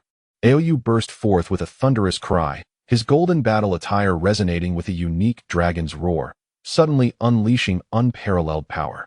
This force, as anticipated by Chi, astonished heaven and wept for spirits, lifting the entire right foot of the dark dragon with Aoyu's might. Volume 1, Chapter 71, Acquisition Plans. Young Master Chun, your presence graces us. We apologize for not welcoming you properly. Jiang Ming smiled slightly as he followed, only to be obstructed by the elder Jiang. Nevertheless, he bowed respectfully to the elder and skillfully maneuvered past him to approach Jiang Su. Ling Tianxin wisely stepped aside, subtly leaning towards the direction of Beidou, prepared to offer assistance should Beidou falter. Although he had previously stated his intention to abstain from combat, he felt a sense of responsibility to intervene if necessary. Otherwise, he would be unable to reconcile his conscience. Though Lu Shuang was a police officer, the intricacies of law enforcement included numerous regulations regarding the use of firearms and the separation of weaponry and ammunition. At that moment, Lu Shuang's weapon discharged unexpectedly, complicating matters further. Meanwhile, Zhang Haoran and Chun Tianyu undoubtedly served as the logistical brains of the operation, responsible for coordinating responses to any emerging issues, including the transport of the wounded and repairs to the city walls. As the entire faculty and student body trembled in fear, A nameless giant python emerged from behind two tents, measuring approximately 10 meters in length, raising its colossal head and hissing ominously. Suddenly, a shadowy figure appeared behind Moni. It was Luo, sent to provide support. However, the troops under Zhou Jun's command were perplexed. Neither within the captives nor among the deceased had they discovered Wang Junlang. After dinner, feeling somewhat aimless, Li Hao succumbed to weariness and lay down, drifting into slumber. After an indeterminate period, he sensed a pair of hands exploring his body, caressing his sensitive areas, even lingering on his prideful endowment. In retrospect, Yuming felt a lingering apprehension, realizing that any misstep in their plan could have led to his demise. "What are you doing?" Although Jun Yin was forcefully pushed away, he was momentarily affected. Summoning all his strength to fend off the guard from the Ryan family who attempted to abduct Ida, his magical energy flickered without offensive power, compelling him to shield Ida from any approaching threats. The room was dim, the curtains drawn, with only the faint light from the bedside lamp illuminating the surroundings for Wu Quan. Just as the bloodlight appeared, Zheng Ping's golden sword unexpectedly erupted, crashing down to strike the bloodlight. He Fan remarked with a smile that he planned to visit the magical city the day after tomorrow, allowing him to spend some time with Zhang Xiaoan there. The expression of the cloaked figure shifted slightly as a turquoise shield materialized around him, enveloping him in a protective barrier. At that moment, the water snake lunged forward, encircling the cloaked cultivator within the shield. Zhao Shu and Yin Chongxin were taken aback, realizing how troublesome a single decree could be. Inside the room, the trash can glowed red-hot, the paper figurine disintegrating into a single sheet. Swept away by the searing currents of air, Jiang Momo slightly bent her knees, positioning her feet one in front of the other, arms raised defensively in front of her. Poised in a stance that allowed for both attack and retreat, her eyes narrowing as she focused on the ethereal figure. Estrangement serves as a temporary substitute for Edward's oversight of various locales. Through the power of separation, the three subordinates are able to exchange information and engage in internal communication. The brain matter splattered, eyes dislodged, yet the tail, cloaked in hardened scales, continued to thrash wildly, leaving chaos in its wake. A few days later, a middle-aged man approached him, burdened with substantial supplies. Although this would hinder their pace, it was an unavoidable necessity, for sustenance is paramount in the art of marching. "You. Very well. I am Yi Wuya. Since you seek to challenge me, I shall oblige your desire," Yi Wuya declared fiercely. It was evident that the once even ground had been marred by two deep trenches, a testament to Chen Shirqing's formidable strength. In 1980, Professor Li Yining, a pioneer of China's shareholding reform and founder of the Guanghua School of Management at Peking University, proposed at two national employment symposiums the establishment of shareholding enterprises through collective funding or permitting companies to issue stocks to acquire the necessary capital for expansion, thereby addressing employment challenges. The three saints stood quietly, faces imbued with compassion. The flame was a manifestation of the cosmic law's birth when the lamp of enlightenment extinguished. Even the greatest sage would not dare to approach carelessly, for a misstep could lead to disastrous consequences. Due to Song Yao and Lu Chunlai sharing a room, Lu Chunlai followed Peng Daji into the courtyard. Subsequently, upon deducing his identity, he sought out Ma Duxing and Wang Shoren that very night, returning to his residence and voluntarily proposing a collaboration to counter the crown prince. "Sister Qi, why do you also speak on Zhao Xian's behalf?" Upon hearing Lan Qi's words, Li Yin's cheeks flushed slightly. The assembly from the west fell silent.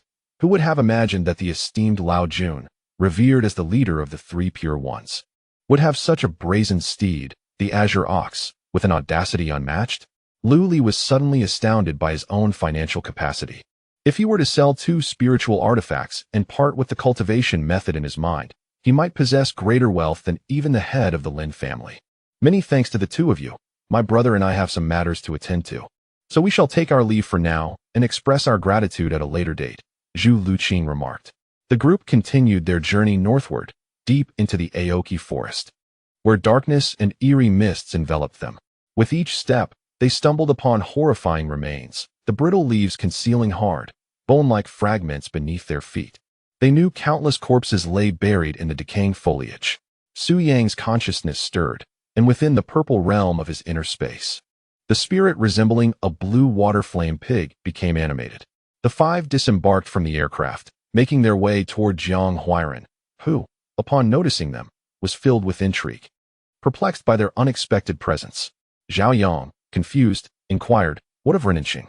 He has always been the foremost expert of the Beast Emperor army." Qin Zhao disregarded the wailing fans, unwilling to linger even a moment longer, and promptly ended the broadcast. Luo Yu and Yin Feng turned their heads to gaze at each other. In that moment of shared glance, they understood each other's intentions. "Your own decision? Very well. If you refuse to return to the army, I shall pretend I have no son," Qin Jinbang thundered, pointing towards the door in a fit of rage. As the Lei and Gao families faced imminent destruction at the hands of the Tang family, the expressions of those present morphed into a complex tapestry of emotions.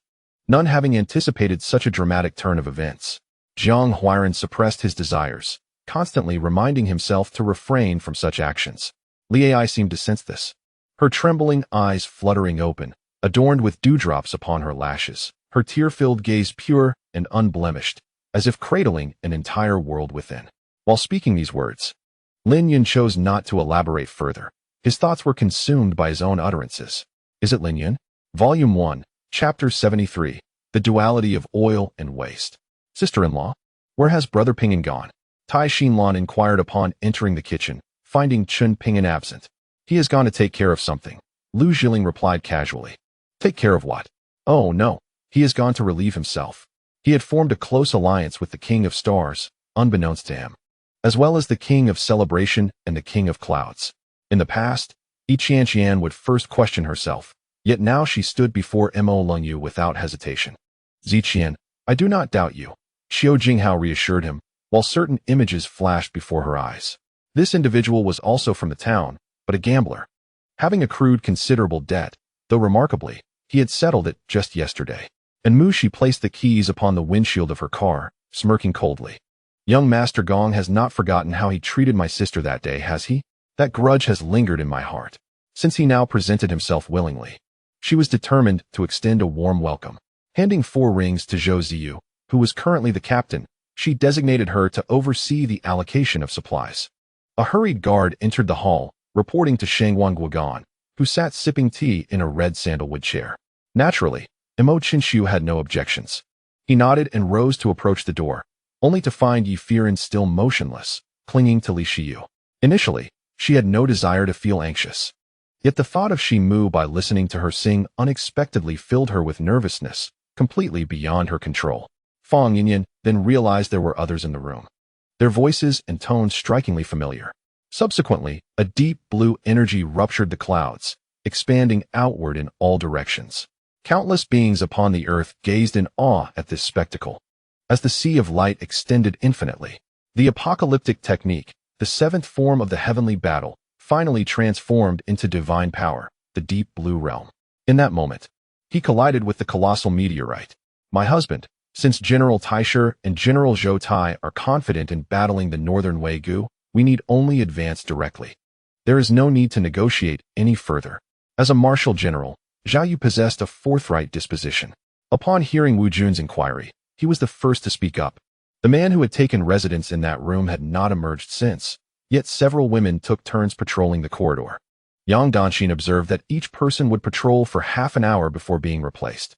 Brother Pang, you have certainly tanned quite a bit, Zhang Wei remarked with a smile upon entering the hotel room and seeing Zhou Pengzi's appearance.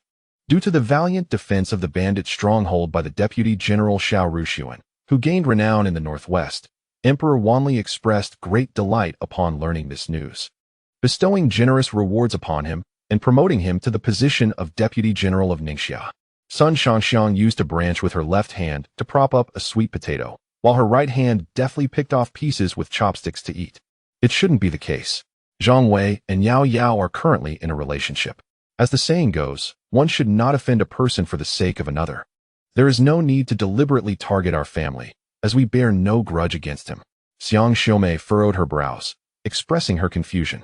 Although Yi Xueqing was dissatisfied with Yi Zheng's attitude, her greatest support, Yi Xueqin, was currently in seclusion, striving to break through to the 4th realm of elixir cultivation.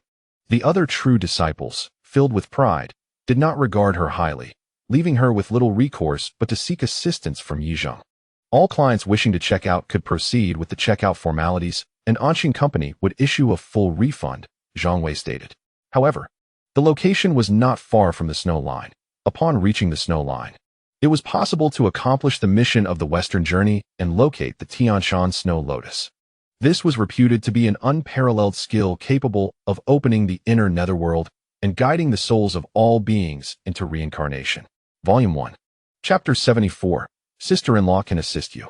Please eat a bit. It has been specially prepared for you. Remember to nourish yourself. Do not fear overheating. Lu Zhiling pushed the plate towards Chen Pingan.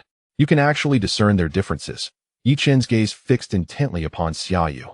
With a flicker of murderous intent in his eyes, she stepped back slightly, lifted her skirt, retreated 2 steps, placed a foot against the stone wall, and used the momentum to leap upward, pulling herself out from the secret passage and landing on the ground. This time, in addition to the generals of the Qin dynasty, there was also the strategist Sun Bin present. Bai Qi, as a transcendent warrior, often served as the stabilizing force. If Feng Ling were to engage in battle, Bai Qi would be unable to coordinate the army. Thus, Sun Bin's expertise would come into play. I could vividly picture his every movement in my mind, each action as lifelike as if witnessed firsthand. Seizing this opportunity, he planned to propose the opening of low-altitude airspace at the conference to vigorously develop flying cars.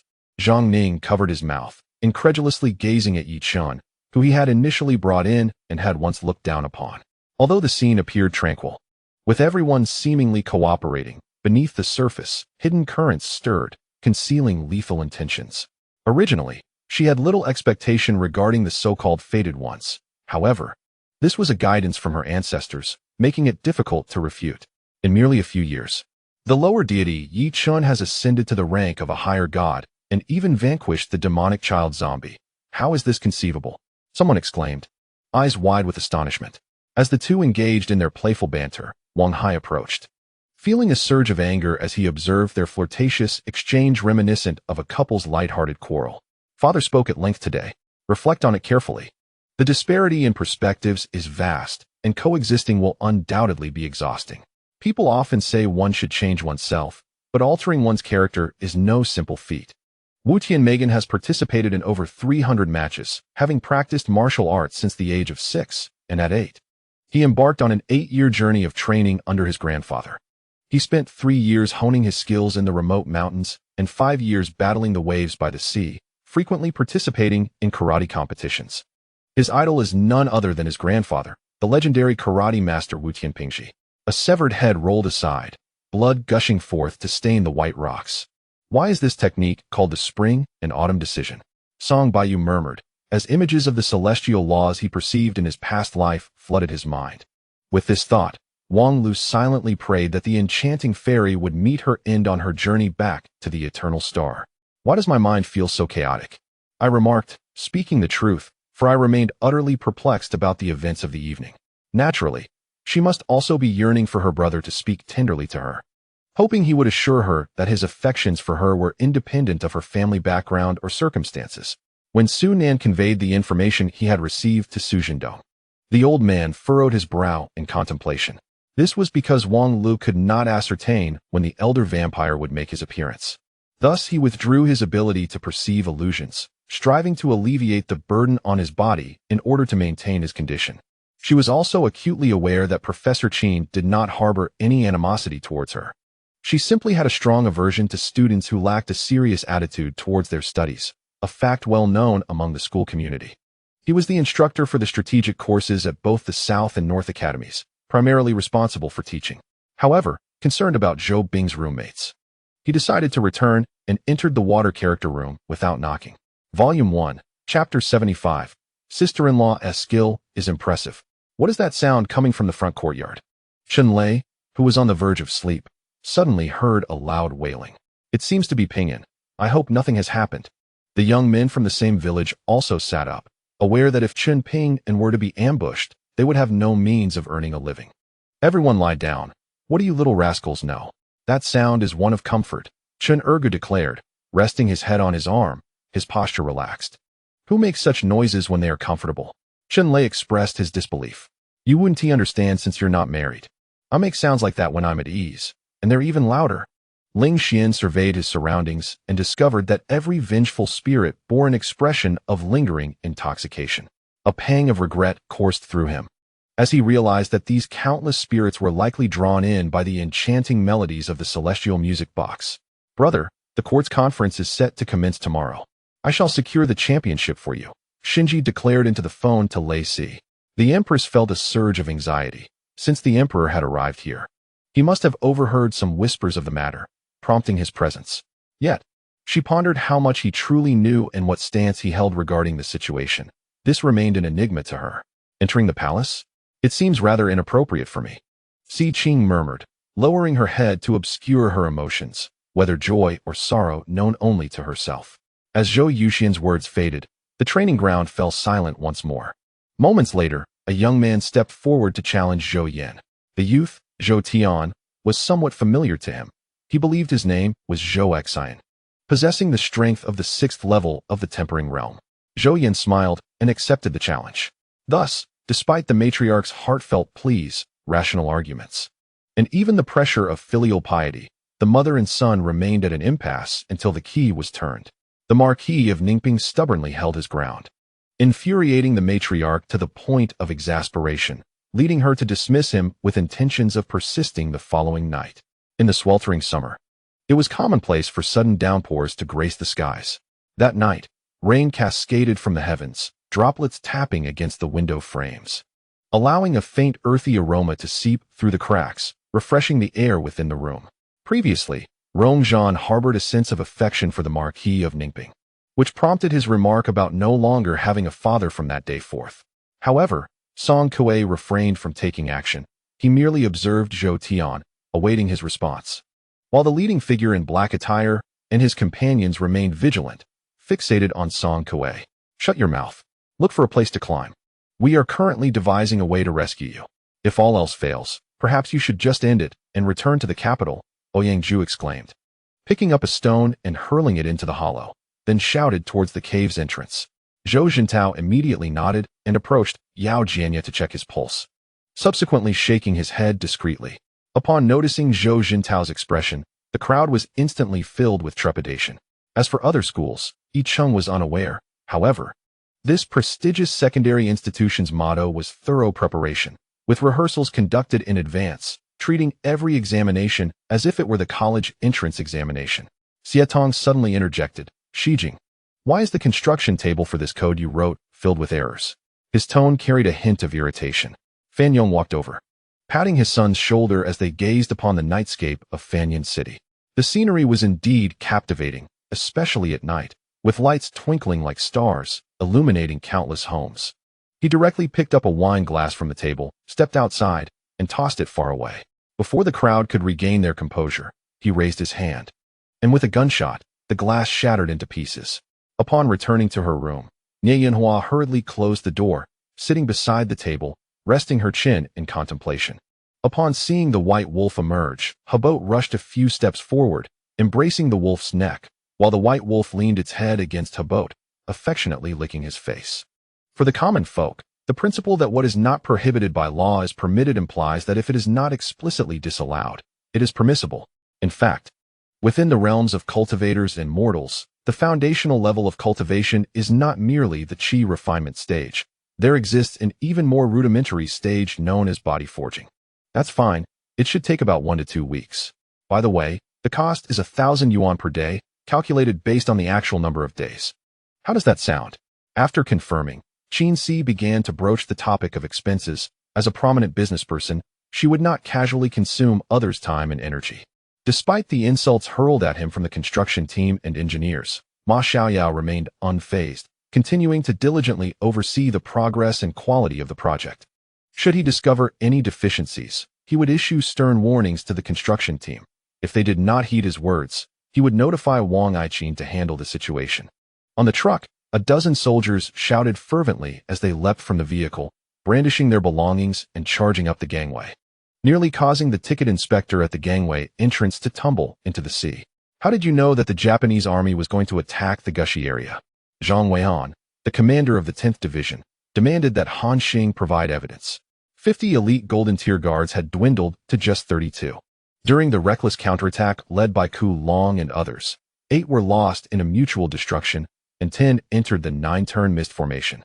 And if the master asks why I did not send him a message, how should I respond? Chu Xiaodian, having developed feelings for Han Bing, felt compelled to clarify any potential misunderstandings. Could this be the true Qi spoken of in the martial world?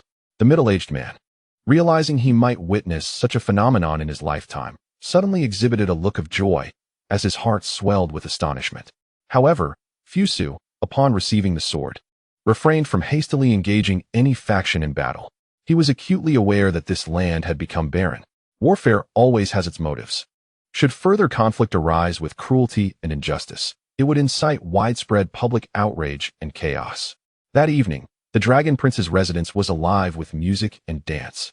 An extraordinary spectacle, with more than half of the princes and dukes from the imperial city participating in the grand banquet. It's quite good.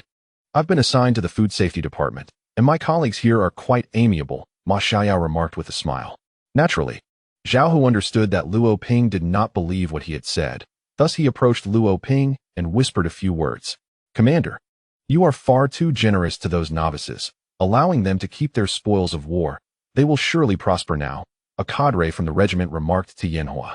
Regrettably, this formation can withstand the formidable king of hell from the underworld, yet it proves impotent against the overwhelming power of an ancient overlord like the Blood Moon ancestor. Volume 1, Chapter 76, Training Ergo's Courage. Do I still need to shoot arrows? Chun Erga trembled as he accepted the task. The buildings that had been destroyed undoubtedly held significant importance. It goes without saying that the individual providing intelligence to the fleet was certainly Xia Xian. At 7 o'clock the following morning, Wang Yun and Wu Qi set forth. Despite having had little sleep, they rose with unyielding vigor, their expressions exceptionally grave. After departing from the hotel, rather than hailing a taxi, they opted to rent a car, driving directly toward Jingzi Mountain. On the third day, Long Ye and Yu Egon Lan bid farewell. The sorrowful gaze of Long Ye stirred a sense of guilt within Yu Fei, for during these 3 days, he had been lost in dreams of the emperor, completely forgetting the matters concerning Long Ye until the moment she prepared to leave. Just as he had requested several warships from the nearby space fleet, he was suddenly met with unexpected news. At that moment, Meng Shui weakly opened her eyes and struggled to turn her head.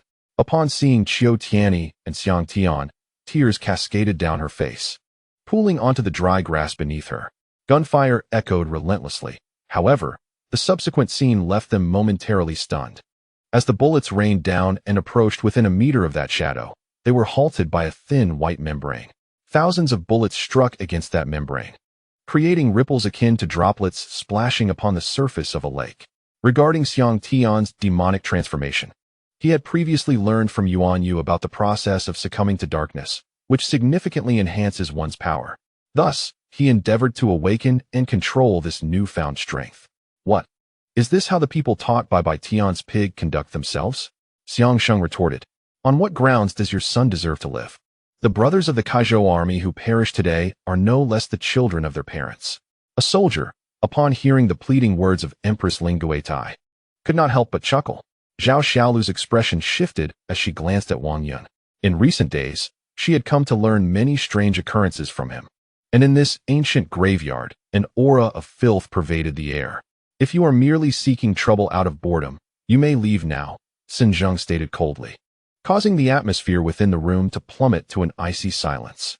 Indeed, I truly do not know. I did not participate in either of the 2 episodes. How could I possibly know who was involved? To ensure the program's effectiveness, confidentiality is paramount, Xiao Xiao explained. Guangxiong, if I were to commit any significant act within the unaging temple, would you ensure my safety? Su Mo inquired with a smile that was not quite a smile. As Song Siu reloaded her magazine, Chen Muyun unleashed another electric beam, and after incapacitating the purple ape, Song Siu swiftly commenced her precise shots. Nangxi opened her eyes and beheld 4 or 5 vehicles charging towards them, one after another, resembling a line of silver serpents, as they sped downhill in pursuit of their car. However, the realm of Wu Air is now worlds apart from what it once was. The vast, crimson world obscures the sky and sun, rendering the demonic vessel nearly invisible. Most crucially, it has precisely marked the location of the South Abyss Sea and numerous shadow realms in the Lioli White South Galaxy. elements that are conspicuously absent from the auspicious star map. In truth, the optimal strategy for Chen Fubai at that moment would have been to dismantle his adversaries swiftly and decisively. Thus, he sought to eliminate the remnants of the Dragon Prince. In a fit of rage, he had imprisoned Ji Yanqing, and although no formal punishment was imposed, he undoubtedly endured considerable grievances. Moreover, the passive aura he wielded was augmented by a series of damaging effects, significantly enhancing his output capabilities and environmental advantages, yielding substantial boosts to both speed and damage, as well as a remarkable property that doubled any damage effect triggered 4 times. It could be deemed a flawless skill. Han Lin furrowed his brow as he gazed to the right, where an exceptionally potent surge of spiritual energy was rapidly approaching. With the consciousness protected by the white letters of the swimming fish, Zhang Jingfan regained awareness, only to find himself racked with excruciating pain. As if pierced by countless needles and hewn by axes, it dawned on Li Wei that the emperor had evidently grasped the implications of the other party's reincarnation upon hearing it for the first time, hence his earlier bewilderment. Yet, moments later, Han Lin abruptly opened his eyes, his expression darkening, for he had just intended to commence his cultivation, only to sense that the spiritual energy within him was becoming increasingly unruly, slowing down to a halt. Yin Qianli had lived a long life, yet he lacked the confidence to forge such friendships. Caught off guard, the forces of the dwarves and the orcs were swiftly shattered. With the 30,000 orc reinforcements meeting total annihilation, none returning alive. The toxic energy formed by negative forces clung to the mercury, seeping into their veins and effortlessly freezing their internal organs. Since Elder Song had threatened him with his life, should he call forth this gallbladder? He believed his companions would not blame him, nor would it be a breach of principle. Fu Xiang dared not divert his gaze from the ancient figure before him. Yet he spoke. The surrounding audience fell silent in astonishment, allowing the atmosphere to calm slightly, as they were eager to hear the final contestant's words. Next came the near-end position of TE, which consisted of only a handful of individuals. Bill Ferrari's 4 seconds and 89 milliseconds ranked him quite low. As per his own calculations, with only 4 competitors slower than himself. Over billions of years, the Milky Way had shifted to the periphery of the divine star system, and the current planet was now affected. Yang Xiao, feeling triumphant, exclaimed, "Haha, fortunately, I am wiser than them. Having summoned all the people around the 7 heroes town before you can slay them all." Naturally, Bill, who could still walk normally, took a moment to venture out and procure some clothing to replace the garments damaged in the previous night's battle. Upon first arriving in this world, Shen Changqing experienced a sense of disorientation. However, over time, he gradually acclimatized. Volume 1, Chapter 77, Laizhou Prefecture. Curiously, where did everyone go?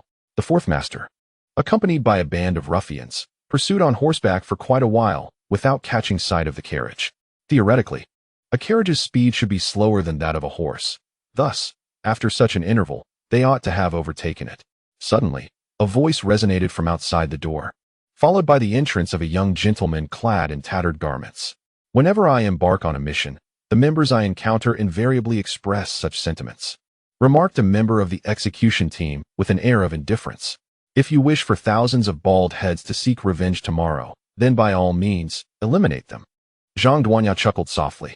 Behind Wama Xiao, a grotesquely enormous insect-like shadow began to take shape, engulfing the entire void. Upon witnessing this, Zhang Ling and Xiao Xinyuan exchanged glances. Their fists subtly clenched, their expressions shadowed with an ominous intensity. The animosity between them had seemingly escalated to an irreconcilable level. Simultaneously, as the voice echoed, the demonic spirit charged towards the foremost knight Qingyun, an arm forged of black mist coalescing into a claw, lunging directly at him. Sun Xiaoming's words, aside from elucidation, bore a hint of probing intent, assessing Ling Ziyuan's purpose in inviting him along. The entire hook dragon fist comprises a myriad of hooking punches, some simple, others in sequences or combinations. These punches, when harmonized with a peculiar footwork, exude an aura of grandeur. He had encountered the Xianling fruit before, however, in his recollection, it was a treasure. Yet, the Xianling fruit he had previously seen could not be compared to the one before him now. Lu Rinjia's explanation failed to elicit any emotional response from Lan Fengyuan and Lin Yun. The Chongqing dialect, a variant of southwestern Mandarin, permeates the cityscape, even among urban dwellers. Su Heng's expression was somewhat peculiar, his brows slightly furrowed, a hint of amusement glimmering in his eyes, his lips pressed into a straight line, and his shoulders quivering slightly, as if he were struggling to contain something. Gu Shi ended the call and immediately turned his gaze towards the photographer. Let us postpone the shoot for today. I'm feeling a bit fatigued. We can resume tomorrow. I shall take my leave now.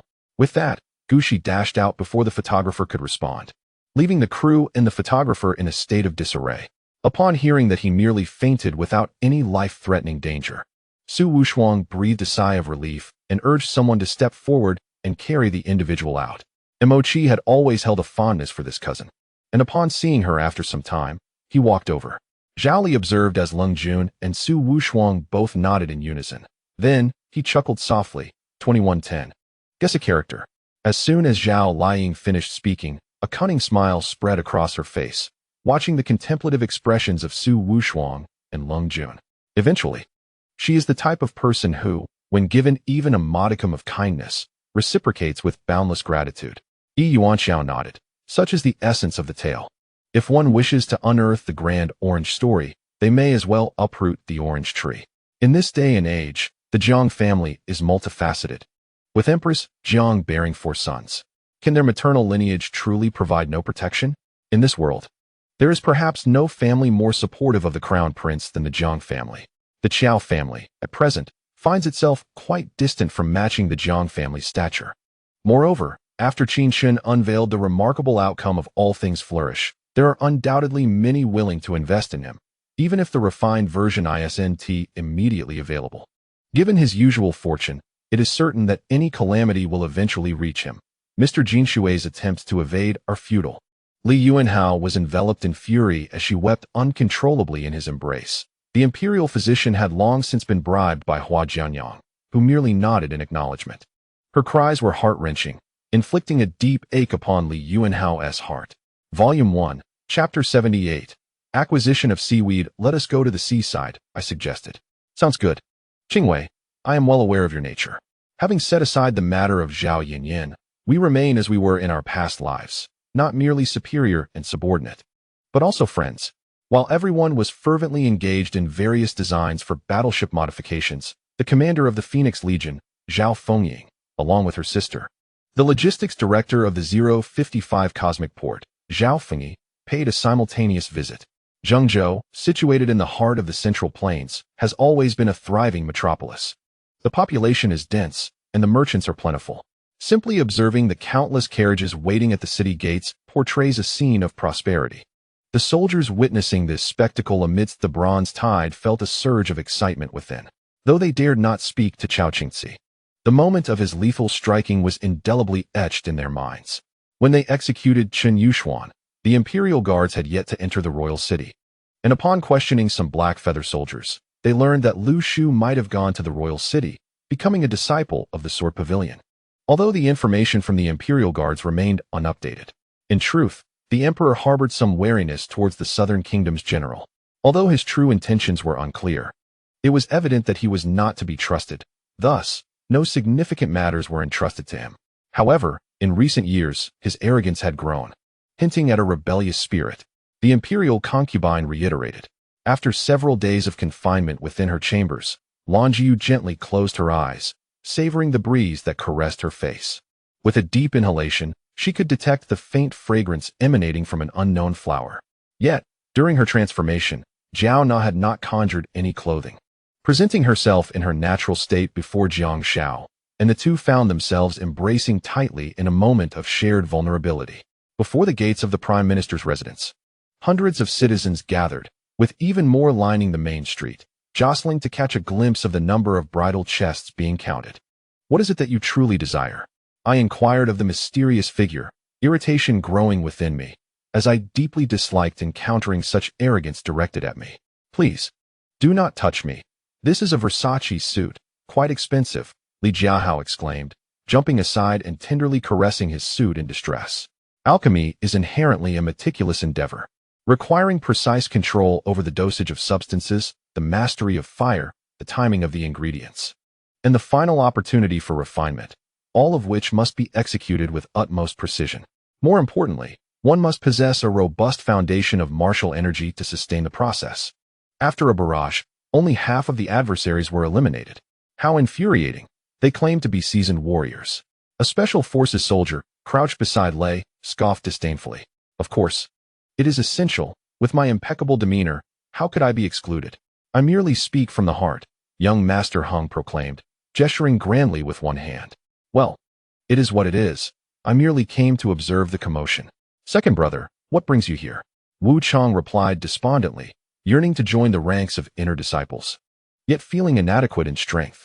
Surprisingly, the purple flame began to undergo a gradual transformation, seemingly influenced by the terrifying two-element profound fire. With the once arrogant flame slowly evolving and enhancing itself, the zombie leader dashed forward, seizing Ming Qi as if he were refuse, and sprinted back in the direction from which they came. Your Majesty, Yi Shui said, slightly bowing, I acknowledge my error and am willing to accept punishment. No sooner had she spoken than the light vanished. Volume 1, Chapter 79, A Twofold Achievement. This individual is quite intriguing. He offered 50 taels to hire us for transporting several carts of seaweed. Li Yi, a guard from the Huiyu escort agency, remarked with a smile. He must be hoping to profit handsomely. Such individuals often act impulsively.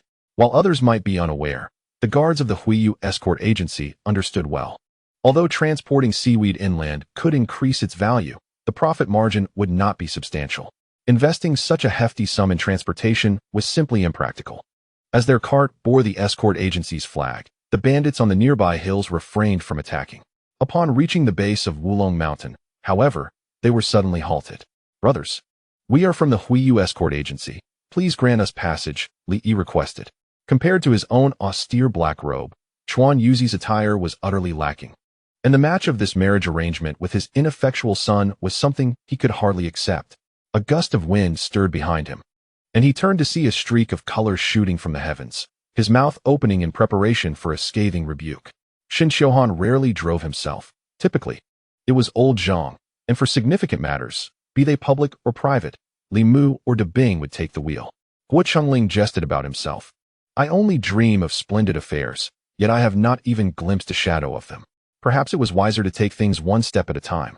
Under the moonlight, the three stealthily approached Tana's wooden cabin, only to keenly sense that the scent around it had significantly faded.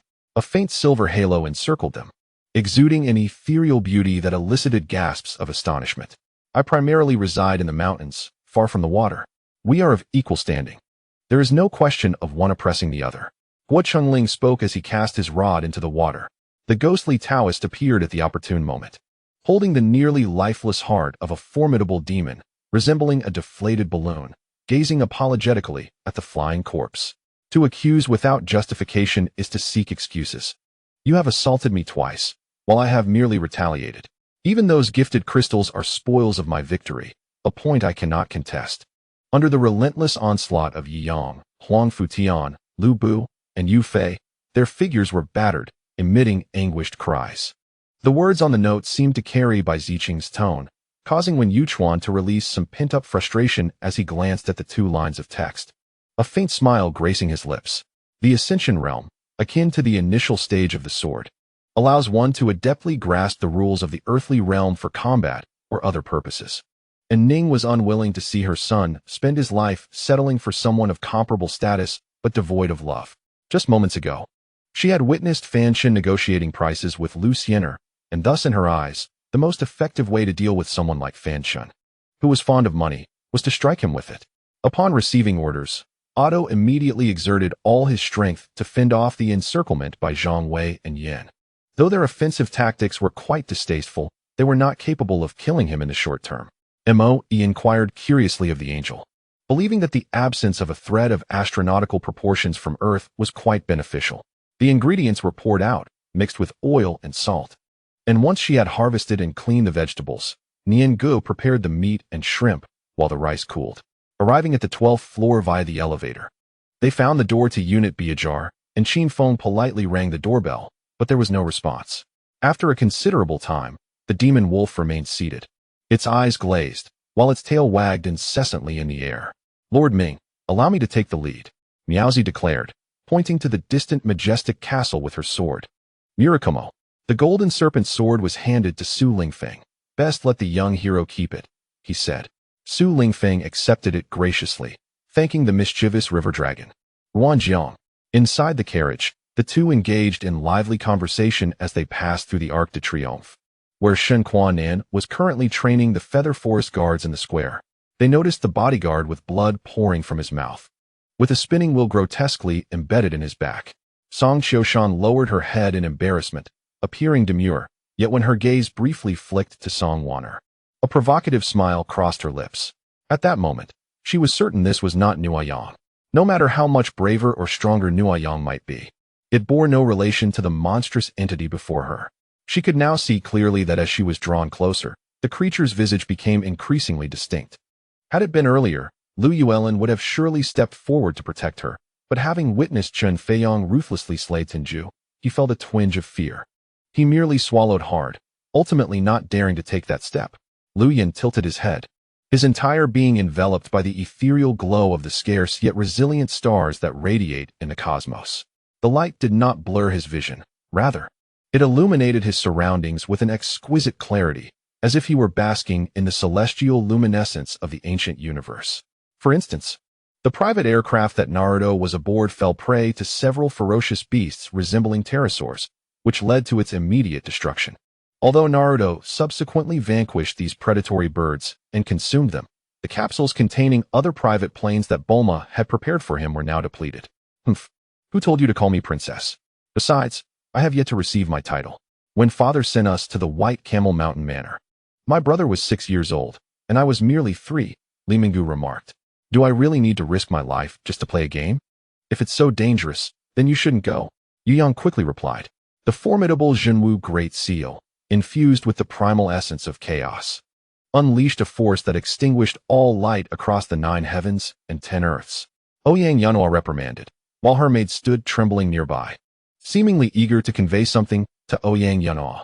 After having their identities revealed by 2 individuals, Shirsu simply removed his mask, revealing his true visage. Enough with the chatter, GMO declared impatiently. You two tidy up and head up the mountain. There's no need to wait for us or inquire about us. Upon hearing Yin Yelai's words, Li Yidao glanced at her, noticing the deep concern in her eyes.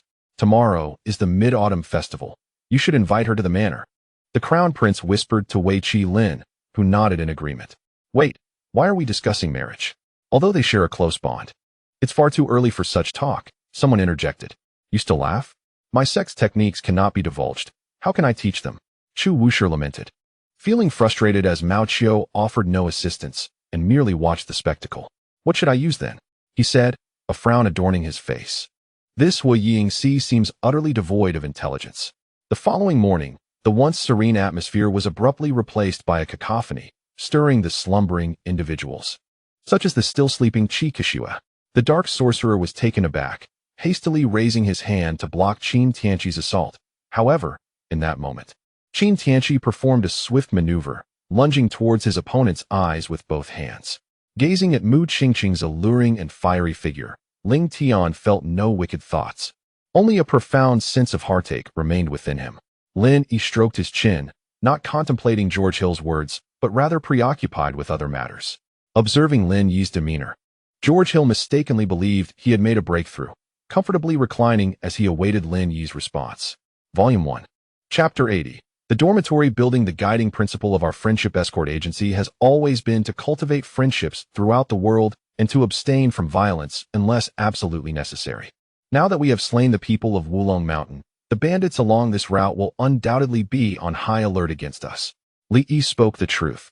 The martial world has never been merely about bloodshed, but rather about the nuances of human relationships. Within the ethereal confines of the flowing wind barrier, the jade orb circled around the dragon egg, from which soft, heart-wrenching sobs occasionally emerged. It was only upon witnessing this that Fade realized it was his sister who had come to his rescue, and judging by her attire, she appeared to be of noble lineage from the Duchy of Noah. The past, with all its intricacies, had become inconsequential. What truly mattered was his return. The dragon contemplated that, given another chance, he would act with the same unhesitating resolve, for in his heart, only El could embody strength, and the potential for greater strength. The moon shone brightly and fully today, casting a gentle, silvery light across the earth. Upon this realization, Long Xiaofeng felt a profound shock within him. At that moment, he acknowledged the limitations of his own experiences. Despite having witnessed many astonishing sights, the scene before him left him utterly astonished. First, the flames must be extinguished. While simultaneously dispatching mercenaries to patrol the vicinity, Patrick issued the command in place of Fade, who displayed an expression of urgency never before seen on the face of a champion fighter, anxiously worrying about the whereabouts of the missing Ayana. "What do you intend to do?" the youth inquired, recognizing from Su Yi's demeanor that there was no escaping the situation. That year, the 20-year-old Wu Tong departed from home without a word, wandering across the globe, undergoing numerous experiences. Adopting the alias of Yiming, he became a gambler and simultaneously a disciple of the renowned mecha design master, Lumbo, studying systematically the intricacies of mecha technology. The armies of Xiliang had recently been severely weakened by my hand, and there would be no significant military engagements in Guangzhou for the foreseeable future, Xiao Pai confidently declared. When Chu Yunxi presented a pill vial, Zhang Yunfei momentarily froze, his gaze betraying an unusual expression. Thus, she could kill without hesitation, for she was in harmony with the heart of Wen Yudong, the future prince. The martial world is one realm, yet beyond it lies another. He struggled to discern which was the illusion and which the reality. Nevertheless, he understood that he must forge ahead, bidding farewell to all that once was, and embarking on a new beginning. Having initially believed he could remain emotionally detached while exploiting Tang Zhou's Lian Hongyao, he inexplicably felt a flicker of concern. As this concern intensified, Lian Hongyao could no longer resist seeking out Lian Hongxian. At that moment, she recalled the blood escape technique of the Chu family, which, once invoked, could dismantle all restrictions. Regrettably, employing this technique would severely compromise one's cultivation, necessitating prolonged recovery, making it unwise for frequent use. Hence, she pondered the possibility of possessing a similarly effective artifact capable of breaking all constraints. Indeed, this was the domain, a realm that prohibited all forms of flight. The crimson light flickered in his eyes as the massive golden sword amassed formidable fighting spirit. Did he still believe he would remain as foolish as before, allowing himself to be exploited, serving as a stepping stone for his ascension to the throne without a trace of resentment?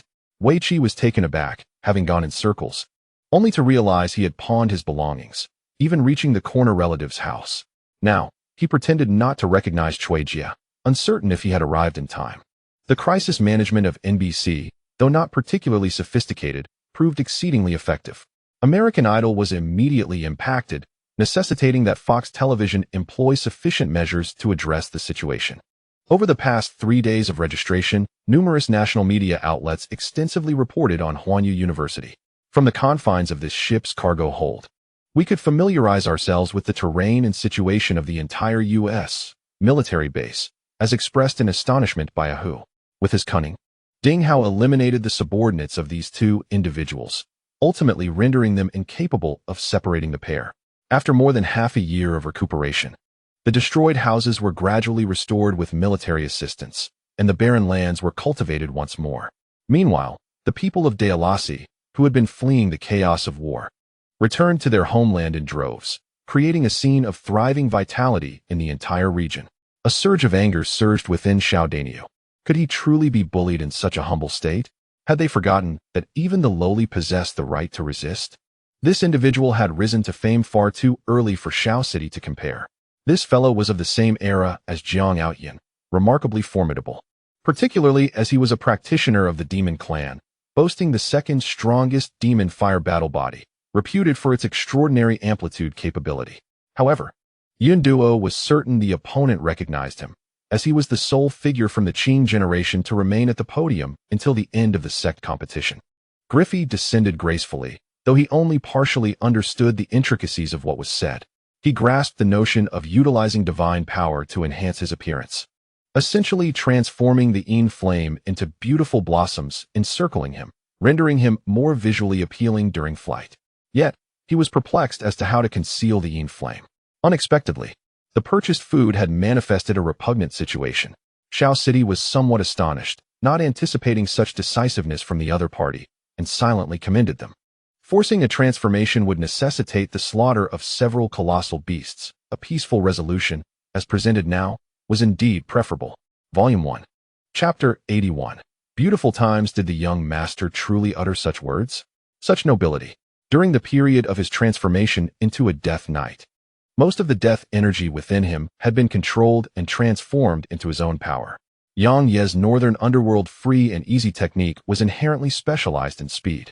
And with the enhancement of the sword essence mode, his velocity rivaled that of some sword king experts specializing in speed, which is why killed Tianxiu was unable to catch up with Yang Yi. The cycle of killing cannot eradicate all life. The essence of reincarnation cannot be extinguished. And salvation is difficult to attain. Only through universal salvation can one rescue others from the sea of suffering.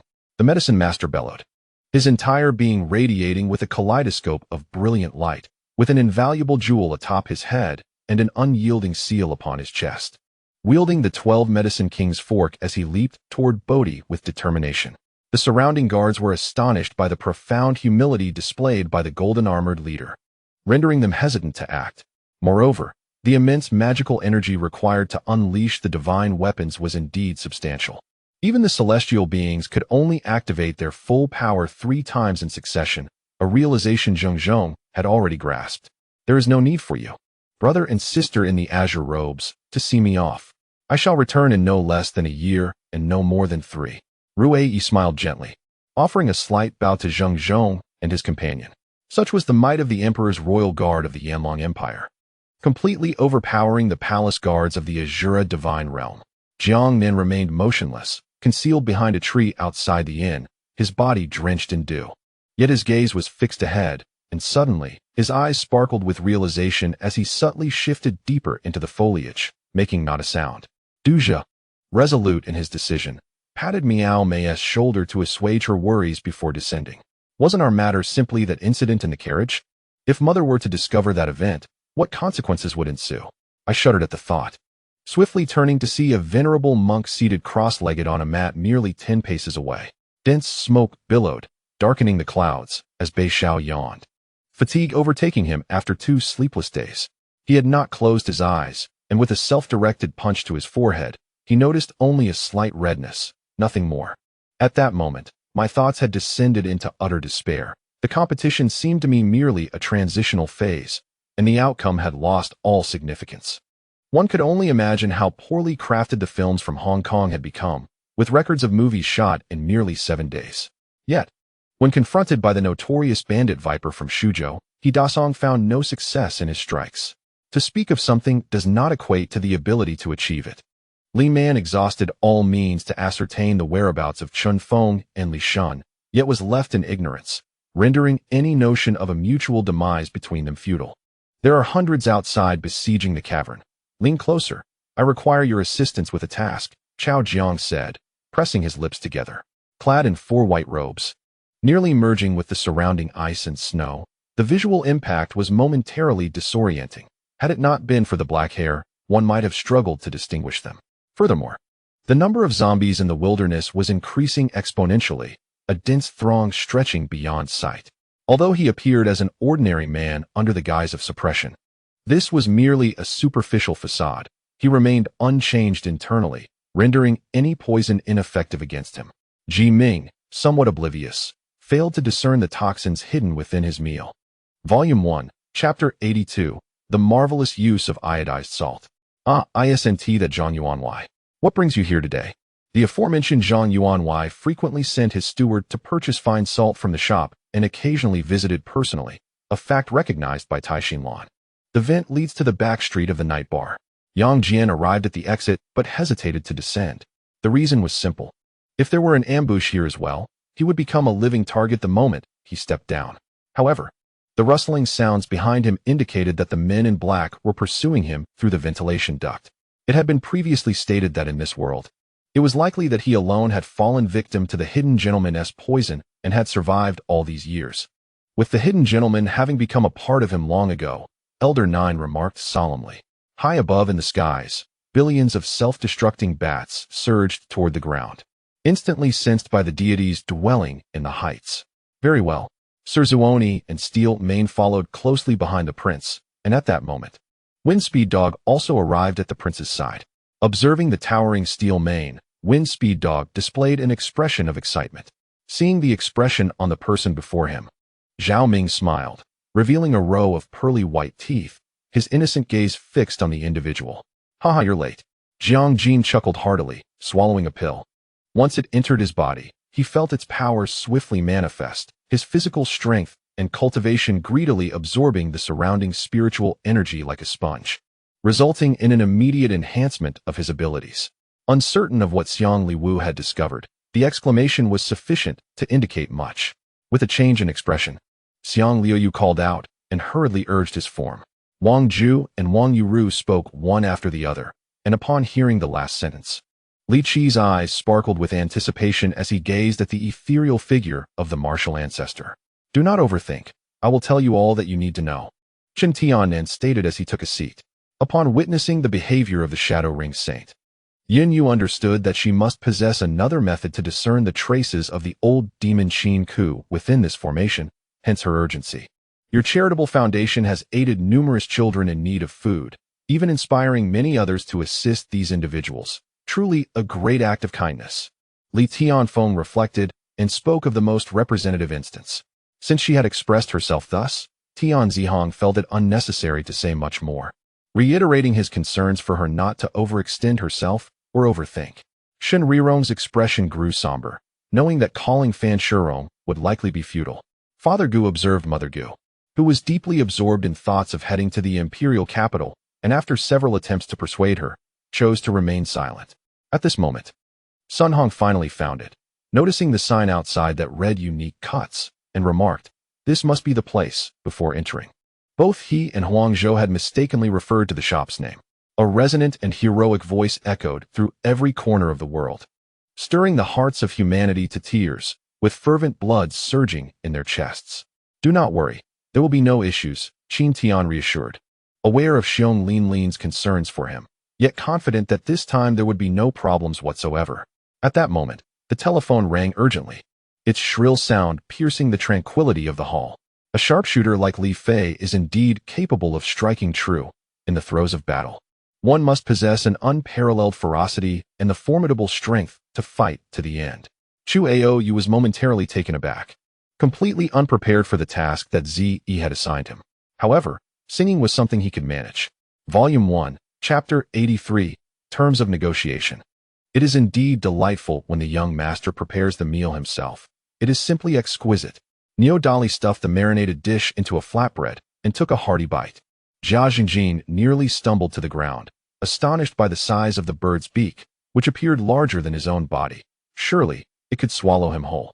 Fortunately, he understood that the fierce winged hawk was merely expressing goodwill, prompting him to offer a wry smile. As soon as the words left my lips, I hurriedly made my way toward the door. Just as I took a step, a voice emerged from behind me. Meng Yi speculated that the Dragon Slayer King had secretly persuaded the Rongdi leaders within the Qin state to conspire against it. Unfortunately, the Rongdi leaders had perished in the chaos of war, leaving no traces to investigate. The unification of the 6 states by Qin was also a transition from the Bronze Age to the Iron Age, resulting in significant changes to the tactics of warfare during the autumn of the Warring States period. The voices belonged to 2 brothers, the notorious Black and White Monsters, known as the 4th and 5th of the Loyal Martial Society. Did human life hold so little value to him? How could he be so merciless? Yi Fei remained silent, and Zhu Lingling did not inquire about his plans. She simply took him along to the entertainment room. However, when she joyfully arrived at the cafeteria, she discovered only a few sparse stalls selling noodles. As her thoughts raced, Zhuanzhu had already commenced his movements. Unlike the ornamental martial arts of modernity, Zhuanzhu's actions, though patterned, were rugged and lethal, devoid of excessive flourishes. They were direct, with the sound of slicing through the air resounding impressively. The individuals who had been rebuffed by Ouyang Che flushed with indignation, their tempers flaring, and just as they were about to admonish him, Ouyang Che seized the opportunity to continue speaking without pause. "I am fine." Old Wei stood up unaided, scarcely catching his breath before several bullets pierced the wall. Tan Shi and I supported Wang Shan, urging Chen Lu to drag him up first while we slowly ascended ourselves. The shadow did not relent. It repositioned itself and launched another strike against the protective barrier of Fengling. That's more like it. Just a few days ago, I dared not step outside the hut. Li Hongtao exclaimed. In this place, is there anything money cannot achieve? Peng Haoming, you should know better than I. The meaning behind the boss's words was unclear, and Peng Haoming fell silent. Originally, the situation had seen the forces of Tianxia and Xiongba flanking Han Ji in a pincer movement, but with this maneuver, the dynamics had transformed into a circular formation. With a radiant smile, the tears at her fingertips no longer mocked the past, silently revealing the attributes of the next piece of equipment. The radiant sun mirror shimmered with golden light, soaring upward and directly casting a beam of golden radiance toward Xiaoyan, who swiftly evaded, only to have the very spot he occupied cleaved open by the mirror. Others turned their gazes, and upon witnessing the blood-soaked figure amidst the chaos, expressions of disbelief adorned their faces. The corridor was empty, yet the lights remained aglow.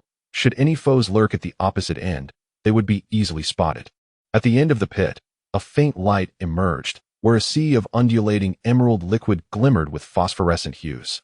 Countless branches cascaded down naturally, and at the roots lay a pool of verdant liquid, dripping from the ancient tree above. Currently, all factions within the three realms closely monitored these events. Any misstep would be an ordeal that the Buddhist sect could scarcely endure.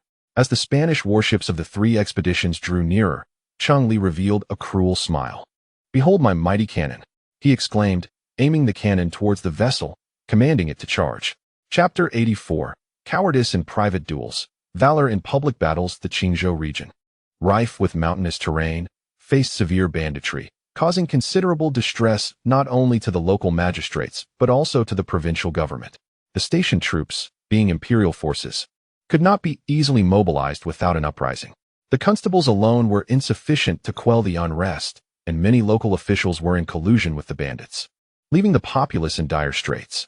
The previous campaigns in Yute County had garnered commendation from the governor, if they could conquer Nyoti Mountain this time. Even if the salt merchants from other counties lodged complaints, it was believed that the governor would intervene. This matter seems troublesome for Brother Chun. Not troublesome at all. It is my duty, he replied, silently, for bullets flew from the chamber, striking true at the foreheads of the four assailants clad in work uniforms wielding pistols. It was deep into the night, yet Feng Duwu could not find solace in sleep. Resting her chin on her hands at the vanity by the window, her gaze fell upon the large-bellied, long-necked vase adorned with flowers, devoid of focus. Her fingers absent-mindedly toyed with the blossoms, appearing lost in thought. Originally, the lieutenant had intended to impart lessons to Xiong Yihong about the respect owed to senior comrades. Isn't the medication prescribed by the doctor delivered by the nurses? Yet, with her mind elsewhere, she found no inclination to contemplate these matters, closing her eyes to gather her thoughts. I disagree. If Carmen finds herself in peril, who knows what actions Rue might take? Just look at his current mindset. He remains immature. Do you truly expect him to relinquish his own safety for the lives of others, as he once did? Uncle Lu Chen remarked. The meteor, having escaped from its confinement, had regained its celestial prowess by the banks of the Moon River. Upon triggering its latent potential, the heavens would respond, and by contemplating the Tao near the river, it could aid the meteor in navigating its tribulations. Jia Wu gazed impassively at the two lifeless bodies before him, silently sighing. He gestured for the crowd to remain calm, and four disciples stepped forward to carry the corpses away. He silently circled around Hu Jing and the others, instilling a profound trepidation in their hearts.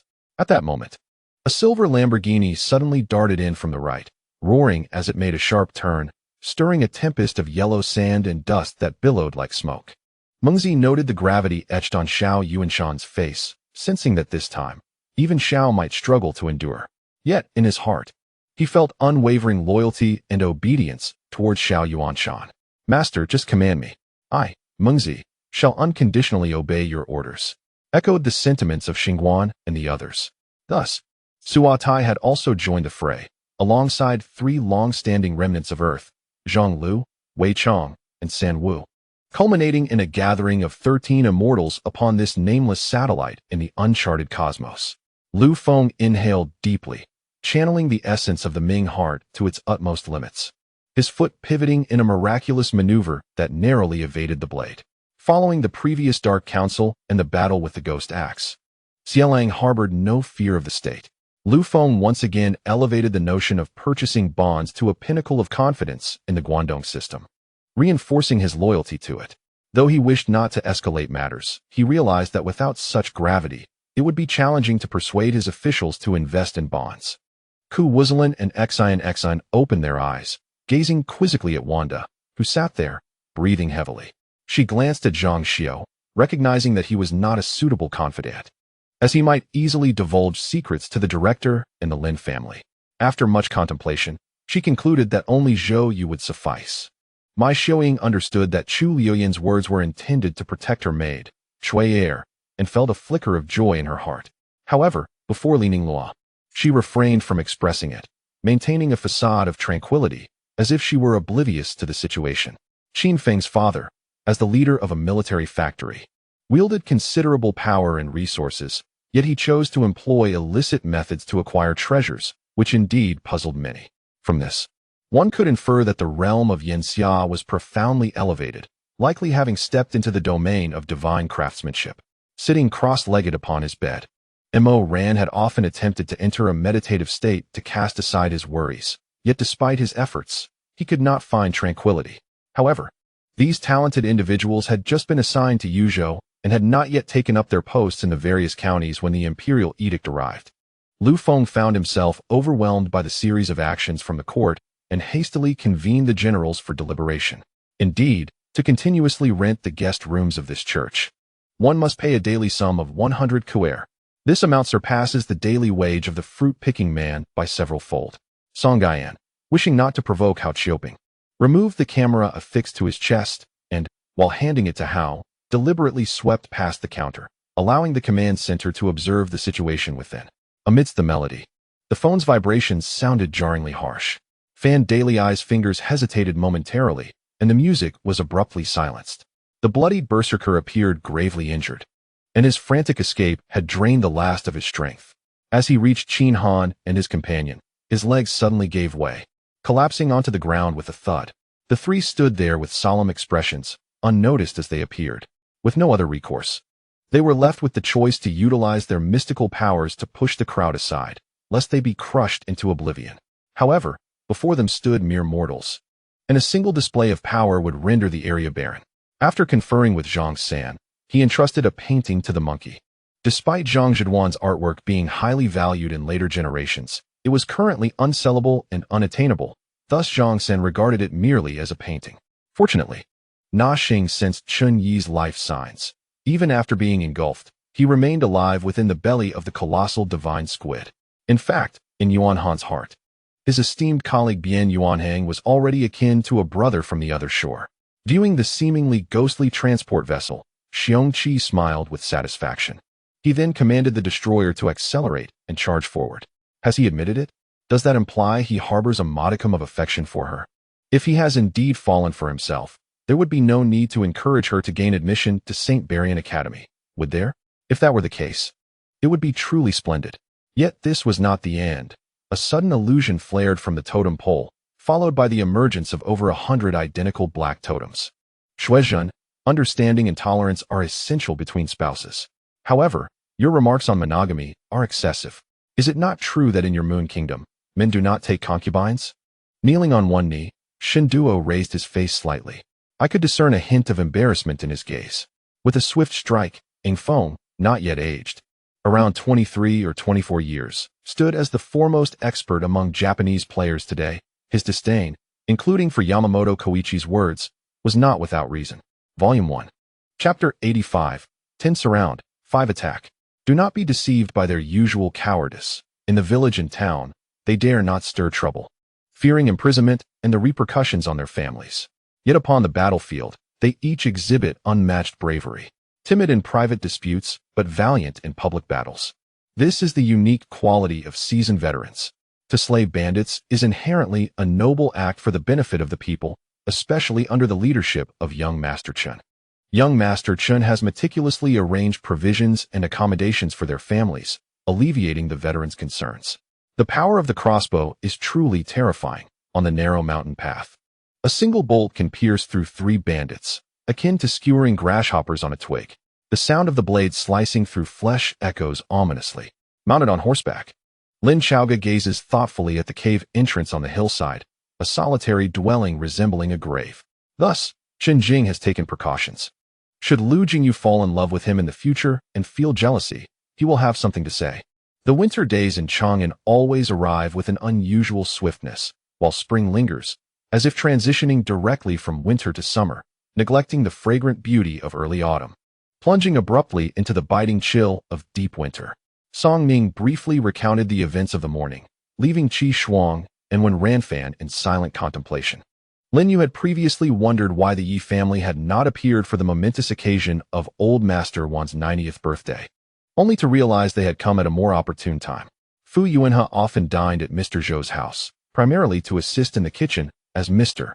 Zhou was quite confident in his culinary skills, stating that his vegetable preparation was always orderly and pristine. That evening, under the pretext of wandering the courtyard, he encountered Fu Shiqi, seizing her hand and leading her to the front gate where they would not be disturbed.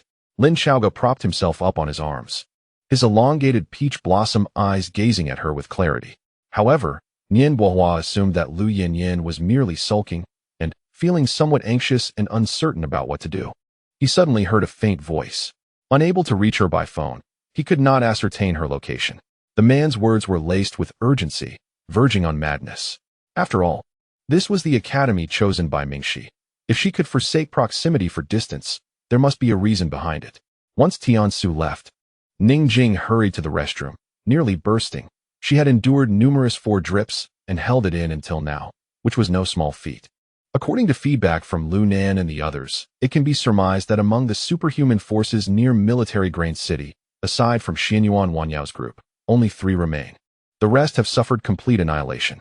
Lu Xing pondered deeply, the sole thought crossing his mind being whether Lin Xiao, who had recently appeared in Jincheng, had informed Lu Ziwen of his contact details. Otherwise, how could he have received a call from Lu? Ning Jing sensed the exceptionally pure and potent spiritual energy emanating from the jade piece, her eyes lighting up as she immediately reached out to grasp it. Upon opening the box, her pores relaxed in bliss. Indeed, it was a piece of exquisite jade. Lung Yuchen smirked slightly, retrieving his phone and pocketing it, cradling Wei Chunchen as they entered the aquarium. Previously, Yin Junfeng had encountered the imperial Xiangyu of Tai Xiangxue, and now the white jade amidst the green light bore a striking resemblance to it, prompting Yin Junfeng to comment accordingly. It is already 11 o'clock. What on earth is he doing? Even if he is late, it shouldn't be for such an extended period. Hualing's brows were tightly knitted, and her expression was exceedingly grim. No matter how tormented she felt internally, she must not show any sign of weakness externally. At least on the surface, she must not falter. As for the relationship that occurred, it was not of Mu Nanqing's design, but rather a scheme by Feng Sitong.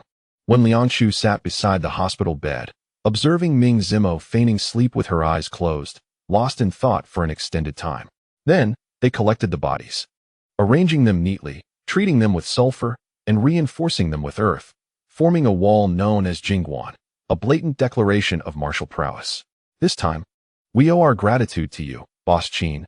Had it not been for your sudden appearance, Bayan City would have faced grave danger.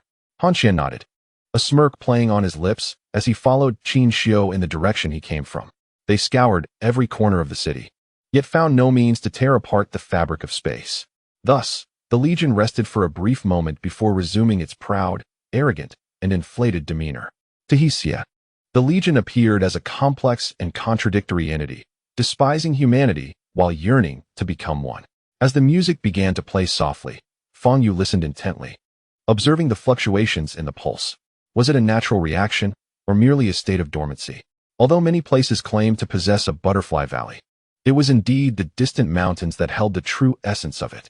However, the source of destruction also constrained its own extraordinary fruit powers. He had no choice but to utilize the treasure bestowed upon him by Pu Ming. It was a sword of immense power. Despite its incomplete technique, it could still shatter the magic of 10 novices. The might of this sword continued to astonish those from the divine realm. With a helpless sigh, he searched on his phone once more, seeking valuable intelligence from a different perspective. I was just playing around. I didn't expect this girl to be so frightened. Lin Yu chuckled, while the others looked on helplessly. Noticing everyone turning away, he stuck out his tongue, at which point Chon'er harbored a deep-seated resentment towards him. Elder Yin praised, while Yixin remarked that he had merely just broken through a realm, and it was all a stroke of luck. How should we allocate the responsibilities then? It wouldn't imply that we must draw lots to decide, would it? The leader of the reincarnation sect inquired with concern. Few could observe someone like Wang Bai to such an extent. Even if someone noticed the resemblance between Master Hui Jing and Tian Tian Yuan Yuan, they would never connect that this charming nun was the biological mother of the twins. Wang Bai had always treated others with sincerity, which earned him the loyalty of the four brothers from the car wash, embodying the principle that one should treat others with genuine respect. I repay sincerity with sincerity. Volume 1, Chapter 86, The Atmosphere of Execution. In truth, Chen Pingan had contemplated whether to occupy Nyoti Mountain and secretly station troops there, but after some thought, he decided against it. How can you be so certain that my Tao Tao will choose to live with you? Gong Yeshuan's tone was laced with mockery. I hurriedly withdrew my body, entirely oblivious to the fact that the sweat on my forehead had become nearly unbearable.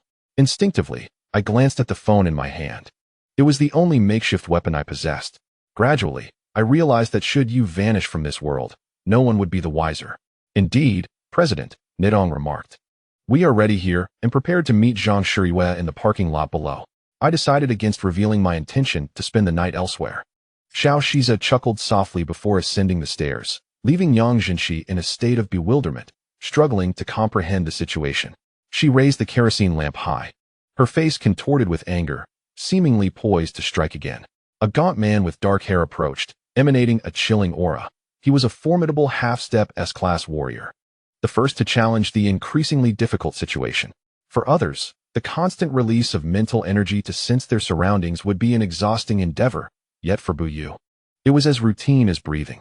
The admiration from a man like Green Han spoke volumes. To be on par with Yi Chun, hailed as the continent's most gifted genius, underscored the extraordinary strength of this individual. Bring me a glass of water. Yin Jiu muttered weakly, his eyes closed. Speaking caused a sharp pain in his jaw. According to urban legends, if one were to sweat and then avoid the cold, recovery from the illness was still possible. Her meaning was unmistakable. She had seen through He Qingfan's rhythm, which brought tears of gratitude to the noble and selfless He Qingfan's eyes. After all these years, someone finally understood his plight. Having been a good man for so long, he was finally receiving his due reward. Furthermore, the black lightning descending was led by the thunder of the heavenly Tao. The ancient formation of the heavenly Tao was even less likely to be escaped from. Even if one were to break free, those black bolts would still pursue relentlessly. Su Jingfu pondered for a long time, and suddenly a look of joy illuminated his face as he attempted to rise abruptly. However, the moment he exerted himself, he felt a wave of pain throughout his body and fell back down, cold sweat beading on his forehead. Yet, the ancient formation would not tolerate the return of the gray aura into its own body. With a cold snort, it unleashed two golden beams from its eyes that shot directly toward the center of his brow. In that moment, a plan formed within him. He quietly drew out the blood sword, shrouded in obscurity, and unleashed a burst of inner power, generating a five-colored rainbow that struck at the demon lord's back. At this juncture, Lin Yi had begun to realize that her life was on the brink of a significant transformation, one that would transcend the ordinary. Just as He Qingfan grasped the sword, a sudden bolt of lightning struck his head, leaving him in a state of confusion, his brow darkened, a harbinger of bloodshed. A man who wishes to depart cannot be retained, regardless of the reasons. Conversely, a man who desires to stay cannot be driven away, even by the fiercest of flames. It was he who had declared his intention to leave. She could not hold him back. The comparison between the often ridiculed Empress and Lady Chong Lu reveals a stark contrast, suggesting that one might as well dig a pit to leap into. Given their perceived lack of beauty, the energy burst, nearly exhausting his life force, combined with the self-inflicted damage from the explosive propulsion and the current energy backlash, had pushed him to his limits, leaving his internal organs suffering from tremendous impact. In Volume 1, Chapter 87, A Glimpse of Brilliance, Lord Lin greeted Chen Pingan as he descended from the carriage. Chen, my dear brother, please come inside. Indeed, this object possessed a hardness akin to diamond. For sirens to break free, they must restore their bodies to peak condition. Should this vortex named Naruto frequently visit the proprietor's establishment, it might dissuade Hinata and Hanabi from coming. Although aware that this required acclimatization, the unexpected circumstances presented during this initial mission were beyond his anticipation. Contemplating the possibility of opening a canister and discovering such entities, Hinata Hizashi's heart brimmed with fervor. Originally, some imperial guards intended to intervene, but upon recognizing one among them, whose connection to Wan Yin Lai was known, they hesitated to step forward. Given that a life had already been lost, they ultimately decided to report to Guosheng for a resolution. Cough, cough, cough. Young master, please set me down, Emoshi pleaded. Observing the stormy expression on Yin Ruojuan's face, feeling a mix of discomfort and gratitude. However, just as Luke prepared to fully mobilize his mechanical body to extract the magical energy from his internal liquid, vying desperately against Hu Yu, Ignis took the initiative. Acting before either of them, he aimed to deter the shadow creatures, yet these beings, devoid of intellect, responded to Hu Yu's threats and warnings only with howls as they charged towards him. Lin Yu coldly remarked that Shengwan Wunyan, equipped with a prosthetic limb, appeared whole. Yet the absence of sensation in his left arm served as a constant reminder of his vendetta against his severed limb. Although he sought to communicate within the range, ninjas outside the perimeter could not hear him, yet they were still perceptible. Is this their tactic to confound us? Huang Jun's gaze fell upon the impassive face of the Aries. Summoning her courage, she stealthily ventured outside. In her scarce memories, taking items from the street was more commonly referred to as theft. After addressing matters of Starlight, Zhou did not return home, instead preoccupied with publicizing silver during the day. At this juncture, Huai brothers sought him out. Initially reluctant to meet, Zhou found it difficult to decline when Ma Ali intervened. What? The once joyful and elated old woman instantly froze at the sound of this news. The simultaneous cries of anguish attested that the sharp axe blade had indeed embedded itself into the body of a Saxon soldier. Luo Ji decisively indicated to Yi Qingxian to approach Philip Albert in the capacity of a merchant, offering him material support. With a thunderous roar, a surge of power coursed through his arms. At that moment, the wall before him erupted violently. The shareholders of E-Life were deeply divided. Some clung to the hope of attracting external strategic funds to resurrect the company, while others were amenable to investor control, provided the name and trademark of E-Life were preserved. Wu Chen wore a smile as gentle as a spring breeze, clad in a black monk's robe, his long eyebrows brushing beneath his eyes, resembling a master of profound cultivation. Kafka was unreliable. The corpse demon was not human. From Kafka's words, it was evident that his wrath was reserved solely for humans. Moreover, the distance to flee this time was far greater than the last escape from Miro's grasp. He feared that before he even reached Kafka, the corpse demon would already be upon him. Lu Lin had always believed his luck to be rather poor. During this mission, he felt utterly unremarkable. If one were to draw a conclusion, it would be that his character remained steadfast, bringing him to this point. Before Tang Fei could speak, a terrifying beastly roar suddenly echoed, startling several of them into sitting down on the ground. Old man, come out! Qing Tian shouted desperately upon witnessing the scene. This mission is exceptionally arduous. You have virtually no chance of survival. You may choose to decline. I will not hold it against you, Bian Chongqing stated calmly. Faced with overwhelming power, and Ling and Lu Ying found themselves somewhat powerless, resorting to threats against Feng Lu. Yuan Long's formidable presence left an imprint in the hearts of the crowd, and he stood arrogantly in the air, a smirk ever present on his face. Hearing the words of the blissful master and observing his pretentiousness, the master Miao, he felt an immediate wave of indignation. Being taken under the wing of the Holy Mother Wudong was a great honor, yet the blissful master displayed such affected behavior, clearly pretending to be coy.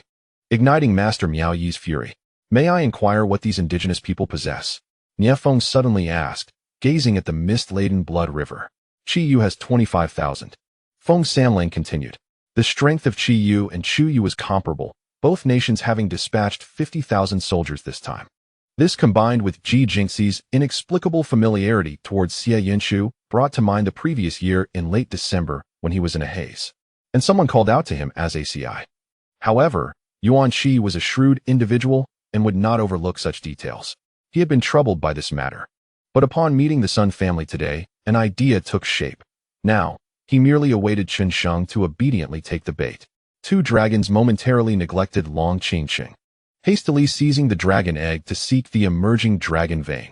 Ran Fei inwardly mused on the sheer folly of the Prince of Qi, who interrupted before the speaker had completed his thoughts, only to inquire again as to the reasons. Was this not a prelude to starting anew? He extracted 2 ping-pong balls from the pocket of his plush coat, tossing them carelessly into the air, where they hovered between the two individuals. A beam of sunlight cascaded upon the man, whose visage remained partially shrouded in shadow, exuding an aura reminiscent of a devil risen from the depths of hell. The Buddha, embodying fortune, transitioned from passivity to aggression, launching an assault on Wang Hongzhou. However, Wang Hongzhou was similarly shielded by a golden light, making it difficult for the Buddha to inflict harm. Apology? The succubus pondered. Perhaps an apology was not out of the question.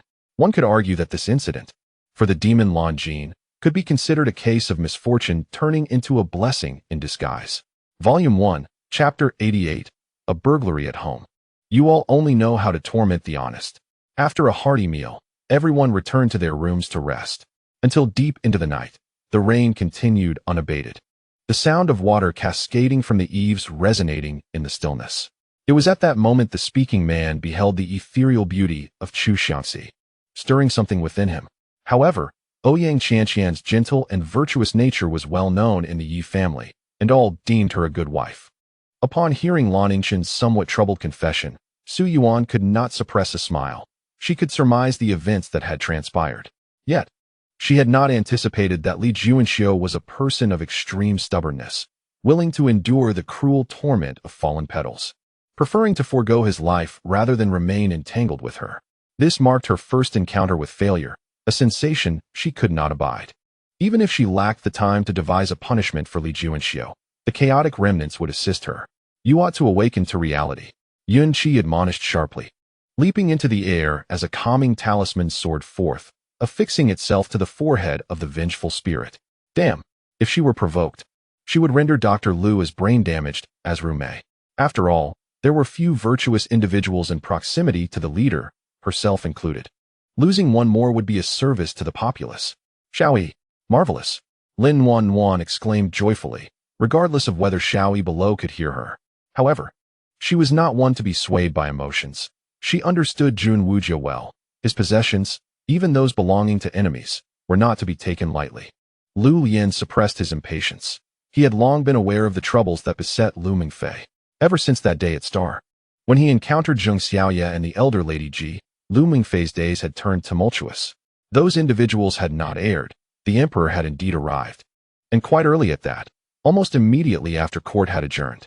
As Cheng Yi dashed out, he was still in high spirits, but after several attempts to reach Pei Shirin, only to find her phone off, his enthusiasm began to wane. The defenses are so tight that not even a fly could enter, remarked Fan Tu, scratching his head.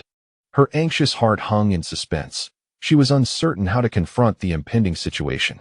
Bai Fengjiu simply articulated her path, causing the hearts of the 3,000 masters of transformation to leap in unison. The emergence of this transcendent path shattered all constraints. This was the terror of supreme existence. With sufficient power, they could instantly harness these forces without leaving any trace. He was oblivious to what would transpire upon returning to the primordial world or what actions he would undertake. Should any unforeseen events occur and be broadcasted for others to witness, it could easily incite chaos. Madame Su cleared her throat, signaling that such remarks should not be made in front of so many people. Sister is missing? Pei Zhentang's expression changed at that moment. They had merely stepped away for a brief period, yet his sister had vanished. His flight was akin to that of an airplane. Siblings, let us rally together. Suddenly, a resonant battle cry echoed through the lush, broadleaf forest. In an instant, a steel dart shot forth with a whoosh, launched by Ding Chunxiu, who had ensnared it with his hair and directed it toward him with force. Quan Qing hastily struck his iron flute, the sound ringing out as he deflected the dart far away. Huang Han sincerely rejoiced for Teacher Qiu, enjoying a drink with the cheerful and Jun Xiang. Yet each encounter inevitably led to a clash of opposing viewpoints. Fan Ping's voice on the phone radiated warmth. Since she had taken a stroll in the Swan during the day and returned, she had gained a direct understanding of Zheng Jiangwo's current situation. It was as if Hua Shang's words whispered in her ear. When humanity observes from the perspective of an ant, the imagery surpasses imagination. Did you capture it all? The director inquired of the nearby cameraman, shaking off the momentary shock, perhaps influenced by Pei Ning Lo. Wang Heng's first thought for both celebration and consolation was a grand feast. The name on the adjacent hospital bed had already been affixed to her. Thus the future was foreseen. Everything unfolded too abruptly. Now, Amidst the unfamiliar streets of Paris and lacking knowledge of the local language, she dared not act recklessly. Presently, Li Qi's martial bones had been crushed by his unscrupulous father the previous night, and such damaged bones would generally find it exceedingly difficult to achieve a breakthrough and become innate in this world. Clearly, they were attempting to obstruct our advance into their ranks. Even if they could not completely prevent it, they must at least slow our cavalry's charge. This way, the Mage Legion would have ample time to launch their next wave of magical assaults. From the spatial pouch, they retrieved a travel stool, a travel table, and healing medicine. The immediate priority was to treat the injuries of Ji Du. In the midst of the courtyard, a sudden glimmer of green light appeared. Not glaringly bright, but rather imbued with a certain obscure and dim quality, easily overlooked in the oppressive darkness of the night. Gongsun Fan was acutely aware that only 2 dragons had arrived, both of celestial rank. Should the remaining 7 dragons make their entrance, hope would be utterly extinguished for him and his companions. Thus, he nodded, silently conveying this thought to Tianling. The forest stretched endlessly, devoid of visible boundaries. With trees over a century old, thick enough for 2 to embrace, soaring skyward and lush with foliage. One could barely catch glimpses of the sky through the interstices of the leaves. As the southeastern wind rose, Luo Kuan and Feng Guohuan unfurled their sail, allowing the wooden raft to drift with the breeze. They cast a wistful glance back at Dashi Island, overwhelmed with emotion. After 2 days of sailing across the sea, their journey had been relatively smooth, despite the uncertain future that lay ahead. Yet, both Feng Guohuan and Luo Kuan clung to the hope of returning home. Ultimately, Qin Yu found himself unable to refuse, agreeing to accompany me. Thus, we would venture forth together. A triumphant smile emerged on my face, relishing my success. The news of Chu Jian's demise left the residents of Bali Fort in mourning for a spell. Yet another piece of news soon lifted their spirits. Yuan Feng and his associates had engaged in profitable trade and secured positions within the government. This newfound support from the authorities was more valuable than anything else. Volume 1, Chapter 89, The Construction of the Water Wheel. I shall give it a try. During my absence, you must exercise caution, my lord. It would be wise to avoid going outside. With a resounding shout, Xianhan brandished his divine spear, emanating an infinite blue radiance. The spear's shadow loomed like a celestial canopy in the air, transforming into a cascade of azure ice crystals that collided violently with the blood-red sword shadows above. This fellow, merely at the initial stage of the 9th-tier soul manifestation, certainly possessed an audacious spirit. Next time, I shall confront him in front of Sister Zhou Yao. Who among us can achieve immortality? Aside from those endowed with innate gifts or those fortunate enough to possess extraordinary artifacts, mere mortals can attain eternal life solely through ascension. Extreme remedies may yield similar results, but the corresponding toll would be tremendous. The 4 of them launched an assault on Yumu Jun simultaneously, each executing their lethal techniques to obstruct him. Yuan Zhen wielded the sword from his flute, joining the fray with full force. The nearby disciples of the sword sect stood in stunned silence. The master of the gun hall was, astonishingly, the ancestor of the youth before them. No wonder the spear techniques displayed such overwhelming might, sending several golden core practitioners flying with mere residual force. So, I shall take on the role of a summoner. Yen Kai leapt aside, clutching his arm, his gaze fixed intently on the malevolent entity before him. In a fleeting moment, the summoner's healing skill activated, and a flash of green light enveloped his arm, instantly mending the injury. As the corrosive liquid adhered to the bodies of the elite elven warriors, it began to eat away at their skin. In mere seconds, the flesh of those high-ranking elves was seared, revealing the putrid meat beneath their skin, resembling tormented specters. The strength of each of the martial gods is, in fact, more formidable than that of an average half-step dominator. The solar magic energy collectors form a cloud. The spirit communication tower rises like bamboo shoots after rain, and the 3 hydras roar like thunder, ceaseless day and night. What is this? Master Yanling curiously gazed upward for a moment. Then his expression became serious as he suddenly turned his attention to the distance, where a figure radiating red light was swiftly approaching. There is no need to ponder. Those items were not birthday gifts for Ting, but were entirely intended for the butterfly spirit of Guiyuan Mountain. Initially, the naive Ting felt a twinge of jealousy towards Siwa, resenting her for capturing the master's full attention. However, As Ting matured and gradually understood Siu's circumstances, she inexplicably began to feel sympathy for her. What happened? Liao Yi anxiously inquired, while the eyes of several others turned towards the spirit stones. Is something amiss? Jiang Shiqian was never one to kick a person when they were down. Despite harboring resentment towards Su Yanran, she did not directly enter the vehicle and leave. Early the next morning, Tian Feng finally awoke. With a splitting headache, he broke out in a cold sweat upon hearing Zhang He recount the events of the previous night, and astonishingly, his headache vanished. Shimin Xiu's expression hardened as silver light struck towards his neck, and golden radiance erupted, tearing through the constraints of starlight. 2 to 3 years. Is it 1 year? 2 years, or 3 years? Pei Lingxi, somewhat disoriented, opened the door to the hospital room and stepped inside. How perplexing. She had experienced love before. So why was she so unable to contain herself at merely a glance from him? Tianyin realized his error. He should not have hastily passed judgment without understanding the situation. He had spoken ill of Lingxi. Would she forgive him? This was an opportunity for many stars from the 3rd and 4th tiers to share the screen with 1st and 2nd tier stars. Many celebrities actively participated, including Su Yunan and Pei Lingxi. The void in the sky vanished, revealing a cerulean expanse once more as green grass sprouted from the ground. The future was rewritten, inevitably replacing the original fate. The Taqing recluse immediately spotted Su Yang in a state of unconsciousness, and naturally, he also noticed the 3 celestial beings. Continuing deeper inside, the 6-fingered demon rose to his feet, panting heavily, his eyes reflecting a frenzied demeanor as he violently seized Hua Rumei's hair, dragging her inward. At that moment, Popovich entered shortly after Genobilai, laying out his plans in a hurried manner before swiftly departing. Lin Yi was left bewildered, pondering what was happening and who had displeased them. The ancestor, now advanced in years, rarely ventured outside.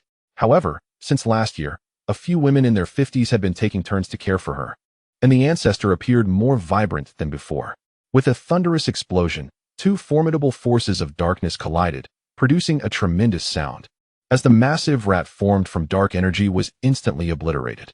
Handsome, I will take responsibility, Aisha said with a smile, her delight growing upon witnessing Qin Tianqi's astonished expression. Song Ziyun took a deep breath, striving to suppress the pain within. His mind resolutely focused on one thought. He must see her and persuade her to leave the Night King. For Yanjing had become a swirling vortex of darkness from which there was no escape. How fortunate. It seems that the elixir truly holds life or death significance for Lord Wang Yan. We shall accompany you in your search. Why create such a scene of parting? Now is not the time for farewells. Huai urged anxiously. However, his attention was predominantly drawn to the long halberd, which initially appeared unremarkable, akin to an iron rod, yet turned out to be a treasured artifact. After Chu Fei spoke, he noticed that Du Fu did not respond, piquing his curiosity. He raised his gaze slightly, only to find Du Fu entirely engrossed in his own thoughts. Oblivious to his arrival, the white bear of Hanlu was notorious for its foul temper. Upon seeing a beast daring to snatch its prey, it glared with fiery red eyes and struck fiercely with its paw. The 2 individuals, seemingly mismatched, appeared together in the same frame, complementing each other as perfectly as the 2 halves of a Taiji diagram. The husky draped in wild boar skin lay on the ground, wagging its tail, showing no inclination to attack. Later, as the 4 major cities established connections, having learned some crafting techniques and gained survival skills, he complied with his parents' wishes and arrived at Xuanwu City. Who said I was seeking refuge with Gu Xiang'an? At that moment, Gunanyu raised an eyebrow, a hint of a smile playing on his lips. A faint hissing sound arose. The cliffs of the poisonous mist gorge, long weathered by various toxic mists, began to corrode under the essence of poisonous gas released by the threads of mundane life, curling and whitening in the blink of an eye, ultimately losing all moisture and being swept away by the fierce winds into a cloud of dust. Volume 1, Chapter 90, Assembly Line Operations. The newly constructed factory stood on the shore, ready to be transformed into a workshop with a mere installation of looms. This is my responsibility, Emperor Juin remarked coolly, casually wiping the blood from the corner of his mouth. I am not speaking in vain. I witnessed it with my own eyes. You must either expel him from the village or burn him alive. Otherwise, one day, he will surely kill everyone in the village. Everyone. All will perish. How obedient. So you are aware of your transgressions, Black Siu scoffed, removing her hand and walking away. Qing Mei was startled, turning to look. And even Hao Ning was taken aback by the sudden sound. Huh, what are you to me? Get away. GZC sneered, effortlessly pulling apart the kind-hearted individual. It is worth noting that Han Ku had once told Li Ling she could help her reach the mid-tier of the Earth level in a short time. However, indeed, like attracts like, what Qin Ruishi said was strikingly similar to Yun Jingyao's words, both advising him to learn from experience. When provoked, he possesses the ability to infuriate to the utmost, yet when calm, he can effortlessly dissipate his anger. Darling, it is a fallacy that I would deny you. How could I possibly refrain from your touch? And how could you refrain from me? She softly implored. The duration was not the imagined century, millennium, or eon, but merely 3 years, a journey undeniably fraught with hardship. The onlookers gazed in astonishment at Ling Xian, utterly unable to fathom that a creature, which had bested a dozen opponents in unison, could be so nonchalantly subdued by a single punch from him. How could this be possible? Qin Mingyuan suddenly swept her into his arms, striding towards the modestly sized brocade couch, scattering fine garments along the way, and upon reaching the couch, their honesty was palpable. Lingxi gently pressed her hand, the pain subsiding, yet the fading of the bruised hue would take time. Guohua, you have yet to receive your pay, have you? Lu Jingyao remarked with evident satisfaction, recognizing Zhang Shoren's role as an anomaly among guerrillas. The Baikong tribe resides centrally in the Moonlight Plain, adjacent to the Iron Tooth Bandits. The most direct route to the nearest necromancer bandits necessitates traversing the Baikong tribe, which was merely a matter of convenience. Yi Fei thought that eliminating them posed no significant concern. A child, scarcely a year old, was simmered in a pot, vividly alive and exuding an enticing aroma. Fei Xiao instinctively caught it, glancing at Lin Yijia. Zhao Linglong's words were excessively blunt, leaving Fei Xiao in a moment of awkwardness. Thus, she was left with no choice but to depart from the Yi family, leading a solitary and desolate life in her princess manor for the latter half of her years. As the team commenced its journey, no orders for noise control had been issued from above. Zhou Quan certainly would not impose restrictions on his comrades' conversations. To walk dozens of miles a day without allowing speech would indeed be quite inhumane. Upon hearing these words, Yu Moyan trembled slightly, feeling increasingly uncertain about her choices. What did Lu Feng mean by that? Mu Jiugao, observing its overly eager demeanor, truly questioned whether it grasped her intentions. Yesterday, Uncle Zijiang sought me out. Shang Sangwan felt it necessary to converse with Du Hong, lest Uncle Zijiang act impulsively and commit an irreparable deed. A sense of urgency arose. Dao Xian had just collapsed to the ground, yet his head was still clear enough to recognize the pressing danger at hand. His demeanor was earnest. Had He Jing adopted such an attitude from the outset, Niuli might have reconsidered, but now that she was cornered, retreat was no longer an option. Naturally, Temujin recognized this as well and, smiling, reassured his old partner. Do not worry. This trifecta of assaults is merely an appetizer.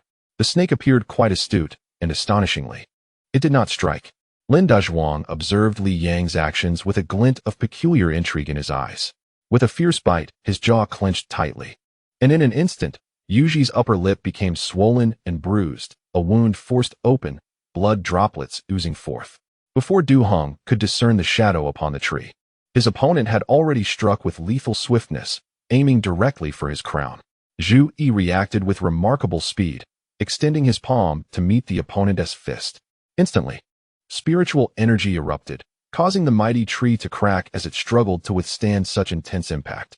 Zhao Yi rubbed his eyes, still groggy from sleep, and then noticed that his company, including Tanasha, all bore the marks of fatigue, their eyes resembling those of raccoons, a wave of unspoken resentment surging towards him. Then, under the astonished gazes of those around him, Zhao Yi solemnly placed the blue and white striped undergarment into his spatial ring, then expressionlessly squeezed toothpaste onto his toothbrush. Yin Yunbei recognized that he was speaking of Mo Changfeng. Although he usually paid little mind to court affairs, the recent scandal had sent shockwaves throughout the realm, making its way to the capital where he had certainly heard whispers of it. Finding the fallen diamond was not inherently difficult, yet at this moment, the shape-shifting diamond system was most concerned about the looming threat of Megatron. Shun Mingtang fell into contemplation. Although Chao Renan's demise was a consequence of his own actions, Madame Chao should harbor resentment towards them, given their shared history. Yet, rather than seeking revenge, she had willingly sold them cloth, seemingly eager to part with it. It had now been 3 days in the icy imperial city, and today, leaving was not an option. To restore the energy that Ice Spirit had expended, Tang Long understood that both he and Ice Spirit must remain for another day. Zhong Wu and Yu Huang had yet to arrive. Yet he encountered such a remarkable young man, who, despite being in a semi-divine realm, seemed to be among the elite even in the upper realms. After the meal, Rolf took the opportunity to wander into the magical creature's cottage under the pretense of aiding digestion. Well, Optimus Prime, that fellow, who knows what experiences he has endured, having drifted through the cosmos, yet still returning to Cybertron. Wei Wuji galloped furiously, causing others to scatter in chaos along the path. He recalled the courtyard of Kuei, and as his steed charged towards it, Wei Wuji leaped from his mount, stumbling as he hit the ground, quickly scrambling to his feet and forcefully pushing open the courtyard door.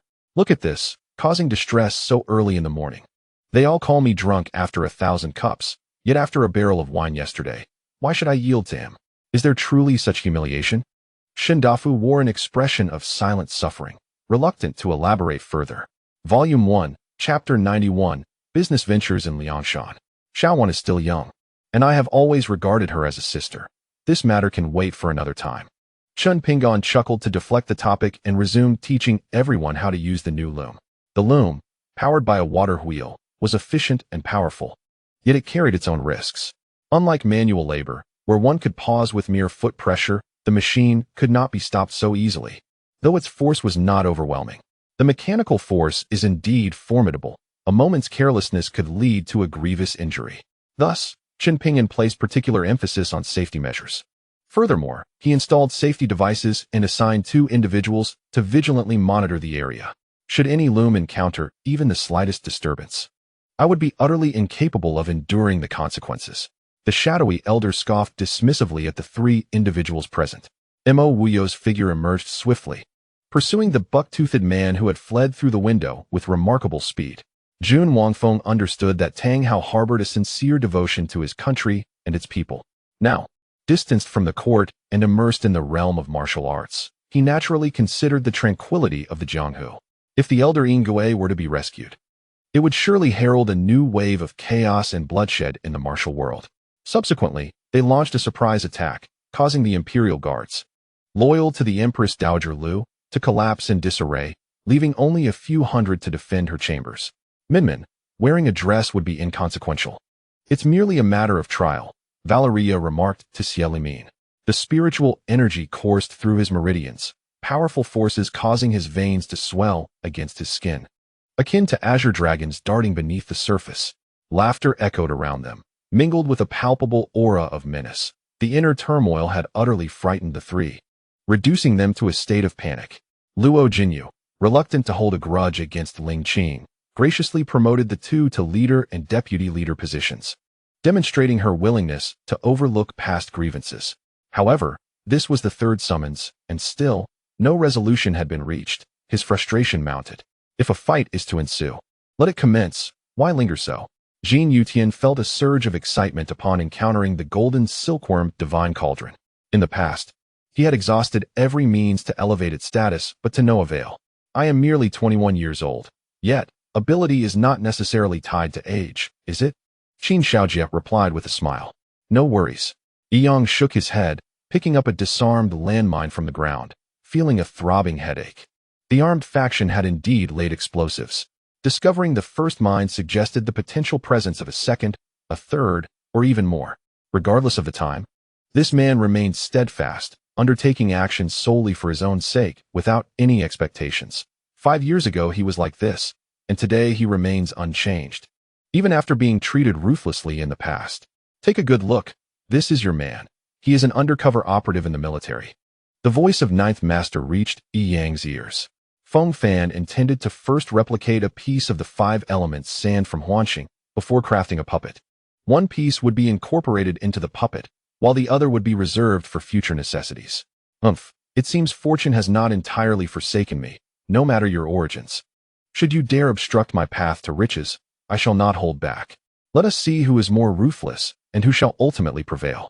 The bald man felt a chill in his heart, and a fierce glint flickered in his eyes. Yuqin Wushang offered a faint smile. He neither confirmed nor denied Jourant's words. The crowd engaged in playful banter for a while before finally handing the token to an old acquaintance, prompting the system to issue another notification. Xiaoqin paid no mind to Zhou Wei's thoughts. He was solely focused on executing his plans, each strategy meticulously considered. Zhang Yue felt somewhat vexed, as this matter had no bearing on him, nor was he the one who had dispatched anyone. Regardless, the sight of Xiaoqin facing misfortune and being criticized by outsiders brought him a sense of joy. Although Gu Moyan often claimed her love for him stemmed from gratitude rather than genuine affection, she knew in her heart that she truly loved him. Fortunately, that tree, though wavering, proved to be far sturdier than anticipated, capable of withstanding the force of the wind generated by the propeller. In the parking lot, Fu Simo reclined in the back seat, his gaze sweeping towards the elevator entrance, where Tang Qingcheng and Ling Yuan emerged. At that moment, Yuan Qin appeared disheveled, her fragrant shoulders slightly hunched, her makeup somewhat smeared, looking a tad disheveled, yet her innate beauty shone through, especially her wide, luminous eyes, which sparkled brighter than the moon, with long eyelashes fluttering like spring waters glistening under the sun. After a probing conversation, Mui Chen was genuinely taken aback. How was it possible that she could so easily enter and even stay here? Reluctantly, Linda exited the vehicle, while Xiao Fan and Shui Yuexian, witnessing Linda being escorted away by the special patrol officers, were taken aback but understood that the presence of two corpses in the car would inevitably lead to their removal. During the subsequent period, I remained in the hospital recuperating from my injuries, largely immobilized. The inability to move was excruciating for me, as the doctor insisted I maintain a single position while lying in bed. After all, I was alive, not a lifeless body, a demand I found utterly impossible to fulfill. Amidst the crisp sound of clapping, Aunt Susan used her flushed palm to verify that Lorraine indeed presented an item at the community garage sale with a starting bid of $100,000. However, the pursuing Newbolden had no inkling of what awaited at the endpoint of Ron's chosen route. Yet Qin found herself torn. However, this turmoil did not last long, as Yin Iza domineeringly pulled her into his embrace, a deep kiss rendering her oblivious to everything, lost in his tenderness. The wrath of the blood wolf could only be quelled by blood, a universally acknowledged truth in the mercenary world. However, if they ceased their pursuit, the opportunity for a decisive strike would be squandered, leaving Lu Kuan feeling somewhat at a loss. The Song family, Fang Chun and Chang Sheng exchanged glances, then burst into laughter. They had not anticipated that their attempt to confront the Song family would lead to an ambush before they even reached their doorstep, an absurdly fortuitous turn of events. After all, in the era of the 4 emperors and 5 sovereigns, they merely executed the covenant concerning the forbidden zones of life, tasked with guarding this realm and preventing outsiders from intruding, while also restraining the beings within from emerging recklessly. Subsequently, the bitten portion fell into Liang Yu's mouth, where he chewed it a few times before swallowing it down, in a state where the homeroom teacher seemed on the verge of wrath, yet hesitated to express it. The students finally quieted down. The villagers chattered excitedly about the recent changes in the village, their eyes nearly filled with reverence as they gazed at Fang Chun. When Inya removed her sunglasses and hat, Gushozi was instantly astonished.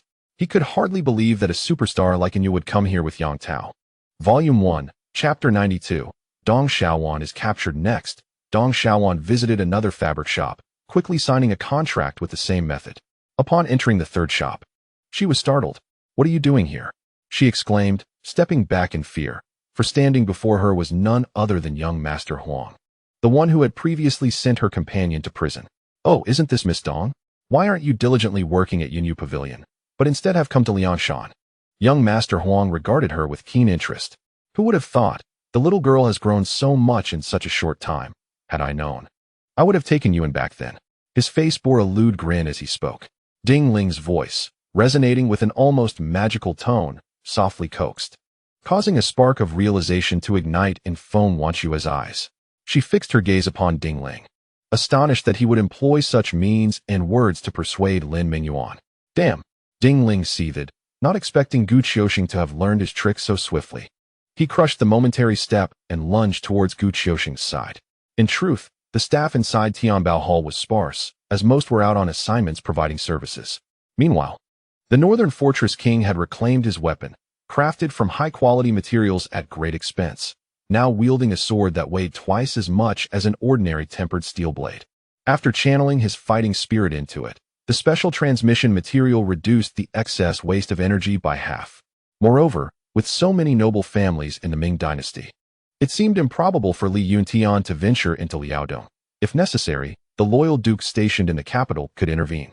Yet, unexpectedly, Li Yuntian took the place of the loyal duke to travel to Liaodong via sea route. Truly a surprising turn of events. Upon hearing the black man's voice, everyone fell silent. They gradually set down their champagne glasses, their gazes flitting between the black man and Du Baobao, awaiting the resolution of their conflict. Lu Ming did not find this troubling, as they all sought to kill him. Even if they succeeded, it would not be unjust. The condemned Zhao Dingyu knelt before the Lord and the assembled officials, proclaiming loudly as he arrived before Li Yuntian. It is not that Zhuo Jinming is ungrateful or disbelieves in Hai Dafu's prowess, but rather that even if he were to depart now, should those around him decide to betray him, he would undoubtedly become their stepping stone. In such a scenario, while those in his vicinity ascend to wealth and power, he would face dire consequences. Observing Kajiari nodding, Kira could only manage a few dry laughs, for he had no authority to reprimand her. After all, his status was granted by Lux, and originally belonged to Mary. Kajiari, noticing Kira's forced laughter, rolled her eyes in imitation of Mary and departed on her own. Though these individual lights may seem faint, when gathered together, they illuminate the arena above, transforming it into a brilliant spectacle. Upon reflection, he realized that he and she had only met twice, and their time spent together barely amounted to a single day. What a massive serpent! The two-headed creature engaged in a fierce battle with the great serpent. Jiang Fan, with keen eyes, clearly observed that the two-headed entity had evidently disturbed the great serpent by burrowing deep underground. My master is the leader of the Ming sect. If I do not enter, who will? Li Ningyan spoke softly, her expression filled with sorrow. Wang Peng hurried to the balcony and peered down, exclaiming, "Ah, it's Dongzi and Zhang Donghai." Dongzi is even carrying a large bag. Throughout his years in office, Ling Zhenbang harbored no selfish motives nor formed factions. Upon his resignation, he retained no vestige of power. In the Americas, Australia, Southeast Asia, beyond the Great Wall in Liaodong, and even in Siberia, there lies an abundance of unclaimed land on this earth. Yu Songhai sat in a chair, attended to by his disciples applying medicine, while others began to murmur and criticize the Qingsheng sect, their faces betraying unmistakable disdain.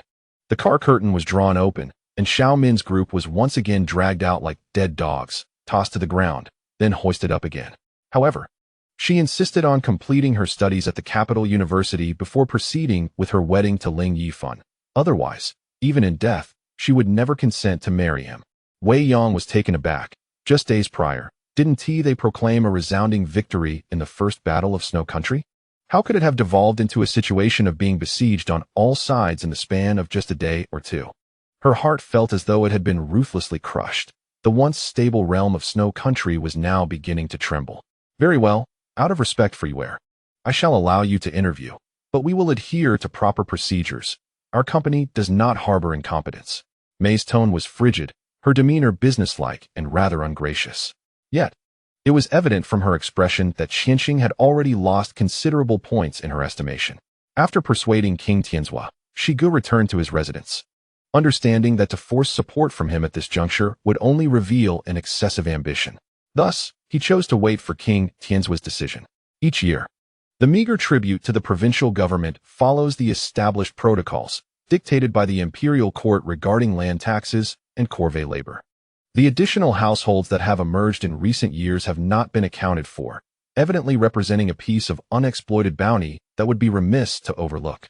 After partaking in lunch, with no classes scheduled for the afternoon, Emoli took Susan home, retrieved some money, and cradled his son as they stepped outside, while Susan waited downstairs, hesitant to ascend. On the other side of the city, ominous clouds began to gather. Near the outskirts, a dilapidated structure stood, its rusted chimney looming over a ground carpeted with wild grass, where sporadic footprints bore witness to past passers-by. The peeling paint revealed patches of red brick beneath, indicating that this site had long been abandoned. The summer attire was light and breathable, with the collar slightly ajar, prompting the plump mouse to absent-mindedly fidget with it. In this moment of relaxation, Sang Ruo felt as though she was no longer traversing a dark corridor, but rather wandering through a celestial expanse. Emoli racked his brain, pondering what had transpired differently to provoke Meng Qi. Volume 1, Chapter 93. Departing to rescue within the dominion of Yute County, Lin County Lieutenant indeed wielded considerable influence. However, beyond these borders, his authority was unrecognized. As time slipped by, it was apparent that the situation surrounding Princess Nanchang was about to escalate. Nonetheless, it was prudent for them to vacate the palace swiftly to dispel any suspicions. Emperor Xiaojing, Morongjing, was already drenched in sweat, and upon hearing Chu Lie's call, it was more melodious than celestial music. He dared not delay, hastening to the bedside of Lan Yi, retrieving a short sword from her boot. Just as he intended to slice her finger, Empress Lin preemptively seized the blade and cut her own. Chen Zixuan's gaze remained fixated on Morong Ku-er, yet she did not return his attention, focusing intently on guiding him behind a stack of straw.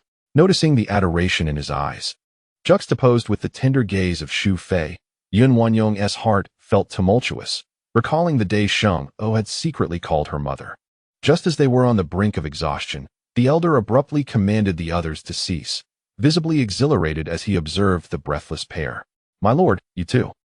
Qianshou and Xuanjun had just contemplated enlisting Tian Yu's assistance to extract the insects from their bodies when their eyes suddenly clouded with confusion. The strap was excessively old, frayed at the edges, likely washed countless times, resulting in its faded hue. The ends of the strap were uneven, presumably having been snagged by a branch. Yun Wanyong stumbled, her body swaying as she nearly toppled onto the bed, causing the fruit in her hand to slip and roll away out of sight.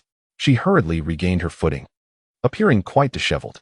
The emergence of the divine physician sect was akin to delivering a resounding slap to the face of the heavenly physician sect, showcasing not only a fifth-grade alchemist surpassing the head of the latter, but also boasting the prestigious title of the Imperial Alchemy faction, adorned with the illustrious legacy of ancient traditions, thereby relegating the heavenly physician sect beneath their feet.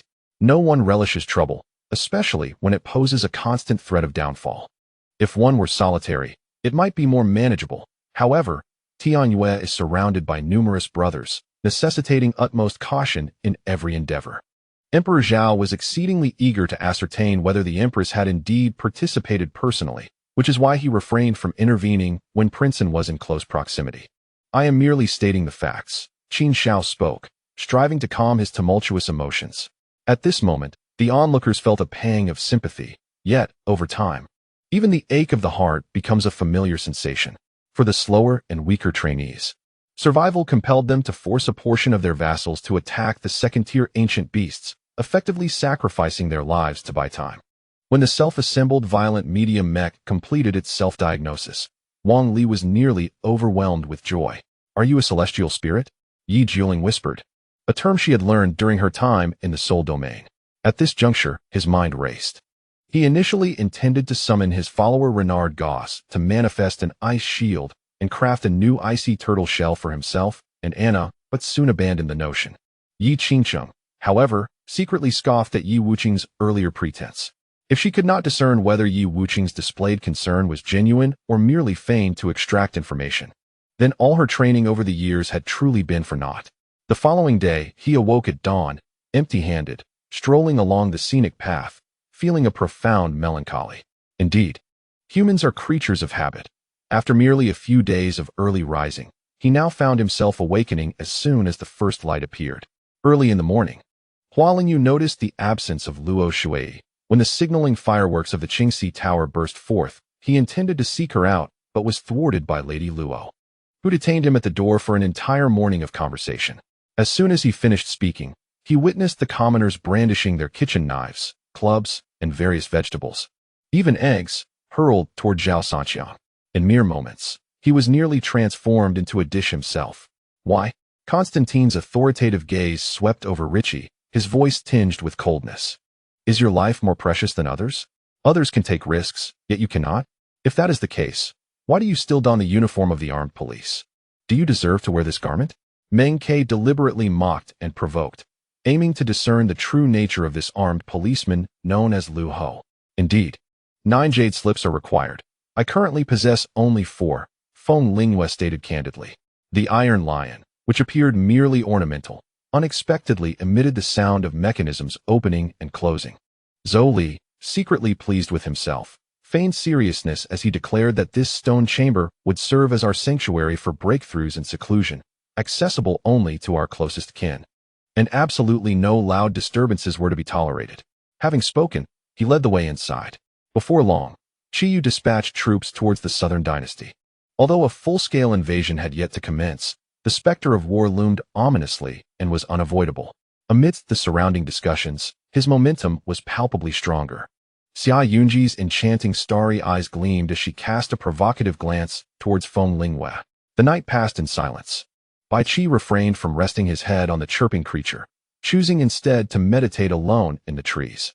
Unfortunately, the words of Hua Jing were abruptly silenced by an exasperated slap from her father, Hua Daihua, ringing through the air. Ajio, do not be angry. I have never harbored feelings for him, as you well know the truth. Xue Fanxin observed Yi Jiushang, who was clearly agitated. His icy aura palpable enough to chill those around him, necessitating a few words of comfort to prevent his wrath from unleashing havoc. Volume 1. Chapter 94. Who dares to touch my woman? Who is it? Young Master Huang impatiently inquired from within the room. Open the door. Officials are here to conduct a search. The authoritative voice from outside resounded. Experienced players recognized the situation. Lin Dao noticed Qiu Hao's movements, his eyes glinting with predatory intent as he approached the team and unleashed his formidable skill, the earth-shattering theft technique. You intend to use that against me? The barrel of Usserkaf's cannon was aimed at the kitchen knife in Vika's hand. 14th Prince, I have brought your supper. Qinglan knocked on the door, awaiting Yintan's reply from within. Then I shall accompany you. Hua Qinghan took hold of Su Lengzhou's hand, still warm from a recent bath. Li Qingyun regarded me with an expression of disbelief, as though my words were utterly preposterous. They were proud individuals.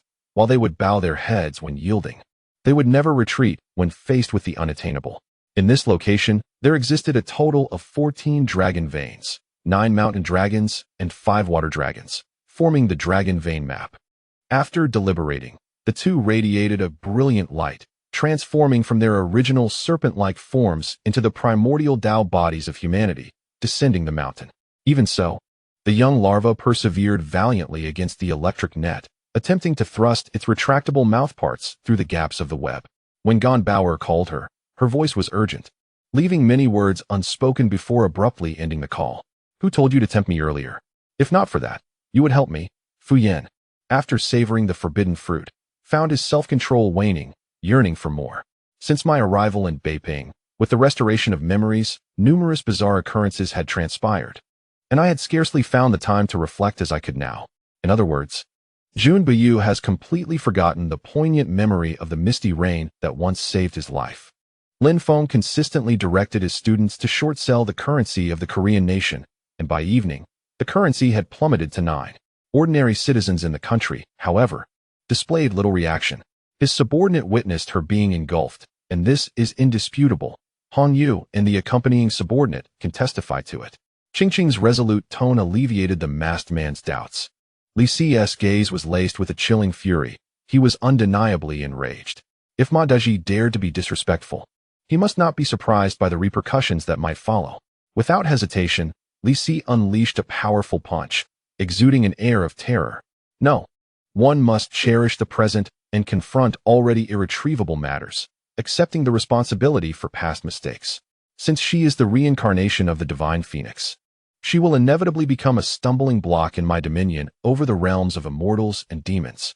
Would I still be as indulgent as I was decades ago, allowing her to grow her wings only to thwart my endeavors? Sikong Yun chastised, nearly driven to madness, consumed by regret over past events.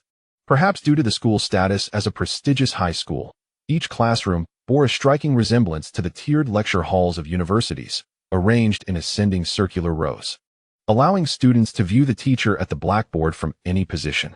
After a chaotic skirmish lasting the span of a stick of incense, over a dozen henchmen lay either dead or gravely injured. The deceased would forever rest in eternal slumber, while the living, terror-stricken and pale, withdrew, nursing their bleeding wounds. Volume 1, Chapter 95, Frantic Pursuit. Make way. Quickly, open the city gates. Young Master Huang shouted as he charged on horseback. Xin Zhou cast an unwilling glance. 10 days?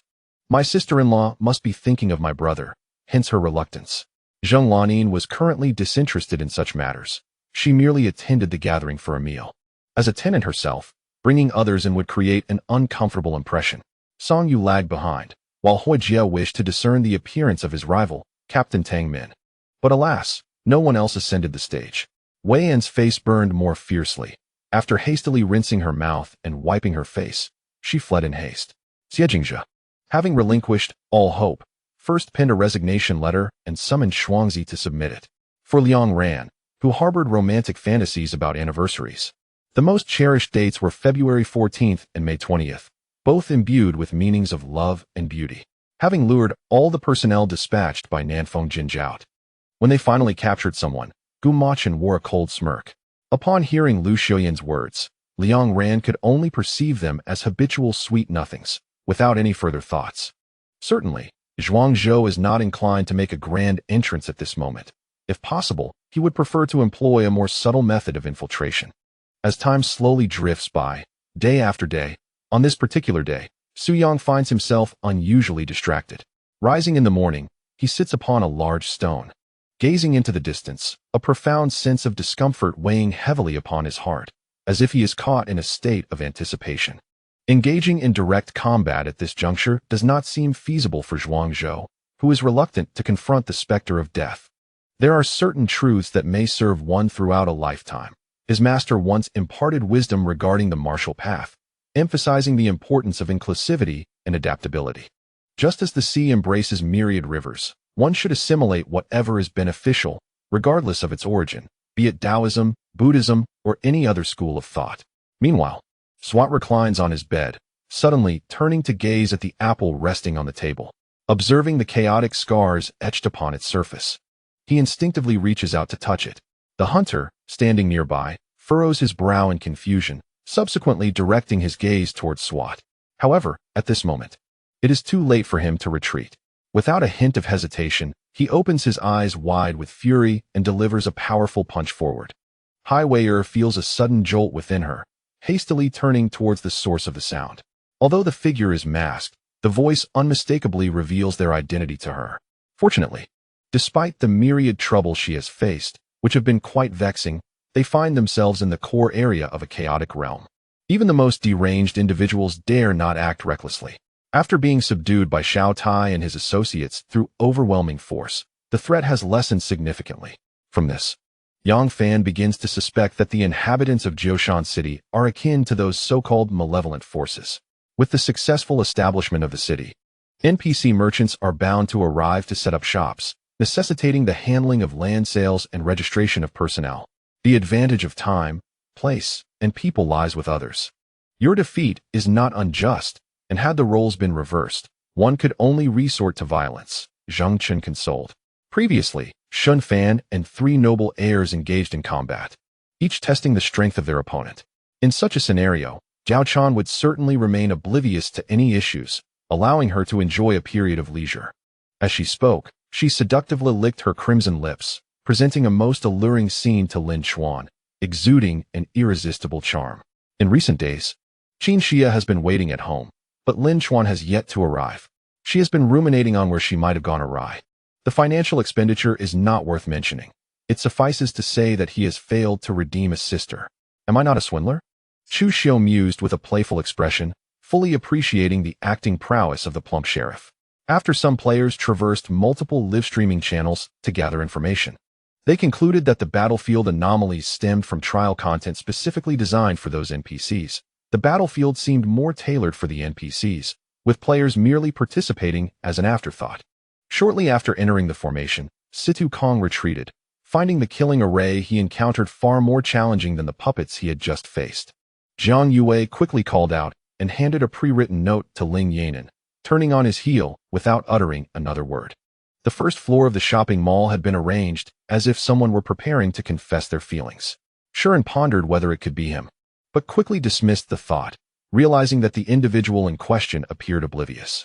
As he raised his arm, stretching it straight, what had once seemed a marginal distance now felt insurmountable, eliciting a humorous exasperation from Shuren. The objective of Uchiha Longshun was straightforward: to unite the Uchiha clan as a formidable force, collectively striving to overthrow Konoha. Particularly in recent years, the life of the wheat harvesting brigade had improved remarkably, with each passing year offering greater promise. Now, when they ventured outside and identified themselves as members of the wheat harvesting brigade, they were met with envious glances, and even the young women from the surrounding towns were eager to marry into their ranks. Upon hearing this, Qin Jingru's enthusiasm waned. Convinced that Qin Huairu was merely assisting Jiang Yue in boasting, her previously lively thoughts sank into despondency. Jiang Yue gave a thumbs up in praise, secretly admiring Linmu village for their remarkable analytical skills, as he understood the plot and thus comprehended the situation.